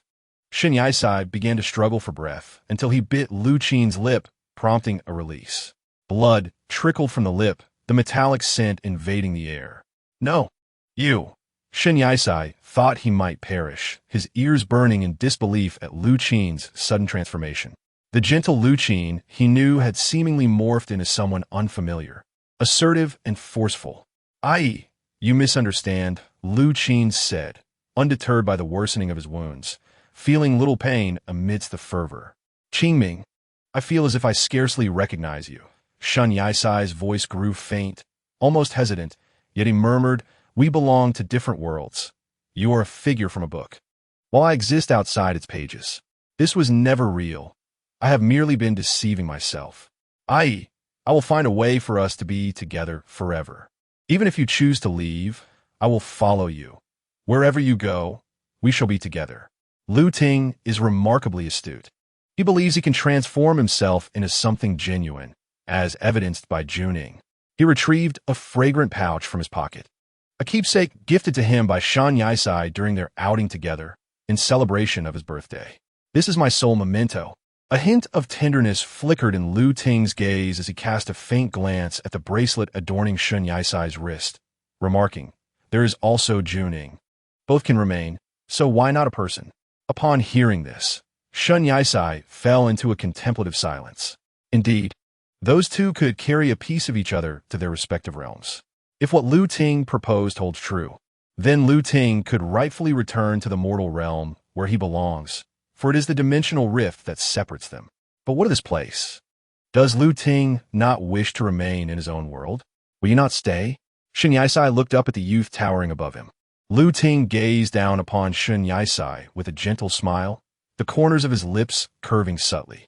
He replied, I have said before, a world without you is devoid of light. My sister is no longer here. You are all that remains for me. Only him. Shin Yisai found himself at a loss for words, choosing instead to embrace the silence. Ting. A voice resonated, deep and rich, imbued with an indescribable gentleness. Both turned to see a young man in white approaching them, causing Shin Yisai to freeze momentarily. He suddenly wondered if anyone had witnessed the passionate kiss he had just experienced. How utterly embarrassing. Yet, Lu Ting appeared utterly unfazed, regarding the young man in white with a nonchalant demeanor. It was as if the white-clad youth comprehended Shin Yisai's thoughts. He gestured to the blindfold adorning his eyes and smiled warmly, saying, I did not see a thing. Shin Yisai felt even more mortified, his cheeks flushed, rendered speechless. Now that you are here, will you not greet Ji Ziying? Lu Ting disregarded the interaction between him and Shin Yisai, directly posing the question he had intended to ask. In response, the young man in white frowned, crossing his arms dismissively. Finer? Forget it. We can meet again at the Four Cities Conference. The Four Cities Conference? Shin Yisai seized upon the key phrase, beginning to suspect that the individual before him held an extraordinary identity. Tentatively, he inquired, Are you a city lord? Do you not recognize me? The young man in white appeared somewhat taken aback. It was inconceivable for anyone from any city to be unaware of his identity, especially given the distinctive white blindfold adorning his eyes. Observing Shin Yisai's bewildered expression, the young man smirked playfully, deciding to withhold some information. You will know when you arrive at Zimming Tower. He had already hinted quite overtly, and Shin Yisai deduced that he was one of the four city lords. No, Xiao Mingquan had mentioned that there were 5 city lords in the early days. Yet the whereabouts of the 5th remain a mystery. It remains uncertain whether the 5th city lord will make an appearance at the Four Cities Conference. After all, the mission requires encountering all 5 lords. Lu Ting sought to clarify the earlier scene, anxious that Shin Yisai might misinterpret it. After I concluded my affairs, I intended to visit Meng Xiaoxi, but for reasons unknown, I suddenly collapsed. However, I could sense the seal within me beginning to waver. He cast a fleeting glance at the youth clad in white and remarked nonchalantly, I have had no overly intimate interactions with him, and there shall be none in the future. He is merely assisting in solidifying the seal within me. Was he offering an explanation? Shin Yisai observed Lu Ji, sensing his earnestness in apologizing. I am unaware of your relationship, my apologies. Even the youth in white was apologizing, Shin Yisai found it impossible to withhold forgiveness. The white-clad youth chuckled and said, "It is the first time I have encountered someone who holds such significance for Ji. What is your name? Where are you from?" "I am Shin Yisai," he replied lazily, an outsider. Upon hearing this, the white youth could not suppress a laugh and casually responded, "Han Wenxiu, a pleasure to meet you." Han Wenxiu extended his hand, seeking a handshake with Shin Yisai as a gesture of goodwill. However, Shin Yisai, showing no courtesy, reached out his hand, only to have it grasped by the boy beside him, who pulled him a little closer. "Self-introductions are fine, but let us forego the handshake," Lu Ji remarked, turning his head aside with a suggestive glint in his eyes. What was this hint of jealousy? Ji? Han Wenxiu, rare in his observation of Lu Ji's varied expressions, found it intriguing and decided to seize the moment. Lu Ji remained silent, while Shin Yisai could no longer contain his laughter, softly remarking, "A bun seasoned with vinegar." Upon hearing this, Han Wenxiu chuckled lightly, while Lu Ji maintained a stoic expression. As the four-city alliance approached a month later, the Zimming Tower was bustling with activity, with an increasing number of individuals entering and exiting, most of whom were servants preparing for the alliance. Before the four grand golden dragon thrones within the Zimming Tower stood wine vessels and an array of fruits, including grapes and oranges. An hour after the sun had fully risen, 2 rows of sentinels stood silently in front of the Zimming Tower, awaiting the arrival of several city lords. The first to arrive were Ji Ziyang and her trusted subordinate, Duan Xiaoman, followed by Lu Ji and Shin Yisai, along with Han Wenxiu, whose eyes were covered by a white ribbon. Ji Ziyang felt no ripple of emotion upon seeing Lu Ji and Shin Yisai. However, her heart nearly halted at the sight of the latter. Despite the gentle smile he wore, it felt as though a hidden blade lurked behind that familiar expression. She feigned indifference, her fists clenched tightly. "Ji City Lord, it has been a while," came a voice, magnetic and gentle, echoing in Ji Ziyang's ears. Why did such a melodious and gentle tone sound so twisted to her? The corners of Ji Ziyang's mouth twitched, a palpable fear emanating from her as she suppressed a trembling voice and echoed his words. "It has been a while. Once the snow fell like flowers. Now the flowers resemble snow." A voice both unfamiliar and familiar resonated among the crowd. Almost in unison, several heads turned, and a figure descended swiftly from the skies. Appearing to be in his 20s, he was remarkably handsome, carrying a large metallic backpack on his back. This was no ordinary backpack. It was a flying apparatus, with 2 large openings at the bottom, presumably the exhaust ports. Han Wenxiu gently inquired, "City Lord Tang, have you invented something new again?" Ji Ziyang scrutinized the flying device on his back, remarking, "City Lord San, it appears your inventions have made significant progress." Shin Yisai was not particularly surprised. Rather, he felt a sense of novelty. After all, the real world boasts airplanes and rockets. It must be said that this was his first encounter with such a contraption. Tang Yi detached the flying device from himself and pressed a red button, causing it to shrink to the size of a thumb. He placed it in his pocket and bowed to the individuals before him. "Greetings, elder brother, the second city lord, and Lord Lu." At this point, Tang Yi cast a puzzled glance at Shin Yisai, who was equally taken aback by his words. The second city lord was Ji Ziyang, while Tang Yi was the third city lord. Thus, when he referred to elder brother, could it be that he meant Han Wenxiu? Was he truly the first city lord? "May I inquire who this is?" Tang Yi spoke first, looking at Shin Yisai, his gaze revealing that he had never encountered this person before. "Lu Yin Dao, Dao, my husband." Shin Yisai was genuinely astonished that Lu Yin would say such a thing. Ji Ziyang was also taken aback, but understood the dynamics between them, while Han Wenxiu merely chuckled, choosing not to comment. Tang Yi's expression shifted to one of instant understanding. "Oh, I see. He is Lu Yan's beloved. My apologies for my oversight." Tang Yi hastily clarified, as if his status had suddenly diminished significantly. At that moment, Shin Yisai's face flushed crimson. Meanwhile, Xiao Mingquan, who had seemingly appeared from nowhere, suddenly interjected, "Everyone, this is known as Tang to E. Tang to E." Shin Yisai was momentarily bewildered, unable to decipher the meaning of Xiao Mingquan's phrase. After deep contemplation, he finally recognized the peculiarities, particularly how melodious the words sounded together. The combination of Tang and Yi strangely resonated. What a clever notion, Tang Yi chuckled, hands on his hips, addressing Xiao Mingquan. Xiao Mingquan, you are the last to arrive. You shall have to drink 3 cups as penance. Xiao Mingquan laughed heartily, responding leisurely. Very well, I shall drink 3 cups. Chapter 45. The fifth city lord. A few individuals with special identities entered the Zimming Tower, with only Shen Yizai being a supporting character in this narrative. However, due to Liu Yan, his role in this tale was not insignificant. What puzzled Shen Yizai was why the first city lord, Han Wenxiu, appeared to be a person of gentle demeanor, yet Ji Zhang seemed to harbor such fear towards him. Another peculiar aspect was that although all the city lords were present, why did the system not respond in the slightest? Or was it that the fifth city lord had yet to make an appearance? It was said that this city lord had been missing for a long time and had yet to show their face. Yet the system's mission indicated that this city lord would undoubtedly attend this conference. Was it that their appearance had not yet commenced? Or was it the system, as if attuned to Shen Yizai's thoughts, naturally elucidated, reiterate the titles and names of the 5 city lords? As for the names, Shen Yizai was aware of 3, but the titles posed a challenge.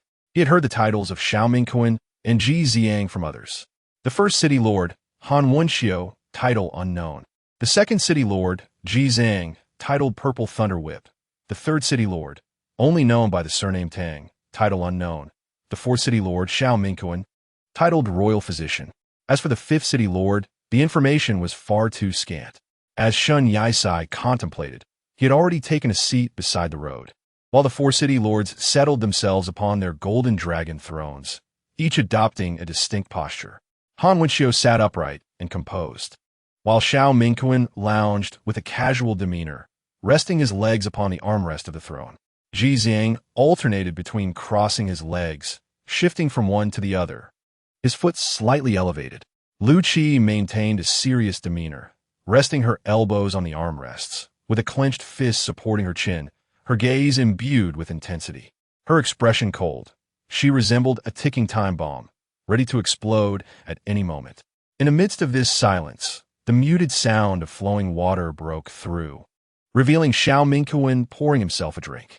Allow me to pour 3 cups for my tardiness, he declared, raising his cup and scanning the room before downing the contents.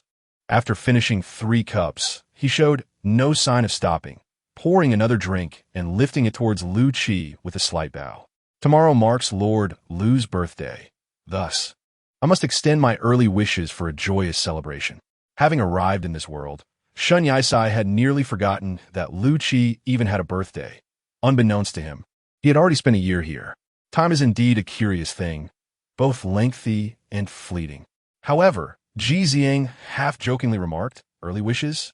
Why not celebrate on the day itself? This sentiment was not lost on anyone, yet it was perceived as a dampening of spirits, considering Lu Qi's birthday coincided with the Qingming festival. To utter well wishes on such a day would be akin to a curse. Ha! Han Wenxiu suddenly chuckled, and this sound was unmistakably heard by Ji Ziyang, whose expression softened in an instant. In this atmosphere, it felt less like a gathering and more like a battlefield, with only Xiao Mingquan creating a semblance of liveliness. Shen Yizai, lacking the formidable social skills of Chen Yue, decided to take a risk for the sake of the system task. I seem to be unfamiliar with the city lords. Might I request an introduction? The gaze of the city lords shifted towards Shen Yizai and Ji Ziyang, still intent on dampening the mood, scoffed. You, a mere nobody, should not presume to know our significant identities. As soon as he finished speaking, a sudden crash resounded as an object shot past Ji Ziyang, embedding itself deeply into the golden throne, creating a noticeable dent. Turning his head with a sidelong glance, Ji Ziyang saw that it was a copper coin that had struck with the speed of a bullet, almost imperceptible to the eye. Shen Yizai remained in a state of bewilderment, yet the keen eyes of the city lords discerned the direction from which it had been launched. Ji Ziyang nearly erupted in anger, but the other party spoke first. Even a nobody deserves respect. Tang Yi, unable to suppress a laugh, quickly waved his hands in apology. My apologies, I couldn't help it. Who would have thought that a single remark could provoke Lord Liu? This is truly unprecedented and rather amusing. Han Wenxiu is not a cold individual. Rather, he is a gentle soul who possesses an infectious smile. Yet, his laughter seems to carry an undercurrent that unsettles those around him. Within the span of a mere year, Lord Liu has undergone a remarkable transformation, remarked Han Wenxiu. Tang Yi appeared to indulge this sentiment, responding to Shun Yaisai. I am Tang Yi, hailing from Wuqing, the third city among the four, bearing the inherited title of Wushuan Spear. My city excels in mechanical inventions. Present here are the esteemed physician from Yue City, Physician Wang Xiaominken, and the master of the Purple Thunder Whip from Zijing City, Ji Ziang, alongside the gentle blade of one city, Han Wenxiu. Do take note. Xiaominken felt a twinge of discomfort upon hearing this, unable to restrain himself from critiquing. Tang Yi, your self-introduction is quite splendid, yet you merely gloss over us? As their conversation unfolded, Shun Yaisai did not pay heed to the dialogue, instead focusing on the comparisons of numbers mentioned by Tang Yi. However, it became apparent that one lord was notably absent, a lord who had yet to make an appearance. Are there only the four of you lords? Shun Yaisai interjected, disrupting their discourse.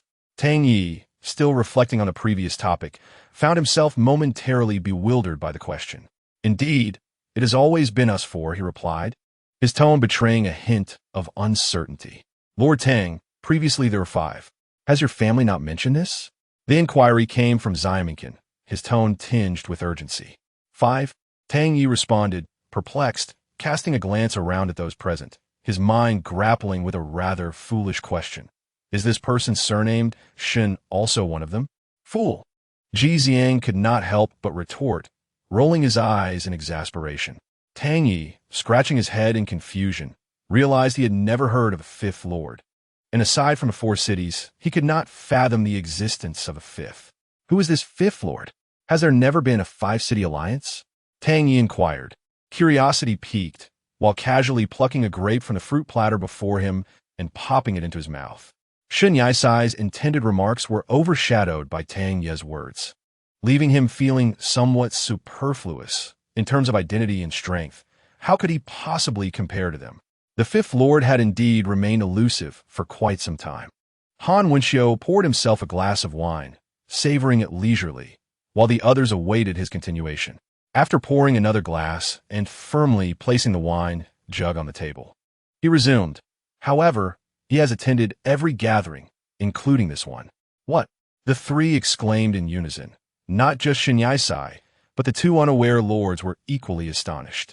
The trio stared blankly, scanning their surroundings as if searching for the elusive fifth lord. Aside from these prominent figures, the remainder of those in Zimming Tower were merely servants and guards. Could he have disguised himself as someone else and infiltrated? Shun Yaisai mused, scrutinizing the faces of the hundreds around him, but found nothing amiss. He chuckled softly, his tone imbued with a gentle warmth, exuding an air of cultured elegance that enveloped him entirely. Is such impatience truly warranted? Han Wenxiu's brows replaced the gaze in his eyes, harmonizing with the gentle curve of his lips, casting a serene image upon his countenance. With a smile, he called out, Shall I speak on your behalf, or will you do so yourself? Liu Yin, caught off guard, felt the weight of everyone's gaze shift towards him, and for the first time, a subtle change flickered across his usually stoic expression. What does this have to do with him?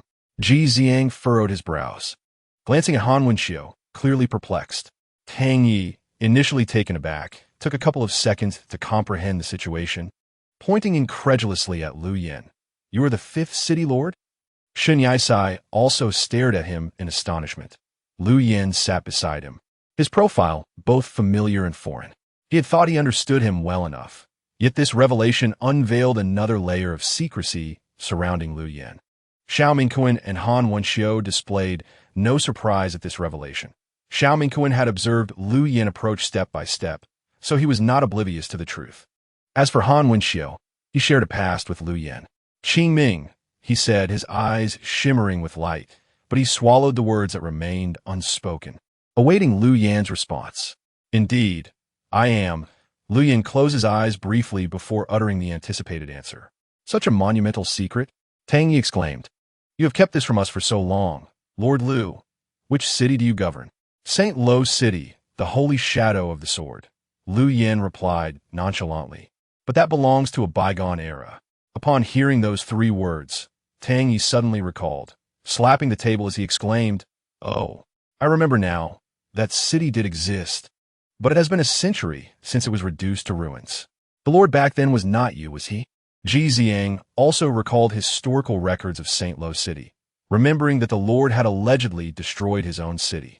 If I recall correctly, the Lord of St. Lo was born with a terrifying power, losing his sanity. Not only did he devastate his own city, but the other 4 as well. However, at that time, the Lord was not one of us. Lu Yin did not shy away from the truth. That person was me. What a jest. Tang Yi was bewildered. You were the one who nearly obliterated the 5 cities a century ago. Yes, Lu Yin affirmed, that power stems from my father. He violated the 5 cities agreement and recklessly practiced forbidden techniques. After my birth, he could no longer control that power and thus treated me as a vessel, subjecting me to immense suffering. Tang Yi finally grasped part of the meaning. Are you implying that this power is what has allowed you to survive until now? How old are you? Lu Yin replied, Once my birthday passes, I will be 131. Tang Yi was nearly in tears from laughter. You are over 5 times my age. Xiao Mingquan could not suppress his laughter either. Does Lord Tang aspire to immortality? Who wouldn't wish for eternal life? Tang Yi felt a surge of frustration, having grown weary of envy. Han Wenxiu chuckled as he peeled an orange from the table, slowly remarking, I am still young. I surely live a life far better than that of an immortal. Alas, Lord Ji. Tang Yi cast a mischievous glance at the distant Ji Ziang, his tone laced with sarcasm.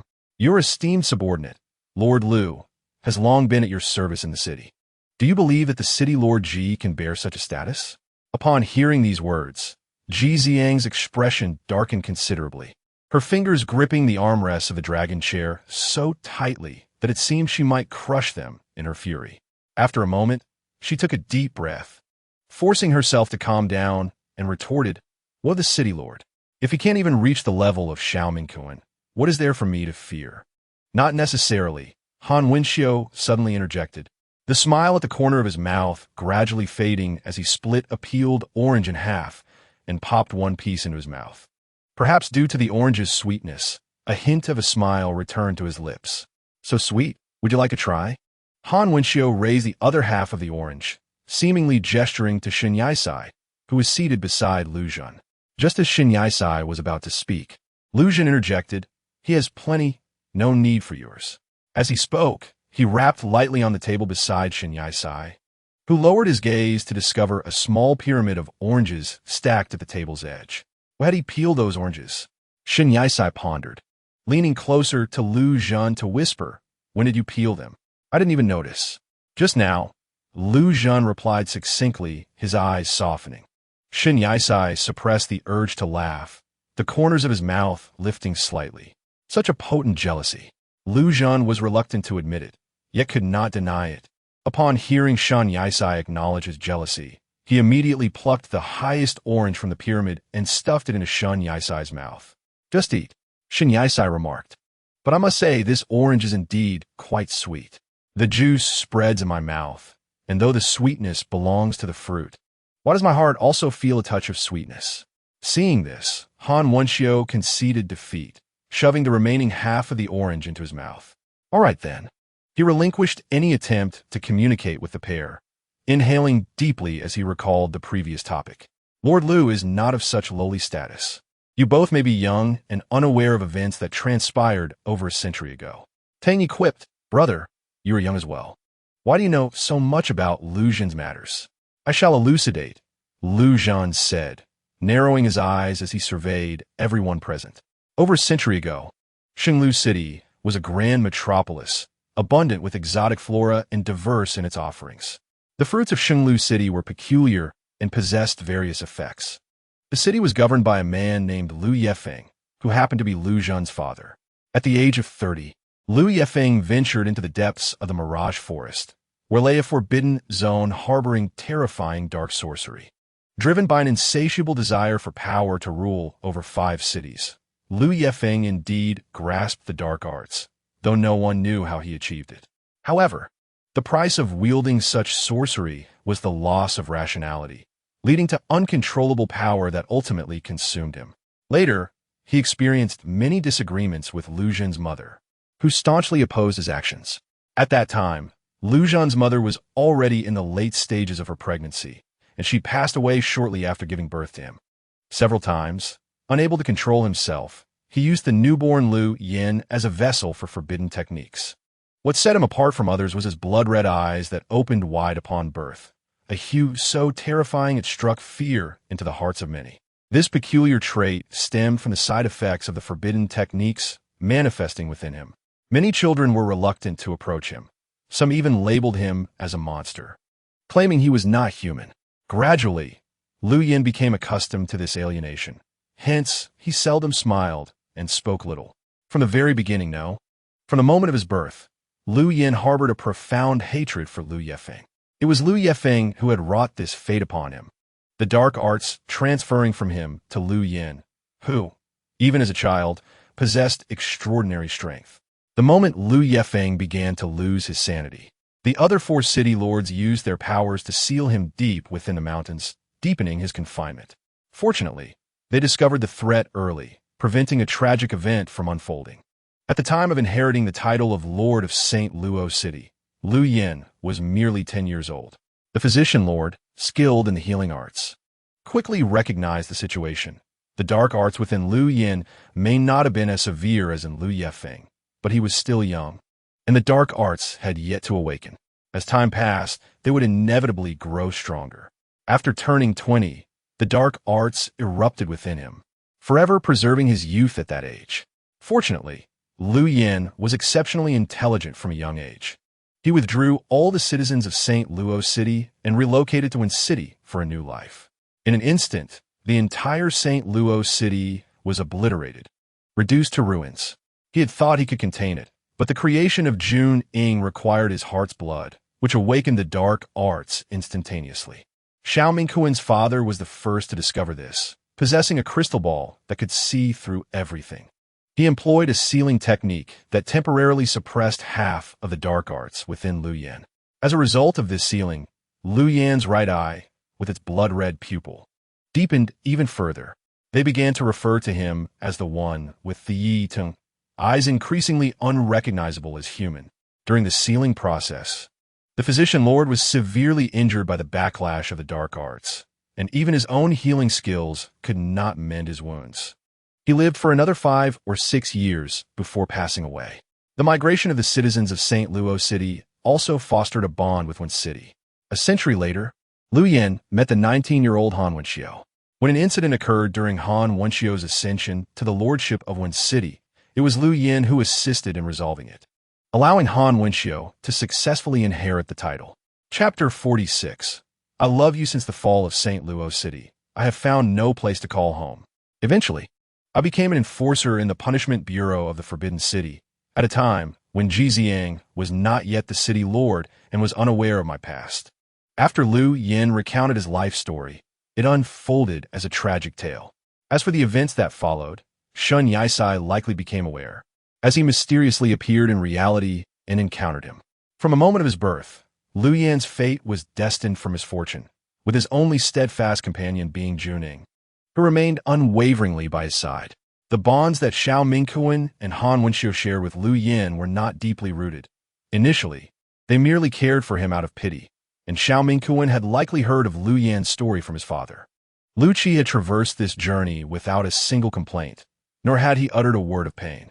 The only instance he deviated from his principles was undoubtedly when Shun Yisai endured the 12 lashes of the King of Hell. The system announced, "The 4th task has been completed. Await the refresh of the ultimate task." The voice of the system resonated in Shun Yisai's mind, clear and distinct, yet unheard by those around him.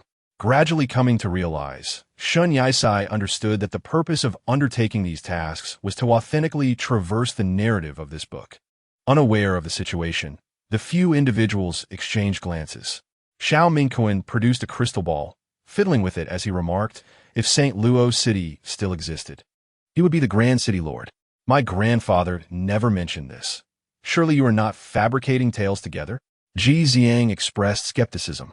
Xiao Mingquan replied, it was Lu Qi who instructed them to conceal this matter, likely fearing it would disturb their lives.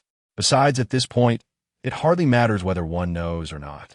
After a while, the city lords engaged in conversation before indulging in food and drink, even arranging a water-sleeve dance to entertain those present.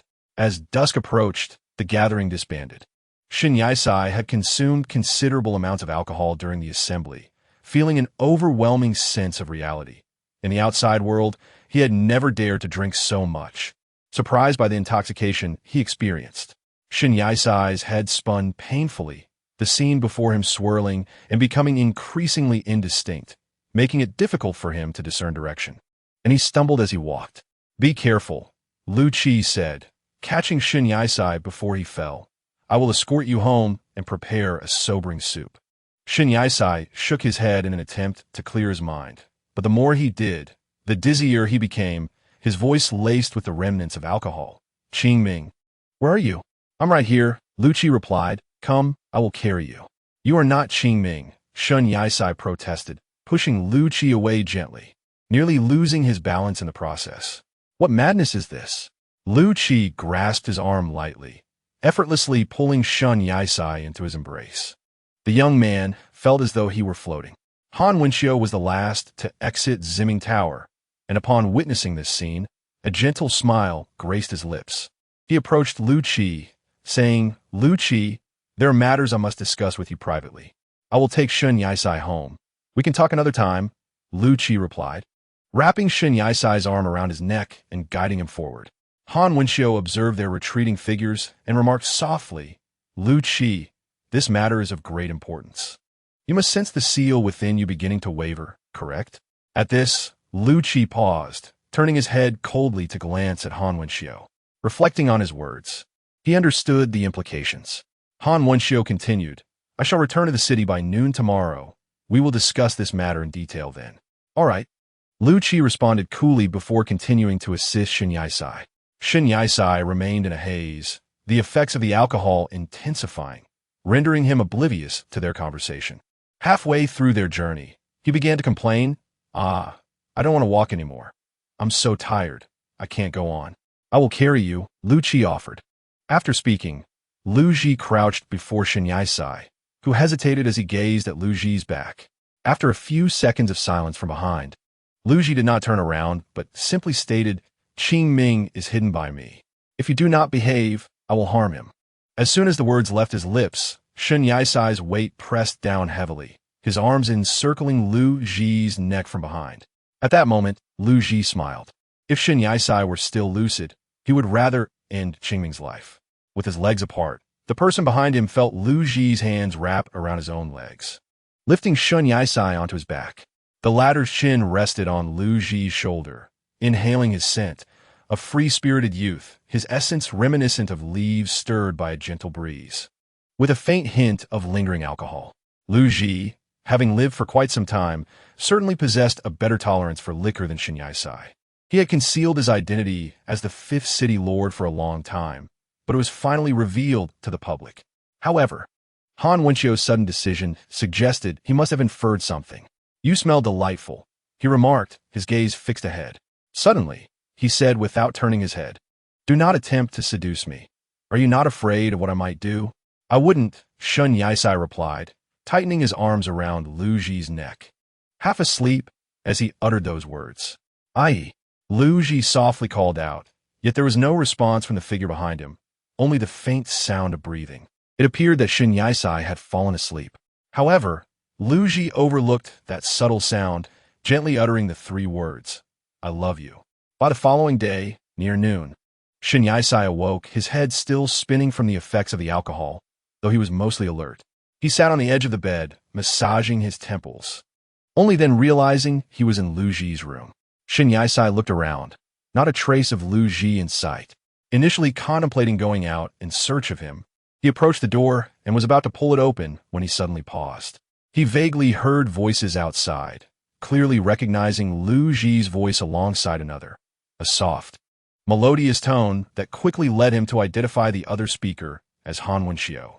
He cautiously opened the door a crack, the sound becoming clearer. I know my time is limited.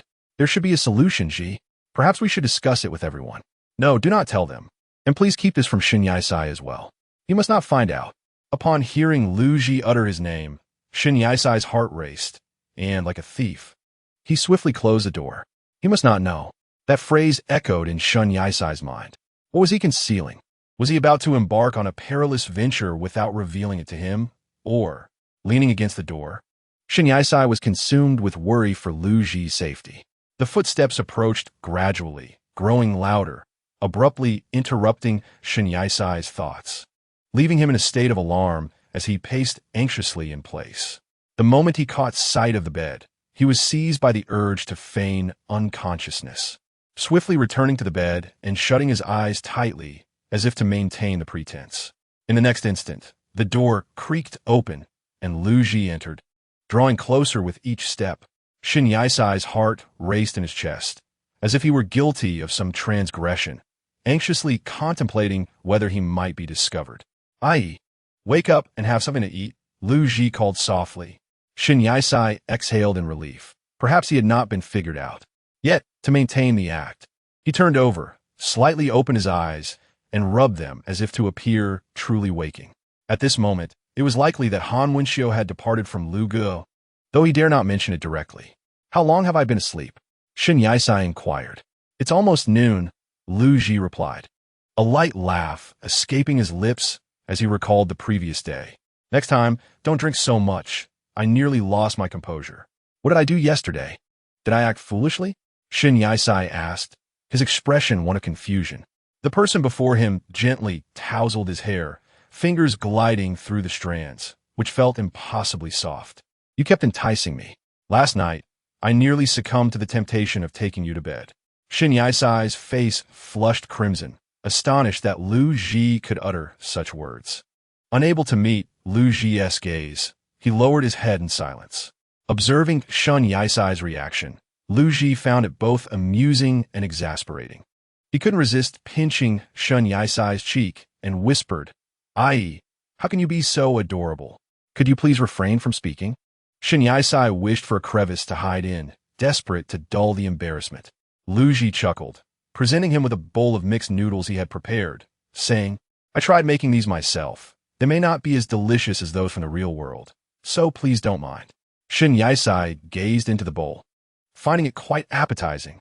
It had been ages since he had savored mixed noodles, and overall, it appeared promising, though he was uncertain how it would taste. "Where did you learn this? Did you create the recipe yourself?" Shin Yisai accepted the bowl and chopsticks, still incredulous. "Don't you remember? The very first time we met, you treated me to this kind of noodles." Lu Ji leaned in a little closer, adding, "Afterward, I learned from the chef. I was surprised I could remember it." This revelation stirred memories of their first meeting at a noodle shop near his home, when he was still Qing Ming, the Lu Ji who had lost his memory.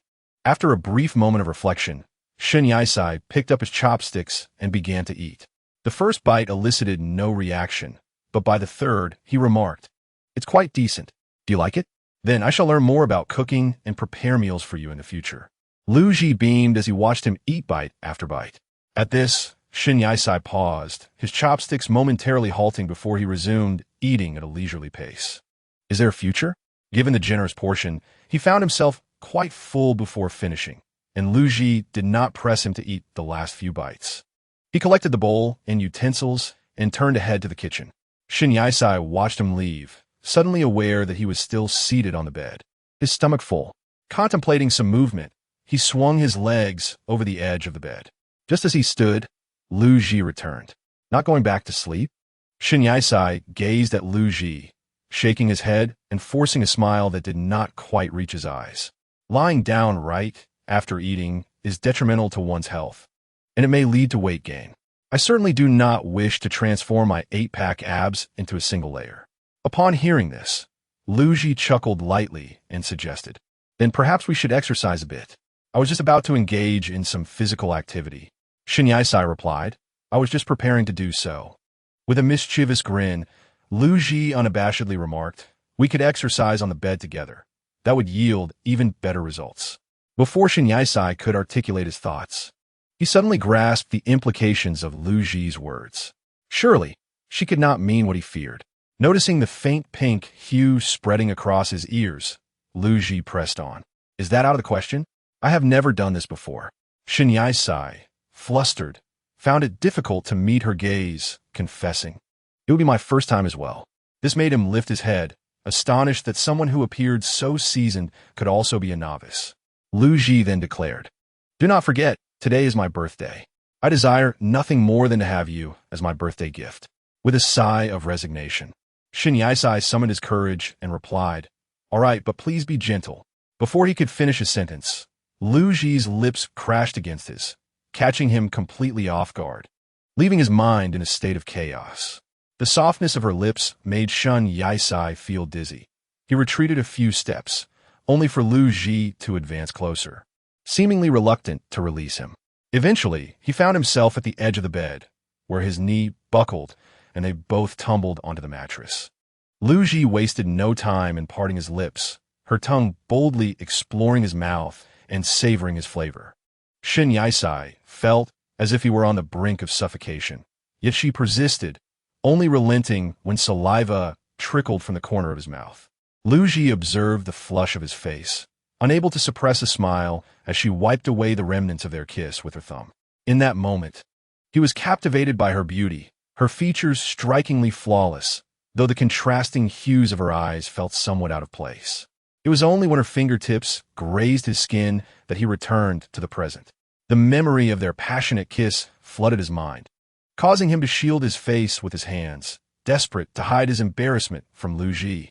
As he concealed his entire visage, Lu Ji's amusement only deepened. Lowering her head, she pressed kisses along his neck, igniting a sensation as if every inch of his skin were ablaze. He understood her intentions, but lacked the courage to remove his hands and meet her gaze. He felt his clothing being methodically peeled away, her kisses traveling from his neck down to his chest, prompting him to finally uncover his face. It was then he recalled the marks left by the whip on his body. Shin Yisai glanced down at Lu Ji, about to speak, but his words caught in his throat, silenced by apprehension. Lu Ji's lips lingered over one of the scars, pausing for a full 3 seconds. Her fingertips gently tracing the wounded skin, her eyes brimming with compassion. It no longer pains me, Shin Yisai murmured softly, aware of her worries. It is my failure to protect you. The scars are not merely superficial. The pain inflicted by the King of Hell's whip is beyond what an ordinary person can endure. Coupled with 5 strikes of the purple lightning whip, the scars have deepened significantly, while Xiao Mingquan's medical expertise can mend the wounds left by the King of Hell's lash. The challenge arises when 2 whips strike the same area of skin. Now, the injuries have nearly healed, yet 3 or 4 long, deep scars remain, serving as painful reminders, burdens that Shin Yisai should not have to bear. I'm so afraid of your pain. Lu Tian's head is buried in Shin Yisai's neck, his voice filled with concern and hesitation, as he finds himself reluctant to proceed. Shin Yisai gazes at the ceiling, seemingly lost in thought, until Lu Tian's breath against his neck pulls him back to reality. Qingming, I am an adult, not a child. These things do not faze me. I am not that weak. Lu Tian lifts his head, looking at the person beneath him, and plants a gentle kiss on Shin Yisai's lips before adding, I feel a bit reluctant. Fool! Lu Tian is caught off guard by the insult, only to hear Shin Yisai declare, I love you. What is there to be reluctant about? This is not pain. It is affection. It is love. Why are you hesitating?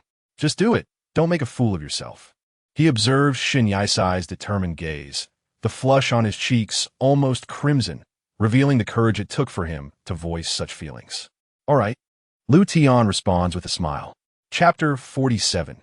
The first time the gentle breeze caresses the curtains, filling the room with an air of intimacy.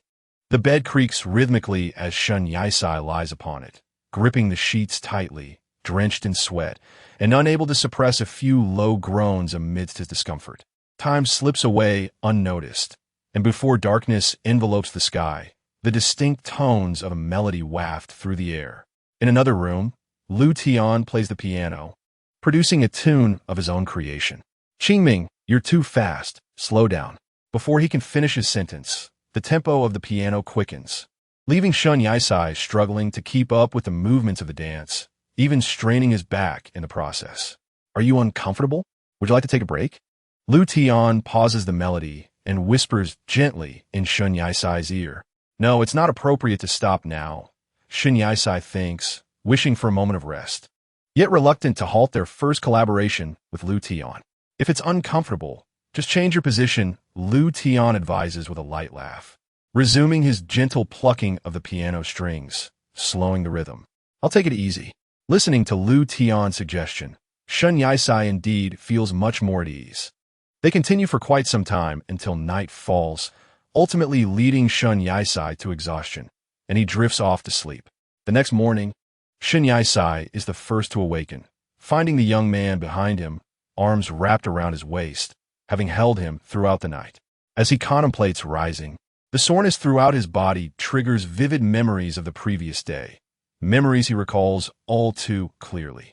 Yet, the resilient Shun Yisai yearns to get up, struggling momentarily before ultimately conceding to rest. Was it truly your first time? Your skills are astonishing, he muses, feeling increasingly embarrassed with each passing thought. Perhaps it was Shun Yisai's struggle that roused Lu Tan as well. He opened his eyes and gazed at the back of Shun Yisai's head, their proximity palpable. Awake? Still in pain? Lu Tan's inquiry pierced through Shun Yisai's thoughts. He was reluctant to respond to the latter question, his desire for dignity taking precedence.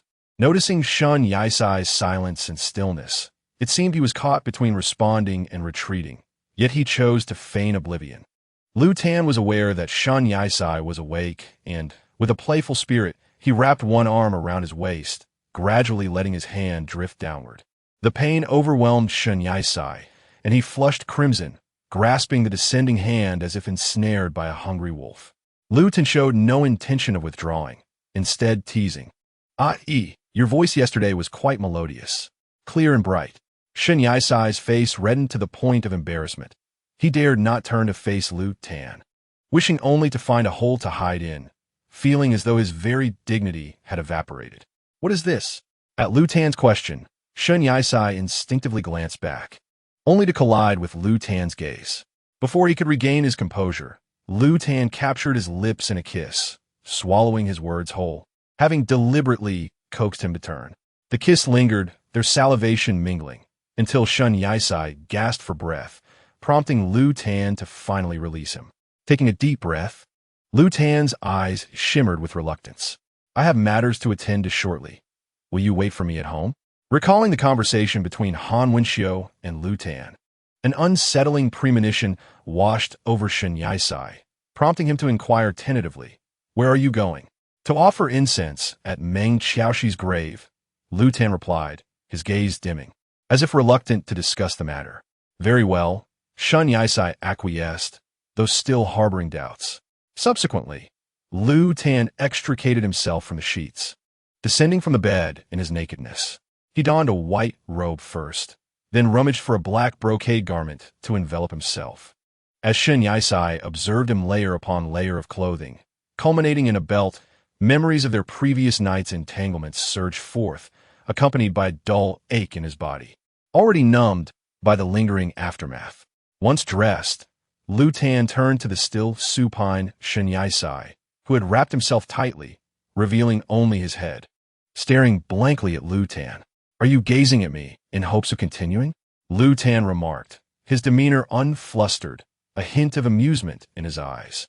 "Get lost," Shun Yisai retorted without mercy. Lu Tan shrugged, feigning helplessness. "All right, I shall take my leave then." The moment Lu Tan exited the bedroom, Shun Yisai sprang up like a coiled spring, hastily donning his clothes. Clad in a grayish-white brocade robe, he leaned against the door, waiting until the sounds outside had faded entirely before he ventured out. Lu Tan had already departed, and Shun Yisai followed closely behind. It was not a matter of distrust. Rather, he feared the perilous actions Lu Tan might undertake. Following him discreetly, Shun Yisai only realized at the cemetery that Lu Tan was indeed there to offer incense for Meng Qiaoxi. He stood before the grave for a considerable while, and as Shun Yisai lost his patience, he decided to wander around, though his gaze remained fixed on Lu Qi. Once Shin Yisai departed, Lu Qi utilized the spiritual communication. Zhou, come to the cemetery and divert Shin Yisai. What transpired? One could sense Zhou An's confusion merely through his tone. Do as I say. Lu Qi, with an impassive expression, severed the spiritual link, his eyes gradually dimming. Zhou An, still perplexed in mid-meal, received the cryptic summons to the cemetery. However, sensing Lu Qi's urgency, he dared not linger, hastily grabbing the black cloak resting on the chair and departing.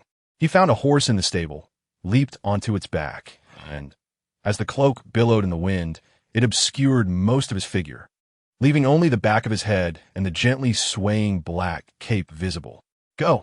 Zhou unflicked the reins, and the horse responded to his command, breaking into a brisk trot. Unaware of the unfolding events, Shun Yisai continued to meander, glancing occasionally towards Lu Qi. After a span equivalent to the burning of an incense stick, Zhou finally arrived at the scene. Initially, Shin Yisai did not pay much heed to the sound of hooves, but upon seeing the rider, he felt a wave of uncertainty wash over him, softly asking, "What brings you here?" Dismounting, Zhou grasped the reins and approached Shin Yisai. "I happened to be passing by and saw you, so I came." "What are you doing here?"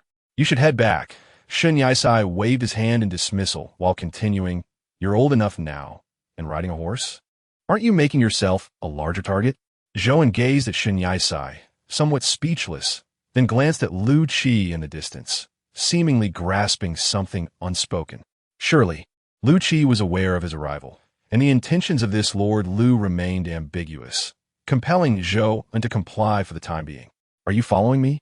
Zhou inquired. "In a way, yes. I can't feel at ease without keeping an eye on him." Zhou jested. "What? Are you afraid Lord Lu might stray?" Shin Yisai nearly uttered a curse, yet the decorum of the company restrained him. Instead, he retorted, "It's concern, not that." "Oh, come now. What could Lord Lu possibly be up to?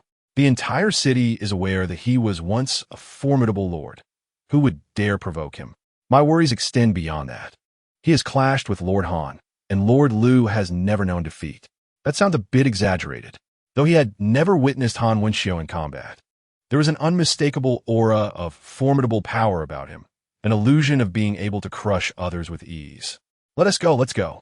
Zhou grasped Shun Yisai's arm, forcibly leading him away, allowing Lord Lu some solitude, especially given the distress from the Meng Qiaoshi incident. Being alone might be preferable for him. Shin Yisai hesitated for a moment before conceding, "Very well, then. Come, I'll take you to the bustling market." The market was not far, a mere 10-minute walk. Zhou held the reins, while the horse ambled leisurely behind them. Shin Yisai's attention was captivated by the black cloak draped over Zhou and exuding a distinct air of maturity. The cloak, reaching down to his ankles, was untouched by dust. This was the first time Shin Yisai had encountered Zhou and appearing so strikingly gallant. "Zhou, when did I fail to notice your masculine charm?" As Shin Yisai uttered these words, a mischievous smile graced his lips. "What do you mean by that?" Zhou arched an eyebrow, perplexed by Shin Yisai's statement. "You must have been blind. How could you not see my undeniable masculinity?" Shin Yisai couldn't help but roll his eyes, expressing mild disdain as he remarked, "What is the purpose of your attire, then?" "Recently, Lord Ji appointed me as a general, and I shall no longer serve as Lord Lu's personal subordinate." With a sigh, Zhou reflected on this change. He felt both joy and a tinge of regret. "I can no longer fight alongside Lord Lu, yet I would gladly assist him if he sought my help. Being a personal subordinate has its merits. Lord Lu has always been considerate towards me, and I have never regretted meeting such an admirable person. Don't you agree?" Shin Yisai chuckled lightly, shaking his head in response. "No, if it were me, I would regret it." "Ah." Zhou was taken aback. "Why? What do you understand?" Shin Yisai looked at him earnestly and said, "Do you believe I would not regret knowing someone who could have allowed me to live a good life, but instead inflicted suffering upon me?" Zhou was momentarily stunned, and Shin Yisai continued, "Do you think my scars appeared out of nowhere? The whip was not wielded by him, nor were the blows struck by him. Yet all the pain was his doing. I regret knowing him, but I have never regretted loving him. Their experiences were more terrifying than death itself. Such agony was unbearable. Yet they persevered against all odds. A feat, indeed. You both have endured much. As he spoke, Yu Guangzhong caught sight of the red marks on Shun Yaisai's neck. However, you might want to exercise some restraint. Initially, Shun Yaisai did not comprehend, but upon noticing Zhou and pointing at his neck, he nearly lost his composure. He tugged at his collar to conceal the marks, feeling somewhat embarrassed as he said, let us pretend you didn't see it. Zhou then found the situation both amusing and perplexing, though he was unaware of Lu Qian's intentions in directing him to divert Shun Yaisai. It undoubtedly related to prior events, or perhaps a desire for solitude. Look, there is a street performer. Suddenly, a bystander interrupted his thoughts, and Shun Yaisai pointed excitedly at a distant spectacle, beaming with delight. Zhou couldn't help but chuckle along. The market was brimming with delectable treats and entertaining diversions. Experiences that would be nearly unattainable in the real world without an admission fee. Here, one simply needed to express satisfaction, to offer a reward, or feign discontent to enjoy the show for free. With little else to occupy his time, Zhou then accompanied Shun Yaisai in exploring the festivities. He had only recently assumed the role of general and would soon become engrossed in duties he had never envisioned facing on the battlefield. The two reveled in their escapades until twilight approached, at which point they parted ways. Upon returning to the Lu Pavilion, Shun Yaisai discovered several plates of intricately designed pastries on the table, alongside Lu Qian emerging from the imperial kitchen, carrying a platter of small confections. I wondered why you were not at home. It turns out you were out and about. Lu Qian, with an impassive expression, set down the pastries and gestured for Shun Yaisai to come over, inviting him to partake in a bite to eat. Since the death of Meng Qiaoshi, the royal kitchen had not been entered again, and it was quite novel for Lu Ji to personally prepare pastries for him. You returned so soon? Shun Yaisai expressed his surprise, realizing he might have indulged a bit too much. Yet he slowly approached and casually chose a chair to sit, as if Lu Ji had merely gone to light incense. Indeed, Lu Ji replied, taking a seat beside him. Where did you go today? I went out to play with Zhou and at the amusement market. It was quite lively, and I spent the whole day there. Lu Ji fixed his gaze on him, his lips moving slightly. It's quite close to the cemetery. Why didn't you bring me along? Shun Yaisai took a bite of mung bean cake and said, I thought it would be better not to disturb you. I still feel quite remorseful about Meng Qiaoshi's death. Lu Ji gently ruffled his hair, his fingers gliding through the soft strands, offering comfort. You're not responsible for her death, so there is no need for guilt. Next time, I will take you to visit her. All right, I didn't expect you to be so skilled at making these sweets. I learned from Qiaoshi. If you enjoy them, I'll make more for you next time. You should eat plenty. I've eaten a lot at the amusement market. If I eat more, I might burst. I've already shown great courtesy. Lu Ji chuckled softly, his deep eyes fixed on Shun Yaisai. There hasn't been much to do lately in the judgment hall. Tomorrow, I need to take a trip to Wuqing. Shun Yaisai froze, as if time had stopped. He halted the motion of stuffing food into his mouth, although not hungry. He found Lu Ji's pastries intriguing and couldn't resist indulging a bit more, savoring their delightful taste, sweet yet not cloying. After 2 or 3 seconds, Shun Yaisai blinked and asked, What are you going to Wuqing for? To attend to some matters, Lu Ji replied. I'll go too, Shun Yaisai declared firmly, seizing Lu Ji's wrist, fearful that he might flee. However, Lu Ji furrowed his brow, seemingly unable to find a reason to prevent him from going, and reluctantly agreed. All right. Seeing Lu Ji's resigned demeanor, Shun Yaisai found it somewhat amusing but managed to suppress a smile, his gaze sincere as he said, I can't help but worry about you. If there is any danger, please don't keep it from me, all right? For a fleeting moment, Lu Ji appeared to have concealed many things from him, yet Shun Yaisai had never held it against him nor harbored resentment. He had simply walked alongside him until the conclusion of this tale. I'm going to Wuqing to capture Guijun Tian, Lu Ji answered earnestly.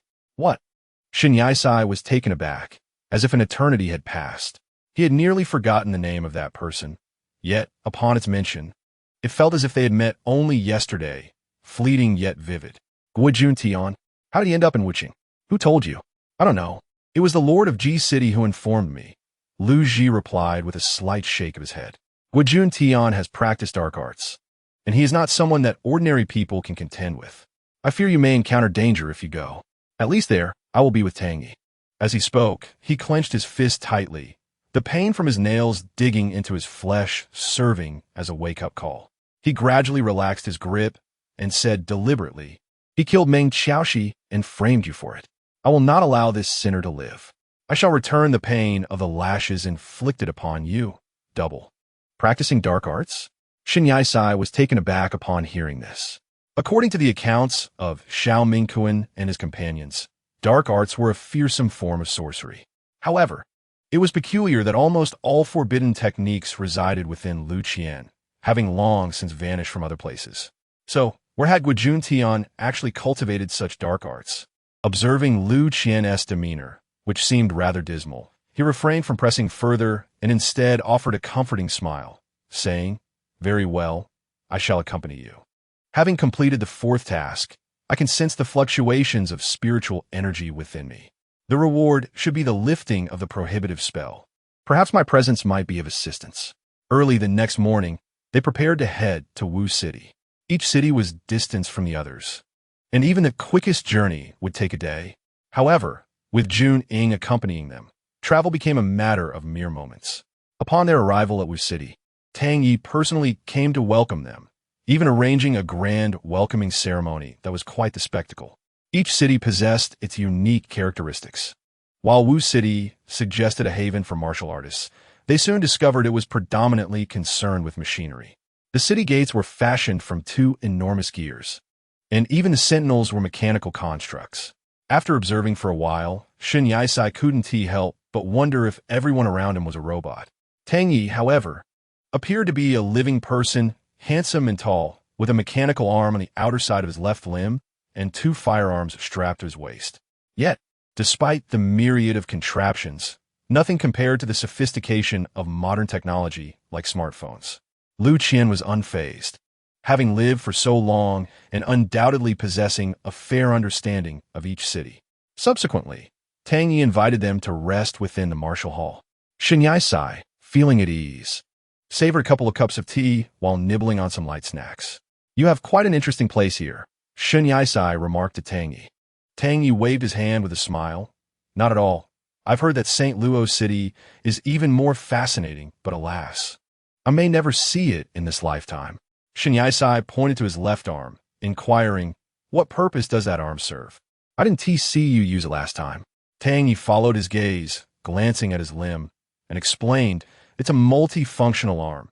It can be used for combat, cooking, and repairs. Generally, I would detach it when going out or entertaining guests, as it's not aesthetically pleasing and rather heavy. This time, I was a bit unprepared and didn't have the chance to remove it." Lu Qian interjected, "I have come here to locate Guojun Tian. He has practiced dark arts, and I hope Wu City remains unharmed." Upon hearing this, Tang Yi furrowed his brow, knowing that his people were in imminent peril. Who would feel at ease under such circumstances? After a brief silence, he responded, "When the time comes for assistance, I shall act without hesitation. Should he wreak havoc on my territory, he shall face the consequences." Lu Qian continued, "Heighten security and exert all efforts to track down Guojun Tian. But be sure not to alarm the citizens, lest we stir the snake in the grass." "Understood." Tang Yi then instructed his trusted subordinates to make the necessary arrangements. "I have a question," Shin Yaisai said. After Lord Xiao's departure, he entrusted a vial of medicine to Lord Ji. "Unfortunately, I accidentally spilled it, only to discover later that it was toxic." "When did this occur?" Lu Qian inquired. "It was during the time Lord Ji ordered the capture of Guojun Tian. That was likely when Guojun Tian made his move." Lu Qi pondered for a moment before saying, "Next time, you must not stray from my sight. I am genuinely concerned about any unforeseen circumstances that may arise, and the consequences are too dire to contemplate." Shin Yaisai chuckled softly, responding, "Fear not. I shall exercise greater caution." Tang Yi shifted into a more comfortable position, observing them with a look that suggested he had grasped the nature of their relationship. However, upon recalling Guojun Tian, he couldn't help but remark to still covet Shin Yaisai's life at such a critical moment, Your animosity runs deep. Shin Yisai interjected. But isn't dark magic rather terrifying? If he discovers we are searching for him, could he? Not at all, Lu Qi reassured him. His mastery of dark magic is still fledgling. Should time pass, and he learns to wield it proficiently, then it becomes uncertain. Just as Shin Yisai finished speaking, a figure appeared at the entrance of the grand hall, prompting all three to turn their gaze towards the door. Upon seeing the newcomer, Tang Ye's expression instantly shifted to one of seriousness, his voice laced with suppressed anger. Who permitted him to enter? A trembling voice from outside replied, I am sorry. Tang City Lord, we couldn't stop him. Get out. The fury in Tang Ye's command erupted, releasing all his pent-up rage. Brother, I miss you. Please don't confine me again, all right? The newcomer spoke cautiously, wary of uttering anything that might displease Tang Ye. Uncertain of the situation, Shin Yisai leaned closer to Lu Qi, whispering, Who is that person? Lu Qi softly replied, Tang Xian. He is Tang Ye's younger brother. Do you believe I could imprison you at this very moment? Tang Ye, refusing to spare a glance, rose from his dragon throne and turned to Lu Qi with a different demeanor. I apologize, Lord Lu, for the disturbance. If you wish, you may explore the martial city while I attend to some private matters. Very well, we shall reconvene later.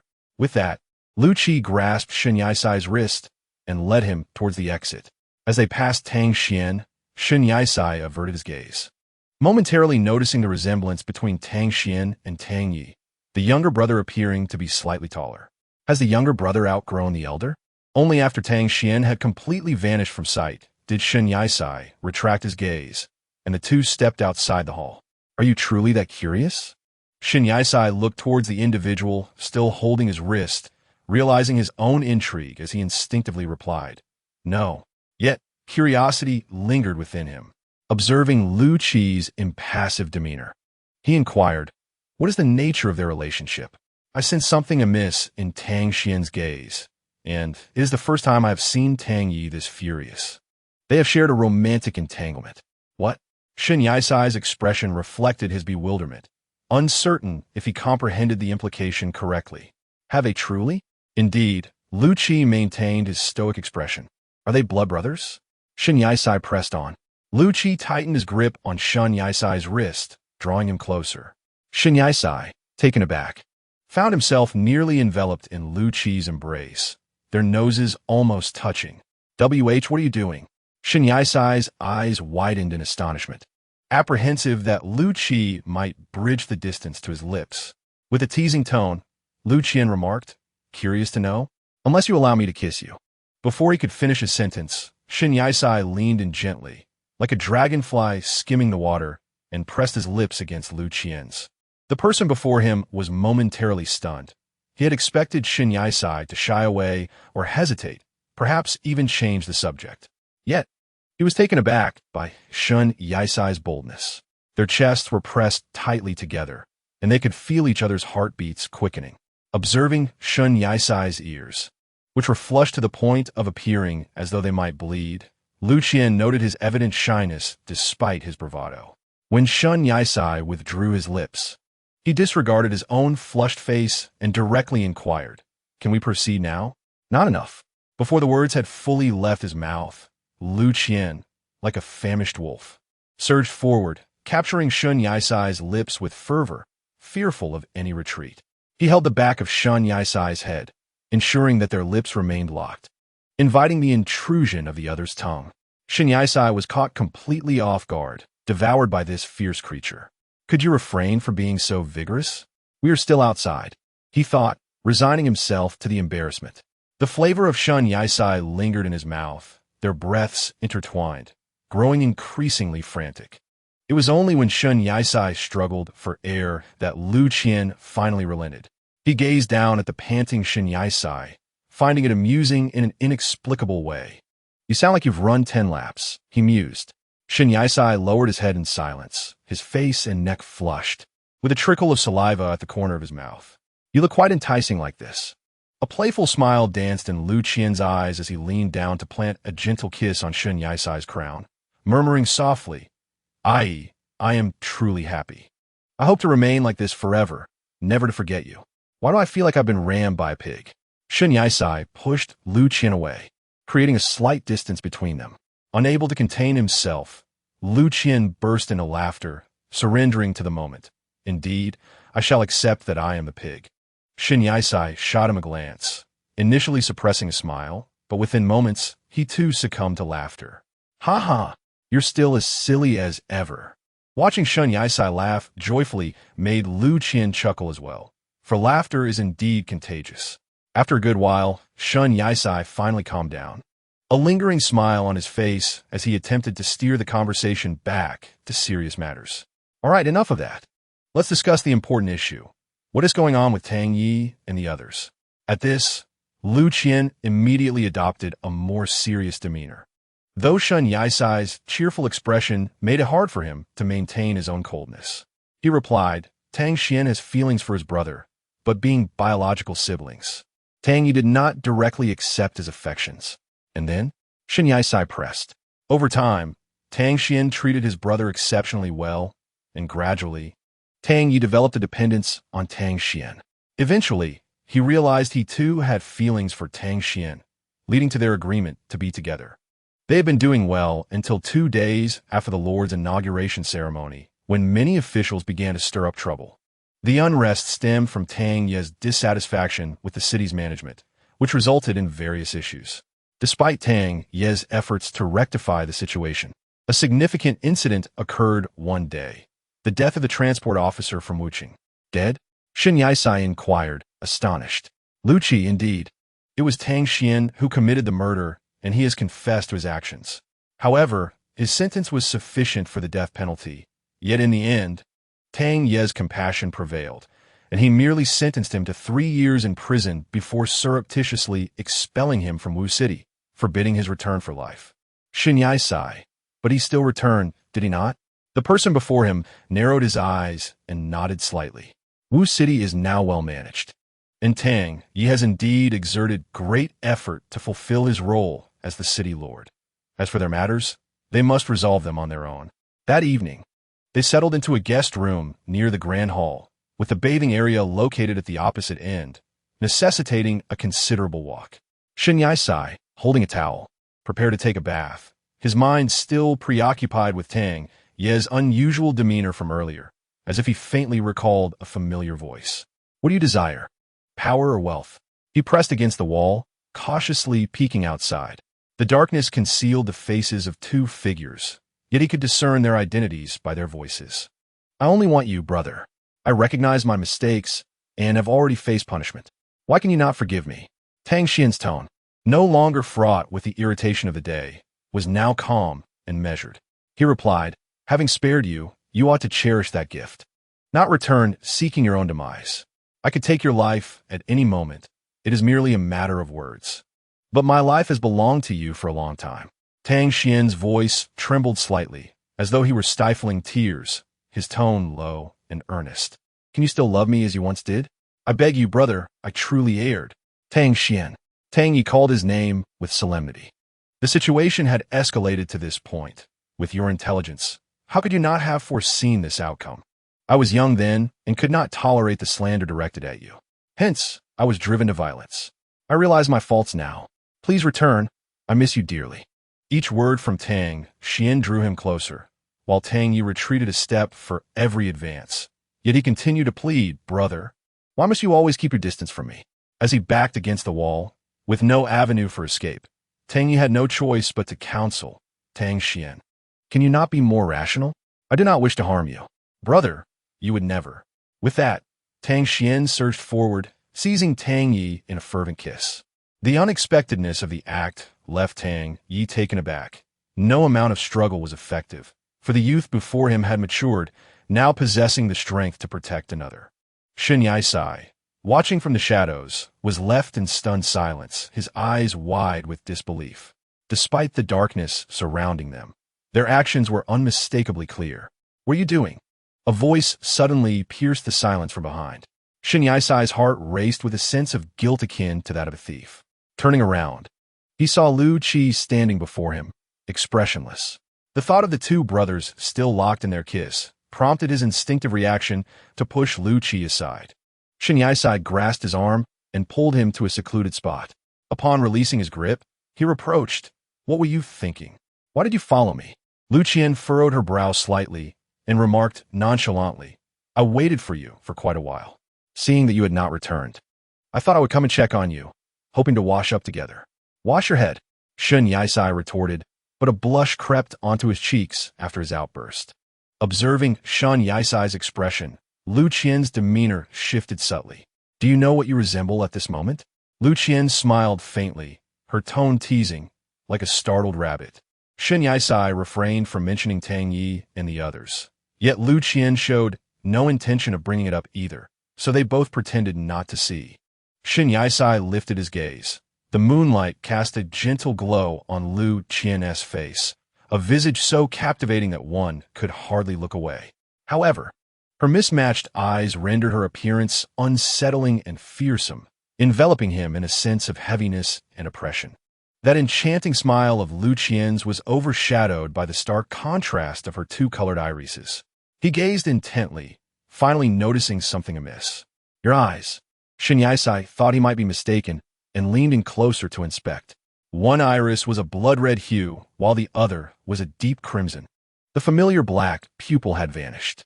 Just as Lu Qian was about to speak, a gunshot rang out, startling both of them. "Run!" In a moment of urgency, they dashed towards the source of the sound, only to find Tang Yi pointing a gun at Tang Xian. Shen Yisai was taken aback. Tang Yi shot at Tang Xian? Just a moment ago, everything seemed fine, and now? Shen Yisai intended to rush forward, but Lu Qian stood protectively in front of him, saying, "Tang Xian is unhurt." Tang Yi caught sight of the two figures behind Tang Xian, his heart racing. He had only intended to scare Tang Xian with a gunshot, not anticipating it would attract nearby individuals.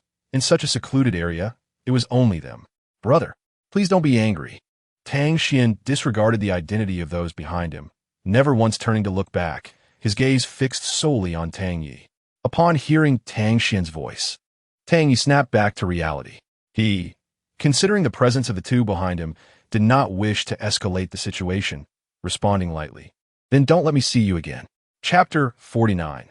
The decision to stay. The four of them were in a tense standoff. Shen Yisai yearned to act. Yet, Lu Qian cautiously shielded him from behind.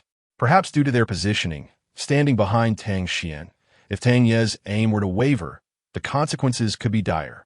Lu Qian, unfazed by the peril, was merely concerned about the safety of the person behind her.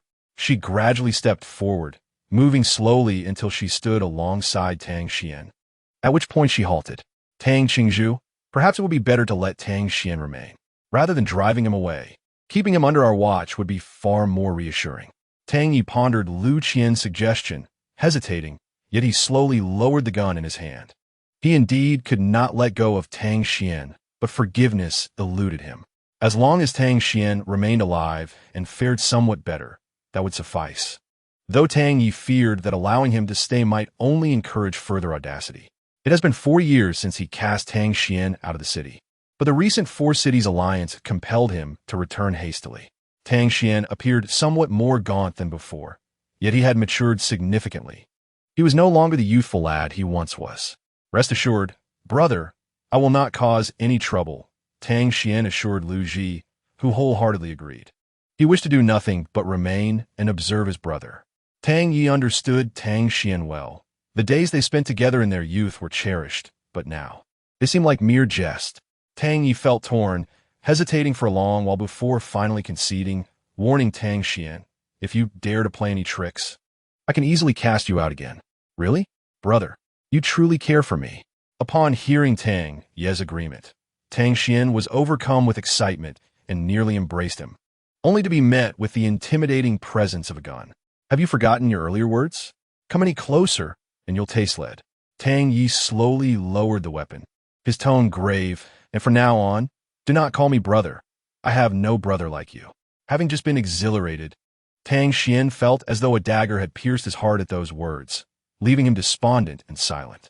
Lu Ji kindly patted Tang Xian's shoulder, maintaining a neutral expression. "Perhaps you could stay with us for the time being, allowing your brother to cool off." At this, Tang Xian cast a glance at Shen Yisai behind Lu Ji and then back at Lu Ji, feeling somewhat embarrassed. Upon first seeing Shen Yisai, Tang Xian sensed that their relationship was likely more complex than it appeared. Looking into Lu Ji's eyes, which seemed to shine brighter, he softly inquired, "Am I not a bother to you?" "Not at all," Shen Yisai replied courteously, waving his hand. "We can accommodate one more. You must be weary from your journey. Do take the opportunity to rest." "That sounds agreeable," Tang Yi remarked. "Lord Lu, I entrust Tang Xian to your care." As night deepened, the air grew gentle and serene. The inn they stayed in was eerily quiet, with only the sound of 2 sets of footsteps echoing softly in the corridor. Lu Ji glanced at the peacefully sleeping Shen Yisai before closing the door and turning to Tang Xian, who was calmly preparing tea. "Still pondering your brother?" Lu Ji inquired as he sat beside Tang Xian. Tang Xian expressionlessly set down the teapot, his silence speaking volumes. "I believe you came to seek him," Lu Ji remarked as he sipped the tea Tang Xian had just brewed. Tang Xian shot a sidelong glance, neither confirming nor denying, instead shifting the topic. "And you, Lu Ji, what is your relationship with the person in that room?" "He's become a general, no longer my subordinate. The one inside is the object of my affections," Lu Ji replied, casting a glance towards the door. Tang Xian raised an eyebrow, realizing from the outset that their connection was far from ordinary. Now, it seemed he had stumbled upon a significant secret. He pondered for a moment, unable to suppress a chuckle, yet the atmosphere was so serene that he stifled his laughter. Merely shaking his head in resignation, he murmured to himself, "After all these years as the Lord of Luocheng, this is the first time I have felt such emotions for someone. It appears to be sincere." "I know you are intelligent," Lu Ji remarked, looking at him with a glimmer of implication in his gaze. Yet he maintained a facade of nonchalance as he asked, "How much do you truly know about my affairs?" "A bit here and there," Tang Xian replied, pouring another cup of tea for Lu Ji with a smile. "I have observed you for a while and uncovered numerous astonishing secrets. I even know your purpose for coming to Wucheng. Having lived for a century, I suspect the forbidden power within you is becoming increasingly difficult to contain." The latter chose silence, opting not to respond. "Your eyes are the best testament. Each time you lose control, the hue of your eyes becomes strikingly apparent. This is backlash." Lu Ji lowered his gaze to the reflection of himself in the teacup, his unusually red eyes evoking a sense of dread. "I know your time is running short." Tang Xian rose, preparing to return to his room. Lu Ji immediately intercepted him, deliberately avoiding eye contact, simply stating, "Do not inform Shen Yisai." Tang Xian let out a light scoff, chuckling as he patted Lu Ji's shoulder before departing. The following morning, the sun gently bathed the earth in warmth, creating a cozy atmosphere. However, just as dawn broke, the ground trembled, startling the birds in the forest into a frenzy. Shen Yisai awoke from his slumber, the tremor shaking nearly all of Wucheng. Yet, tranquility soon returned, leaving Shen Yisai puzzled. He swiftly donned his garments and exited the inn, where nearby townsfolk were emerging to investigate. "What on earth is happening this early? An earthquake? Look, smoke is rising from over there. It's from the mountains. What's going on?" Shen Yisai followed the gazes of the townsfolk, spotting a plume of black smoke rising beyond a thicket. An earthquake accompanied by a fire. What an unusual day. Fortunately, there were no residents in the mountains. Otherwise, it could have been catastrophic. Shen Yisai observed the direction of the smoke, recalling that it was relatively close to the watchtower of the Forbidden City. Having been out for a short while, the entire village was now awake. Was Lu Ji still asleep? He turned around and headed to Lu Ji's room. To his surprise, Lu Ji was curled up in bed, his expression contorted in agony, surrounded by swirling dark energy. Appearing to be in great distress, Lu Ji, Shen Yisai called his name, but there was no response. What was happening? Was it related to the earthquake? System.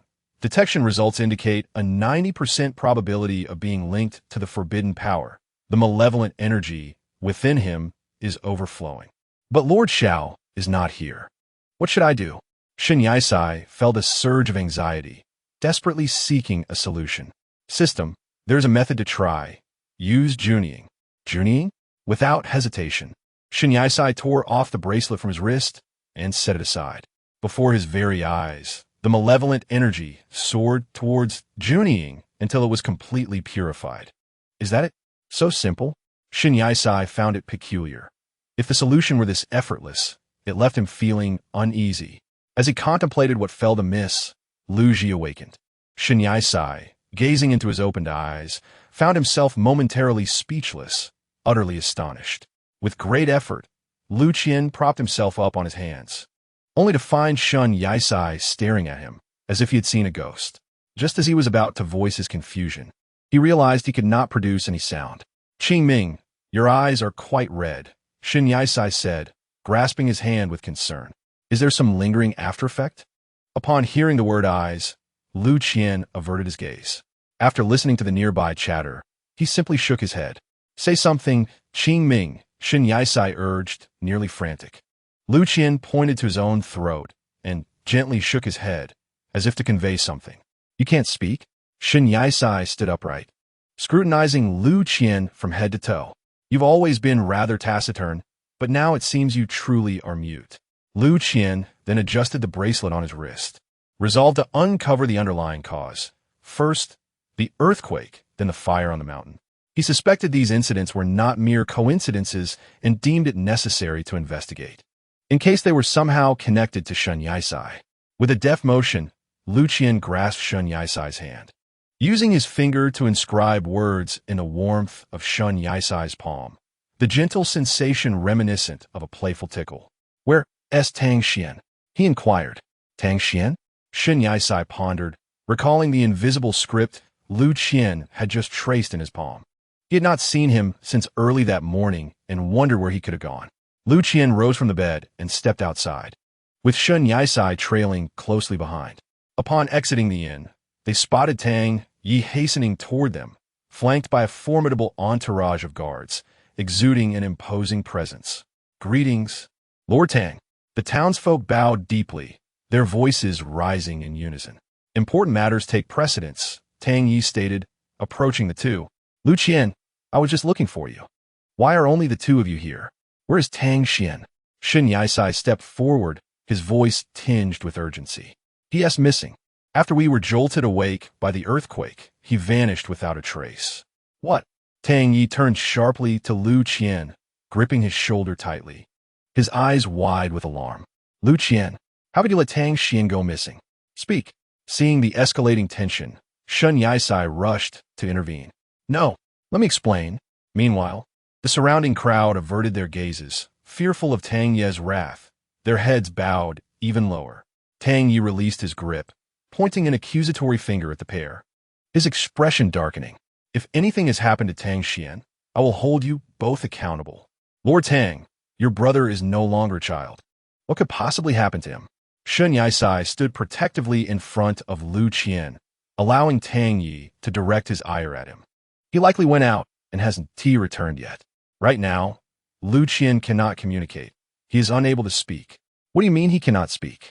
Tang Ye's gaze met Lu Qian's, and he was taken aback by the blood-red hue of his eyes. "Lu Qian, I suspect the earthquake and the fire on the mountain are related to you. You've been like this since early morning." Upon hearing Shin Yisai's words, Tang Yi let out a cold laugh, somewhat relieved. "Such occurrences are indeed peculiar. My visit was prompted by the strangeness of the fire. The earthquake and the fire occurred simultaneously, and that direction is alarmingly close to the watchtower of the Forbidden City." Lu Qian appeared to have a sudden epiphany, possibly triggered by something he recalled, and swiftly began to sprint toward the direction of the fire. "Qingming," Shin Yisai, witnessing Lu Qian's rapid departure, immediately followed suit.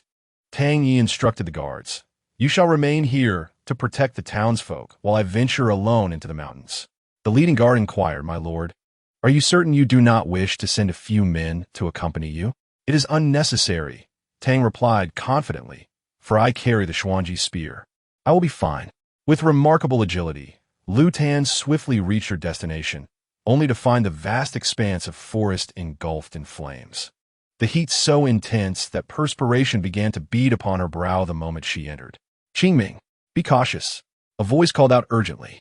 Before Lu Tan could react, she was shoved aside by someone from behind, just as a nearby tree crashed down, its trunk charred and splintered.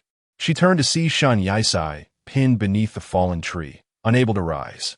Anxiously, Lu Tan rushed to assist him, but they were soon overshadowed by another massive shadow, as yet another tree toppled towards them.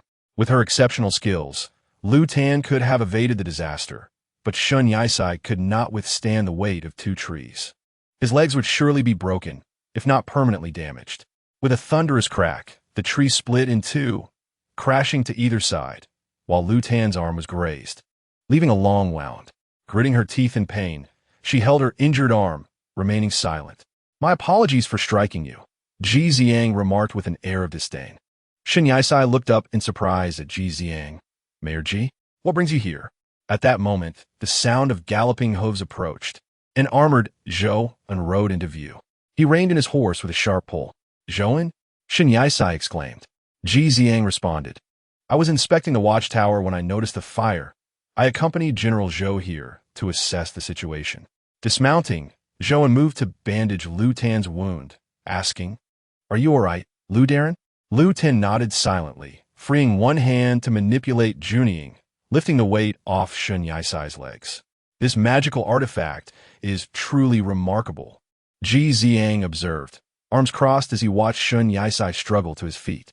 Mayor Ji, Tang Yi, appearing seemingly from nowhere, suddenly interjected, "You two are here?" Ji Xiang rolled his eyes, exasperated. "Consider yourself fortunate. I was inspecting the watchtower. Had I been at the main city, it would have taken me a day to arrive. Otherwise, this forest would have been lost." Shun Yisai had no time for their banter. "If we do not act quickly, the forest will indeed be lost," Zhou declared. "Then let us split up and rescue." Chapter 50. Betrayal. Subsequently, the group employed water conjuring spells to extinguish the flames. As time passed, much of the forest was consumed, and after several hours of effort, they finally quelled the blaze. Many trees had been reduced to charred remnants, and the group found themselves nearly exhausted, their magical energies nearly depleted. "Had I known, I would not have come. I have expended nearly half of my power," Ji Xiang panted, resting against his horse. Shun Yisai, already at a disadvantage, found his magical energy entirely spent. Just as they paused for breath, arrows rained down from above. "Everyone be vigilant." Zhou unsheathed his sword, deflecting several incoming arrows. Tang Yi drew the Xuanji spear, while Ji Xiang brandished the Zile whip, both entering combat mode. Ji Xiang was utterly exasperated. Was this calculated? Why must they launch a surprise attack when I am at my weakest? "This way." Shun Yisai waved his hand, urging everyone to follow him in retreat. They had no choice but to withdraw for the moment. Zhou, while fending off arrows, mounted his horse, but as he contemplated escape, an arrow struck the horse's leg, causing it to cry out in agony and topple to the side. General Zhou, Tang Yi expertly shot down each incoming arrow with precision, retreating while firing at the hail of projectiles. They had no idea how many enemies lay in wait. Continuing like this was unsustainable. Ji Xiang stowed the purple thunder whip and dashed deeper into the woods alongside Shun Yisai, with Tang Yi and Zhou following closely. "Where's Lord Lu?" Zhou called back, desperately searching for the youth's whereabouts. "Lu Yin can take care of himself. Don't look back. Run." Ji Xiang urged General Zhou, "You go ahead with Shun Yisai. I'll follow behind with Tang Yi." "Understood." The origin of the arrows remained a mystery, likely conjured from a distance using magic. Where had that madman Lu Yin disappeared to? Ji Xiang shouted while using the purple thunder whip to block arrows. Meanwhile, Tang Yi's gunfire continued unabated. Lord Lu was once the Grand City Lord. He is certainly capable of fending for himself. Shun Yisai, and he should be safe. We must hurry. Upon reaching a dead end, they spotted Zhou kneeling not far away. Hearing the approaching footsteps, Zhou shouted desperately, "Stop. There's a cliff ahead." "What?" At his warning, the two halted abruptly, and the barrage of arrows ceased. Shun Yisai found himself at the edge of the cliff, too frightened to struggle. While Zhou desperately clung to him, Shun Yisai sought a foothold, but every small stone he stepped on crumbled under his weight, revealing a bottomless drop. "I'll help," Tang Yi exclaimed, intending to rush to Shun Yisai's aid. "Lu Yen." At the mention of his name, Tang Yi halted, turning to face Lu Yen, who stood at the precipice. Zhou noticed as well, his immediate reaction one of alarm. "My lord, please come help." He turned to Shen Yisai and urged, "Shen Yisai, extend your other hand." Lu Yan's expression was eerily cold, his movements robotic, his eyes glowing faintly red. He approached Zhou and, squatting beside him, "Shen Yisai," upon seeing Lu Yan at the cliff's edge, silently reached out his hand. Lu Yan grasped his wrist, and in the next moment, a shocking turn of events unfolded. Lu Yan deftly slipped the Junying from Shen Yisai's wrist and turned to leave. "Lu Yan, what do you mean by this?" Zhou could scarcely believe Lu Yan's actions. Shen Yisai was still suspended in midair, yet he simply walked away. His steps did not falter as Tang Yi positioned himself in front of Lu Yan, gun pointed at him. "Explain yourself, Lu Yan. Do you even realize what you're doing?" "Oh, it seems I've truly forgotten something," Lu Yan replied suddenly, his voice chillingly detached, as he transformed the Junying into a sharp sword, swiftly swinging it around. The sharp blade struck Zhou, and with unerring precision, delivering a heavy blow that left him with the sensation of bones on the verge of fracturing. He stifled the urge to expel copious amounts of blood, but his balance faltered, and together they plummeted off the cliff. "Qingming, why must you do this?" Shen Yisai, in the midst of their fall, was engulfed in confusion. Even after seizing Junying, there was no inclination to rescue him. Instead, Zhou and he were cast down the precipice. "I will save him," Ji Xiang exclaimed, brandishing his purple lightning whip as he dashed toward the cliff's edge. But it was too late. The descent was swifter than anticipated, and in the blink of an eye, they vanished from sight. Tang Yi, nearly consumed by rage, gripped his gun tightly, the barrel aimed squarely at his adversary's face. Glaring ferociously, "I shall fight you." Ji Xiang lashed out with his whip, striking fiercely at Lu Qian, yet the terrifying reality was that Lu Qian caught the whip mid-swing. Ji Xiang could not pull it back. The whip stretched taut in a straight line. How could you possibly catch my purple lightning whip with your bare hands?" Ji Xiang looked at him in disbelief. At that moment, Lu Qian exuded an icy demeanor unlike any before, enveloped in a thin shroud of black mist, an unsettling aura that suggested he was possessed. "Tang Yi, shoot!" she cried while attempting to subdue Lu Qian. Tang Yi hesitated, his heart softening, unable to pull the trigger. It was truly hard to believe that this was Lu Qian. Just then, a familiar voice emerged from behind. "Brother." Tang Yi was all too familiar with that voice. And in that fleeting moment of distraction, Lu Qian struck him, knocking the gun from his grasp, where it hung suspended in the air before being seized by Lu Qian. The purple lightning whip, seemingly animated, bound Jizang, a high-grade magical artifact that, regrettably, lacked the sentience to recognize its master like Junying did. As Tang Yi grasped the situation, he witnessed Lu Qian aiming the gun at him. Was it truly so simple for Lu Qian to eliminate two individuals? After all, they were both city lords. Tang Yi turned to glance at Tang Xian, who was approaching him, Lu Qian pressing down on his shoulder and forcefully kicking Tang Yi's kneecap, compelling him to kneel. Ugh! The sudden descent to one knee caused pain to shoot through him. Tang Xian leaned in, lifting Tang Yi's chin with his hand, compelling him to meet his gaze, and with a mocking tone remarked, "Brother, I never imagined you would find yourself in such a predicament." Tang Xian. Tang Yi's face darkened with fury, struggling against the grip, but Lu Qian's strength was overwhelming, rendering him unable to break free, and he glared fiercely at Tang Xian. "Tang Xian, you beast! Was this all part of your plan?" Tang Xian's expression was nuanced, contemplating for a moment before responding. "Surely you didn't think my return was truly to seek you out? Brother, how naive you are. Mother wasted years teaching you. You dare betray me." Tang Xian let out a soft scoff, a slight smirk playing at the corners of his mouth, and without hesitation, he lunged forward, delivering a domineering kiss filled with scorn. Tang Yi struggled briefly, biting Tang Xian's lip before breaking free. He immediately turned his face away, unwilling to even glance at him. "Get away from me. The sight of you disgusts me. I quite enjoy how your little mouth is capable of such words." Tang Xian stood up, looking down at the disheveled Tang Yi with a sense of superiority. "I have sacrificed so much for you. How could you have treated me this way? After years of confinement, you cast me out of Wuching. And you, the esteemed third city lord of Wuching, are still my brother. How could you be so ruthless? Tang Yi closed his eyes, refusing to engage with the madman before him. Fine, Tang Xian scoffed, a smirk playing on his lips as he gestured for Lu Chan to release him. Tang Yi shook off his hand, only to hear the madman continue. Brother, your birthday is fast approaching. I shall prepare a grand surprise for you. Anticipate it. I do not require anything from you. Tang Yi rose, equally unyielding. Haven't you committed enough wrongs already? How could I ever harm you? You are my brother. Tang Xian attempted to caress his face, but Tang Yi coldly turned away. Get lost, Tang Yi said without lifting his head. Tang Xian withdrew his hand, suppressing his anger, and addressed Lu Chan coldly. City Lord Lu, let's depart. Understood. Lu Chan returned Tang Yi's Xuanji spear before following him out. As Tang Yi watched them leave, he reflected on the perilous fate of Shun Yaisai and Zhou En, who had fallen off the cliff, their life or death uncertain.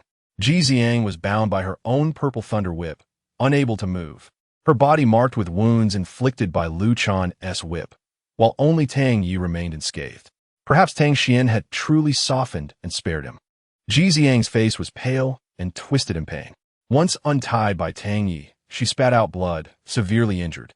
The purple thunder whip was a divine artifact, rivaling the king of hell's whip. Its sheath was harmless, but contact with any other part inflicted excruciating pain, both externally and internally. City Lord Ji Xiang fainted from the pain. Tang Yi, helpless, carried her back to the main city for treatment. At the bottom of the cliff, in a small, dilapidated house deep within the forest, Shun Yaisai groggily opened his eyes, staring at the wooden ceiling. Where am I? Didn't I die? As this thought crossed his mind, a familiar voice emerged. Awake? Shun Yaisai turned towards the source of the voice and saw Xiao Mingquan approaching him. Rest assured, it seems you have only sustained minor injuries, Xiao Mingquan assured him. Sitting up, Shun Yaisai noticed he still had his limbs intact and caught sight of another person casually sipping tea at a nearby table. City Lord Xiao and City Lord Wen? How did you end up here? Han Wenxiu smiled gently. I was about to ask how you managed to fall from such a great height. The cliff? Shun Yaisai suddenly remembered Zhou and wait. Where is Zhou? He is yet to regain consciousness, Xiao Mingquan replied, crossing his arms. His injuries are more severe than yours, but with my medical expertise, he likely won't awaken until the day after tomorrow. It seems the wounds he bears are not those inflicted by an ordinary weapon. Han Wenxiu casually swirled the tea in his cup, continuing, since that joint meeting, City Lord Xiao insisted on taking me to a beautiful spot in Wuching, claiming it would be a good way to unwind. I initially had no desire to go, yet I was eventually persuaded by his relentless insistence. What a strange assertion. Xiao Mingquan turned, a hint of indignation in his voice. You were just as eager to go. How can you say I was the one who insisted? Laughter echoed in the air. Han Wenxiu chuckled, choosing not to dwell on the matter. After all, it was not merely a coincidence that we happened upon this scene. Rather, it was the result of an earthquake and fire in the woods that piqued my interest, prompting me and Lord Xiao to investigate. Upon our ascent, we discovered you precariously dangling from the edge of a cliff.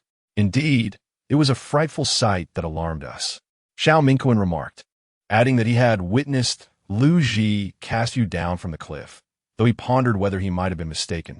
You are not mistaken, Shun Yaisai replied, his gaze cast downward. He was indeed responsible. Really?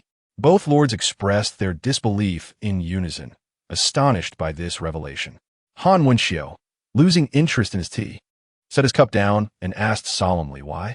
I am uncertain, Shun Yaisai admitted, equally curious about Lu Ji's motives for such actions. Well, Han Wenxiu replied thoughtfully, we were fortunate to arrive in time to rescue you. Had you fallen from such a height, survival would have been impossible. Xiao Mingquan shrugged, urging, please recount your experience. As it was a lengthy story, Shun Yaisai opted for brevity. The two listened intently, even the typically gentle Han Wenxiu adopting a serious demeanor. That is essentially what transpired, Shun Yaisai concluded, noticing the lack of response from the two. He was unaware of what unfolded on shore thereafter. After a brief silence, Han Wenxiu spoke. You have not been in Wuching long, and yet Tang Xian has already appeared. Xiao Mingquan surmised he must have a purpose, likely related to Tang Yi. Though that is but a part of the reason. Han Wenxiu continued. As for Lu Ji, either he has compelling reasons for his actions, or he is under someone's control. Xiao Mingquan added, alternatively, the forbidden arts may have been unsealed. However, I personally believe such arts are not so gentle. After all, he annihilated Shunluo City, nearly erasing the 4 cities altogether, suggesting that the notion of him being controlled is more plausible. There is another possibility, Han Wenxiu interjected, that he is being manipulated through the use of forbidden arts. Shen Yisai appeared puzzled. Shouldn't the dark arts be associated with Guijun Tian? Could he be the one exerting control?